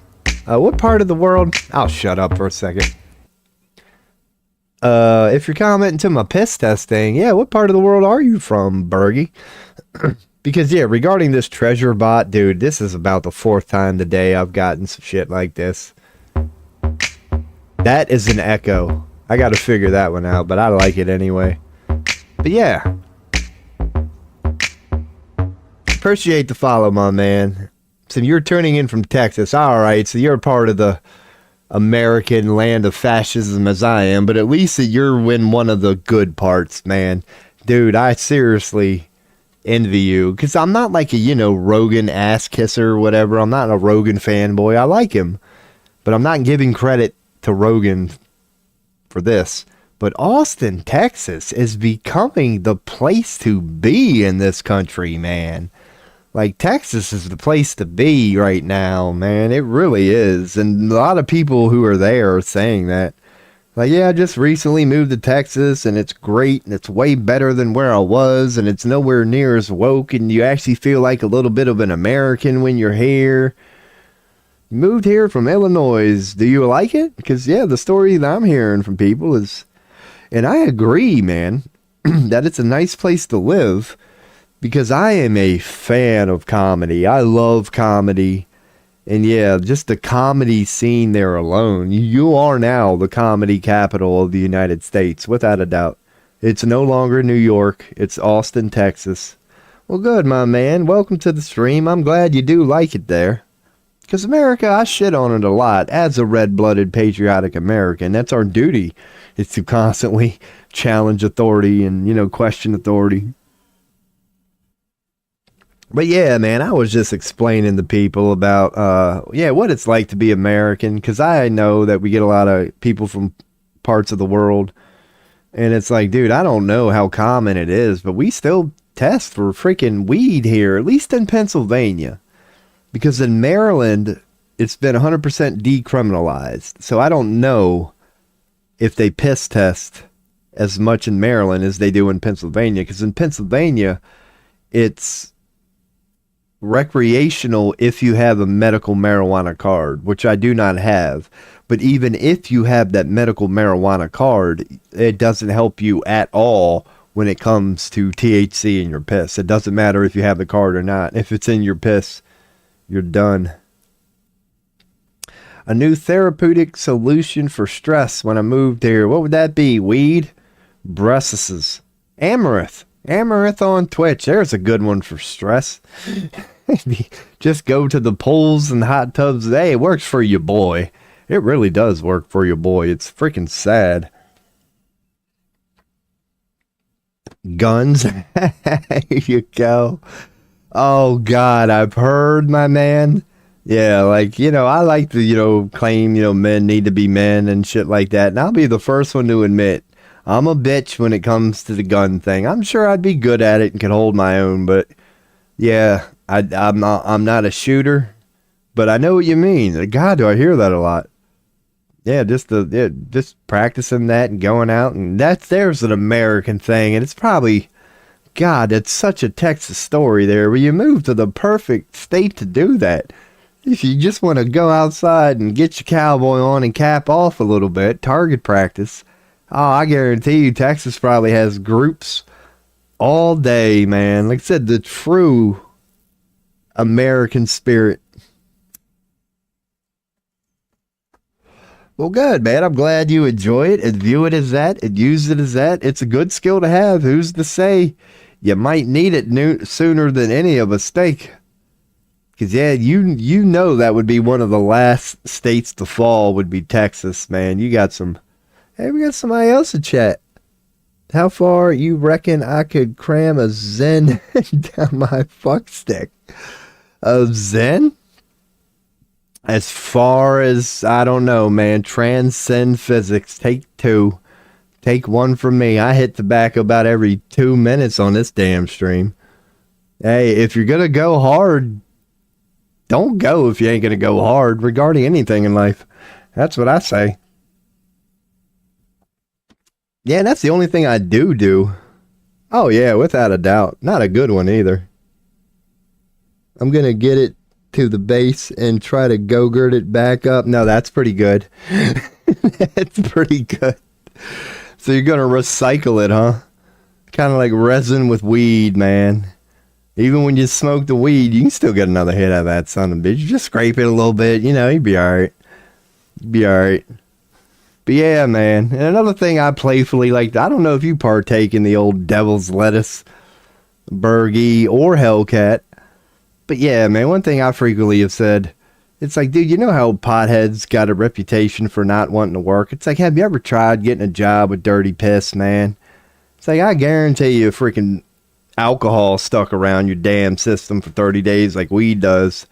It'd be a different story. It'd be like, man, them alcoholics, they never want to work. It's like, no shit, they got to wait 30 days after a beer before they can piss clean again, man. It's the same thing with weed. You can do a line of coke, you can take a piss in 3 days. As long as you drink enough water, you're fine. Same with alcohol, same with pretty much any synthetic drug out there, man. But you can't do that with weed. He stopped by my chat last night. Okay, so you stream here on Kick? I'm relatively new. It's only about my 4th stream here. I am new. All right, good on you, man. I'm glad you don't smoke anything, because as much as I love tobacco, I have to give that up, and I will soon. At some point. Not today. Weed, I don't know. But I will say this about weed. I know I need to cut back. Well, there you go. So, yeah, you're pretty much straight edge, pretty much. That's the healthy way to be. I'm not much of a drinker. Like, I will drink if I have a reason. I'm not against it, but I need a reason. Like, I don't drink at home. I have to be out with a friend at a special occasion. But if the occasion is right, I'll drink. Yeah, even as a pothead, I'll go on and throw this in here as, yeah, I do know I got to cut back. And I've kind of noticed that recently. Regarding the weed thing, It's like now that this country is relaxing on weed and it's becoming more and more legal, I can't say, even as a pothead, that I like what I see. Because I see a lot of potheads kind of abusing it. Like one perspective I like throwing in there, it's like, look, alcohol is illegal too. But there's still a reason that you're not allowed to show up to work drunk every day. There's still a reason you can't pop the cap right in front of an elementary school and just walk around town drinking your beer. And I see a lot of people who are taking this weed thing perhaps a little too far. I believe it is because of safety. They are definitely, I don't know if it's, you talk about your diet or the pothead thing, but yeah, they feel safe now. But yeah, I can see them, and I'm glad people really aren't complaining, and I'm not saying we should make a big deal about it. But as a pothead, I kind of feel like it gives me a little bit more of a right to speak on it. It's like, fellow potheads out there, use alcohol as an example, man. Hey, just because you can doesn't mean you should. It's like, okay, it's legal just like alcohol now, but just like if somebody showed up drunk every day, people are looking at you. You're like, dude, you're showing up high every day? Like, this is kind of sad at this point. You can't even put it down to go through 8 hours of work? Like, you doing all right, dude? You need a psychologist? Because you know this is not what weed's for. I like throwing that in there from time to time. That I've noticed, you know, and this is reaching, but it's like, yeah, ever since weed's become legal, it's like, yeah, you hit up your friends sometimes now and say, hey, man, what are you doing today? Nothing. It's like, dude, put that shit down. Would you come outside with me from time to time? Or whatever they do end up doing. They got to smoke a bowl before they do it. And it's like, that's great that it's legal and all, but be careful, potheads. Don't become dependent on it. If they can't function properly without it, seems like there is deeper issues. And that's what I mean. And that's the conversation I'm having with myself, honestly. Because I'm the first one to admit that, like, weed, when done right, is supposed to enhance an activity that you're already doing. So if you're going to a concert or you're playing a little basketball, you're listening to whatever it is you like doing, it's supposed to be a little background enhancement to what you're already freaking doing. When it becomes what you do and what else you do on top, it's no longer the enhancement it was designed to be. It's now become an activity. It's like smoking weed should not be an activity in itself. Like smoking weed should be something you do while you're already doing an activity you enjoy. And yeah, I do see, not everybody, but I do see certain people. Yeah. Like you said, that it's like, dude, you're at the point you can't even function at this point. And I got a feeling, yeah, it's something about you. But yeah, man. And I've been having those thoughts with myself lately. Like, dude, you're smoking too much weed. Like, it goes hand in hand with the legal thing. Just because you can doesn't mean you should. Because, yeah, man, I guess that's why you have hobbies and things like that, man. Because when you sit around bored, yeah, you don't go to numbing yourself and just... You pick up a gun, you go outdoor, and that's your therapy. You get some fresh air, you leave the house, you move around, you probably interact with people. Yeah, you don't sit inside, rip one, or pop a pill, and just turn off the light and sit between four walls for the next 4 hours and tell yourself you're enjoying it. Hey! No. But no, I'm honest to a fault. I really am. As you can see, I do not try to present myself as anything special. I'm just a real dude hanging out in a room. This is tobacco, even though it don't look like it. But it is tobacco. But yes, sir, man. So that's awesome. We got an Americano in here. I've had people from Morocco, Middle East, old Texas too, man. So I guess you're a Trump fan? I guess I didn't mean that as an insult. Because I'm in Pennsylvania and it's predominantly Trump, so I get that all the time. Oh my God. But yeah, everybody's Trump here. But I'm not, I want Trump to be that guy. I just don't think he is. I hope he is, but I just don't think he is. He's clearly better than Biden. Anything was better than Biden. That was just an embarrassment that's going to be talked about 100 years down the road. How any country elected somebody like that, and of all countries, it was apparently the United States. Who falls off a stationary bike, man? There has been a lot of people throughout human history that has fallen off bikes while riding them. It's common. We all hit a bump or hit a rock or something and you fall off a bike. But not many people have fell off a bike that ain't even freaking moving, man.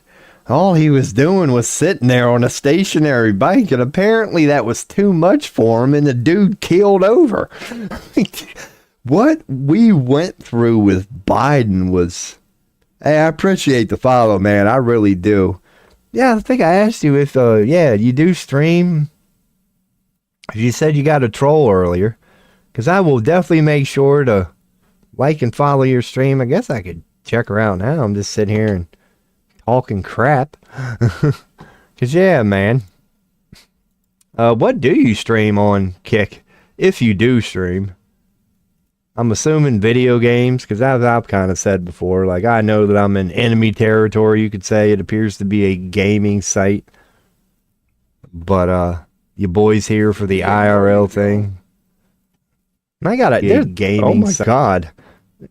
There we go. Bergie, if I click you using the Kick app, I should be able to go to your profile. Yeah. There it is. All right, I'll give you a follow. There you go, brother. That's a follow right back at you, my man. You're streaming now? It's 2 viewers? Okay, you are live now. Well, there you go, my man. There's a follow in return. A follow for a follow. Most people do that shit on Reddit. We do it live. We do it live while we're both streaming. Appreciate you, my man. I do some just chatting. Me too. Me too. Because I will, check you out. Oh, God, that's sounding bad. Like, I'm not much of a streamer who watches other content when I do stream. But I will make sure to return this favor, because that's what I do when I'm sitting here late at night. I like meeting small streamers and just doing what you're doing.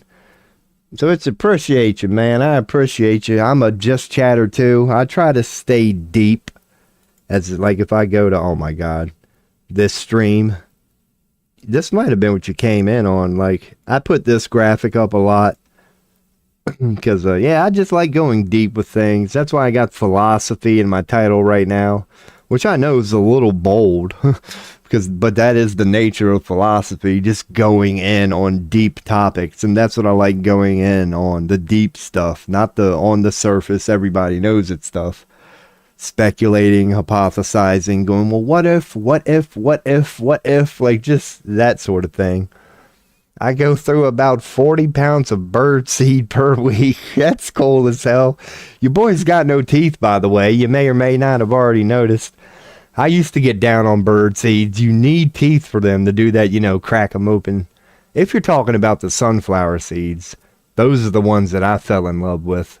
Especially the salted ones. You cannot get the unsalted ones. I don't even like the unsalted ones. You get them salted ones, yeah, I went through, especially when you're at work, dude. You keep them in your back pocket or whatever, and all day you're just grabbing a handful, spitting them just like a baseball player. That's cool as shit. Maybe that's an American thing. I don't know. This is going to sound like Biden, but man, we love our nuts here in America. We really do.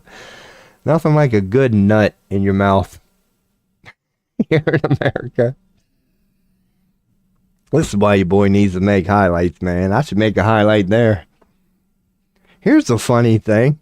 Yeah, my boy one time.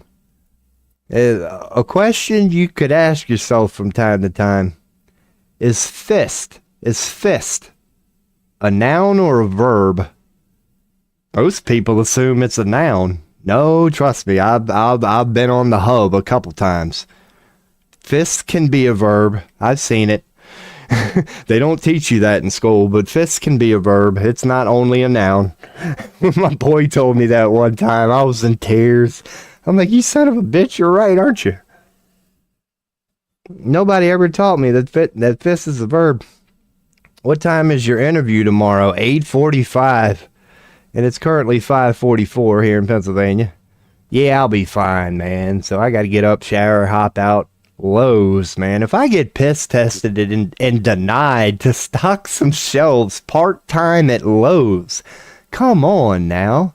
How does this country even claim to be free? Like, I'm just trying to work, dude. Like, damn, dude, even when I am high and admittedly stoned, I can still talk. I can still flip a lighter up and just not even look, dude. I'm fine. I'm not, like, I don't know what the fuck they have against weed, man.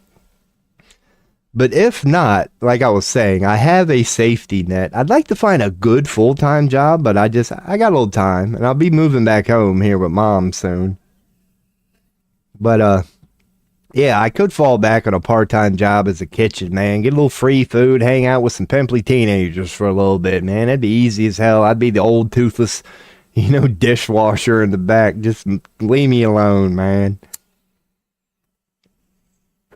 But it's at a retirement home.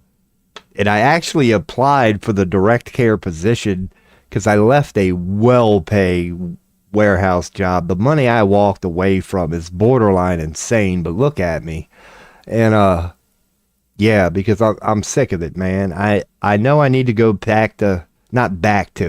I need to start like working with autistic kids, young kids who just got out of prison, old people who can't even wipe their ass anymore. I need to become somebody who mentors and takes care of somebody. That's what I ultimately want to switch into. But after 20 years of manufacturing and driving a forklift, it's kind of hard to transition from that to going, I want to take care of somebody's grandma. You just got to hope on a place willing to give you a shot.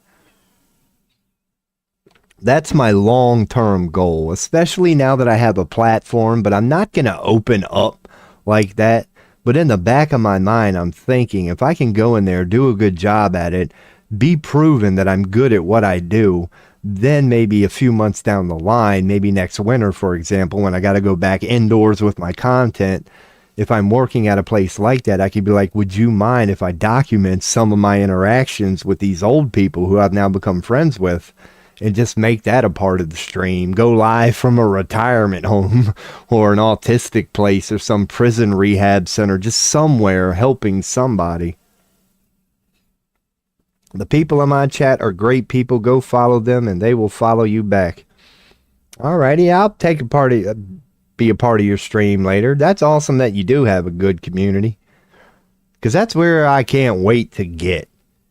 It's at that point where I got a pretty good, constant, flowing chat. Maybe there's some interaction going on with the people themselves, because then that makes it a little easier as a content creator. You don't feel like you have to carry the ball the entire time. Having a good community is a great stepping stone for any streamer. I'm not there yet. When I do, it ain't gonna be nothing but a bunch of degens anyway, if you like my content. But hey, that's cool. We'll be Soda Poppin' 2.0, and I'm not saying that as a bad thing. I love me some Soda Poppin' and all of his. He's got the beta version of being a degen, so maybe we can bring a little alpha back to the equation. Be the alpha version of Soda Poppin'. I love me some Soda Poppin'. God, how old's he by now? About 87? He ain't no young kid no more anymore, man. He ought to change his... He ain't no Soda Poppin' anymore. He's like, I don't know, X-Lax poppin', a little Similac. No, Similac is for babies. What are old people known to pop? That's what he's... Viagra poppin'. That should be his new name. Dude, and I'm saying this out of love, Soda Poppin'. Don't hate on me, Twitch. I know you got Toss that says you can't talk bad about fellow people on Twitch, and believe me, it might not look like it, but I'm trying to give the dude a compliment here. I like the guy. Soda Poppin's good people. I promise GPP222 will stop by multiple times during your stream. I do appreciate that, because you can't do that shit on YouTube, man. YouTube don't even allow you to go down and follow small communities. Like, when you go to YouTube's live section, you get, 100 results? And damn well there's 100,000 people live on YouTube right now, but they don't show you freaking 990,000 of them. Or whatever the hell I'm trying to say. Stream anywhere and everything. That's the future I believe we're going into. I honestly believe that. That's why I don't really freak out about the AI takeover too much. There's a couple of reasons why I don't freak out about the AI takeover. They tell us all that AI is about to replace many of us, and they're right, they are. Now, you would assume what comes with that is mass unemployment. But when you look at the current reproduction rate of humanity, and when you look at the current death rate of humanity, believe me, there's not going to be a shortage of work. We're running out of people to fill these jobs with every war we launch, with every terrorist act you hear about. Our death rate right now is insane. And also because of what you're talking about. Mainstream media is pretty much already dead. This is the wave of the future. The wave of the future really is just what people are going to do in their house.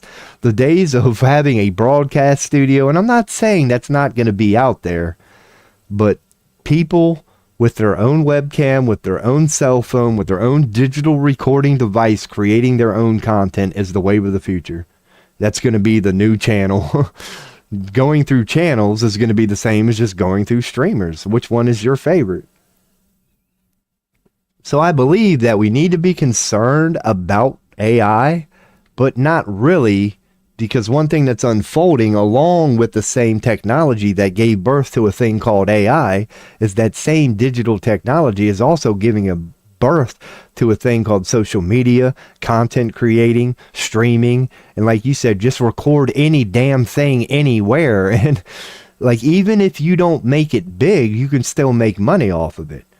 I've heard stories, you're hearing stories now that the internet is aging a little bit, about people who used to make videos 10 years ago on YouTube, have since given it up. Those videos are still up there, monetized, making money, and it's still a source of income for them. They made these videos 10 years ago, but they still make a couple hundred based on the fact it's still up there. Like, I can see that being the wave of the future. Like, not for everybody, but for content creators, it's going to be the new everybody does it sort of thing. It's like, how many forklift drivers are currently here in America? Millions of them. Like, it's going to be the same sort of thing. There's going to be a need for this certain thing, and people are going to need to fill it. AI has to have the information, and that's its ultimate flaw right there. That's another reason people do not have to worry about it. Look at us. We're humans. Look what we're doing with the world. The only people who think humans are smart are some humans, but we're really not smart at all. It would be like chimpanzees coming up with AI. To them, it would be crazy. It would be like a calculator. Holy shit, we figured out, look how quickly we can multiply 4 by 4. This is so dangerous it might take us over. But if you're a human being looking down upon it, you're going, you all haven't created shit. You've created an elementary Lego version of AI, but because you're so limited, you think it's something it's not. Like, yeah, I agree with you on that AI thing. Because of the limits of our own intelligence and understanding, you could argue that's why we created it. Yeah, when we see it doing what it does, we're like, oh my God, it's so powerful. But no, you have to go back to it's only as good as the people who created it, the fucking chimpanzees who can't even understand it. So it's not good at all. It's just confusing your dumb ass at the moment. That's how I see it too. That's another reason you don't have to be concerned about it, because humans made it, dude, and we weren't. Yeah. How smart do you think this shit fucking is? I am honored to have my platform, and I guard my channel because it's mine. I kind of do, but kind of don't. I've already accepted I'm going to get banned. That's my thing. I know. I don't know, maybe not, but I've playfully accepted I'm going to get taken down one day on some website, likely Twitch, because their TOS seems to be the strictest of all. Dude, check this out. I went on Twitch yesterday, streamed, and I tried to name my stream Monday morning with a neck beard. And Twitch's TOS is so ridiculous. And I tell people I don't recommend this. I had to put N-E-K for neck. I had to spell it N-E-K beard for neck beard. But when I did that, I got around their TOS. But yeah, you can't even call yourself a neck beard on Twitch. Like, I'm putting it in my title. Like, you know what I mean? Like, who else would I be talking about if it's in my freaking title but myself? You're not allowed to even do that. You can't even call yourself a neckbeard. That's why I don't recommend what I did. I just took out the K and technically found the way around their toss, and they're not going to be happy if they see that. But that's what I mean, where if I'm getting banned anywhere, it's going to be on Twitch. I just don't agree with that. I agree if I'm calling somebody else a neckbeard that it shouldn't be allowed, but if I'm calling myself, I don't even agree calling somebody else that shouldn't be allowed. I just stream on Kick and Beam. I haven't even heard of Beam yet, because I really just find out about mine through like other sites. You know how when they give you the option to link your site to another site? That's how I found out about Kick and Trovo, because I'd be setting up my platform and it'd be like, link to Trovo, and I was like, who? Then when I checked out Trovo, I was like, wow, that is a thing. And the same with Kick. So I'll have to check out Beam later, see if that is a new one. It's got to be new because they're not being recommended. And I do like Rubble, but Rubble don't get no love anymore, man. It's like they wanted to promote it, they did promote it, it blew up, it kind of established itself, and now they're acting like it don't even exist. Alrighty, but as you can see, your boy drinks a lot of coffee, so I take frequent piss breaks on this stream, but they're only like 30 seconds long. This one may be a little longer, because I got a little coffee preparation to do for probably tonight, but no later than in the morning. So thank you for being part of the stream. Maybe hop back to yours for a little bit. I don't know how the hell you do that. But stream and participate in another chat. I can't even, yeah, somebody just starts saying something in my chat and my whole damn quality goes downhill. Anyway, I'll be right back. Oh my God. I gotta piss so bad. Ooh.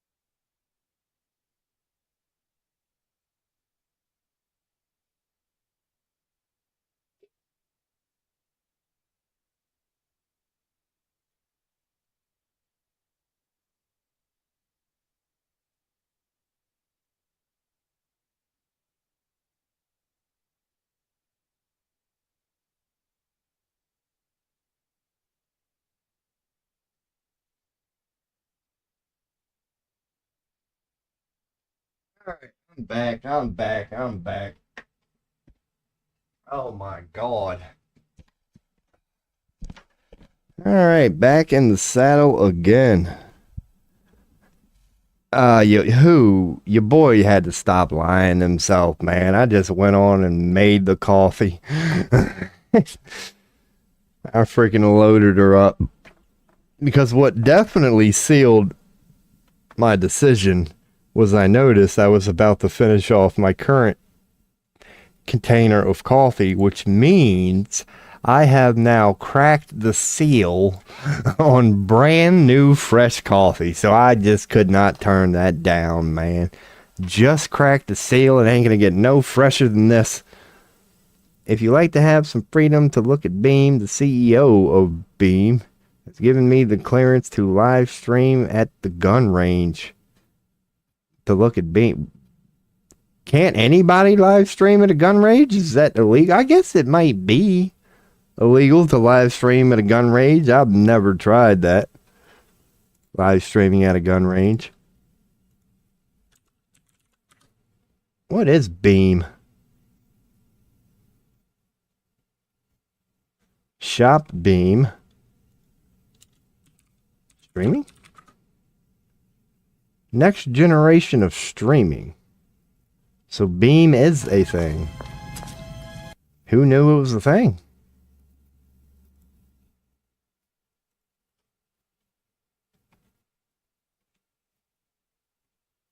Alright, I know that y'all can't see nothing right now. Oh, there's Beam. So it's a gaming site, I guess. Does it have a wiki yet? It's got an X. Next generation streaming platform design. Not many followers at all. So that is new. Okay. That is damn new.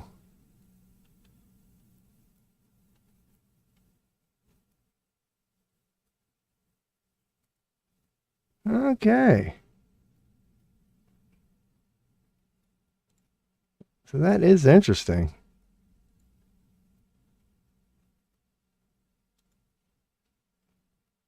Interesting.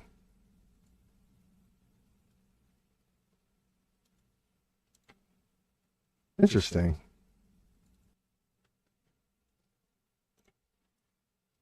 All right. First time we ever did that. I knew it the whole time. So you don't get to actually see when I ban people. It's okay. I had a feeling, but I was going with it the whole time. Damn, bots are fucking... Dude, I should make a highlight of this. That's fucking crazy. What this Bergie motherfucker does, I'm gonna go and explain this to everybody, including y'all, Kick, but I know you all already know about this and you're okay with it. What Bergie is, it's not real. The stream that has been going for almost 11 hours now is just a webcam set up with some birds. So it looks like somebody streaming, you know, there's nobody actually there. So yeah, that's just Beam's way. I guess that's what Kick is. Yeah, Kick's got a contract with Beam.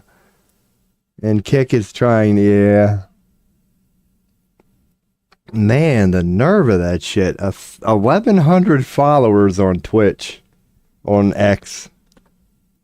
Yeah, you talk about new. That's just some fucking pipe dream. Let's see if it goes somewhere. Streaming platform. Or people dumb enough to fall for this sort of hustle. But it goes hand in hand with the world you know we live in, dude. This world is sick. This world is really sick. You can't even stream without getting bombarded by the, not just, like, can you not see how nefarious and just sinister, and you gotta respect the work of the Dark Prince this shit is? Like, they insult your intelligence. I pretty much knew what was going on the whole time, but I was trying so hard to see how far these scammers are willing to go. And it's pretty damn far. Like, it's pretty damn far. Like, for what? For what? Like, what the fuck are you getting out of this? He did say the CEO has given me permission. So unless you're the freaking CEO itself, like, what are you doing out there doing other people's dirty work for them, out there panhandling for pennies on end in hopes that the people you're doing it for can run away with all the riches. But then again, I guess everybody with a job knows how that is. But that's fascinating. But I'd be good. Yeah, it's starting to make sense to your boy, man. He ain't really going to just go too deep. Because you can't tip your hand. Let's just put it that way. You can't tip your hand. But it's fascinating to see. Things are starting to make sense to your boy, man. Things are starting to make sense to your boy. It's crazy. So basically, from what I'm getting on this, yeah, I don't even know if I should say it, but your boy's coming to, thank you, bots. Definitely thank you, bots. Thank you, world we live in. Thank you, these sick bastards that I constantly talk about all stream long. They are so adorable. They can't help themselves. Like, oh my God. Being able to witness people consumed and just, oh, I love it. But that is pretty impressive now, man. That is a new way that bots work. They create streams that aren't really streams. They're just webcam setup. You don't need an actual person to do it. You just let it record. You have bots in your chat that from time to time go, great bird sounds. And, you know, so it looks like it's a real thing. And then it so happens that, you know, they give you hints all the time. Like, who goes into your chat and goes, by the way, everybody in my chat happens to stream too. And would love, it's like you're basically telling the world what you're doing. It's a fake stream full of bots who also fake stream. Dude, that's fascinating. I didn't know. Like, I would highly recommend. There are way better approaches than that. But I guess you're going for the stupid market anyway, so it's perhaps a good approach. You're just looking for people dumb enough to believe anything they hear, and then you could suck them dry. So I guess opening up with an elementary school approach would be proper, because those are the sort of people you're looking for. But man, that's fascinating how... Because you got to think about this too, man. Just the amount of money and resources like these companies are willing to put in to make money. It's like, dude, you realize like you're kicking yourself in the foot, right? You're wasting money to create these programs while going, damn, we need these programs because we need more money. It's like, well, stop pissing away money on fucking programs. Oh, man. Hey, my homie. Yep. Not a kid. Nope. Here we go. I'm glad I'm on 5 platforms right now. If you ever wanted to know what it's like to stream on Kick, this is what it's like. This is what it's like. You get bots all day long coming to you with the same shit. Is this why Kick was invented? Or am I just being picked on? Does everybody have it this way?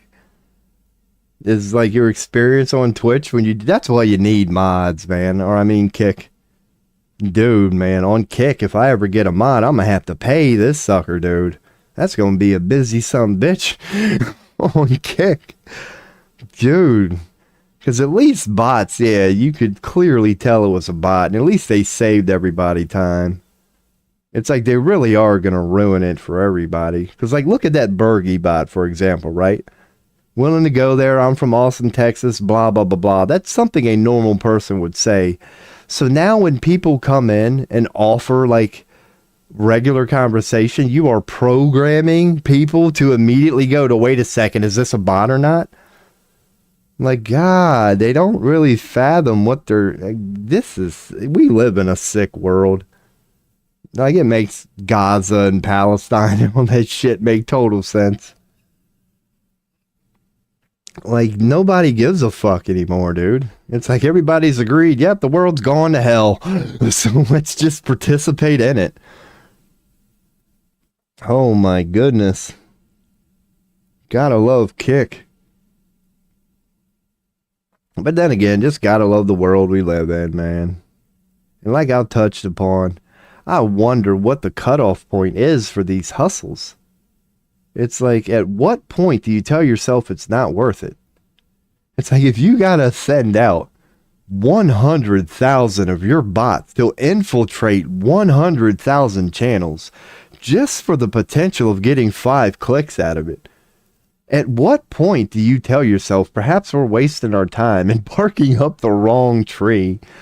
Fucking all this time and resources and dedication and thought and effort and focus to going into getting a couple pennies per click. Oh my goodness. Man, so what the fuck was that called? Beam. That place has no fucking shot at all. No chance at all. Man, it's pretty sad. I mean, it's kind of a general term, but yeah, when you search for Beam, and it ain't nowhere to be found. You got to put in streaming in specific terms. Yeah. Oh, now your boy knew of a new spamming thing. Let me caution anybody who may be watching my stream. If you get anybody associated with this Beam platform, just go on and walk away, dude. Because I put up with a lot of bots on this channel that I let just come and go. That's the first one I ever felt like that's got to go with a ban, dude. Like, that motherfucker is trying way too hard. That'd be some of my advice to that person too. Stop wasting your time, dude. With based on what you're offering, just get in and get out. You done wasted 10 minutes on me, but it's probably a bot anyway. It's like, holy shit. I love it. I can smell that coffee. Speaking of I love it.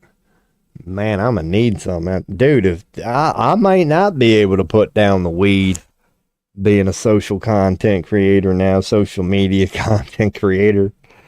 Because, man, your boy's whole spiel on here is how much marketing triggers me and how I find no difference, as in none, as in zero, between marketing and deception. It triggers the fuck out of me. But then again, they're bots. They're not going to know any better. So this is just the future of the stream, man. Maybe it's a good thing, because most people just ignore bots and don't even acknowledge them, which is a recommended approach, but not your boy. Your boy's all about conspiracy theories and going deep on shit. So every damn bot that comes to my show, I'm going to address it. Well, not everyone. I do let them come and go and just, dismiss it. But when the timing's right, yeah, my coffee's done, so I'm about to go get me some coffee, man. Bots, I would highly recommend, not picking on your boy, but I would also highly recommend taking it as a challenge. If you can think you can infiltrate me, by all means, bring it. Because that was a new one. I hadn't seen that one yet, but y'all are willing to go through some links, man. So let's dance. That's all I can say. Your boy plans on streaming for years. We'll see who can evolve faster. Alrighty, I'll be right back. Oh my god, that coffee smells delicious. Not as good as your mama, but it smells alright.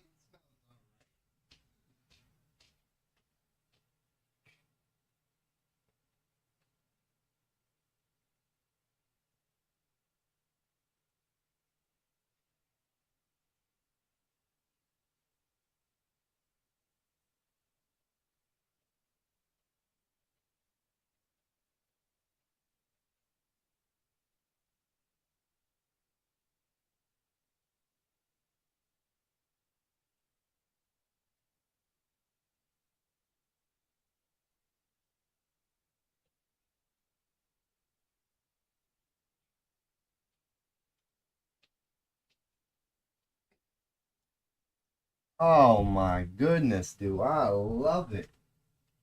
Oh man. Yeah, it definitely might be a 20-hour night tonight. Oh, you let me keep getting bots. That's another thing too, man. Yeah, and these bots really have to reconsider their approach.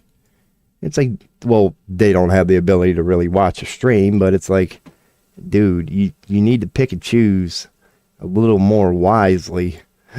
Like, when you see a dude sitting around just begging for content, looking for shit to go on, ain't got nothing to do, don't start your shit to him, dude, because he's got nothing to do. He'll sit around for the next half hour and just shit on nothing but bots and everything you represent. And I don't know if you checked the stream recently, but I happen to suck at it. Yeah, I love that, man. I love streaming on Kick. Yeah, I'll give it to Twitch, man. But then again, yeah, Twitch is large. Twitch is large, and maybe I'm just, you know, under the bot radar at the moment. But I've definitely got their attention on Kick. Maybe they seen I've been live light last couple days for a while. So I'm getting higher and higher on their target list. And I'll be the first one to say, let's dance.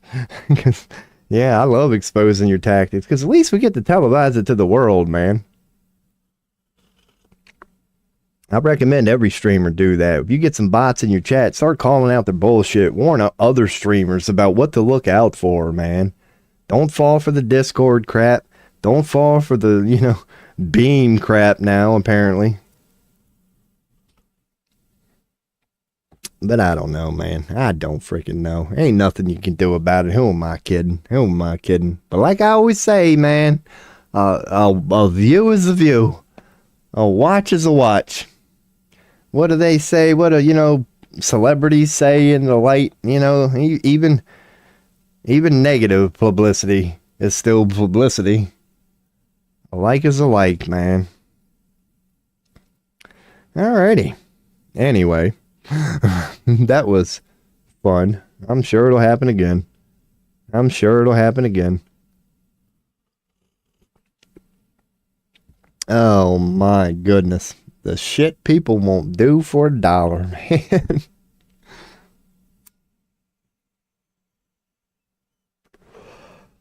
Alright.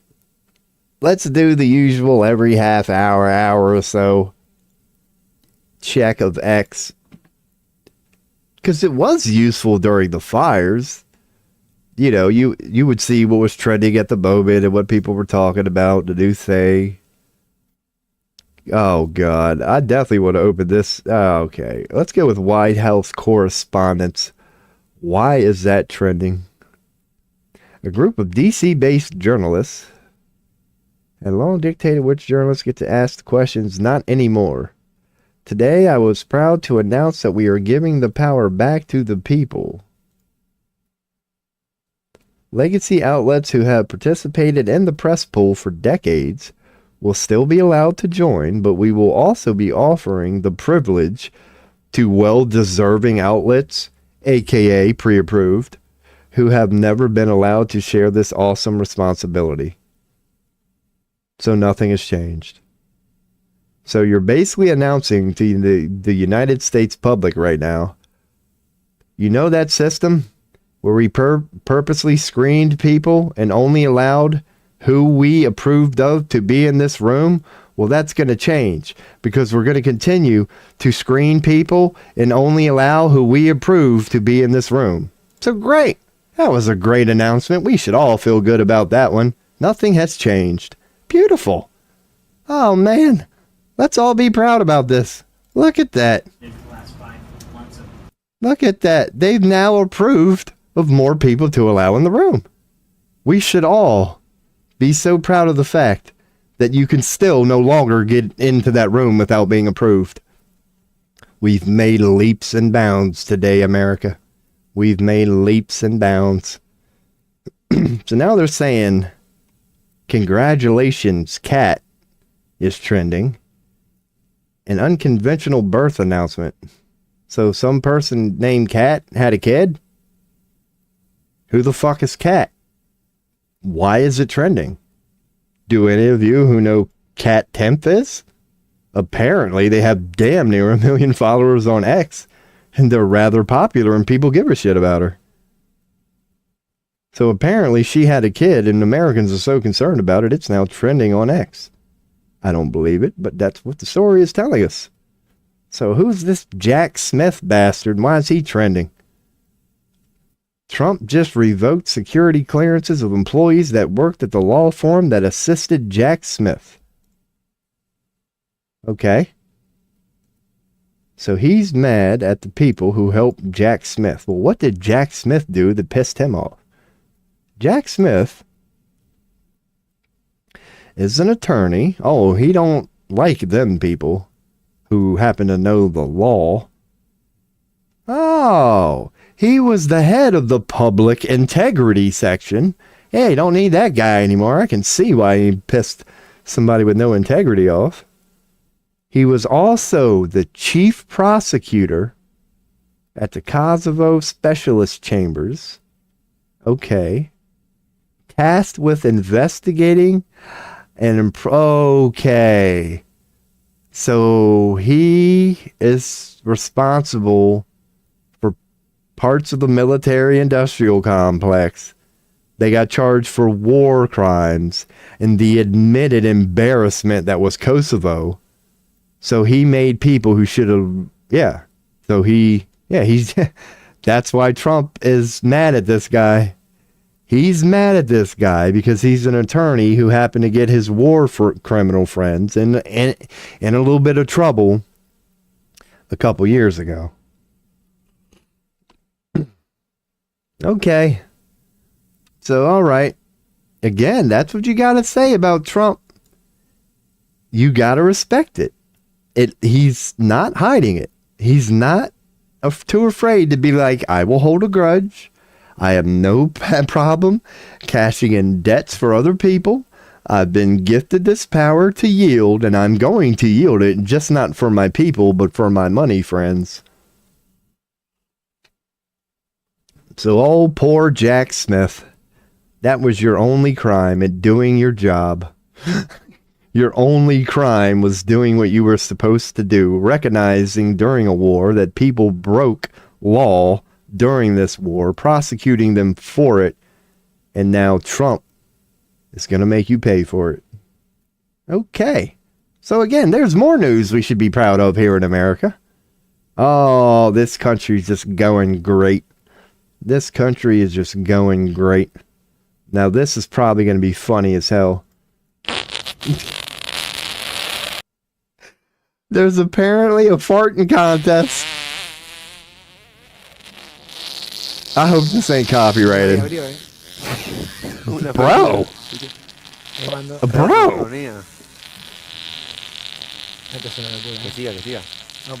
That's gotta be AI. Dude, there are porn stars who have been porn stars who have been on the hub for a decade who can't hold that much air in their damn rectum.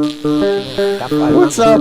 I appreciate the follow. This is what I need to start doing, watching fart jokes. What's up, the Great Conspiracy? Dude, that's the greatest GIF I've ever seen in my life. I'm sorry about the point you happen to be. That's an echo, by the way, that I will probably never figure out. But, yeah. Welcome to the stream.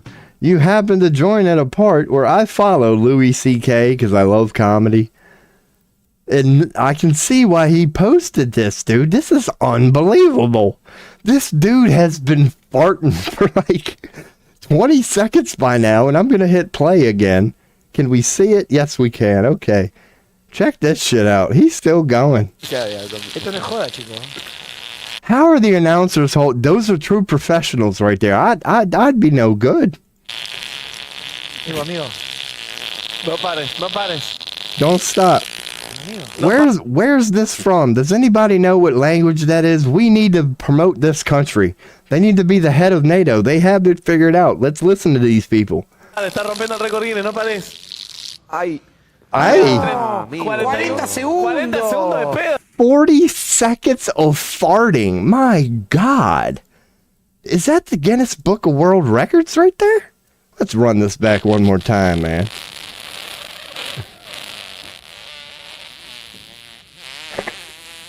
Let's look at the judges. That's fucking awesome. Dude, he is in the zone, too. Look at that guy. He is focused. No puedo creer. Que siga, que siga, que siga, que siga. Oh No my pares. God, you gotta train for that, man. Chico, está al mango, o sea, tío, en potencia. Esto no es joda, chico. Dude, that is a solid 12 months of hitting the gym and putting in work right there, man. Hell frickin' yeah. Old Louis C.K., man. You gotta love that. Your boys gotta just keep up with the comedy here. Dude, I might pay for X just to show this dude how much I appreciated that post. Oh, man. Let's go on and throw it in there. I happened to be streaming. Happened to be streaming when I ran across this. You, sir, are a legend. Great find. Thank you for sharing. It's going to take me a solid month to fathom how this talented young man even pulled this off. Hell yeah. And I hate this new mechanical keyboard, man. I can see people kind of giving up on it. It's not as popular as it was. Maybe I'm wrong. For a while, it was all about mechanical keyboards until you own one of them motherfuckers and you go and try and type something and you're like, Jesus Christ, my neighbors are about to complain. You go, damn, Rob, go to bed. Oh, that was awesome. White House officials pushes to axe Canada from Five Eyes intelligence group. Yep, you're done, Canada. Like, what the fuck is Canada gonna say anyway, man? Come on now. Now, I'm not saying Canada's like a bitch. They're a well-established country, but you're next to the United States, dude. It's like being next to freaking Russia. It's like, dude, trust me, you got no say in any diplomatic matters, whether you like it or not. I played Civilization, trust me. We got the bigger military, man. It's already over. What we say goes. We'll try to keep it as diplomatic as we can, but Canada knows they can't start barking. The only people that Illuminati can mess with is their own, and they're pretty good at it. But they know damn well they are not allowed to go barking and poking. So Trump done kicked them the fuck out of that agency they've been a part of. That's what I'm saying, man. He's not hiding it anymore. He is really telling the world that you think what I'm doing is bad now. I'm going to take the next couple of months of getting rid of anybody who could possibly bust me, who could possibly be able to tell the world what we're really doing. I'm just chopping them off one by one right now. Because you think this Gaza thing is bad. Yeah, it's crazy. But you got to respect how he ain't hiding it. And I really do got to respect that, man. Because as you know, not everybody is a conspiracy theorist. Not everybody wants to believe that the world is controlled by a small group of individuals. But if we let these some bitches just keep going, I mean, who on earth is going to be able to deny that anymore? Like, I know denial, especially among human beings at the moment, is pretty impressive, borderline crazy. But dude, that's a level of denial. Like, how bad does it have to get before certain people start to entertain such an idea? That perhaps none of us do have a say in any of this bullshit, do we? And perhaps it really is just what a select few people want. That's where we're going. Oh man, there's old Graham Hitchcock. I'm not on that screen anymore. I'm actually on my OBS screen looking at chat. But my browsing screen is still up. And that's Graham Hitchcock, man. That's another one that the system hates because he's, I don't know, honest and does a little critical thinking from time to time and likes to challenge what the current narrative is. But then again, if you want to call yourself a scientist, isn't that supposed to be what your job is? Isn't the job of a scientist to challenge the apparently unbreakable narrative at all times? But I'll be damned if scientists start doing that and become good at it. The system wants to shut them down real quick. Yeah, there's old Graham Hitchcock, man.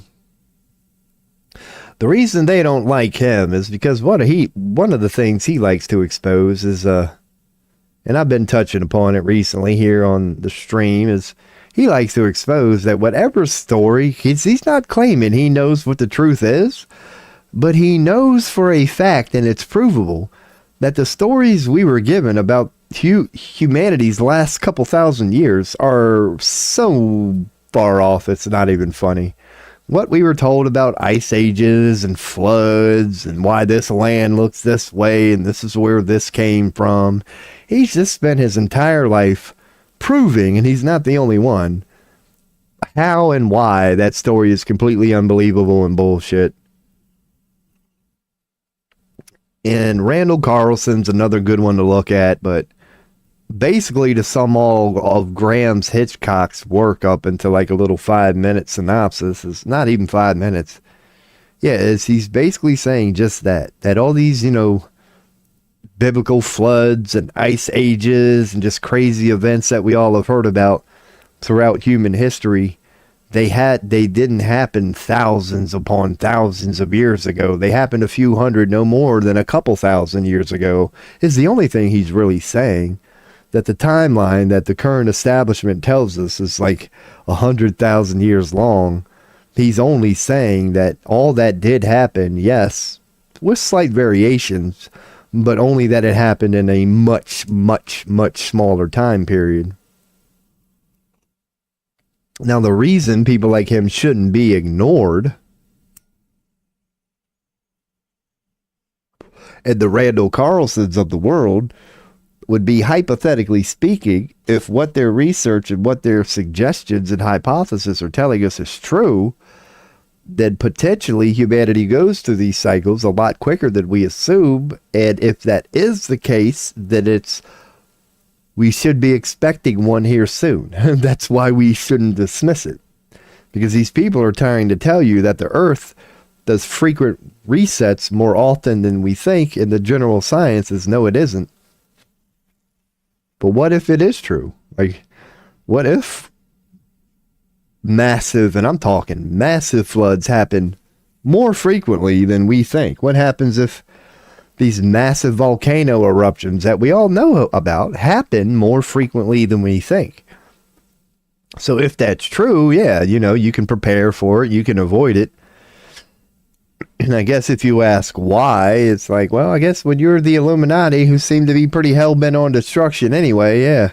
If there is a global cycle that they know about that we don't, that happens to include a lot of destruction, it's really not going to deter their plan too much, because that's their goal anyway. Maybe they think they're timing it up with it. Maybe they think that they know these global cycles are real and that we're due for one here soon. And yeah, if they can create all this chaos and then one of them global catastrophes would happen to hit during that chaos, then man, you want to talk about freaking the whole world about possibly fearing them into submission.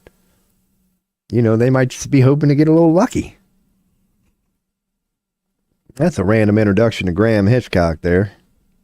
Because your boy has just been recently entertaining this idea, but I believe there's a lot of truth to it.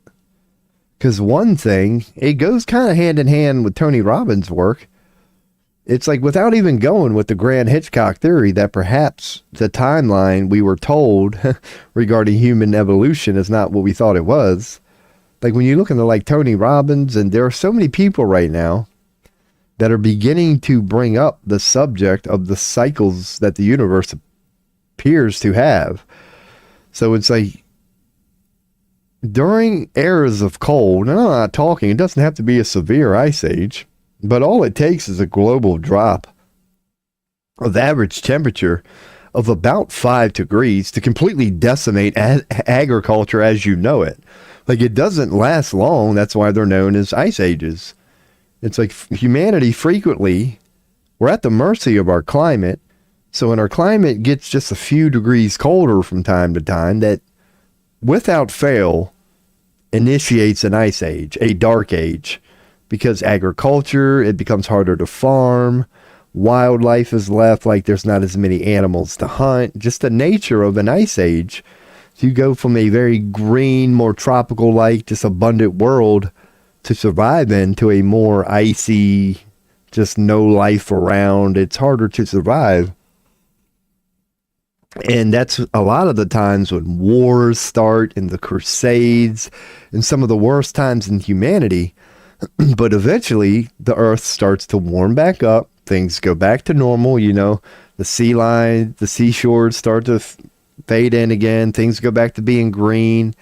And that's always followed up by an age of boom, because you've gotten so good and you're so used to working with so little that when you now can have more, you've already figured out how to do more with less. So when you get your more back, you're just more efficient at it because you've already figured out how to sustain that society you had before the minor but yet major dip in temperature happened. So that would also explain the global warming thing. It's like if the earth is in a constant fluctuation of cycles and cooling and warming, then yeah, that's part of Graham Hitchcock's work, and he's not the only one that goes, look, the current story we're being sold about carbon and cow farts and emissions, and that somehow we can have an impact like on the what's going on in the world. It's scientifically not true. It's not that the impact of human emissions isn't measurable. It is. It's just so minuscule it's not worth talking about. Even at our worst, it's not worth talking about. Like when you see it going up, you need to start, you know, realizing what's going on. But we've never even remotely reached humanity threatening levels. We're not even close. And another thing these people are starting to throw in here is, what do trees need to survive? Carbon dioxide. Well, you can look up the science behind it, but there's something like per whatevers. Like trees will die under like 180 carbs per whatever. Like they need at least in the atmosphere 180 carbs to be present for trees to do what they do with oxygen, convert that into oxygen.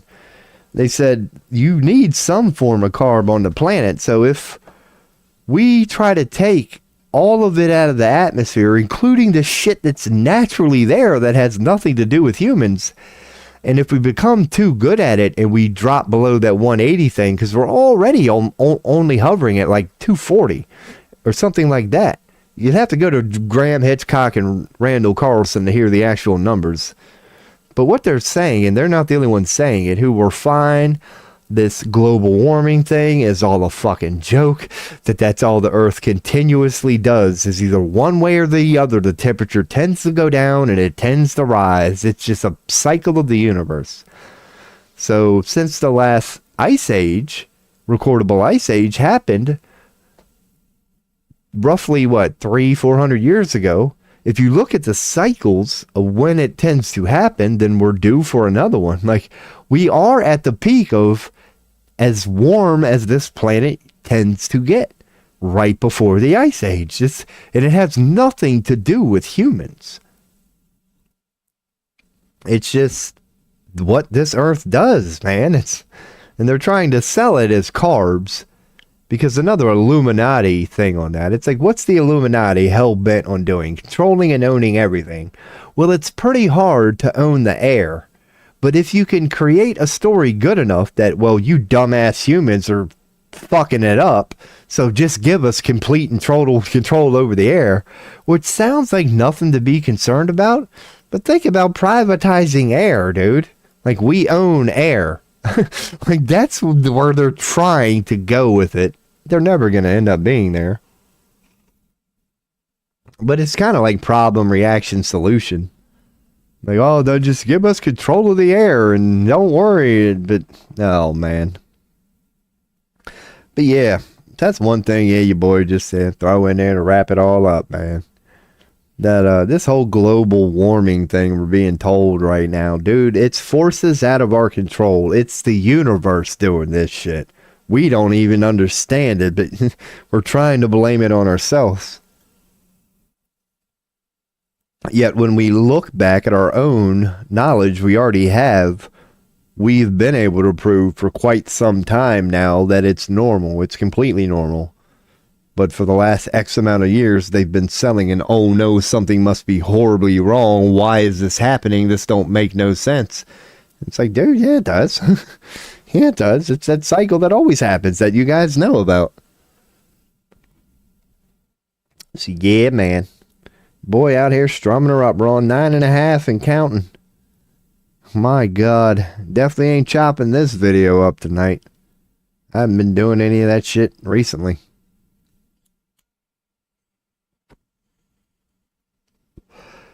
That's another thing that did come to mind, though, that I'll throw in there right now. That you know, scammer, spammer, bot. It might have been an actual person. Because if it is AI, that's very impressive. That part of their programming was, hey, what time's your interview tomorrow? It's like, okay, so you're definitely listening to what I say. Man, watch me not even go. I've done that before many times. If I get, yeah. Not many times. I guess you could say about one of the craziest, it's not even crazy, but one thing your boy did one time was he went in for the 4-hour orientation, man. I can't even remember if I got paid for it. I might have just told him to keep the fucking money. But you know how your first day sometimes is just a little orientation? I went in for the classroom orientation, sat there for 4 hours, and then I was supposed to start the next day. Just was like, the hell with this place, man. I never even went to that. I sat through the orientation. And pretty much the whole time I'm sitting there going, I'm not doing this shit, man. The crap that they were saying when they were describing the job, I'm sitting there just trying to hold down a barf. All right, Elon. Epstein list. Hakeem Jeffries? Who's this guy? Hakeem got my attention. You think Hakeem? Let's hope so. Are leading the left's third protest of the day at Capitol Hill. Okay. Good luck. I'm glad the left, even though it's all divide and conquer and all this is a show. But I'm kind of happy to see that, because apparently that's just a whole bunch of politicians protesting here in America. Whole bunch of leftist government officials. Well, good. Because we got met with the same thing here as citizens, and doesn't it suck that we claim to be a democracy, and even though you show up in mass and go, hey, we got an opinion, nobody wants to freaking hear it? So yeah, it is kind of nice to see the politicians getting a little bit of taste of our medicine, what we're told every time we protest and go, yeah, we got something to say.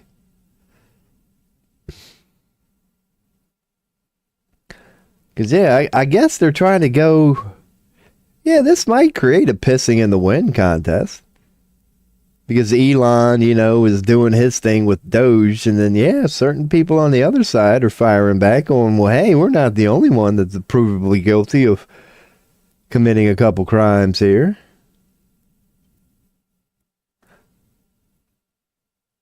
Oh, goodness. Oh, yeah, about January 6th. It's all propaganda.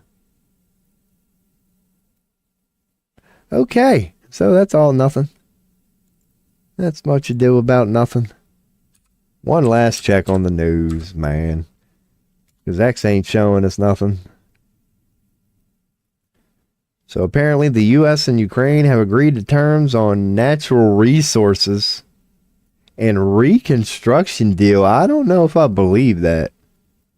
Wait, U.S. and Ukraine? How does this make any sense?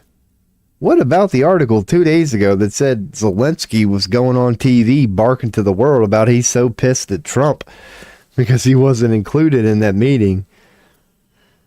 The U.S. and Ukraine have agreed to terms on a deal over natural resources and reconstruction. So they purchased it. The U.S. has not confirmed whether the terms of a deal have been agreed. What the fuck? Dude, how does this make any sense? This is what it's like. Let's make sure the proper one is up here, because I got to make sure this is getting read. It is. Let's look at this opening line here. The U.S. and Ukraine have agreed to terms on a deal over natural resources and reconstruction, according to a Ukrainian official. The U.S. and Ukraine have agreed to terms on a deal. Go down to here. The U.S. has not confirmed whether the terms of the deal have been agreed. You forgot the term, or you forgot the two. The U.S. has not confirmed whether the terms of the deal have been agreed upon. You're missing a word there. That shows you how much effort they put on this article. So apparently there's an agreement that they didn't agree to. Well, that's adorable. So that's the news of the day here in America at the moment. U.S. Ukraine. So yeah, they're posting it all over. So apparently they've all gotten their memo at the same time, from CNN to the New York Times to whatever the fuck outlet this is, that they've all gotten their memo down the pipeline that it's time to announce an agreement that didn't even happen. So that's just fantastic. That's wonderful news.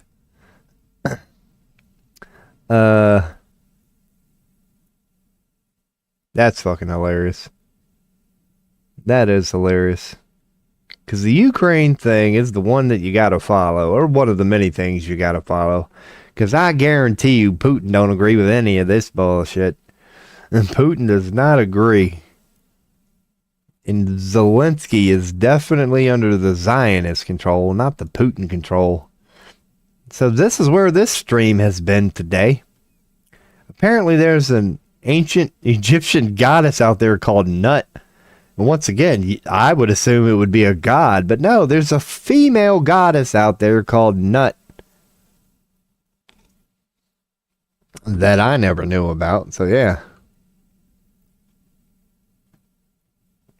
your boy got into that for a little bit. Knew it. New eat, but alternatively, new nut or neweth. It's that whole thelema thing that your boy didn't even know was a thing, but thanks to my first Rubble chat ever, your boy does now. It's an old Aleister Crowley spinoff. Man, how many versions of Satanism did this son of a bitch create during his short time on this planet? What is he credited for these days on Wiki? They ought to credit him for just starting to damn near everything. He was an English occultist, ceremonial magician, poet, novelist, mountaineer, and painter. He founded, so that's what they do give. I am surprised I didn't hear about that. I knew they followed his teachings, but I guess I never knew they were called Thelema. Identifying himself as the prophet entrusted with guiding humanity into the Aeon of Horus. So this might be interesting. So there's the Thelema symbology. Okay, that's pretty cool.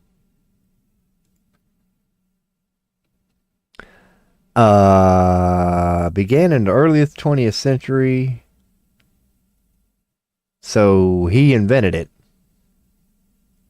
Is marked by a significant shift in spiritual and societal paradigms, emphasizing self-realization, individualism, okay, and the pursuit of one's true will. I can see how he's tricking them. The child god, Horus, symbolizes this error. So he's all fascinated with Horus, who served many functions, the god of kingship, healing, protection, the sun. So yeah, he's definitely a pretty big deal, old Horus. Doesn't even have a human head. There you go.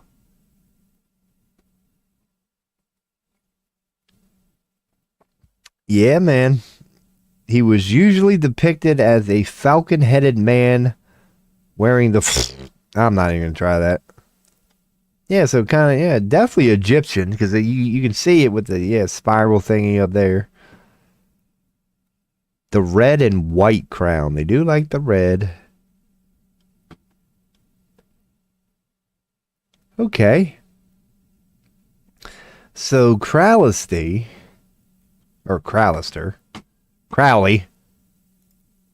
basically is saying that he was inspired by Horus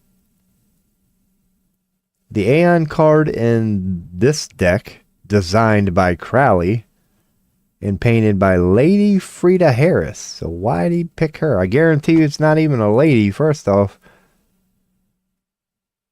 English, yep. So he's got his own tarot, does he? That's interesting. Would they show you like all the cards in it?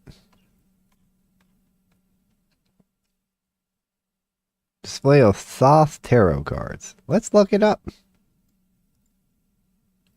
I want to see what this sumbitch is throwing out there in the world, man.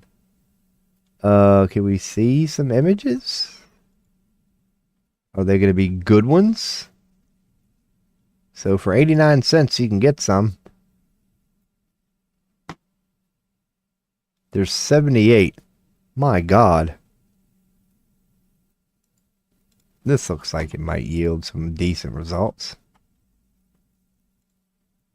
Okay, here we go. So this is what Crowley... Oh my God. They're really not going to give you really good images. Like, dude, if somebody wanted to buy the card, I think that they would want to see what the hell it is before they buy it.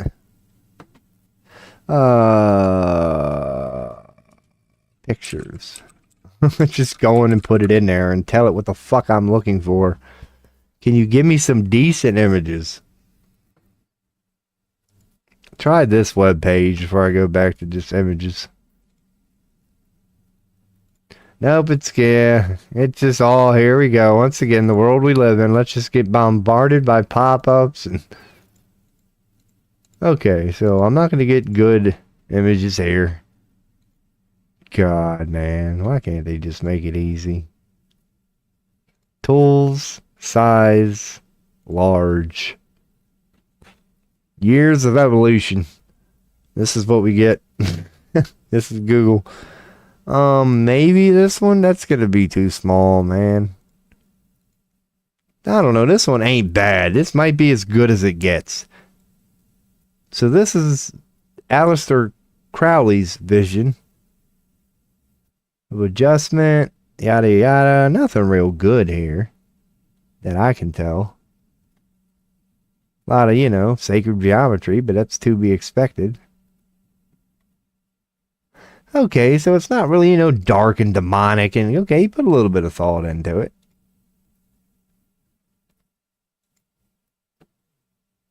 So what is the Aeon card?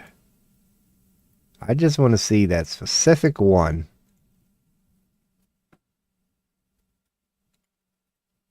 It's this one, which appears to be kind of important to him.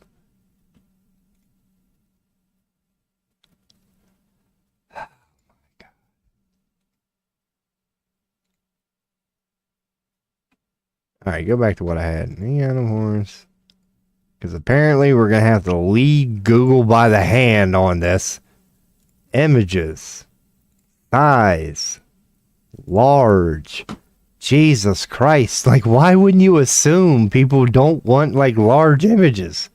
Can you give me something with anything remotely decent in size? There we go. So, okay, what Crowley went with on this all-important card. That is interesting. So that's his Aeon card. Those are babies. These are definitely two babies there on the bottom. And the female. Is she doing the I don't think so. Looks more of curiosity. But I don't know. Look at that. That's weird. That looks like a nutsack there. If that's a female, then what's that? Maybe you could say toss, but not really. Maybe he didn't want to show the vag. Because the shoulders do look a little broad. So the one in there is doing that famous whatever pose. We all know about that one. I forget I think it's the one that Lincoln's doing.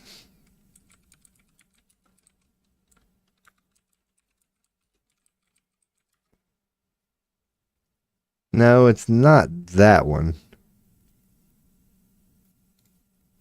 I forget where the fuck that pose is popular as hell from. Yeah, I guess I should be checking chat.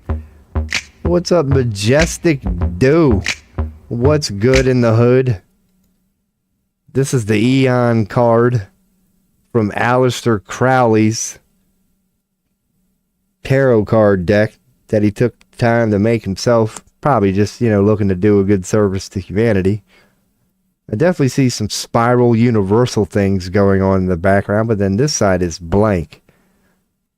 So they got the moon here with things within it. Heck yeah, man. Probably going nowhere fast with this, but just looking for some symbolism. There's definitely Horus in the background with the falcon head. So for some reason, Horus is in the background. A man-woman sort of thing is in the front. And Horus is doing that famous, satanic shit that I wish I knew where the hell it was from. So, okay. He happened to throw a triangle in there, which may or may not mean nothing. In the back, it says Trumps. I don't know if it's just for this specific image or if you can even see it. Yeah, you kind of can. But under where it says the Aeon in black, that gray word behind it says Trumps. Like the plural version of Trump. It's Trump with an S. Not saying that means anything or if it's even how the actual card looks. Maybe we can tell. Because I think I saw one picture in here. Let's just check out another version of it. Is the Trump thing on every damn card? It is. So that could just be coincidence. I'm honestly not saying there's anything here. But I like to think it's a good question. Why does the Aeon card and Aleister Crowley's Thelmia, whatever the fuck his religion is, sign, religion, yeah, why does it say Trump with an S in the background? That's a great question. Maybe you'd have to ask somebody who's a part of that religion. Why the fuck? Is it on every card? Let's see if it's just on every card. Or if they just went, so there's the full. No, and that says Trump's on the back too. So, okay. So for some reason, in Alex Crowley's deck or whatever, so this is the full. So what are they depicting a fool looks like? And what makes him a fool? Because if that's the fool,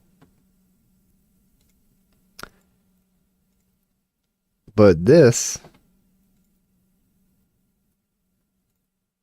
is the important card, the Eon or Aeon or whatever the fuck.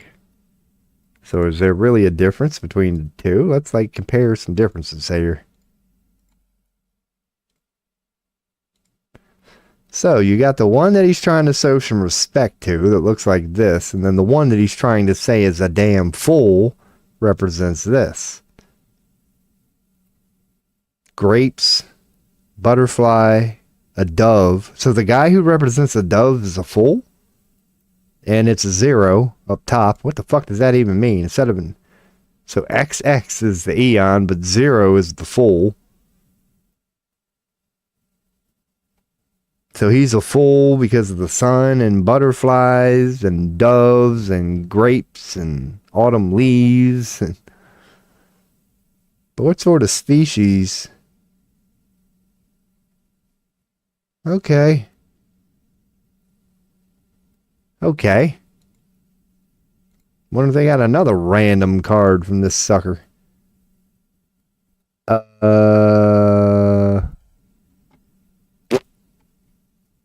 Yeah, let me check chat real quick. Hey, what's up, W. Dill? I see a bunch of stuff going on there. I hope you're not, but I don't know if I'm actually going anywhere on this stream. I'm currently looking into Aleister Crowley's Thelema? I'm gonna really have to figure out how to pronounce that properly. Oh, religion. And apparently is included with its own, like it has its own tarot deck in there. So according to him, the Magus is this. And that's an eye. Alright, don't seem to be too much there. I mean, I guarantee you there is. It's just that I don't really know what the fuck I'm looking at now. Then I see a couple of serpents. Looks like maybe a dove there in that blue circle. Yeah, but I just find that funny. Yeah, according to Crowley, this is what a fool would look like in a tarot deck. But according to Crowley, the Maaaaaan card looks like this. Something that kind of looks like a woman, but yet it's got like a nut sack in the freaking middle. But I guess you could say serpents on the head? Because they're big on that too, the staff. They always got to hold in the staff, which has that. Yeah. So they went with the red. Yeah, okay, that's cool. Hell yeah. So let's keep going down the wiki here. And see what else it'll tell us about this sick bastard.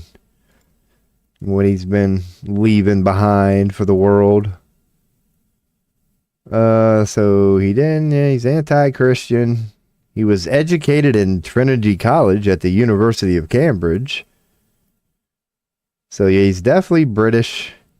He joined the esoteric Hermetic Order of the Golden Dawn, where he was trained in ceremonial magic by this motherfucker. So these people are probably worth looking into if they trained him. Well, then before studying Hindu and Buddhist practice in India, he married this bitch. Oh, it's got to be a man. I'm thinking it's a man. He married no picture. Why is there no picture? So who is this supposedly person? There we go. So there's going to be actually no pictures of who this person is. But in the age of AI, definitely be a little careful. Because you know, Crowley, that's going to be a hard one to really research on. Is that her? Him? You know what I mean? This is her? Yeah, if you know what I mean. That's her. So this is who Crowley decided. Oh, yeah. Oh, yeah. I don't know. Here we go. Now, you can see a little bit there. Could be wrong, but yeah, okay. So that's who Crowley decided to go with. English. She was the oldest of three children, so parents of... I wonder if this fucker's got a wiki.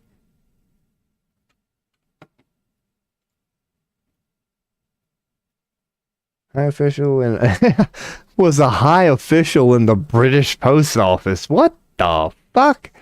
How in the hell can you be a high official?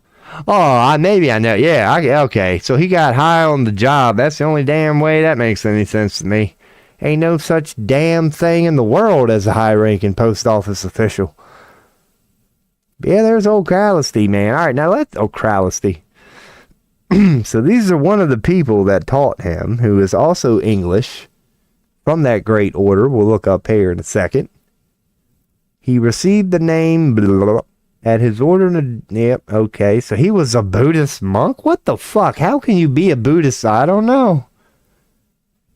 That might show you the genius of Crowley. He learned from a Buddhist monk how to do some Satanism? Like, what the fuck? So he established... Okay, so he's okay. Okay. He established the first Buddhist mission in the UK.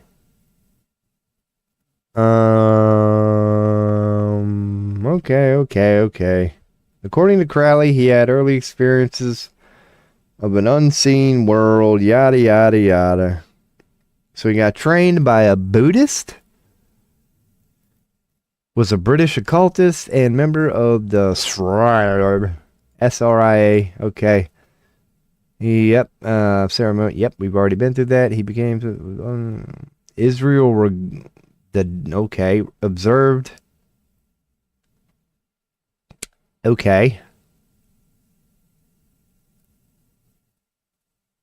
So it really doesn't say much about this motherfucker. Like what he was really into. He attended the Bedford School. He worked in some place as a clerk. He's a Freemason. So he knows about sacred geometry.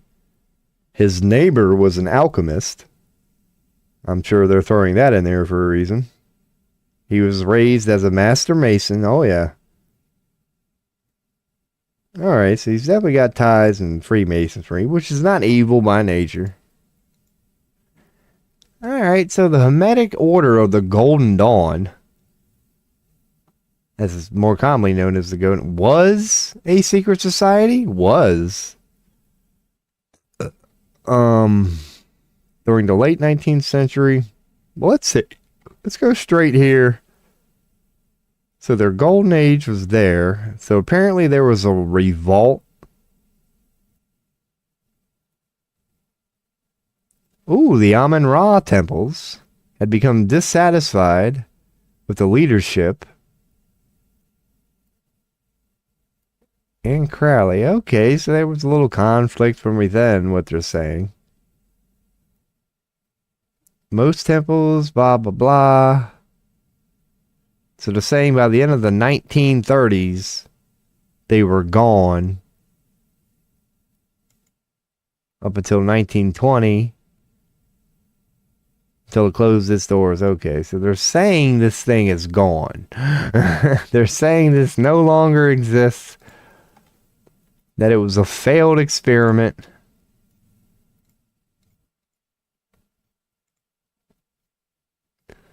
But this was their symbol. Just littered. Oh, yeah, they knew a thing or two. Oh, they put them all on there, didn't they?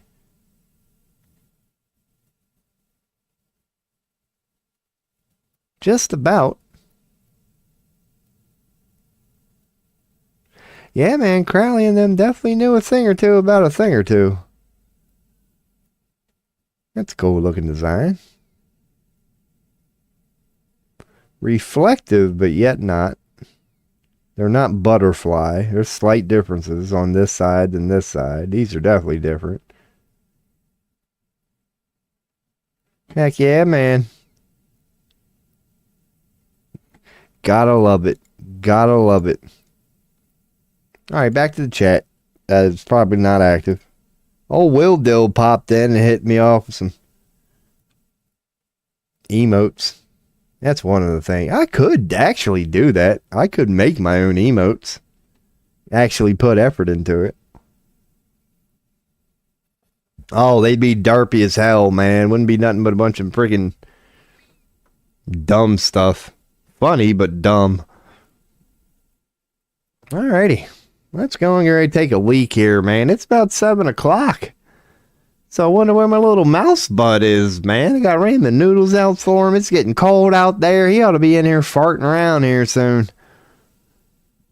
I don't know. Well, yeah, he didn't. He got me a little mad earlier in the walls, but...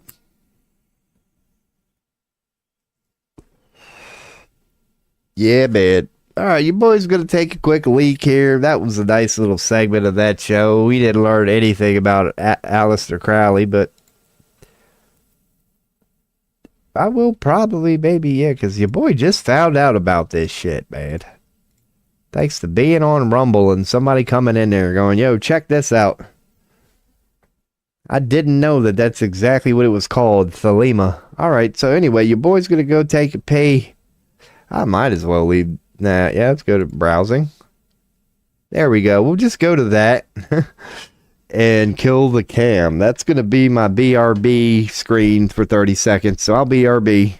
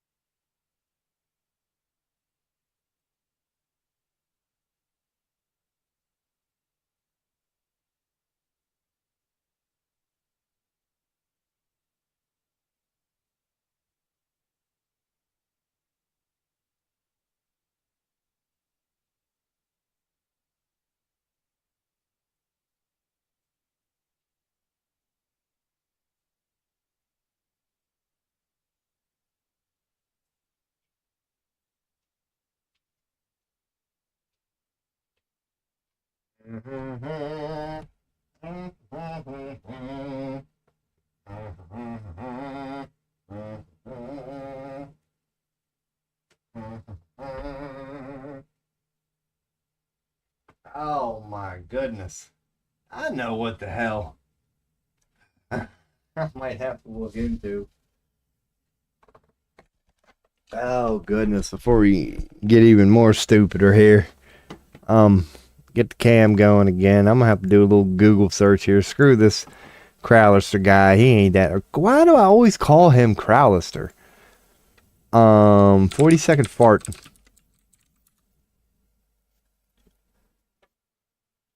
I want to find out what the fuck's going on here. It's a TikTok video from To the Top with Carlos Navarro. I gotta see who put on this competition, man. He's got a Facebook. Got an Instagram. Maybe we'll go with Instagram. It's probably gonna ask me to log in. Old Robo13, man. Come on, you can do it.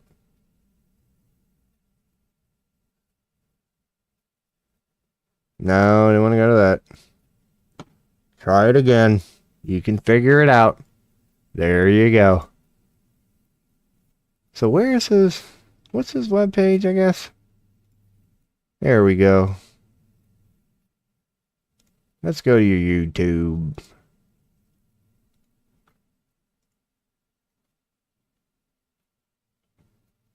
So this is the guy that did it? And he did it like not too long ago. Dude, where's your farting contest, man? It's got to be like your #1 video. He really don't get that many views. It has to be your #1 video. Dude, where's the dude with the 40-second fart, man? You gonna make me go back to X? I want to see like the whole damn competition, man. Like, what the hell? There was a farting contest. Nobody told us here in America. Like, we need to be the first person y'all let to know about that stuff. I guess that's why they put it on TikTok. We use that shit more than China does. To the top and 2 more links. Dude, just give me a link to the fart show, dude. No wonder you only get a couple hundred views per video. Dude, you're sitting on a gold mine right now and you don't even know it. Dude, you should have nothing but the 40-second fart all over your shit right now. Anyway, can't even get it from the source. So we'll just go to my profile and go to replies. There we go. Come on now. Why ain't this on your front page, dude? Your boy's out here looking for ways to blow up. If I had something like this, dude, I wouldn't even need another job. He's in the zone, man. I'm gonna have to make a gif of this. Dude, I'd be in... What are they saying? Let me do the commentary here. While y'all just enjoy the music, I'll go on and read the caption. These sumbitches are now going... My life has opened up. One opening or 2. It's rumbling. Let it go. Let it go. Let it go on. He can't believe it. Keep going. Don't stop. He's at the handle. This doesn't fuck with him. Oh, they're cheering for him. Don't stop. Don't stop. No pares, está rompiendo el récord, no pares. You're breaking the record. Don't. 40 segundos de pedo, chaval. 40 segundos. That deserves a round of applause. Dejé la vida ahí, bajo la presión. Man. Nada más, amigo, porque... Dude. Oh, No, gracias a man. Dios no. If I was that guy's father, I'd be at home wiping a tear from my eye right about now, man. If I had my coworker next to him, I'd be like, that's my boy. That's my boy right there. He done made old Pop proud, man. I taught him how to do that, man. Hell yeah. Man, I knew my boy was going to go out there and be somebody, man. That's the sad part. That'll humble you right there. Some dude who just went out and ripped a 40-second fart into a mic within 40 seconds made more of himself than your boy could ever do. Streaming here for an hour, going deep on the Illuminati, trying to swear to God I can decode this shit. I need to be out there spreading the old check'ems. Fucking, he was in the zone, too. He done cocked the leg like a dog pissing, man. This dude went in. When we see some bitch cock the leg, you know, you assume a little squirt might come out. Nah, man. I'm not going to act like I'm a professional, but I kind of question the approach a little bit, man. Because if you're going for the longevity, you don't want to, you know, cock the leg and spread the check'ems. Like, you're trying to drag this shit out, man. So I would recommend standing straight, locking the legs, and actually pushing your butt cheeks in, because you're going for time here, man. As you can see, they didn't give you any points for the noise. So what you needed, your goal should have been a little high-pitched beep, just enough. Like, you should have been milking that, man. Because like they said, you almost broke the record. You could have been a Guinness Book World Record holder, man. Now, what do you think some bitch has got to do to prepare for such an event? What do you got to do to bust the biggest fart that you... And it's like there's a lot of pressure on you in the moment, man. It's got to be the good one. Like, even if you know, yeah, your own personal record, you know, is 48. If all you hit's 40, you done fucked up, because you know you got 48 in you, man. So I don't know. What the hell is the record? And how does a son of a bitch pull that off, honestly? Because your boy would suspect that it would be like Jenna Jameson or, you know, Debbie from Debbie Does Dallas. It would somebody who's got a little bit of experience with, you know, getting a lot of air or anything in there. Like, I would imagine that would be an asset, pun intended, to have in such a situation. Now, if you got, you know, a nice tight straight man's butthole and rectum, then you're probably going to come in last, man. But if you happen to be like, you know, Drake or somebody like that, you're coming in first, man, because that's an honest question. Has anybody ever heard Drake fart? I can promise you the answer is no. I can promise you. Why? Because I saw that reaction when Madonna tried to kiss him. You ain't fooling your boy here, man. Your boy's got it figured out. The moment I saw that reaction, like, you ain't fooling me, man. Ain't no damn single-ass dude reacting like that. Now, granted, she went in a little hard. She did. But you can look it up, man. Maybe I should. I'll find it for the next stream, maybe. That's definitely a clip your boy's going to have to need on here now that I think about it. I'm definitely going to make a Drake gif. Because there was an interview. This is all your boy needed to see, and there was no going back for me personally regarding Drake. There's an interview out there where he was being interviewed. That's why it's called an interview.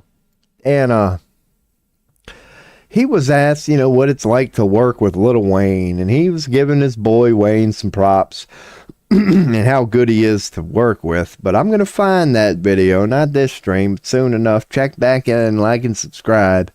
You can check it out. It's going to be hard to find, but I'll know it when I see it. But when he was talking about his admiration for Lil Wayne, when they first asked him the question, well, what's it like to work with Lil Wayne? Oh, Drake, you know, he's sitting on his interview chair, you know, well composed, and he's doing his interview like this, and he's all, well, yada, yada, yada. You really can't say, but he did one of these. And as a straight man, there's really going to be no need to explain this. Her question was, what's it like to work with Lil Wayne? This was his knee-jerk reaction right out of the gate. He's answering his questions, blah, blah, blah, blah, blah, blah, blah. Got his demeanor going on. You can't let anybody know.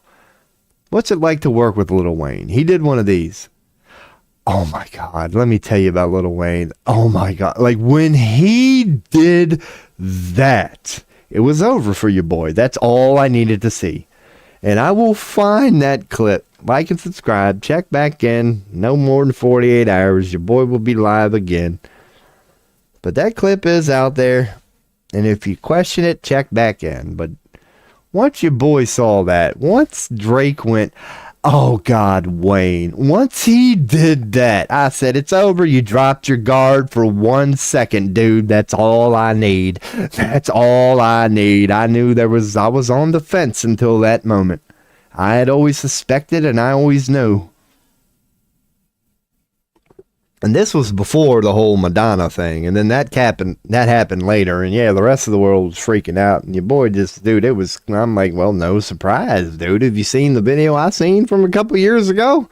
Oh, if you know how this dude really rolls, then that reaction is not so surprising anymore.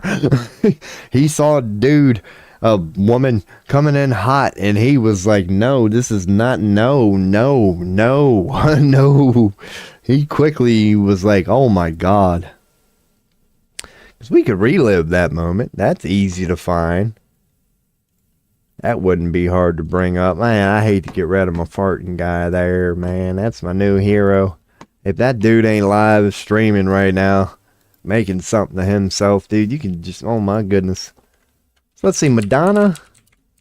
Kiss, I know I spelled it wrong. Kisses Drake. Here we go. Here we go. Let's make sure the mute is on there. It's never too late to relive a good moment like this. If you ever wanted to know what, look at that. But that's what I say. She did go in. So he was kind of there. Now it's getting awkward. Now he wants out. Look at that. He looks like a Me Too victim after that. Drake was about to freaking throw up. And she done walked off and said, you got owned, son. But she went in. Maybe she put something in his mouth and none of us even know it. Maybe it wasn't a kiss. Let's look at that real quick. No, I didn't see no residue or nothing like that. Oh, Madonna now. Come on now. I'm glad they slowed that down. No, don't look like no exchange of nothing. She definitely was tonguing the shit out of his ass, though. No, it didn't look. She did have a look of fuck you, though. Like, she knew he didn't enjoy that. Like, you would think you'd pull away with a smile. No, she's pulling away as mission accomplished. All right, moving on. But his look is freaking... Look at that. He's about to hurl. He couldn't fucking believe it. Yeah, man.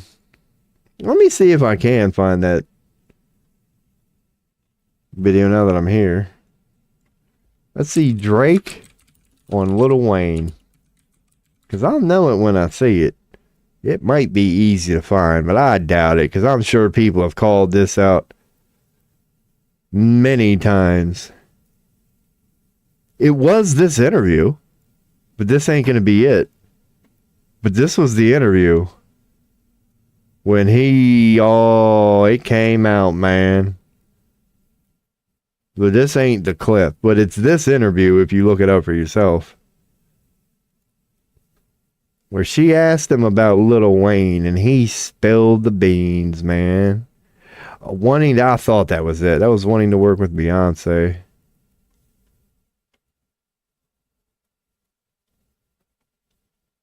Yeah, it ain't gonna be on there, man.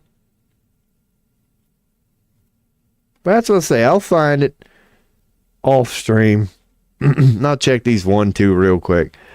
But it's this interview here where he's all young and yada, yada, yada. Oh, he let her rip, man. Because I feel bad for all these folks. Okay. So, Anna Marie wants to with Rihanna soon. Recently did work together. I think this is where it. the song's going to end up, I'm not sure. And just a great person overall. But you can kind of see it. What do you mean you don't know where the song? Oh, I mean, you never know where it's going to. Yeah, we just did a song together. It's a great song. Man. Yeah. I hope the world gets to hear it. To working with Beyonce, I hope I get a chance to work with B. To working with Beyonce, I hope I get a chance to work with B. It's not I'm that. like always in awe of her talent. And I like think we B could do- too. I love B. I'm kidding. Is that what you? Yeah. Is that what you call B? Ah, we're everyone getting calls me close. I'm sorry. You're I didn't know. allowed to, I know. I That's know. like- I that's know like- her a little we bit all just gotta from pass the interviewing call. her. This is the interview. She is one of the nicest people on the planet, isn't she? Yes. Just like. With Katie Couric. All right, Drake, Katie Couric. Here we go. Drake, Katie Couric interview. But you can see what I'm saying. Like, you can see some of them tendencies. But it is going to be hard to find. Probably get copyright struck looking for this shit anyway. One performing, but he's got the flashier outfit on, you know. So he's like, he enjoys it. I mean, he melodies in their music. Yeah. Jay-Z, Anyway, watch this video if you want. I'm not gonna sit here and look at this, but this is that video I was talking about. Drake's interview with Katie Couric. If you find the part in there where she asked him what it's like to work with Lil Wayne, did you notice how during that one segment he was doing the? That's what he did. Like I forgot he threw it was. Oh, Wayne, like he dropped the guard for a second, man. It couldn't be more obvious. Hey, speaking of mouse bud, did you hear that clink? I got a visitor. He always does this. It's like, dude, I've got food out for you. Why are you in there going through scraps right now? Let me go investigate the situation, man. It ain't gonna be long. I'm trying to get this sucker on the stream, man. He's my bud. But this is what he does. He comes in during the evening around this time when it gets chilly and the sun goes down. So my little mouse bud is in the house. So I'm gonna go check on him. Might take a little squirt, but I'll be right back in no more than a minute, and I'll let you know what's going on with this mouse situation. What the fuck, man?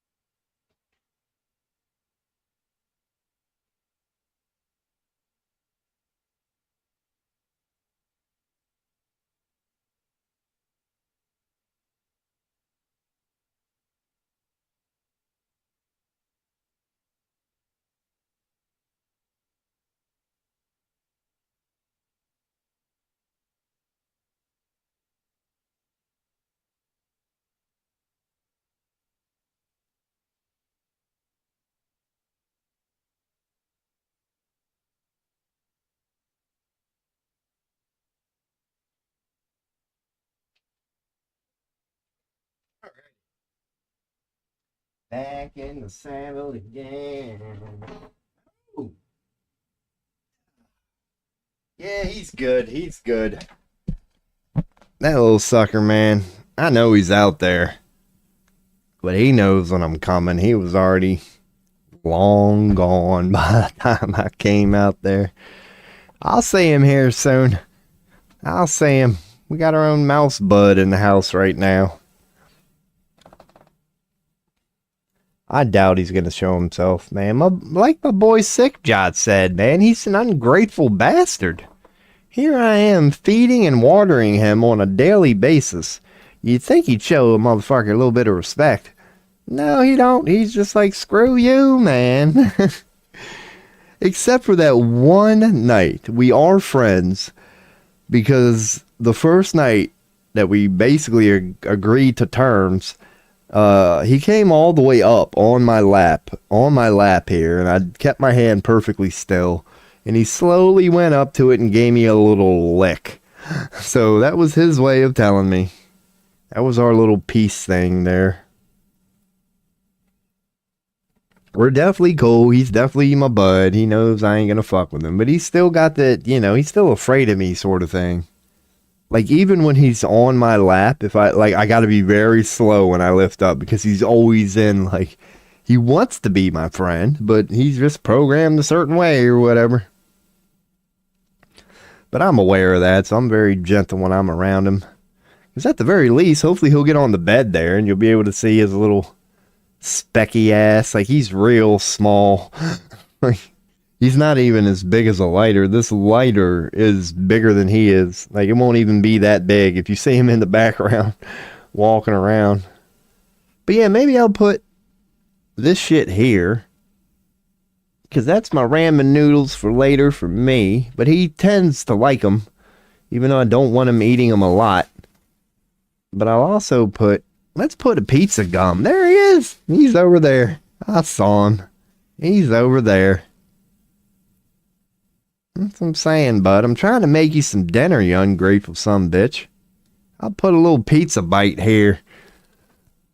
Because if he goes anywhere, he's probably going to pop up on the one far away from me. Maybe I could give him a little booster underneath. My cell phone don't ever go off. He could use that to get up there. Hell yeah. Alright, there we go. Yeah, man. So we got a little mouse in the house. He is cute. I got some kind of good shots of them, but not really. Because I can't even bring up my video editor right now because I would show you what I've already edited, but when I do that, it hijacks my audio. It should have already been on my YouTube. There's no damn reason why I shouldn't have made that highlight by now. But yeah, man, your boy got stuff to do. Oh my goodness. So what the hell? Let's go back to the browsing real quick. I highly recommend that video, man. Look up like 40-second fart. Some dude done ripped one a week ago, and it is amazing. It is worth the while. What's Mary Kate trending for? The old, yeah, Mary Kate and Ashley twins. The insane part isn't even that she hooked up with her boyfriend's dad. It's that the boyfriend kept dating her after finding out. First off, that's fake. Mary Kate Cornett? When it comes to banging her boyfriend's dad. So Mary Kate, okay, it's Mary Kate Cornett. So who the fuck is Mary Kate Cornett? Like, I've never heard of this broad. I've heard of Mary Kate and Ashley, you know, the Olsen twins. Who's this bitch? Obviously not her. Why'd she show up number one? Oh my god. Check chat. Anybody know who the hell Mary Kate Cornett is? Apparently it's a big deal. She done something. It's not even in news. So there's nothing going on in news. They have no wiki. Who is this? Why is this trending? Christian women love Trump. What the fuck does that have to do? Oh, because I actually clicked the post. New development. Sources say she is one for the streets. She cheated on him. Who is Mary Kate Cornett? And if it's such a big deal, AI will revolutionate. All right, let's hit play. Exactly. Like, what the fuck? That's completely fake. There's no news on me liking every Mary Kate tweet. Why are you promoting Mary Kate? I must be missing something here, man. Is she being talked about or not? What? I don't know. What's her thing? Okay, so apparently that was her Instagram.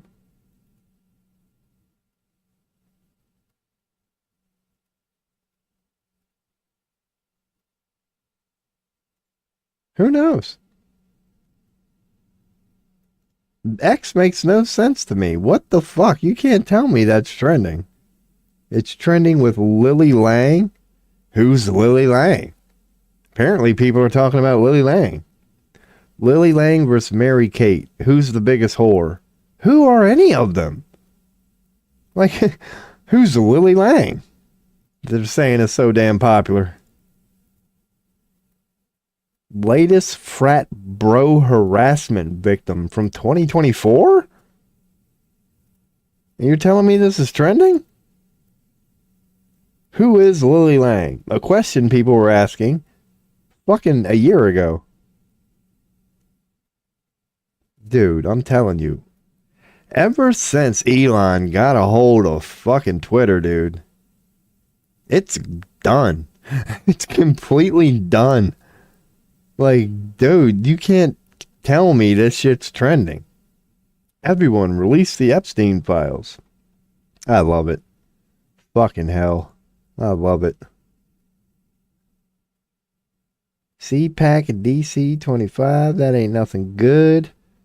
Our ancestors stood harmony. Now this is probably something.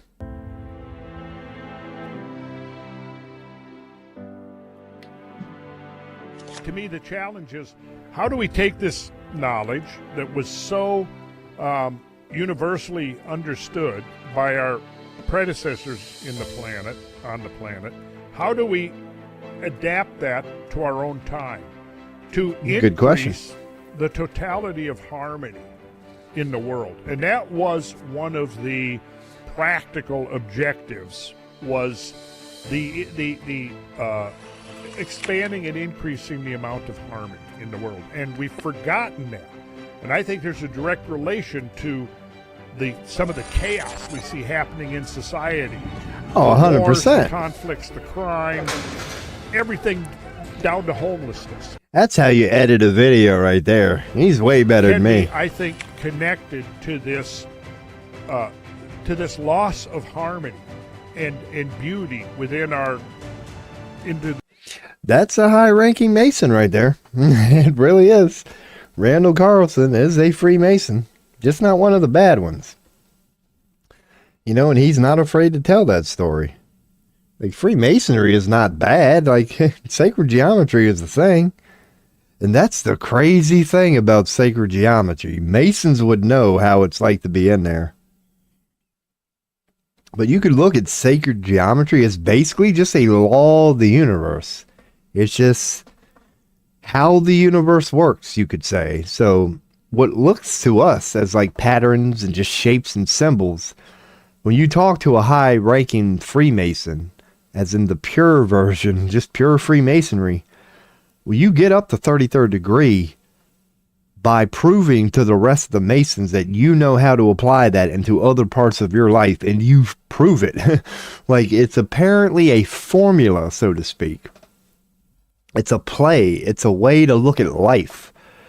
That when you can figure out, number one, what it is, number two, how it works, and then number three, how to apply these principles of fucking geometry to your own life, that you can guide yourself. Like, there's very powerful teachings that I know nothing about in Freemason, but he tries to explain that.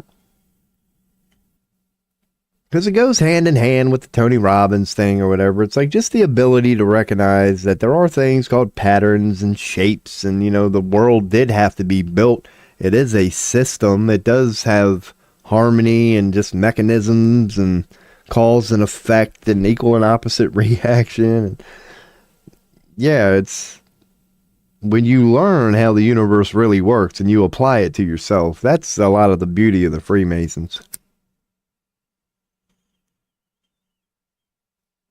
Because not every Freemason who became president, you know, is the evil version of it. It's like if you happen to be a 33rd degree Freemason and you're not on the infiltrated side, you're on the pure side, you're likely to become president because of the teachings of Freemasonry. Like, if you're a 33rd degree Mason, you're killing it. Like, you are not no scrub. You cannot become a 33rd degree Mason without knowing a thing or two, without having a good head on your shoulders, man. Like, it's, even if you know what it is and you aspire to be it, if you don't have the ability, you'll never reach it. So it doesn't always necessarily mean when you see a Freemason in a position of power that they're part of the Illuminati side. It might be a legit Mason like Randall Carlson, who is just good and it's good. You're good. I don't know if Robbins claims to be a Mason, but I know he acknowledges sacred geometry. Because there's more to it, but that's pretty much all being a Mason is. I mean, there's definitely more to it. But a good way just to grossly oversimplify what being a Mason is you could just say sacred geometry and leave it at that. Because that's like the driving part of everything they stand for. Starts with sacred geometry, which is basically a blueprint of the universe, so to speak. Because when everything is energy, which it is, it's hard to make a blueprint, but you can do it as best as humans can do. Yeah, but that's exactly why people like him and Tony Robbins don't freak out. It's like, dude, the moment you recognize, call them shapes, patterns, whatever, the moment you have the ability to recognize that everything is just a shape, a pattern, it all works together, then you can literally predict time using something as like simple as sacred geometry. The Mayan calendar referred to sacred geometry when they built theirs, and it's often referred to as one of the, if not the most accurate calendar in human creation. Why we ever gave up on it, I'll never know. Like, we decided to go with the Gregorian calendar and tell everybody the universe operates in cycles of 12, which it clearly doesn't. If the universe operated in cycles of 12, how do you explain leap year? If our calendar is so accurate and we have the universe under our current understanding so mapped out and so well understood, how come our calendar tracking said universe has to be adjusted by 4 days every 4 years, or 2 or 3 days, or whatever leap year is? It's like, dude, do you think the Mayans ever had, like, every 2 or 3 years we got to shave a couple days off, man? Like, they didn't have any of that shit. You know you're not tracking the solar system right when you have to adjust your damn calendar. And not only that, it's not synchronistic at all. If it was, then every month would have the same amount of days. If you really found an appropriate mathematical equation that appropriately divided all the things up into the proper proportions, 1 month wouldn't have 30 days, followed by 31, followed by 30, followed by 31. Like, it wouldn't be. It would be synchronistic. There would never need to be any adjustments. It would be the same pattern, the same cycle. And to reach a calendar like that, you have to know something about the universe. It operates in heartbeats, cycles, pulses of 13. So once you know that and you can get there, that's what sacred geometry will tell you. Like, you can now begin to map out a calendar based around cycles of 13, and it'll be accurate up until eternity. It's just because the Mayan calendar ended on December 21st, 2012, does not mean he couldn't have continued. It's an infinite calendar, but we could get into something deep there.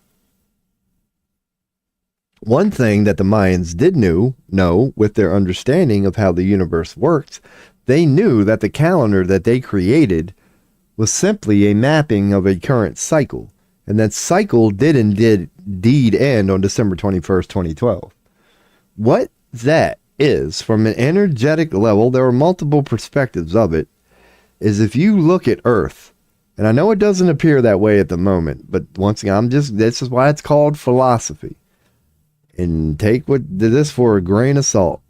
But on December 21st, 2012, the importance of that date was the co-collective energy on this Earth.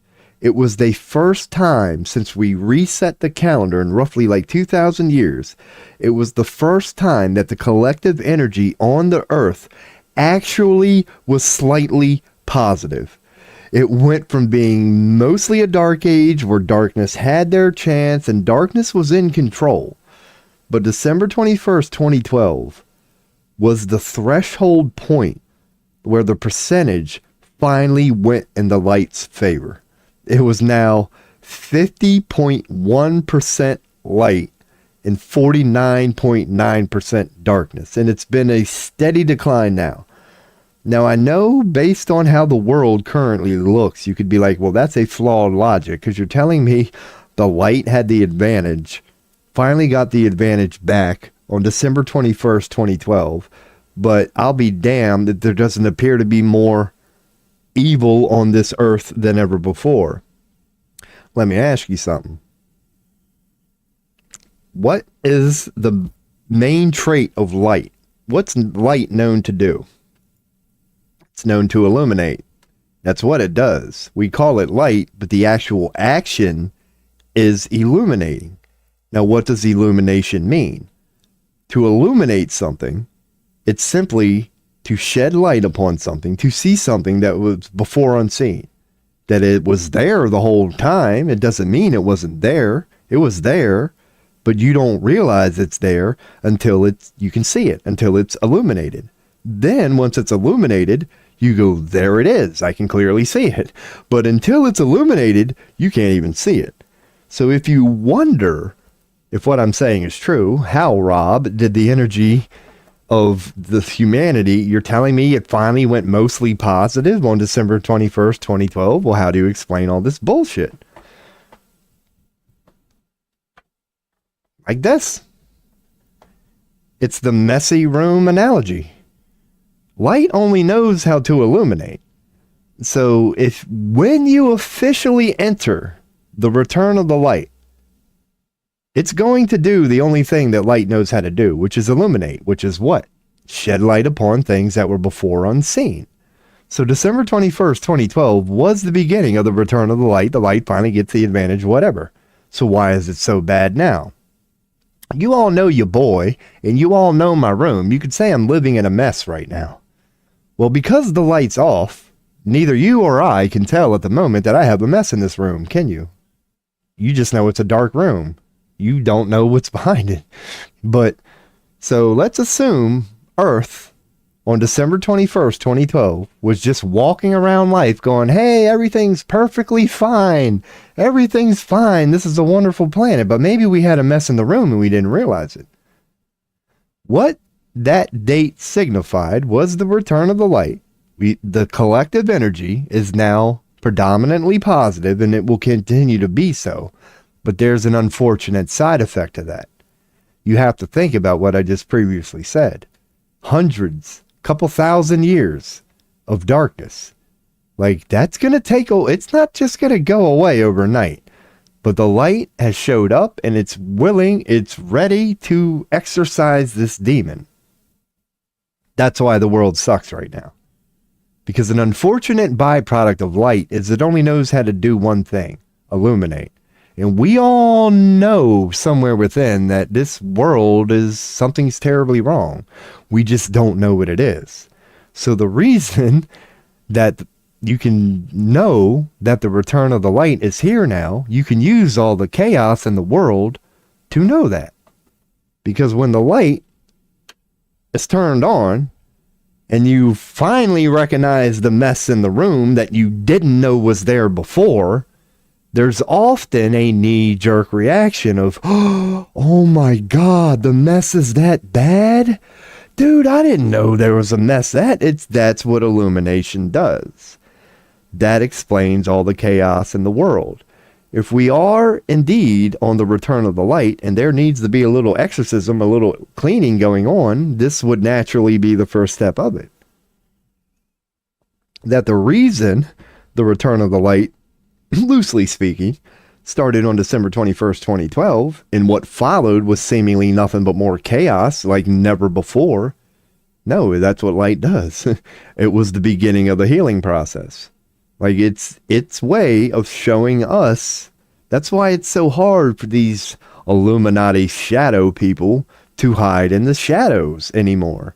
They are being brought forth to the light for us all to see. Even they can't hide no more. It's not like they're coming out of the shadows. They're being exorcised from it. They don't have a choice in this matter. They are being brought towards the light, many of them against their will, for the entire world to see just exactly what the problem is. We're getting it all out on the table. Because you could say it's like, you know, all the light is showing them, but I caution you, humanity. They are our creation. Like, we are being exposed for our passiveness too, because all this horror in the world, you got to admit, we're still 8 billion strong or whatever the number. There's no reason other than us why they're still allowed to get away with this. So even though it's bringing all the Illuminati to the light, and we see the Klaus Schwabs and the Netanyahus and the Trumps of the world, and we're like, these motherfuckers don't give a shit about us, do they? No, they don't. But you can't blame them specifically. We all have to take responsibility. They are our creation. We all let this get this bad. They are our demons. Like them or not, they're our creation. They got 5 fingers and 5 toes. Just like, well, 10. Just like you do. Hey, your boy ain't got no teeth, but... So yeah, that's what, you know... It goes hand in hand, too, with the... It wasn't the end of the world, because a lot of people thought December 21st, 2012 was the end of the world. It's a line I've used many times regarding many different things on this stream as no, it was the end of a world. It was the beginning of the end of a world. That part is accurate, but it was not the beginning of the end of the world. Just a version of the world. That ended. Darkness's time was over. It's still hanging around, but ask yourself, is it really going good for them? Like, I don't think this Palestine thing went too good for them. Nothing has gone good for them. Saudi Arabia didn't go good for them. Afghanistan didn't go good for them. Syria? Palestine? Like, dude, they're botching pretty much everything. It's not like they're getting away with it and the world doesn't even have a clue. Every time they initiate one of these hostile takeovers, the world goes, well, damn, if I didn't believe you before, you're making it more easier every time you do this shit. And another thing I'll randomly throw in there, I guess while we're getting all deep here. And you know how science likes to say, and it's provable, you could say, if you believe what science likes to say, but you can look it up now. I'll bring it up many times during this stream. The 98%, roughly, like junk DNA that science admits and acknowledges that we have. Like only 2% of our DNA is even unlocked, according to science. And take this with a grain of salt. This is all about philosophy and speculation. From what I believe I know, on December 21st, 2012, that junk DNA that we've held on to for so long, it's now starting to unlock. It got the signal from somewhere on December 21st, 2012 that it was time to stop sleeping. It's time to wake up. So that could be another thing to look forward to in the midst of all this chaos. Just know that as impressive as humans are now, whether we are or not, that's an opinion, but we still got a long ways to go, man. We still got 98% untapped potential to evolve into whatever the fuck we want to evolve into, and I suggest that would be a rather magnificent thing. Because we're only 1.2% different than a chimpanzee, DNA-wise. So that's a rather big quantum leap to go from a chimp to a human being, and the only thing you have to do is change 1.2% DNA to make that leap. So we still got 98% to play with. So, yeah, so with just a 1.2% change, we will go from a human being to, I don't know, an alien, and then we'll still have 98% to play with. So what do you become after that? Once you're an alien, you've unlocked that, you know, what if you unlock another 1.2%? What's fucking greater than an alien? You know what I mean? Like, the potential within us is crazy, man. Because you have to admit that is really impressive if what we're telling ourselves is true. Because look it up right now. Again, I'll just Google it. I got to stop telling people to look shit up. You go to Google right now and ask it, what percentage of human DNA is still considered, quote unquote, junk DNA? Bam, 98%. This is not a conspiracy theory. This is according to popular science. That we still have 98% of our DNA, of our biological makeup, that hasn't even been woken up yet. And you wonder why the Illuminati are a little intimidated by us? They know the act they're attempting. They know they're trying to subdue some rather powerful beings who are only giving the Illuminati 2% of what they could truly be right now, and they even have a hard time keeping that in. They're only getting 2% of the human spirit right now, and they can't even keep that quiet. They can't even keep that in check. Darkness has no shot, and they know it, but you can't blame them for giving it the old college try. But yeah, man, that's fascinating to think about, is it not? Because, I mean, just look at what we're doing. It's pretty impressive. We are a being who is only using 2% of our abilities, and yet we have figured out how to go to space. We have an internet. We have cell phones. We're for a being who's only 2% unlocked, to be able to do that, it's pretty impressive, man. You still got 98% to play with, and you're already going to other planets? Like, damn. So what do you think we could do with the rest of that 98%? Your boy claims to be a big picture type of guy. I have no fucking clue what the hell would happen if you unlocked 98% of what a human being already is.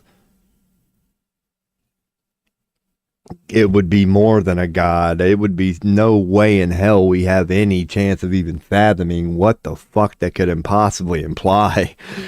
Jeez, man. To be able to do what we can currently do as a species with using only 2% of our entirety.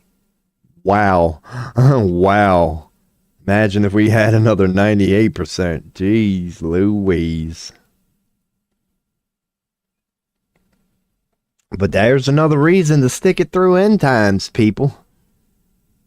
Because, yeah, what prophecy tells you about, you have no idea what's coming regarding the good thing. Heaven on earth, and how good it's going to be. That's very true. We don't have any idea just how good it's going to be for the people who can make it. And it seems like so far away, but again, in your boy's opinion, but I'd like to believe it's an accurate one. If you can just focus on 2050. Now, of course, do not dismiss your life until then. But if you can make it till 2050, if you are the part of humanity that's still here in 2050, cheers to you. You made it through end times. Kiss a lot of motherfuckers goodbye between now and then, yes. But the ones who get through, you are now going to experience, oh my God, pun intended. These sumbitches will be out of the way. This evil world you know we all live in will be done. This failed experiment will be over. Not even a failed experiment. Because I can promise you right now, let's hypothetically say Atlantis was real and it fell. Because I know a lot of people are touchy on that. Let's assume that it happened. Yeah, do you think heaven or consciousness calls that a failure? Do you think it calls hell itself a failure? No. When you know you're an infinite and eternal being and there's no such thing as time, there's no need to rush anything. You cannot get it wrong. We're in infinity. So even if you admittedly fuck it up and ruin everything, dude, we're in the middle of infinity. You've got literally infinity to try it again. Like, there's no rush, dude. Do you know how long infinity lasts? A pretty fucking long time. So consciousness never views anything as a mistake because it knows it's infinite. It just views it all as a learning experience, no matter how bad it gets. The worst suffering you could possibly imagine Consciousness will never tell you we went wrong, because we just explored darkness. That's the only thing we did. Darkness is not fun by nature. But when you go there, when you experience it, when you explore it, you're not wrong. You're consciousness. You're curious. Goes with the saying, curiosity kills the cat. Like, do we feel bad for the cats when they do that? Sometimes you get a little curious. You go diving into shit you're not too sure about, but because of curiosity, you give it a shot. How many times do we see dead cats and we don't feel bad for them always? Because a lot of times you're like, we knew that sumbitch was gonna... We had a feeling one of these days we told it to stop fucking with them bears. Of all things, why do you keep fucking with a bear? You're only a cat. But if a cat was that dumb to do it, that's how consciousness looks at us. I like to relate it to the animal kingdom, because again, this is your boy just philosophizing and talking a little shit. If you want to know what it's like to be an animal, in your boy's opinion, it's video game like. It's like when you're an animal soul on this planet, you know the game you're playing. It's a game. It could seem scary if you're confined to your mortality and you believe this is all your existence is, but animals are far more enlightened than we are. They know it's just a game. They know they're far more than just this. They know they're infinite. They know it's just a game. They know mortality is simply illusion. So when they do experience, if you're a zebra out there farting around in Africa, and you see a lion coming for you, it done caught you out in the open, it's like a game to them. When we experience them, we see a scared deer running from a lion, but just picture playing a video game, like you playing a video game. That's technically your character, and it's technically in a world, but even during those moments when you know that your character is about to die, like it sucks, it's just like playing a video game. Like, fuck, man, I'm going down, aren't I? And you kind of have a moment of, fuck, man, I fucked up. But you don't freak out because you know it's just a game. My character died, yes, but the quote-unquote real me who knows they're only playing a game, I'm not tripping. Unless you say that game was real, then you go, man, that must have been a horrible death. I saw the way that demon casted some fire spell on you and it looked like you evaporated. That looked like it hurt. Yeah, it did if you assume it's real. But when you know it's just a game, no, just a soul playing a game, dude. I understand what you saw, but that's not what I went through. That's how your boy believes, and you could say knows for a fact, but no, it's believes that animals experience it. They just know they're an infinite being. So when their tunnel vision version of them is going through that in the moment, it's just a game to them. It's kind of like a GG at the end. Has the freaking lion's got its shit around its neck, don't worry, it's not feeling pain at that moment. It's GG. It's not. Because here's the thing that your boy has been told, whether or not you believe it, I don't know. Pure speculation again, because I happen to be into channeling and people who claim they can contact, whatever. But according to these beings, because humans have asked the question to these beings before, do animals suffer when things like that happen? Or for example, if a human is trapped in a burning car and there's no way out and they die in an oven, like, God, that would be horrible. Just burning alive would be horrible. So humans have asked these people, what's true about that? And these beings have admitted that they don't always tell us the truth, and I'll touch upon that here in a second. But what they say is that in truly unfortunate moments like that, the soul does not suffer.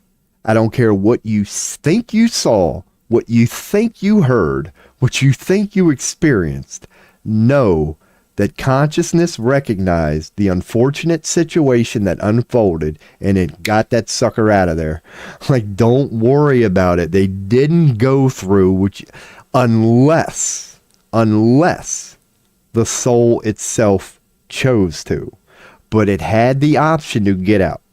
That's what I've been told, that when situations like that happen, you could picture the worst death, drowning, trapped in a cave, just horrible situations. When all hope is officially lost, it's just about enduring the pain until you're done. They say many times Those souls are just removed. That they didn't sign up for that. It was a little bit of an accident, you could say, but it's not what that soul was meant here to experience. And they will go on and remove that soul. So, said that's just a little something that your boy has heard. But here's another thing that channeled beings have often told humanity before.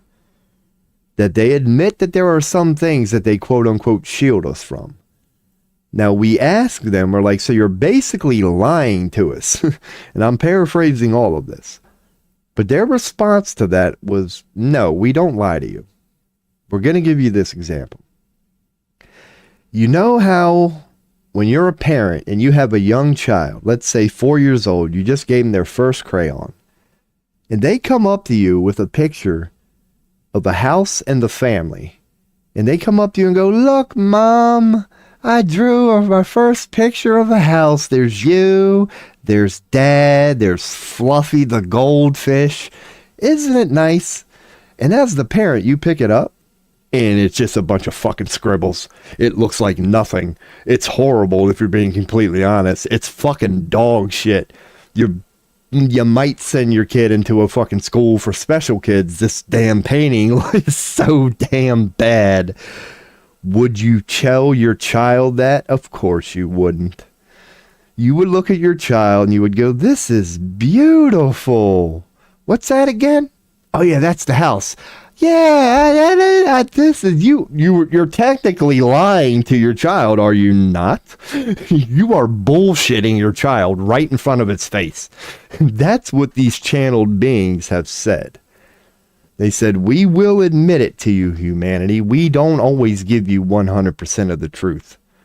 Just know that sometimes when you ask the questions that you ask, we give you the answers we give you because it's like a parent. We just know for your own good, we need you to put it to you this way right now. So that's what I say about the, I'll throw that back into the souls being removed when they're suffering thing. Because your boy questions everything at all times, including these channeled beings that I happen to believe in. But that don't mean that I'm not sitting here at night going, wait a second, I remember that one time they said they don't always give us the own truth, the cold-blooded truth, because of a little thing called psychology and trauma, so they like to soften the blow sometimes. So I would like to believe that souls have the option to be removed from the body before they go through the suffering, like these channeled beings claimed. But they have admitted that they don't tell us the truth all the time. So I'm wondering if that was one of the cases. But I would like to think not, because if they were just softening the blow, then that would mean things seemingly happen out of nowhere that you might find yourself fucked with no lube. And if you are, good luck, son. It's just how it turns out, man. That even your guides and your gods at that moment would be like, well, tough shit, man. Welcome to free will. Hey, there's my mouse bud. But I would like to think that it's true. I would like to think that it's true. That, yeah, that beings don't always suffer, man. Unless that big in that moment says, no, leave me, I'll be fine. I know this is gonna suck, but I just want to see what it's like, man. Like a fucking 30 seconds of drowning ain't gonna hurt nobody. I'd like to believe that that's how it really works. And I recommend looking into channeled beings, man. It's crazy when you like really accept it. I'll give you an example of some of the beings that can be channeled. According to channelers out there, they can channel, there's not many of them, there's certain specialists, to each their own, that can channel the Metatron. Metatron. Now what is Metatron, you could ask? They claim to be the structural engineers of the universe. The way they like to put it when introduced, we are Metatron, we are structural engineers, we build things. For some reason, that's how they like to put it, with that little twang on the end. Metatron, what do you do? Oh, we build things. They like putting it that way for some reason. They're a little cocky and playful. But according to what I think I know, it would be, you know, the secrets that are hidden from humanity, you could say. The consciousness, the entity that is truly responsible for putting together this blue ball that we all inhabit, they call themselves Metatron. They are structural engineers. Their passion, the thing that gets their blood pumping in all of creation, is a little engineering, trying to figure out how to put things together and make them work a certain way. And apparently they are the ones who are responsible for this beautiful ball called Earth. Now we all are, because the all is one and the one is the all. They are no different from you, as is nothing, including myself. But they are another aspect of you, of consciousness, and they call themselves Metatron. And like other aspects like that, they are a collective. It's not just one being. It's a Akashic records, you could say. It's an entity that represents itself as one, but when it speaks, it's the opinion, the collective of the whole. And they offer some rather, I recommend looking into their teachings, especially at this time, when a lot of the questions that humanity is asking these beings are what the fuck is going on right now, and they're more than willing to answer. And yeah, now here's how Metatron, the architectural designers of our planet, who knows how much they have a hand in, but they said one of the key mechanisms here in Earth that's built in to the structure of Earth is a little something called relate, tension, release. It's a mechanism. Relate, tension, release. Relate, no, repeat. Relate, tension, repeat. Relate, tension, repeat. Relate, tension, repeat. That's a built-in mechanism on this planet. Now, the way that works is, and I'm speaking, naive paraphrasing, it's this Earth of ours will give you something that you know you are going to relate to. And during that often comes tension, uncomfortable things. Like humans are known as being overcomers, as this is not an elementary school. This is a highly regarded university that you will get a master's degree by the time you're done with it. It's not an elementary school. So the relate, tension, repeat mechanism is built in there because something that means a lot to you, you will relate to it. And then often when you go into that experience, it's not going to be enlightening and just lovey-dovey. Many times there's going to be a lot of low vibration tension. And they view it, they say it as like the tension is put into this realm's design because tension creates magnificent things. Without tension, you wouldn't be able to have the coffee that you enjoy in the morning. And these are like the examples that they use. Because they're structural engineers. They go, just because you grind something up doesn't mean you destroy it. You can also say you're refining it. You're technically destroying it, yes, but you have to destroy something to refine it, do you not? So they view the tension process as simply a refining process. You take something that you know is passionate and means a lot to you, and it gets your blood pumping. And when you experience it on this earth, it tends to be a little bit of a challenging in tension grinding situation. It's a refining process. It's diamond-like, you could say, but that's more of compression. But it's like in order to get a diamond, it's birthed from what? Coal. You got to compress it, and that's sort of what the tension thing is. It can help you explain a lot of the strife in your life. Because isn't that not the greatest way to learn? It's to legitimately not read about it or learn about it, to actually be consumed in it, get your ass kicked by it, learn a little something from it, and then go, now I see it. I get it because I went through it. That's the best education there is. So the repeat thing is in there for who knows whatever. It might feel like there's some reason that, themes seem to repeat. But apparently, that's a big part of what it's like to be human. That I don't care who you are, just the fact that you're human, in some level, on a day-to-day basis, you experience relate, tension, repeat. that if it feels like it keeps happening and you wonder why, just try to look at it as a refining process. Maybe it's not punishment. Maybe the universe is not trying to punish you, but admittedly, using tension in a refining process, the universe is simply trying to refine you. It knows you could be a little better. It needs to sharpen you up a little bit. But to sharpen up a blade, the blade has to sacrifice a little bit of what's now dull. Like, you got to get rid of some of the old. You got to get some of that dead skin off if you really want, to be the sharpest knife you can be. It's that sort of thing. It really is a refining process. But even they describe it as relate, tension, repeat. And that's just random blah, blah, blah. Your boy loves throwing in here, man. Because I happen to believe in it. So I recommend, looking that up. If you're curious about channeling, Metatron would be a great place to start. That's a good one they've been channeling. Abraham Hicks is pretty much well known. They're just getting bigger and bigger and have been. But that's a different entity who only likes speaking about the law of attraction. But yeah, man, your boy is into channeling. And personally, I like to think it's become a thing.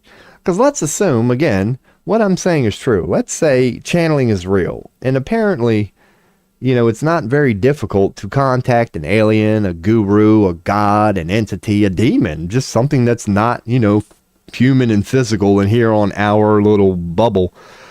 Like, just because a being is not in it does not mean you cannot communicate with them. Like, I believe in that. There are channelers. And if that is true, it's like, yeah, have no worry about, AI taking people's jobs and shit like that. Because just imagine if a bunch of channelers started popping up all over the place going, I can talk to this being from this star, and this one goes, well, I happen to have a connection to this being and this star, and then damn, how many freaking stars are there in the sky? Like, the potential amount of channelers is just insane. The potential amount of beings they could contact and we could have a little discussion with is fascinating. So yeah, hopefully that will become, more of a thing here moving forward. Channeling becomes more conscious or more accepted. Because wouldn't it be cool if you really could channel Jesus Christ and Buddha and all these things? Horus, the Egyptian god, you name it, Zeus, you name it. Wouldn't it be cool if people could actually contact those consciousness energies? Now, they all is one and we're all the same. But I think it'd be pretty cool. And I happen to believe in it, man.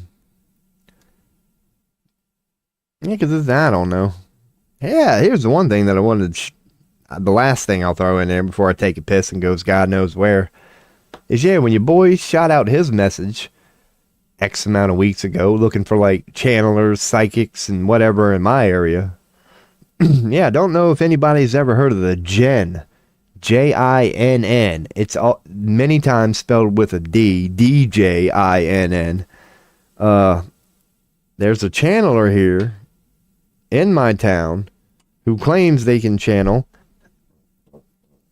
farts. No, the Jinn. So hopefully your boy will follow up with that soon and make that happen. I got my mic. We're getting there. I bought a mic, so I've done one thing as far as setting up that interview. But yeah, hopefully here in a couple months, we're going to set up some sort of an interview with a Middle Eastern girl currently living in America who claims she can channel the Jinn. We'll see. Anyway, your boy's got to pee. So I'll be right back. Oh, my goodness. Man, how much coffee do I have? I'm good.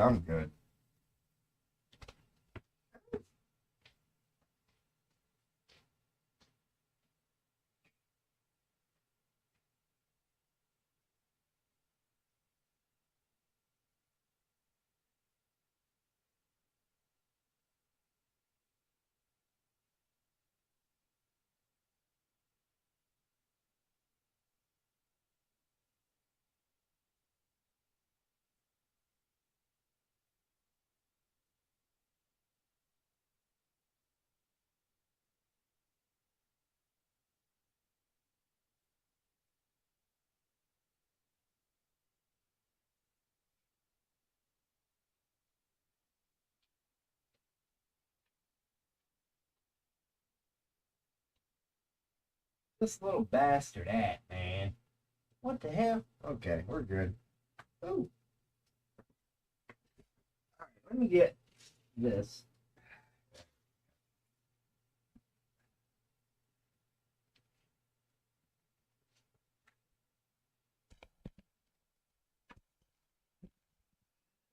Keeping a lookout for my mouse bud, man. I know where he's at. He's in his usual part of the room where his little mouse hole is. And it is a small mouse hole, man. It is crazy. When you see some of the holes these suckers can get in and out of, you're like, how the hell can you even fit through there, man? It's a crack like that damn big, and then I know that's where he's getting in. And he can get up in the oven. Fucker got up in there last night. I wrapped my damn burner pans or whatever, them underlying pans, in aluminum foil a couple weeks ago, and get them all nice and clean. I heard that sumbitch in there walking around on them last night, man.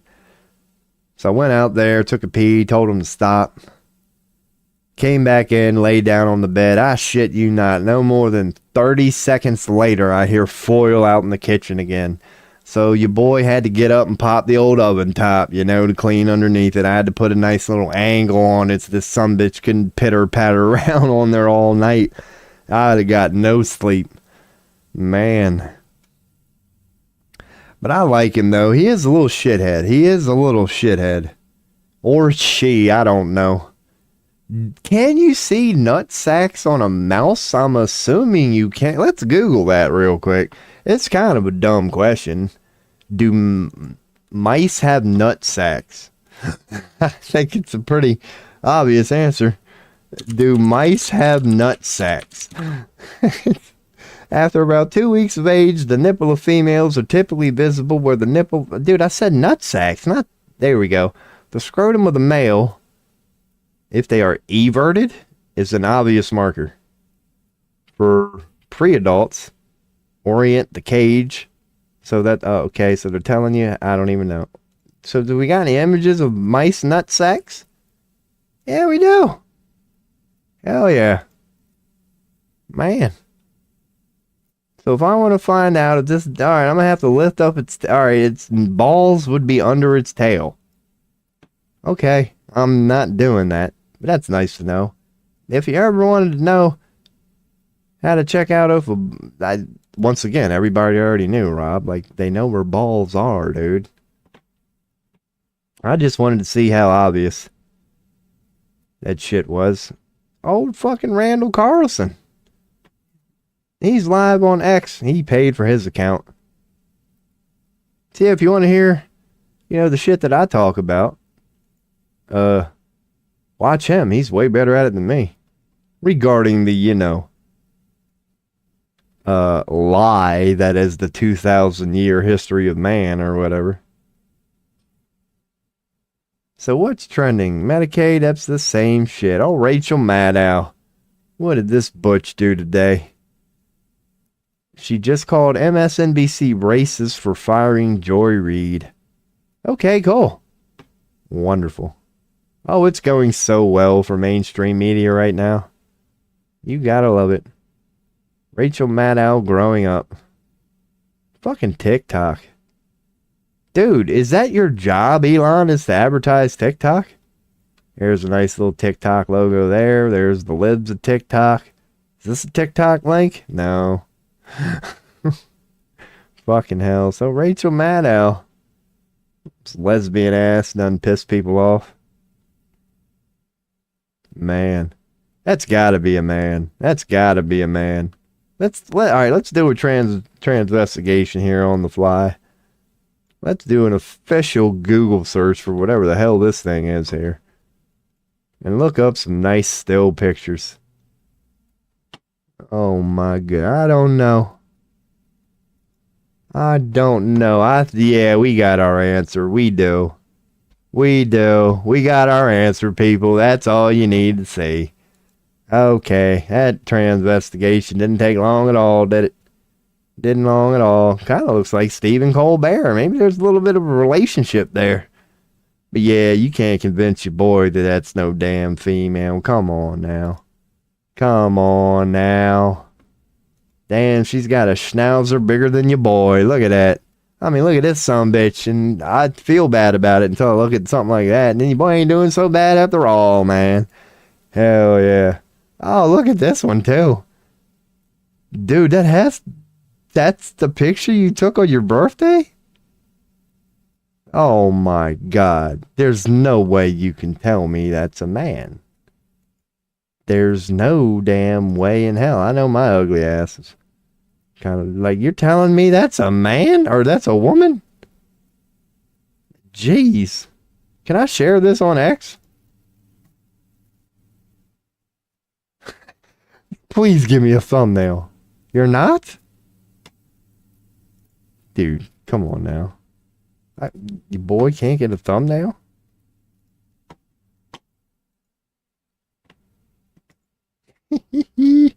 Oh, don't give me that web PB. There we go. Yeah, let's go on and make the X post for today. Here's going to be my post for today. Since Rachel Maddow is trending. There she is. How do we say this without saying there? She is the trending hashtag Rachel Maddow. How do you even spell the bitch's name? How do you spell this kind sir's name? Rachel Maddow. There's my Twitter post for today. Rachel Maddow. There, she is the trending Rachel Maddow. That's the only point that your boy wanted to make today on X. That we're being told Rachel Maddow was mad, so that's cool. Somebody done pissed him off. All right, impeach Afghanistan. Dude, haven't we already done enough? Taliban arrested the British couple. What? The Taliban have banned women's education. Okay. Armored tanks captured from the Americans by the Taliban in Afghanistan. Oh, so that's their explanation, huh? Because naturally, the rest of the world would be going, damn, Taliban, how did you get that? And they're saying that, oh, yeah, it's one of the unfortunate blowbacks from Afghanistan. Trust them. They weren't just handed to them by the CIA. That would never happen. It's just, yeah, how'd they get a hold of them brand new, fucking spotless American military equipment? Trust me, they got it from Afghanistan. Okay, so that's interesting to know.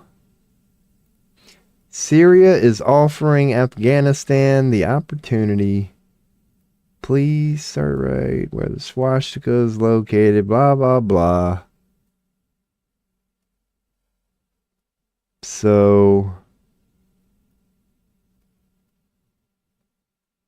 yeah. That's AI like shit. Who's this asshole? Just AI in a picture that's clearly AI. Like, what the fuck? I hate that shit. Like, AI sucks. Because it's opened up the door to just so many freaking tools. Okay. So, Afghanistan. They got a little bit of time, though. They got a little bit of time, old Afghanistan. They got to go through, or they got to finish claiming Lebanon and Syria first. Then you might be next. You're getting close. There he is. Can you see him? Hell yeah. What's up, bud? There he is. We got my mouse friend here. Hey. What are you doing? He should be. Oh. Somewhere around there, I think. What are you doing, shithead? Where is he? There he is. You can see his tail. Hey. What's up, bud? Dude, I've got some of this shit over here. Here, let me bring this camera down and around, man. There's my mouse guy. There he is. He's in there. There he is. It's not easy for me to see him. Watching him. There he is. Hey. What are you doing, bud? Yeah, I set all this up for you. How you doing, pal? Hey. There's the ramen noodles that he likes. Dude, would you stop eating ramen noodles? I put him there. Oh, okay. He's back there. See what I'm saying about he don't like me? Like he's cool with me? Okay, there's better food, man. Hey! See, that scared him. Alright, we'll put it out there next time. So now he can see, like, better food than that. We'll see if he comes back, man. How do you like that setup right there? The reason I had to bring my trash can in here and put it on the bed like that is because the little shit likes to get out in it when he is out there. But I will go on and move that for now. But yeah, we'll see if he comes back, man. That's what I like about streaming in the evening. Yeah, he's still over there. I think that's him in the corner. Who knows? He is sneaky as shit, man. He's quick, too. There he is. Yeah, okay. Hey, bud. What's up, pal? Ooh, mouse cam. Mouse cam. See, he likes the noodles. Dude, that's not good for you. You can't just be eating nothing but ramen noodles, dude. So yeah, he took a little piece and ran off. Hell yeah. Boy out here hanging out with the mouse. I had a feeling it would happen before this stream was over. This is kind of a cool way to do it, though, because, you know, he don't know I'm looking at him right now, because I'm looking at my computer screen. But I'm technically watching his ass. But I really don't want him to keep eating them freaking noodles. There, man. Would you... There he goes. Hey! Is he gonna go for it? No. He likes the noodles. Dude, he is a noodle fiend. He loves ramen noodles. He's going right over the damn pizza bites and everything. Am I gonna have to move that freaking thing of ramen noodles? I'm gonna end up killing this son of a bitch. He ain't got nothing but a ramen noodle diet. So yeah, man, there's a live stream of a house mouse. The only friend your boy Robo's got, man. Sad but true. But it's a good friend to have. And that's an ashtray. That's sad. Because, you know, I forgot that I put my fucking trash can on the bed, if I'm being honest. I could have been using that the whole time.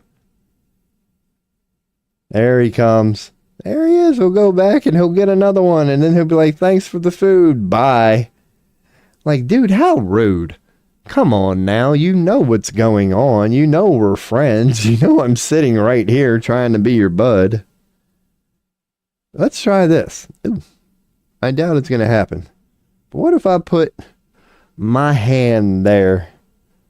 Now let's see how far this guy is willing to offend me. Now that I'm there, watch him be like, well, you know what, motherfucker? I ain't even hungry no more. Come to think about it. Come on, man.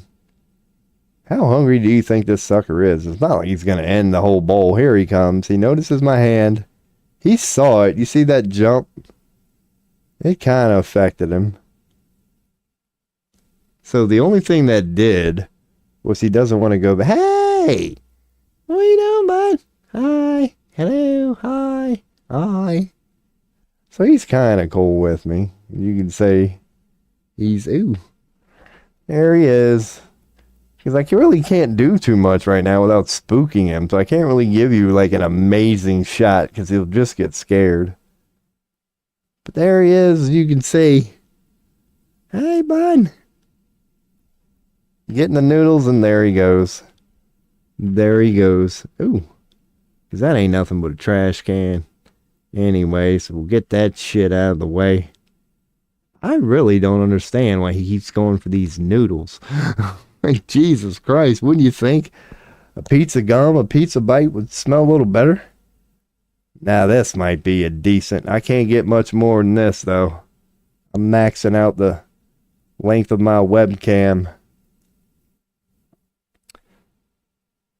at this moment. He might not even come back. I think he will. I don't think he's gonna go away until he comes back, and at least says bye, hopefully, or something. He is an ungrateful son of a bitch. Just try to be nice to a mouse. Maybe he is already. No, here he comes. Here he comes. There he is. See? Hell yeah, that's a pretty decent shot. Dude, you greedy son of a bitch, dude. I wasn't trying to offer you the whole thing. I guess you just don't like eating it so close to me. Like I said, he's rude. There you go, man. There's your boy's mouse bud. Eating a great value, unmicrowavable, or if I didn't microwave it, frozen pizza bite that's now room temperature. Good. At least he's going in on that. I'm not saying it's the most healthiest thing in the world, but it's a lot better than ramen freaking noodles. Dude, I never said you could take the whole thing now. I see you. You want to take that back to your damn wherever you're living in here. Yeah, man, there's a little baby house mouse, and you can see my lighter. He's small. There's my cell phone. Like, he's not big at all. He's a little teeny sucker. But hey, that's what a lot of people do. They just set up webcams and pointing at a damn animal all day. At least you got a little commentary with this one. Little mouse. Oh, hey. Hi. What are you doing, man? Are you enjoying my food that I'm giving to you, and yet you keep freaking treating me like a redheaded stepchild? I know I got red hair, but that still ain't a good enough reason to treat me like one, man. I'm trying to be your friend here. You're eating better than me. You're eating exactly what I'm eating. Sad, ain't it? Your boy eats ramen noodles and fucking pizza gums. But yeah, man. What's up, bud?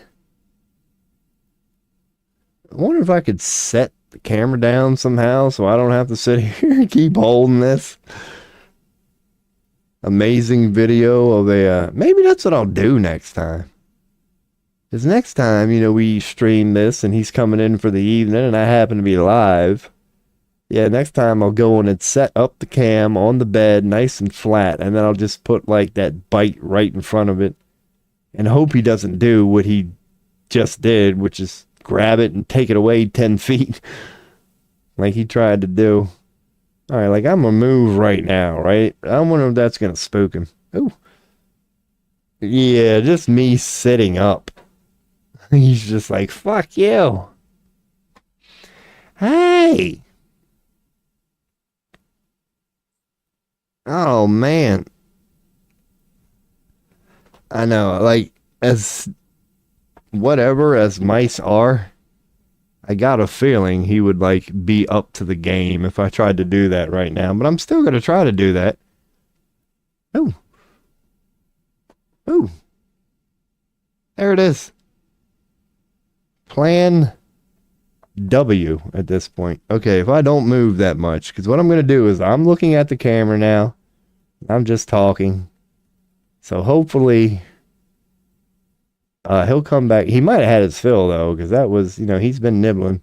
Hey, what are you doing? Yo, what are you doing? I know he knows that. Hey, by now. He might have had his fill. I'll be able to tell here. If I see him scurrying around in the room, then I know he's good for now. I didn't put down any water. No, I still got some on the floor. I just didn't move it to the bed like I normally do.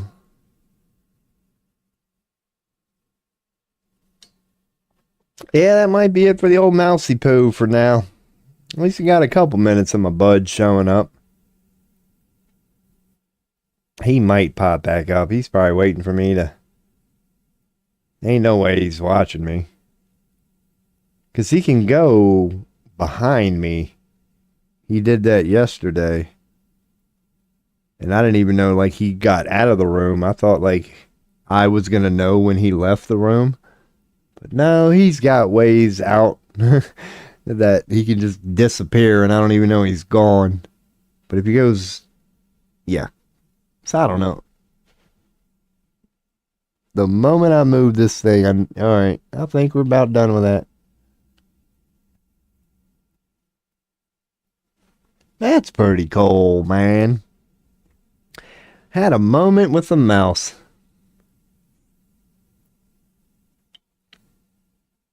Other than dude, it would take me longer to download this going on 12-hour stream than it would to actually edit that little highlight there. That was only like a couple minutes of decent shots of a mouse. Yeah, he is an ungrateful bastard, though. I mean, it is. I'm only like, 3 days into trying to quote unquote tame and get to know this guy or whatever. But it's taking some progress, man. We're documenting it here on this stream. He's slowly coming around. I'll go on and set that there. So in case he does decide to make an appearance, there'll be a little bit of a shot of him. If your boy ain't leaning and in the way, I'll be doing this for the next 10 minutes looking behind me. Heck yeah, man. Boy out here setting examples in Pennsylvania.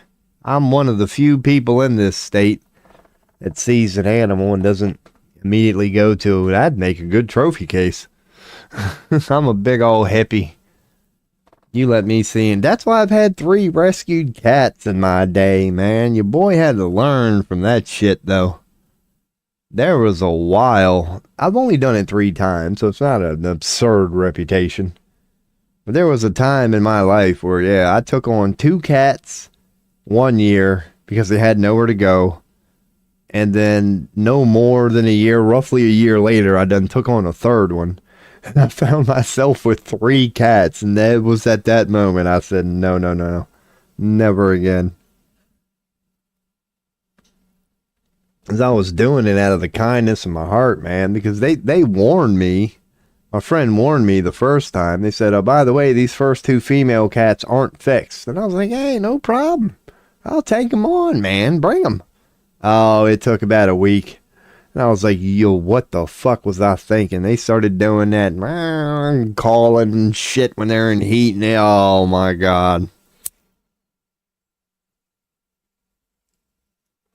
I didn't know what the fuck it was, like, at first. I feel bad now. Like, this was the first time I had ever experienced the cat in heat. I'm like, what are you doing? What is this? I'm like, are you trying to just piss me off? Yeah. And then one of them 3 cats ended up being the love of my life. How about her? I've told that to every human being I know. Even my own mother. Ex-girlfriends, girlfriends at the time, whatever. I'm like, I'm just letting you know right now. If you want to know how much I love you, I can't tell you it's the most, like, I love you more than anything in the world, because I happen to have this thing called a cat, man.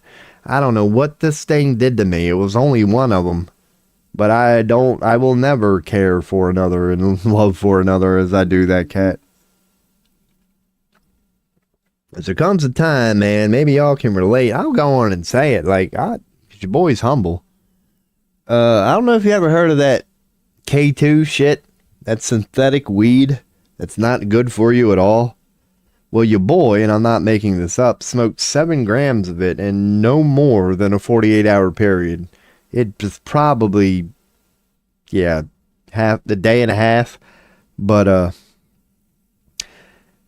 it got to the point that I basically couldn't stand up. Like, my body was shutting down. I couldn't get off the floor even if I wanted to. I had to lay, and your boy is not the type of guy who, lives a life like that just gets fucked up so much he finds himself on the floor and he can't even get up. But I did have a moment during one of my very dark moments in life where I went so hard and abused that K2 shit that, I had a moment. I'll go and explain the whole situation and how real it is, or how real it was for me. If you've heard of a little MMO called DC Universe, a part of the DC storyline. It's a little character called Scarecrow. Y'all know about Scarecrow. It's all about the fear thing. It's got the fear gas. And so I was on the Scarecrow part of the game. I was running the Scarecrow boss high as fuck off K2. And I took such big hits and got such an endure state that when I started the run, I didn't know how to play the game. It was one of those buzzes where you're like, okay, wait, what? What? Forward? Okay, forward. And like, I was so messed up. It was hard for me to play the game. So then I pulled the first, whatever. It's trash. It's not even hard. There's no reason it should have killed me. So I end up dying and going through all of that. So on my screen at this moment, when I'm all fucked up off K2 and I don't realize it, but I'm about to crash. I didn't see any of this coming. The only thing I see on my screen as I'm in that state holding on by a thread is the constant "you're dead." The sort of thing that happens when you die in a video game. So I'm getting this pulsing thing on my screen. You're dead. You're dead. You're dead. And I'm on the Scarecrow level. So, of course, the noises in the background, I just hear Scarecrow. Aha, fear will consume you. So you can imagine where I'm getting at, dude. I started tripping fucking balls. It felt like for a second I was in literal hell. I just see "you're dead, you're dead, you're dead," and I hear all these whispers in the back. Aha, fear got you, fear, ha ha ha ha ha. And dude, at this point I'm convinced I'm in hell. I'm like, what the fuck is going on here? I'm like, my God, I'm here. This is what it's like. Like the feeling that was within me, it was hopelessness. It was just, I felt like I was in hell, my own personal haha got you version. So then next thing you know, it's all too much. I basically stumble off of my chair. I'm laying on my floor. And at that moment, I realized I couldn't get up. Like, you take you a couple minutes and go, what the fuck is going on? And you go, all right, fuck this. Let me at least get to my bed. And I'm just like, Rob, get to your bed. Like, I couldn't get to my bed. I couldn't fucking move, dude. My body was like, nope, you're going to sit here and you're going to take this one whether you like it or not. And man, you're just laying on the floor, paralyzed. Now, by this point, the video game part is gone. Like, it's just me looking at the ceiling. And I just was like, I am consumed and surrounded by darkness. There is no light in my existence right now, not even me. I am one step away from being consumed by what I can tell is darkness. Hell has got me. There's no light left. I've lost. I had no friends. Like, the room was a mess. Way worse than any of this shit you see now. And I'll be damned if in that moment, barely being able to move, I could at least move my head a little bit. And when I look over, the only thing I could see, the only light in the middle of all that darkness, was that freaking cat.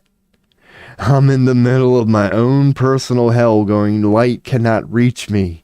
Even my own light is gone. I've lost. I caught a glimpse of light. There went my water. And it was that fucking cat, man. It was that fucking cat. And in that moment, I had realized, I had an own personal moment. I said, I've pushed everything away, haven't I? Everything I've ever once loved is gone. I can't find love even if I tried. I have fucked up. But I'll be damned if there was one glimmer of light still left in that personal hell. And it went, yeah, just to get my fucking attention. I could see it. And I knew what love was. I got reminded of what love was. And when I came out of it later that evening or the next day, this, deep ass hippie son of a bitch that your boy is, I had a legit moment with that cat. I'm not talking about the cat. I'm talking the soul. The next day, when that cat was near me and I was talking to the soul, I was like, I'm never gonna forget what you did for me last night. I have never been that scared in all of eternity, as far as I can tell. That was the worst level of fear, hell I have ever experienced. And I was ready to accept my fate, but I'll be damned if you didn't remind me of some things that I needed to be reminded of. And yeah, I guess we can all relate to pets, but that's like your boy's deep way of just saying, yeah, like pets are there for you in your darkest moments. And when that cat was there for me during that one, I have made a soul contract promise to this cat that I will never break. I will never break. If this soul, if this consciousness, if this whatever ever calls out with a cry for help, I don't care what I'm doing, I will stop it, and I don't care what the task is, it better be able to fucking kill me. Because I will do whatever it takes. It's one of them things, man. Call it a guide, a soul, or whatever, but when I needed a motherfucker, and didn't even know I needed a motherfucker, but when I needed one, and was looking around, and there was nothing to be found, the only thing I could see was that damn cat. So that's a long-winded, deep way of why your boy currently tells everybody, from his mother right down to his current spouse or whatever, do you love me more than anything? If I'm being honest, no, I cannot give you that title. I cannot. And then I'll tell them the story that I just got done sharing to nobody on 5 platforms. But it's like, that's the reason I can never love you more than that. Like, come on now. How can you even hold that against me?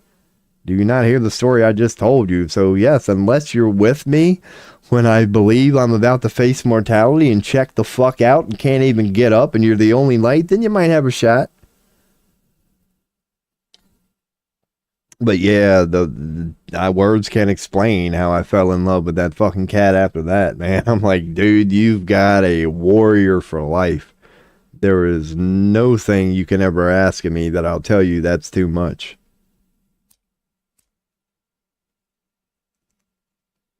So yeah, man, and her name was Heavy. This cat's name was Heavy. And if you wonder why her name was Heavy, it was my ex's cat at first. The girl, yeah, I was dating her at the time. And it was basically a me cat. It fell in love with me. But when we had the moment of going, what do you want to name this cat?